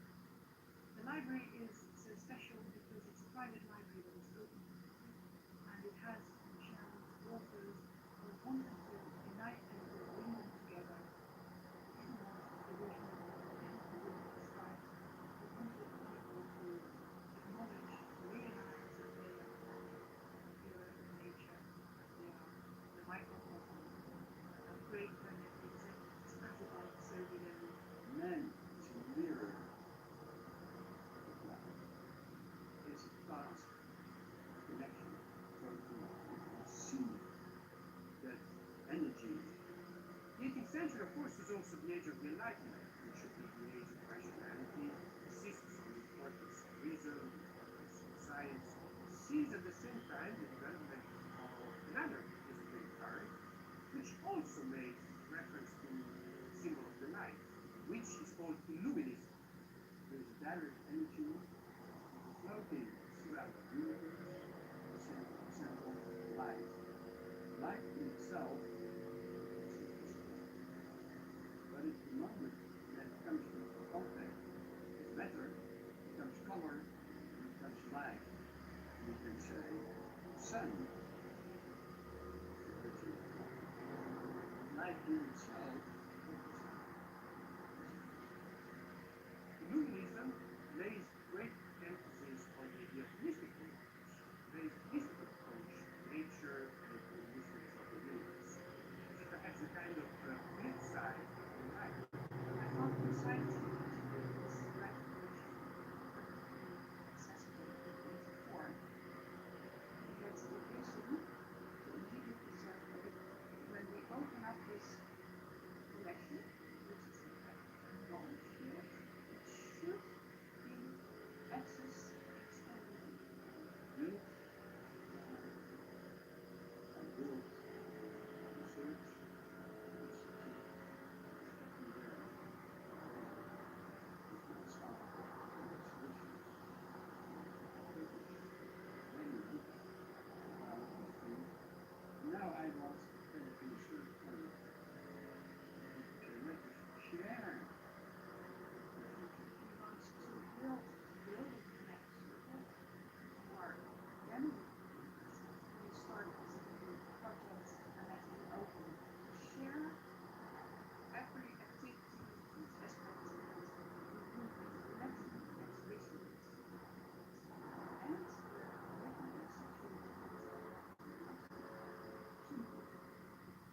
we, and not them responsible.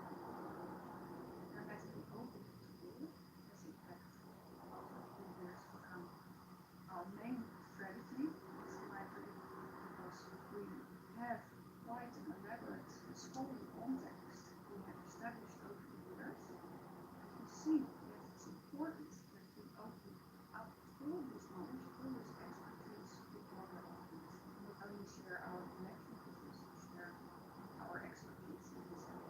I always saw the total truth in front of me, and then the books came. Beautiful, magnificent, energy. At the end of the 18th century, we have the current of animal magnetism, comes under Basque. And another important current is Swedenborgianism, based on the teachings of the Swedish visionary and mystic Emanuel Swedenborg. These two currents combine, Swedenborgianism and animal magnetism, Basqueism, sometimes called, form a sort of backbone to all later esotericism. And then the whole different four corners of the world. It's all the same, but it comes together in one awareness. The east, the west, the north, and south, they will meet on a new consensus questions. Where do I come from?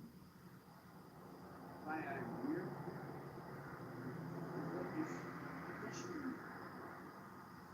In the 19th century, we have spiritualism, which really begins in America.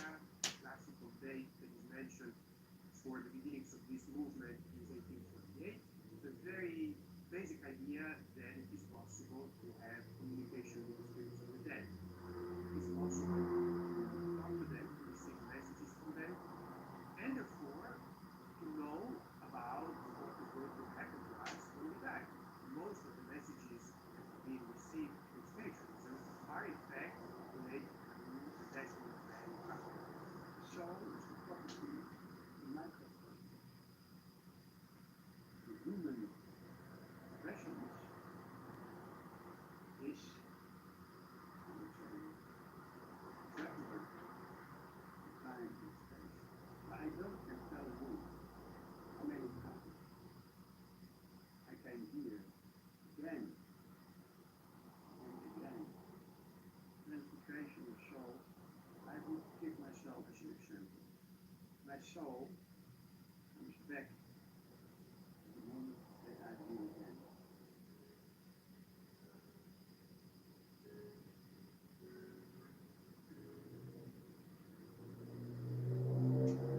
We try to connect it with the first edition of the book, for instance, Madame Blavatsky's works.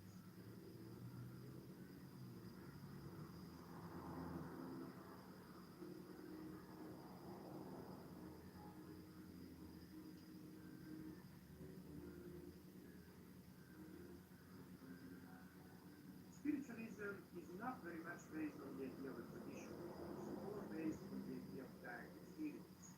You get together with a group of persons and then you engage in what is usually called seance. With the help of a medium, so a person with particular skills, you enter in contact with spirits of that people. It is that simple, so you don't need to have a particular tradition.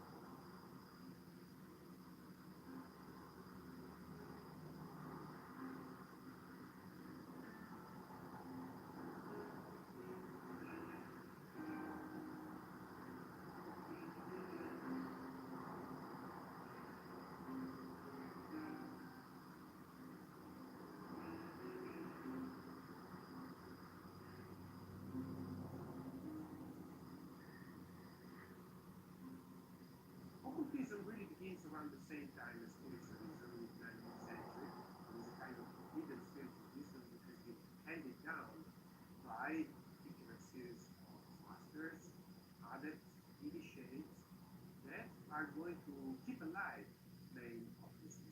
In this sense, it is similar to older forms of esotericism. I warn everybody that it's not a way of speculation. It's very natural. And I can say this to you. A mystic, an hermetic person, an alchemist,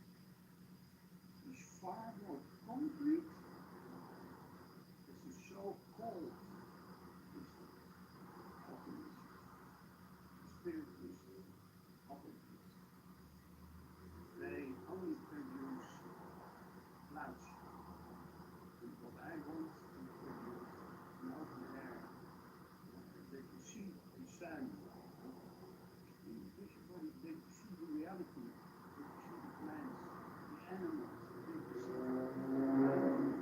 they perceive them not so much as that they see what they are, but they perceive them as the possibility.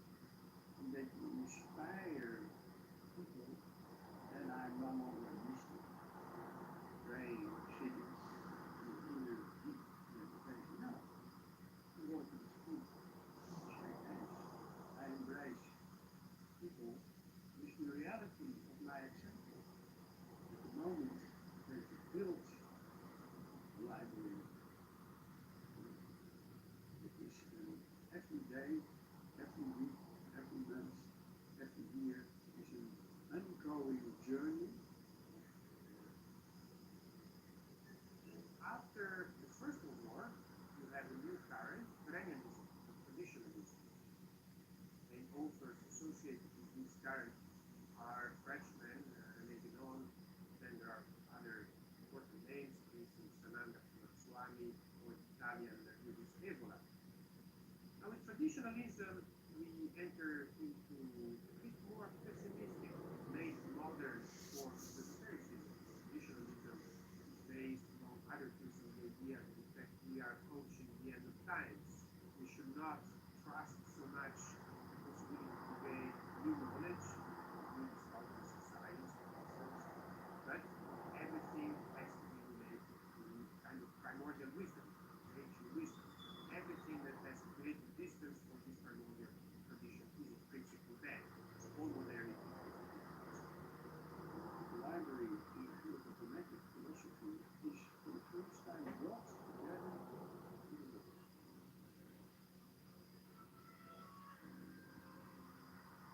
I wanted to be complete with this book.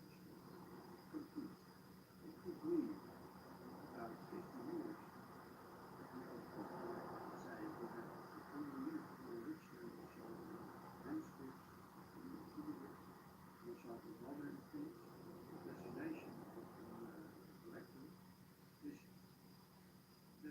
Library is never really complete.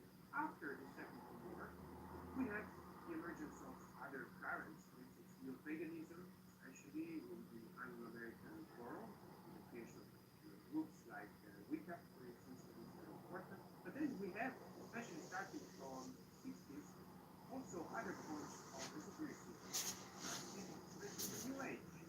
Now, the New Age has been perceived by observers, scholars sometimes also, as kind of popularized form of esotericism, as commercial aspect. People think that it's a kind of degeneration also of esotericism. You have the phenomenon of the bestseller. What are in fact esoteric ideas, but to a very, very large public. I love their books because each one of them is different, whether it's the bindings, contents, art, and describe thoughts in them. You share the ownership with people who had this book in their hands and take it to the next generation. Owners come from each of their books different. The character, Not a library that went from hand to hand, but with 30,000 books. They came from thousands of other owners, but there were always that succession. Look the disclaimer of this book.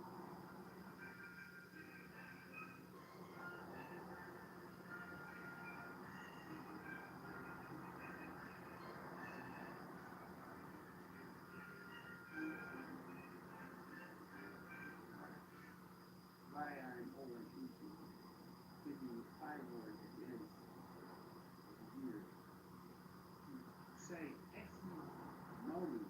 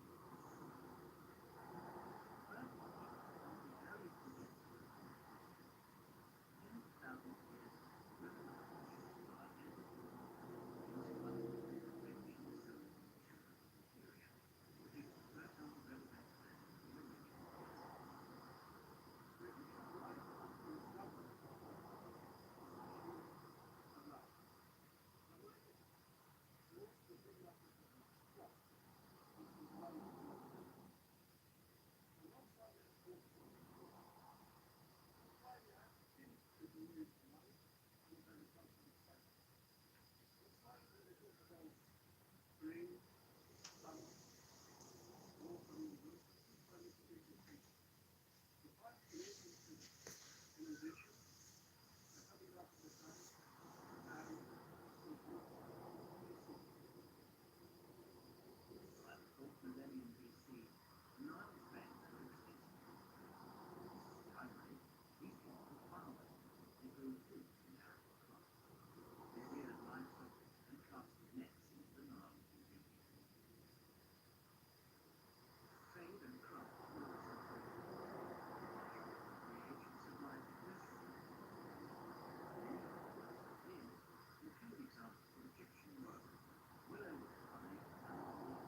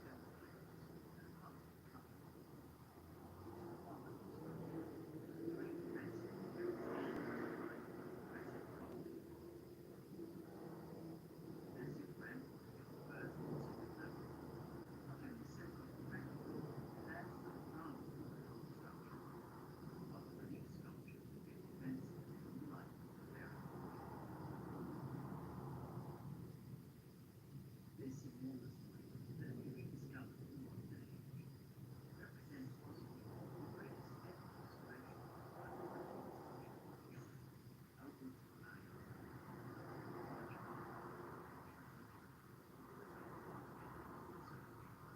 ancient century since the beginning of large-scale archaeological excavation. Then excavations were done by Albert John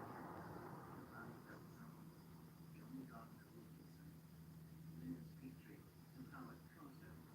We now possess a wealth of knowledge of 3,000 years of Egyptian history and excavation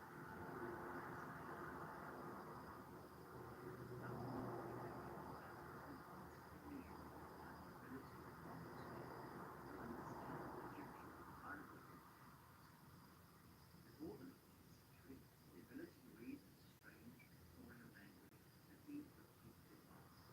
It was only thanks to the discovery of one famous Slavic stone, these mysterious images at last were able to give up that memory.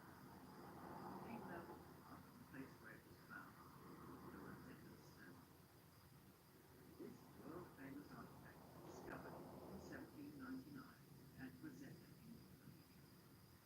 Made of basalt, it was dug up by a French soldier, a member of Napoleon's Egyptian force. An early French archaeological party was also leaving at the same time, and it soon became apparent that this was no traditional mine. The Rosetta Stone was discovered in 1699 It is a incredibly dated from 960 BC, which is described in the tradition with various excavations of different and so it therefore careful investigation and recent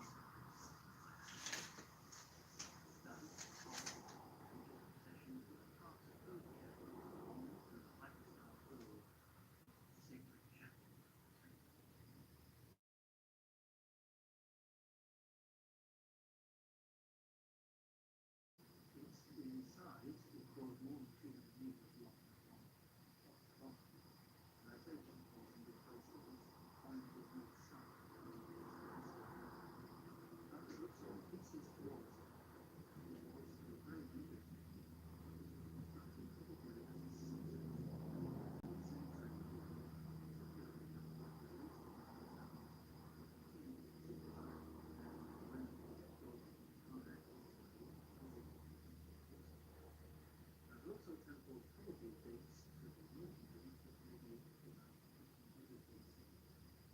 And its main expansion was in the new open Celtic, which was Visigothic, and then again over into second from the anomalies. And then in the Roman period, the influence of celebrated in the 3rd century BC.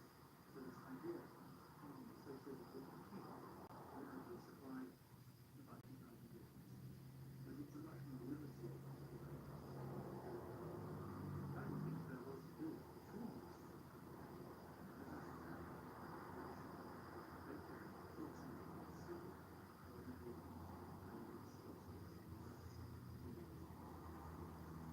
so that looks like very much extends to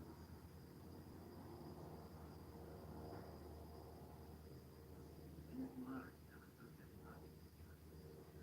It's reasonable for colonists to consider the true on the great planet or the great pharaoh Amenhotep. No doubt Amenhotep was actually king to remember he was the ruler of his people.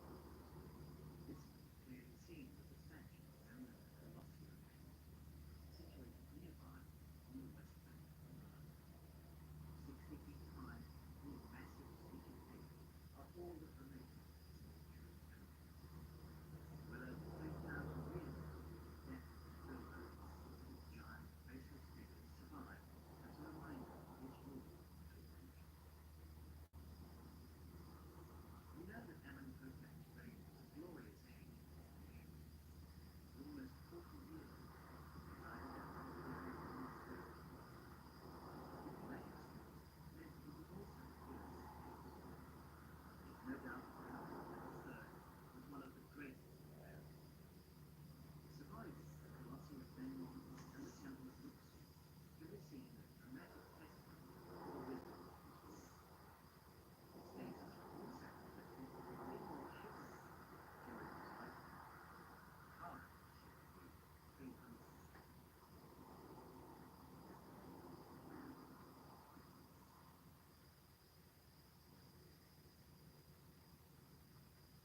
Visitors to the temple of Luxor fail to bear in mind another great pharaoh of his time. Next to Amenhotep's coronation, this king constructed an extension of the original temple. Its entrance was a pylon over 75 feet high. Beside this, he erected other units of over 8 granite objects with statues of himself on the pinnacle of the crest. These are the images of the pharaoh some consider the greatest of them all. The 19th king who ruled about 67 years in the 13th century BC. His name was familiar to many people, though with a slightly comprehension. His image is Ramesses II. the second, the one who ruled in the sky. Absolutely mystical. All the story figures, what they achieved.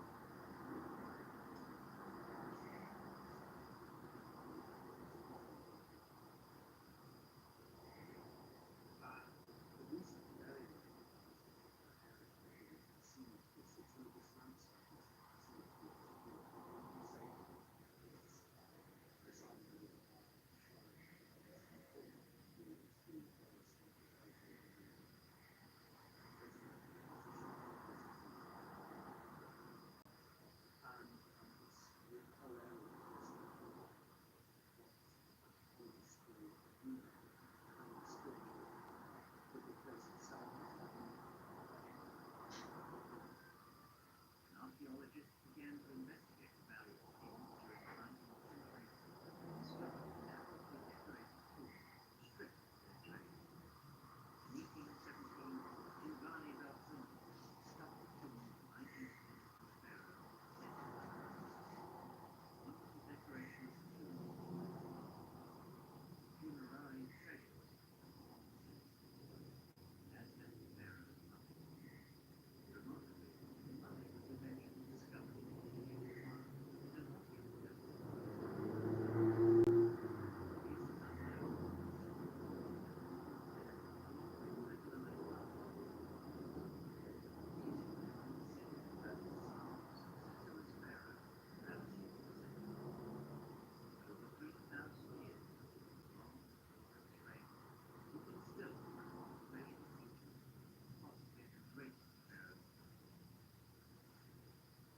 If Ramses II was the greatest pharaoh of all, it may not be the most famous one. Many people give that honor to one of his new kingdom predecessors. This was a king who died young, but whose death prompted the creation of one of the most stupendous objects ever created.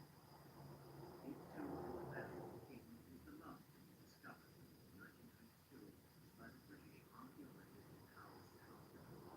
The tomb itself is unremarkable,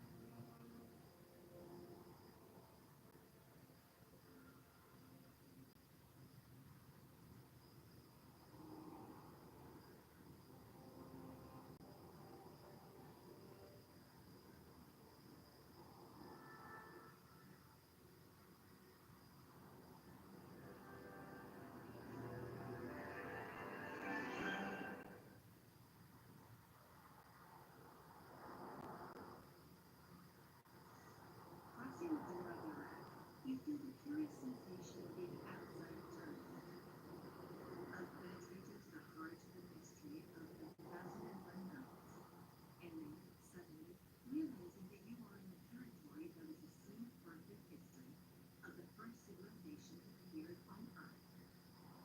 Crossing Iraq also means revealing more of the 8 years of ancient history, Antique Mesopotamia, with more than 10,000 archaeological sites that could witnesses of our past, a fundamental heritage for understanding the history of mankind. It means to think that 60 centuries separate us from the Sumerian, Assyrian, and Babylonian civilizations. It means reading the Bible and stories of the book of Genesis. It means going back to the first pages of creation, the first laboratory for the development of future civilizations.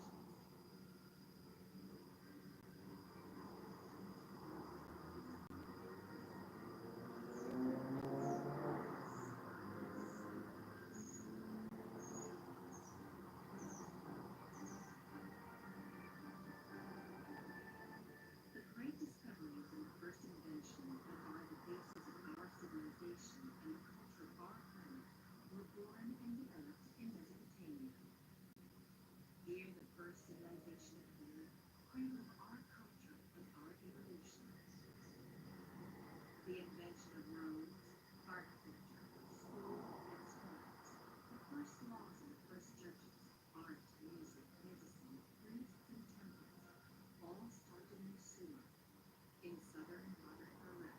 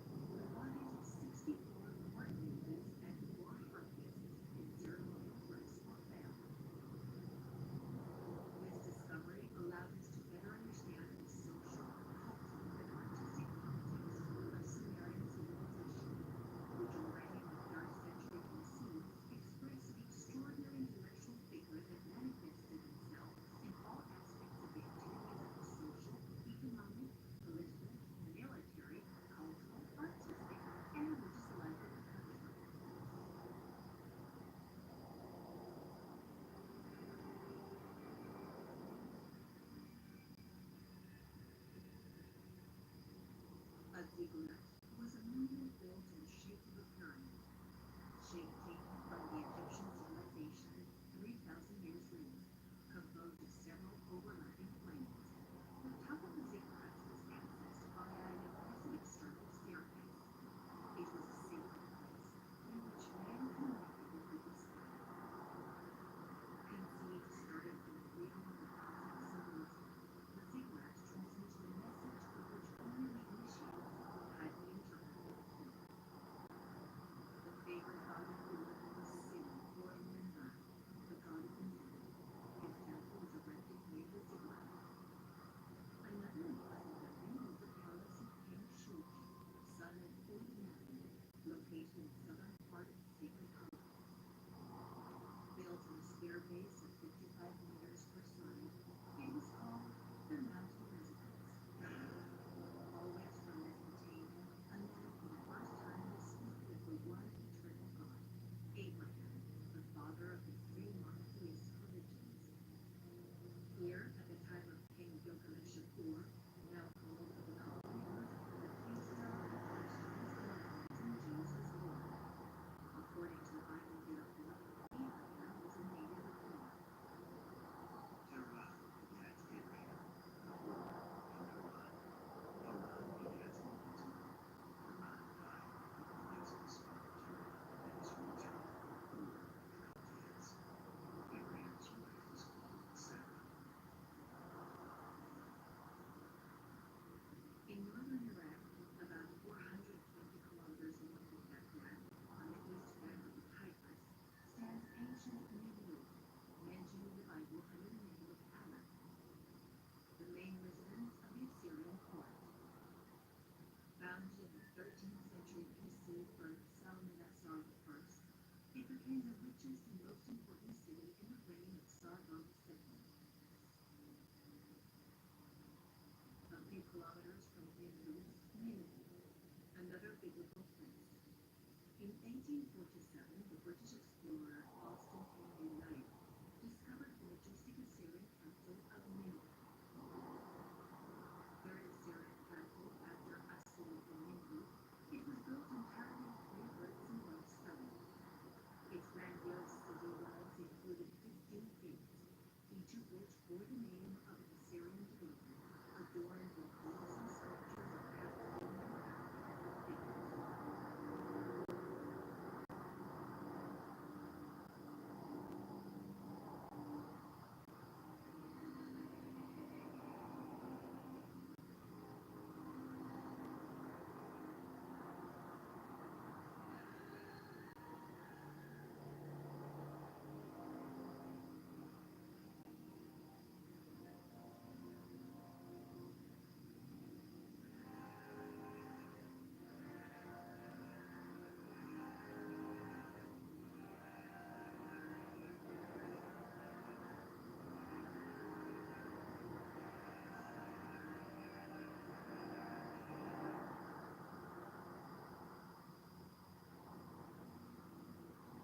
North of Nineveh is the town of Masada, ancient wood-shaped tomb, residence of the Assyrian king Sargon II. In the second half of the 19th century, the French archaeologist Émile Bocquet, during an excavation campaign, found gigantic winged bulls, and recently in Khorasan, Iraqi archaeologists have found another winged bull of surprising size. During this research, the palace of Ashur-Nasir Khan II, 668-627 BC, and its library was discovered. A collection of literary and scientific works then known for a total of 1,500 titles.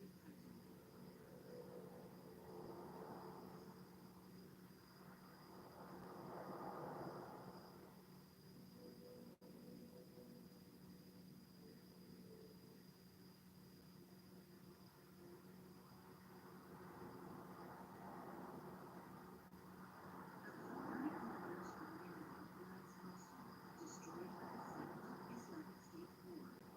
Of brief consideration, there is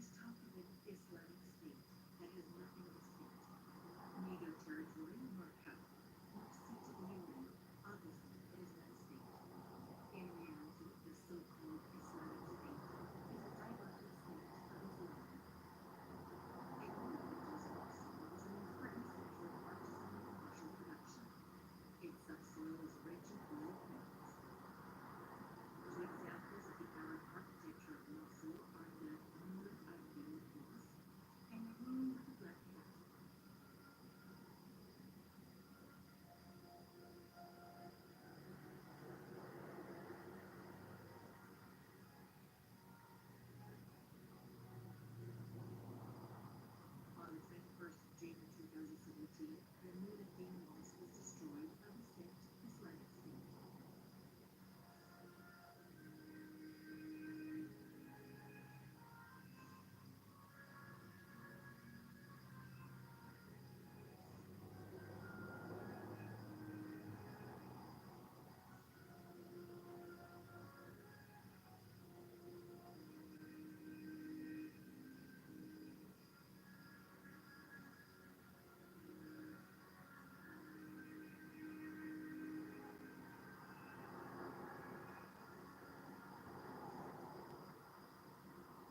Iraq's most important Christian temple resided in Mosul and its surroundings.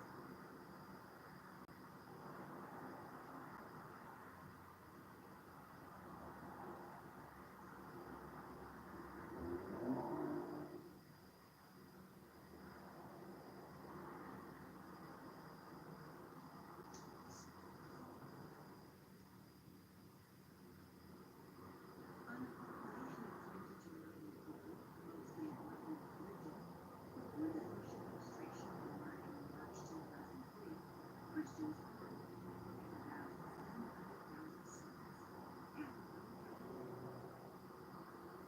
Alongside the Canadian Church, Christians of Eastern Confession meet. The Nestorian, Gregorian, Jesuit, Syrian, and Armenian churches, distributing over 500 monasteries and institutes. Even today in liturgy, the Aramaic language is used, the same that Jesus Christ spoke.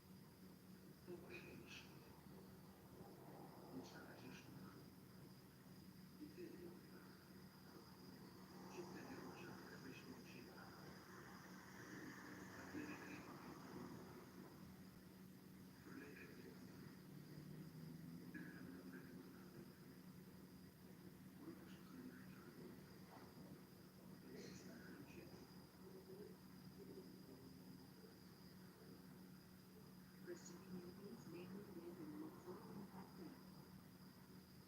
The presence of the Catholic Church in Iraq is one of the oldest, and before the arrival of the sect, Islamic State, it played a particularly important role in the social and cultural life of the country. It was a dynamic community of 700,000 souls, in which women in particular were well integrated into modern life. The Christian tradition is deeply rooted in the social fabric of the country.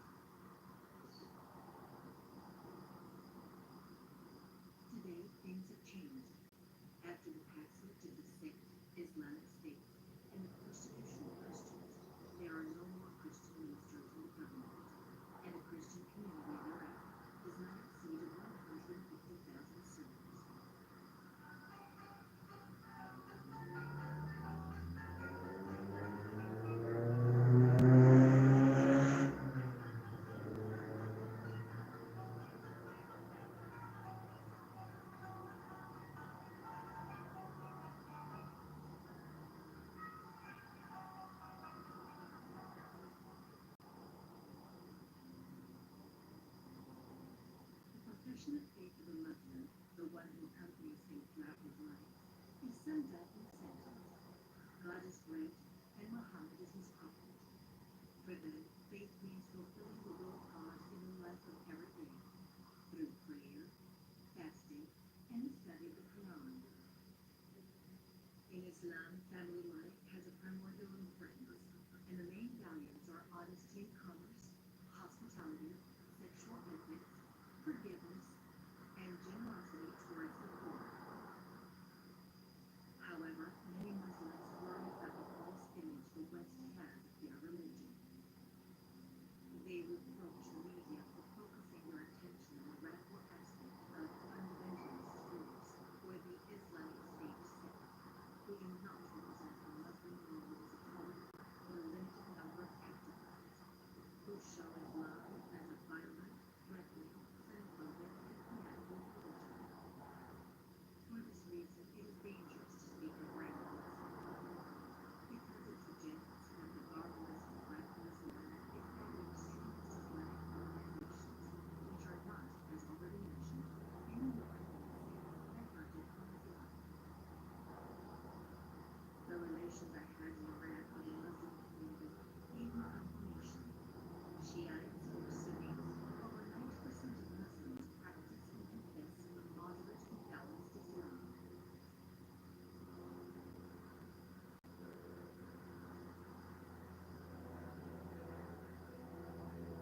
The Najaf Mosque is a true sanctuary for Muslims, especially for the Shiites, since the remains of Imam al-Muhyiddin al-Mujaddid, cousin and son-in-law of Prophet Muhammad, lie extended within this mosque.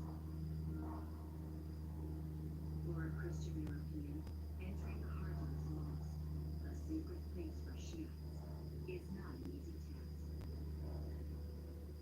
I asked if it was possible to enter the mosque. The government guide and the escort man who accompanied us looked at me in amazement, then asked to meet the leaders of the mosque, who in fact received us with courtesy, offering us tea and sweets. After about 20 minutes of discussion, we were allowed to enter the sanctuary and pray.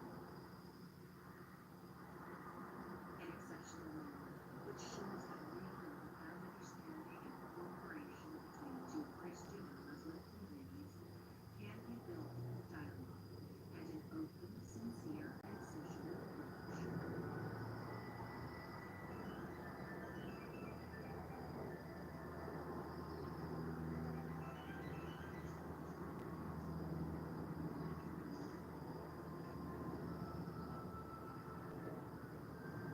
An example of the interreligious tradition in Iraq is that of the Iraqi sculptor Muhammad Dani Hikmat, of Muslim religion, famous in his country for the realization of numerous works, including Christian ethics. From 1969, when the Hashemite monarchy was overthrown and Iraq became a republic, Ghani executed a series of high-profile performances that are now scattered throughout the city of Baghdad. Many of Ghani's early sculptures were inspired by Iraqi folklore, particularly the characters of Thousand and One Nights. His first works were figurative and included statues of Sinbad the Sailor, the poet of the 10th century al-Mutanabi, the first Abbasid caliph Abu Ja'far Mansur in stone, Hammurabi in bronze, and Gilgamesh.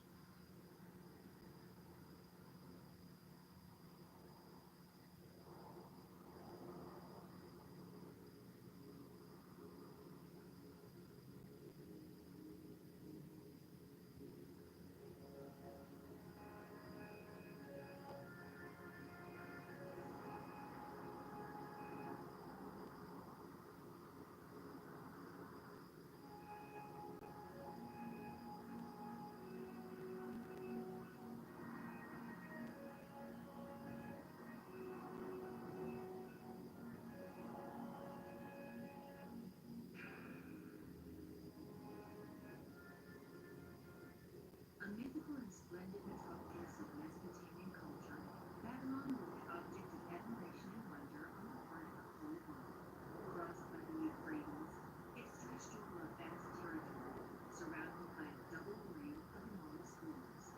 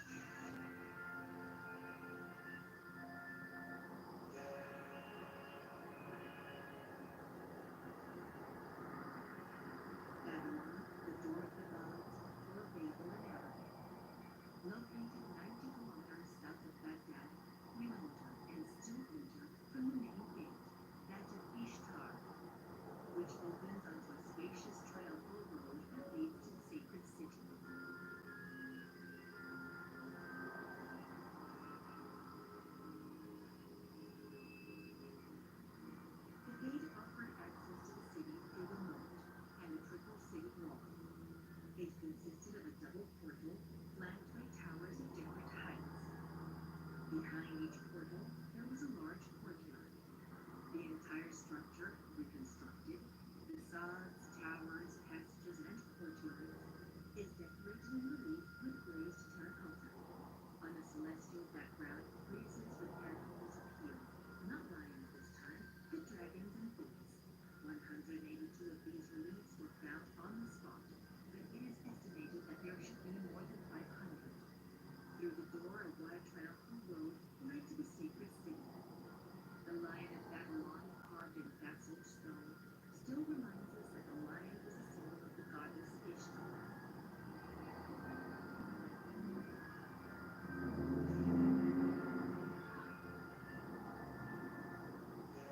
South of the procession's road, there is a major temple, the Visigothic, Sumerian name of the temple of the god Hercules, that leads up to the Tower of Babylon, which had 7 levels for a height of 91 meters on a square base of also 91 meters.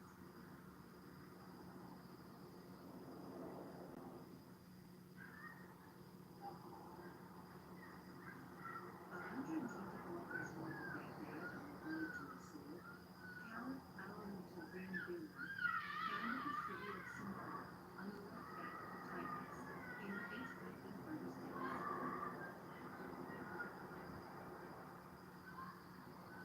Original in particular is the minaret, 52 meters high, whose top can be reached through an external spiral staircase of 300 steps.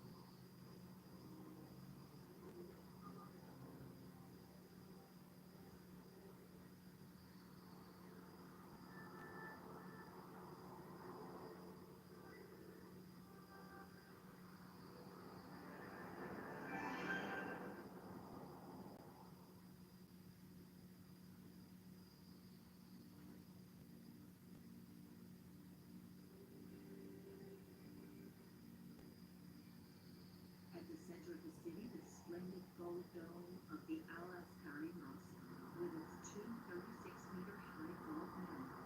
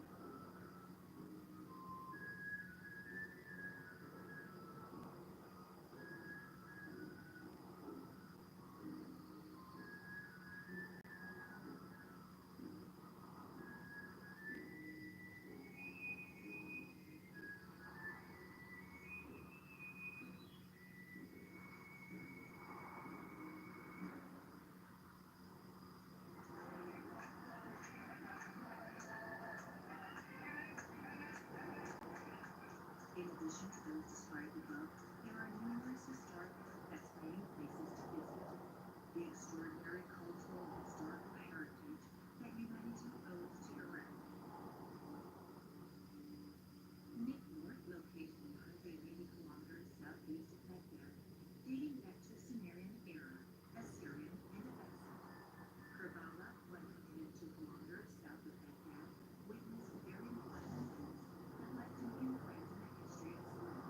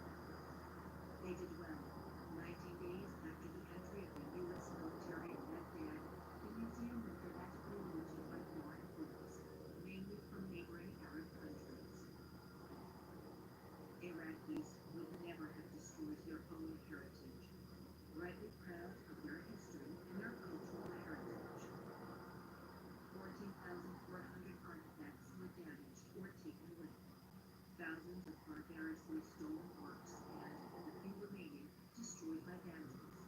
The museum, cradle of civilization, instead of being protected by American troops, has become the theater of conflict. An Iraqi intelligence report for the summer of 2014 reveals that ISIS has earned $36 million by smuggling ancient art.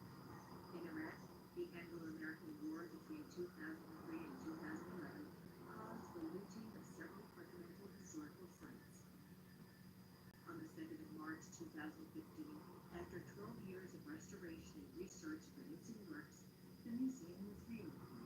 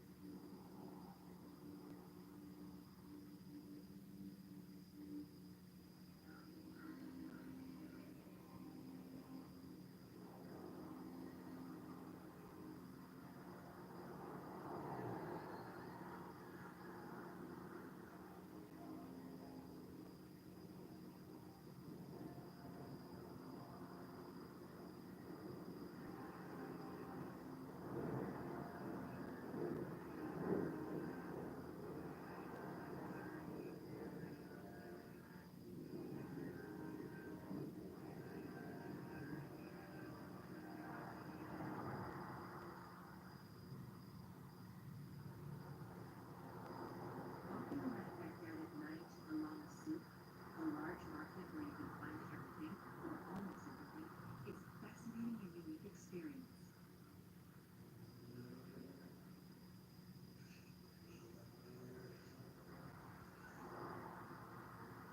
One of the most interesting souks is that of the copper artisans, who make containers and copper objects of all shapes and sizes on the spot.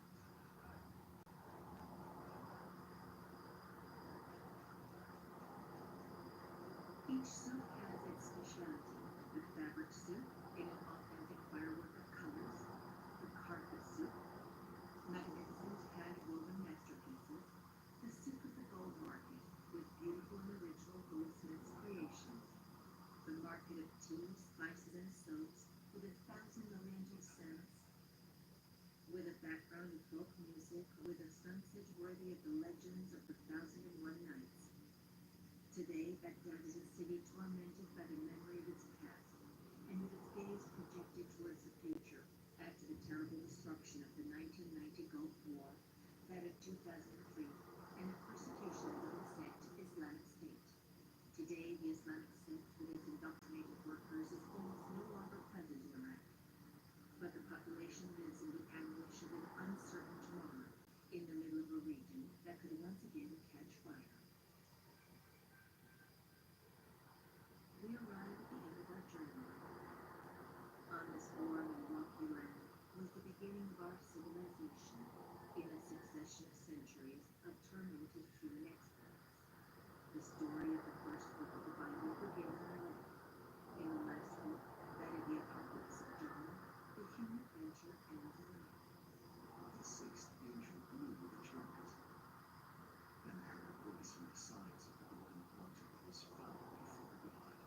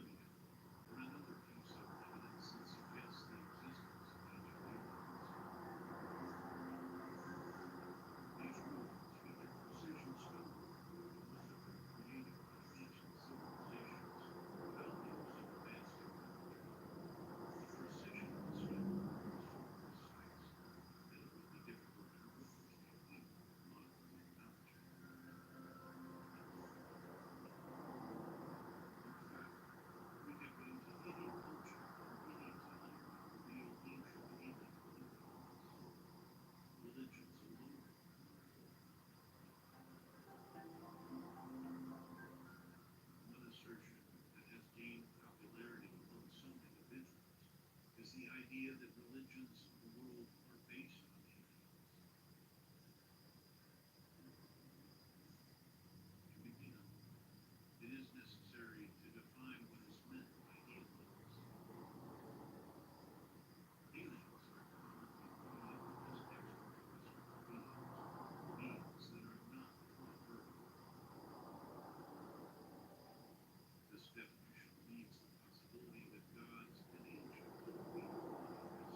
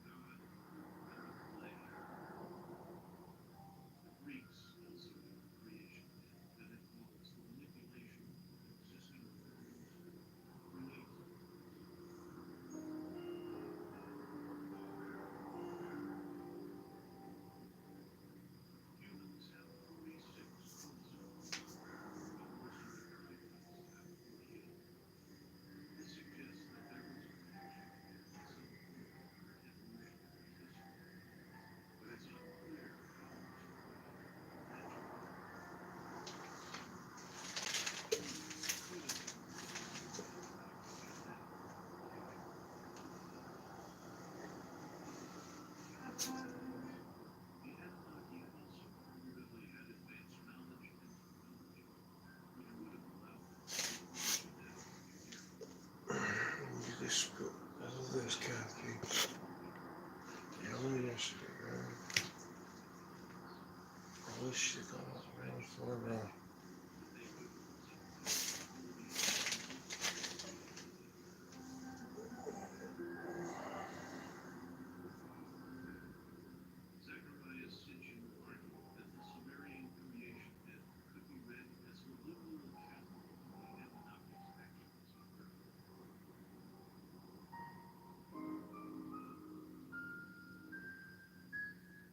It's also worth noting that there are many unexplained gaps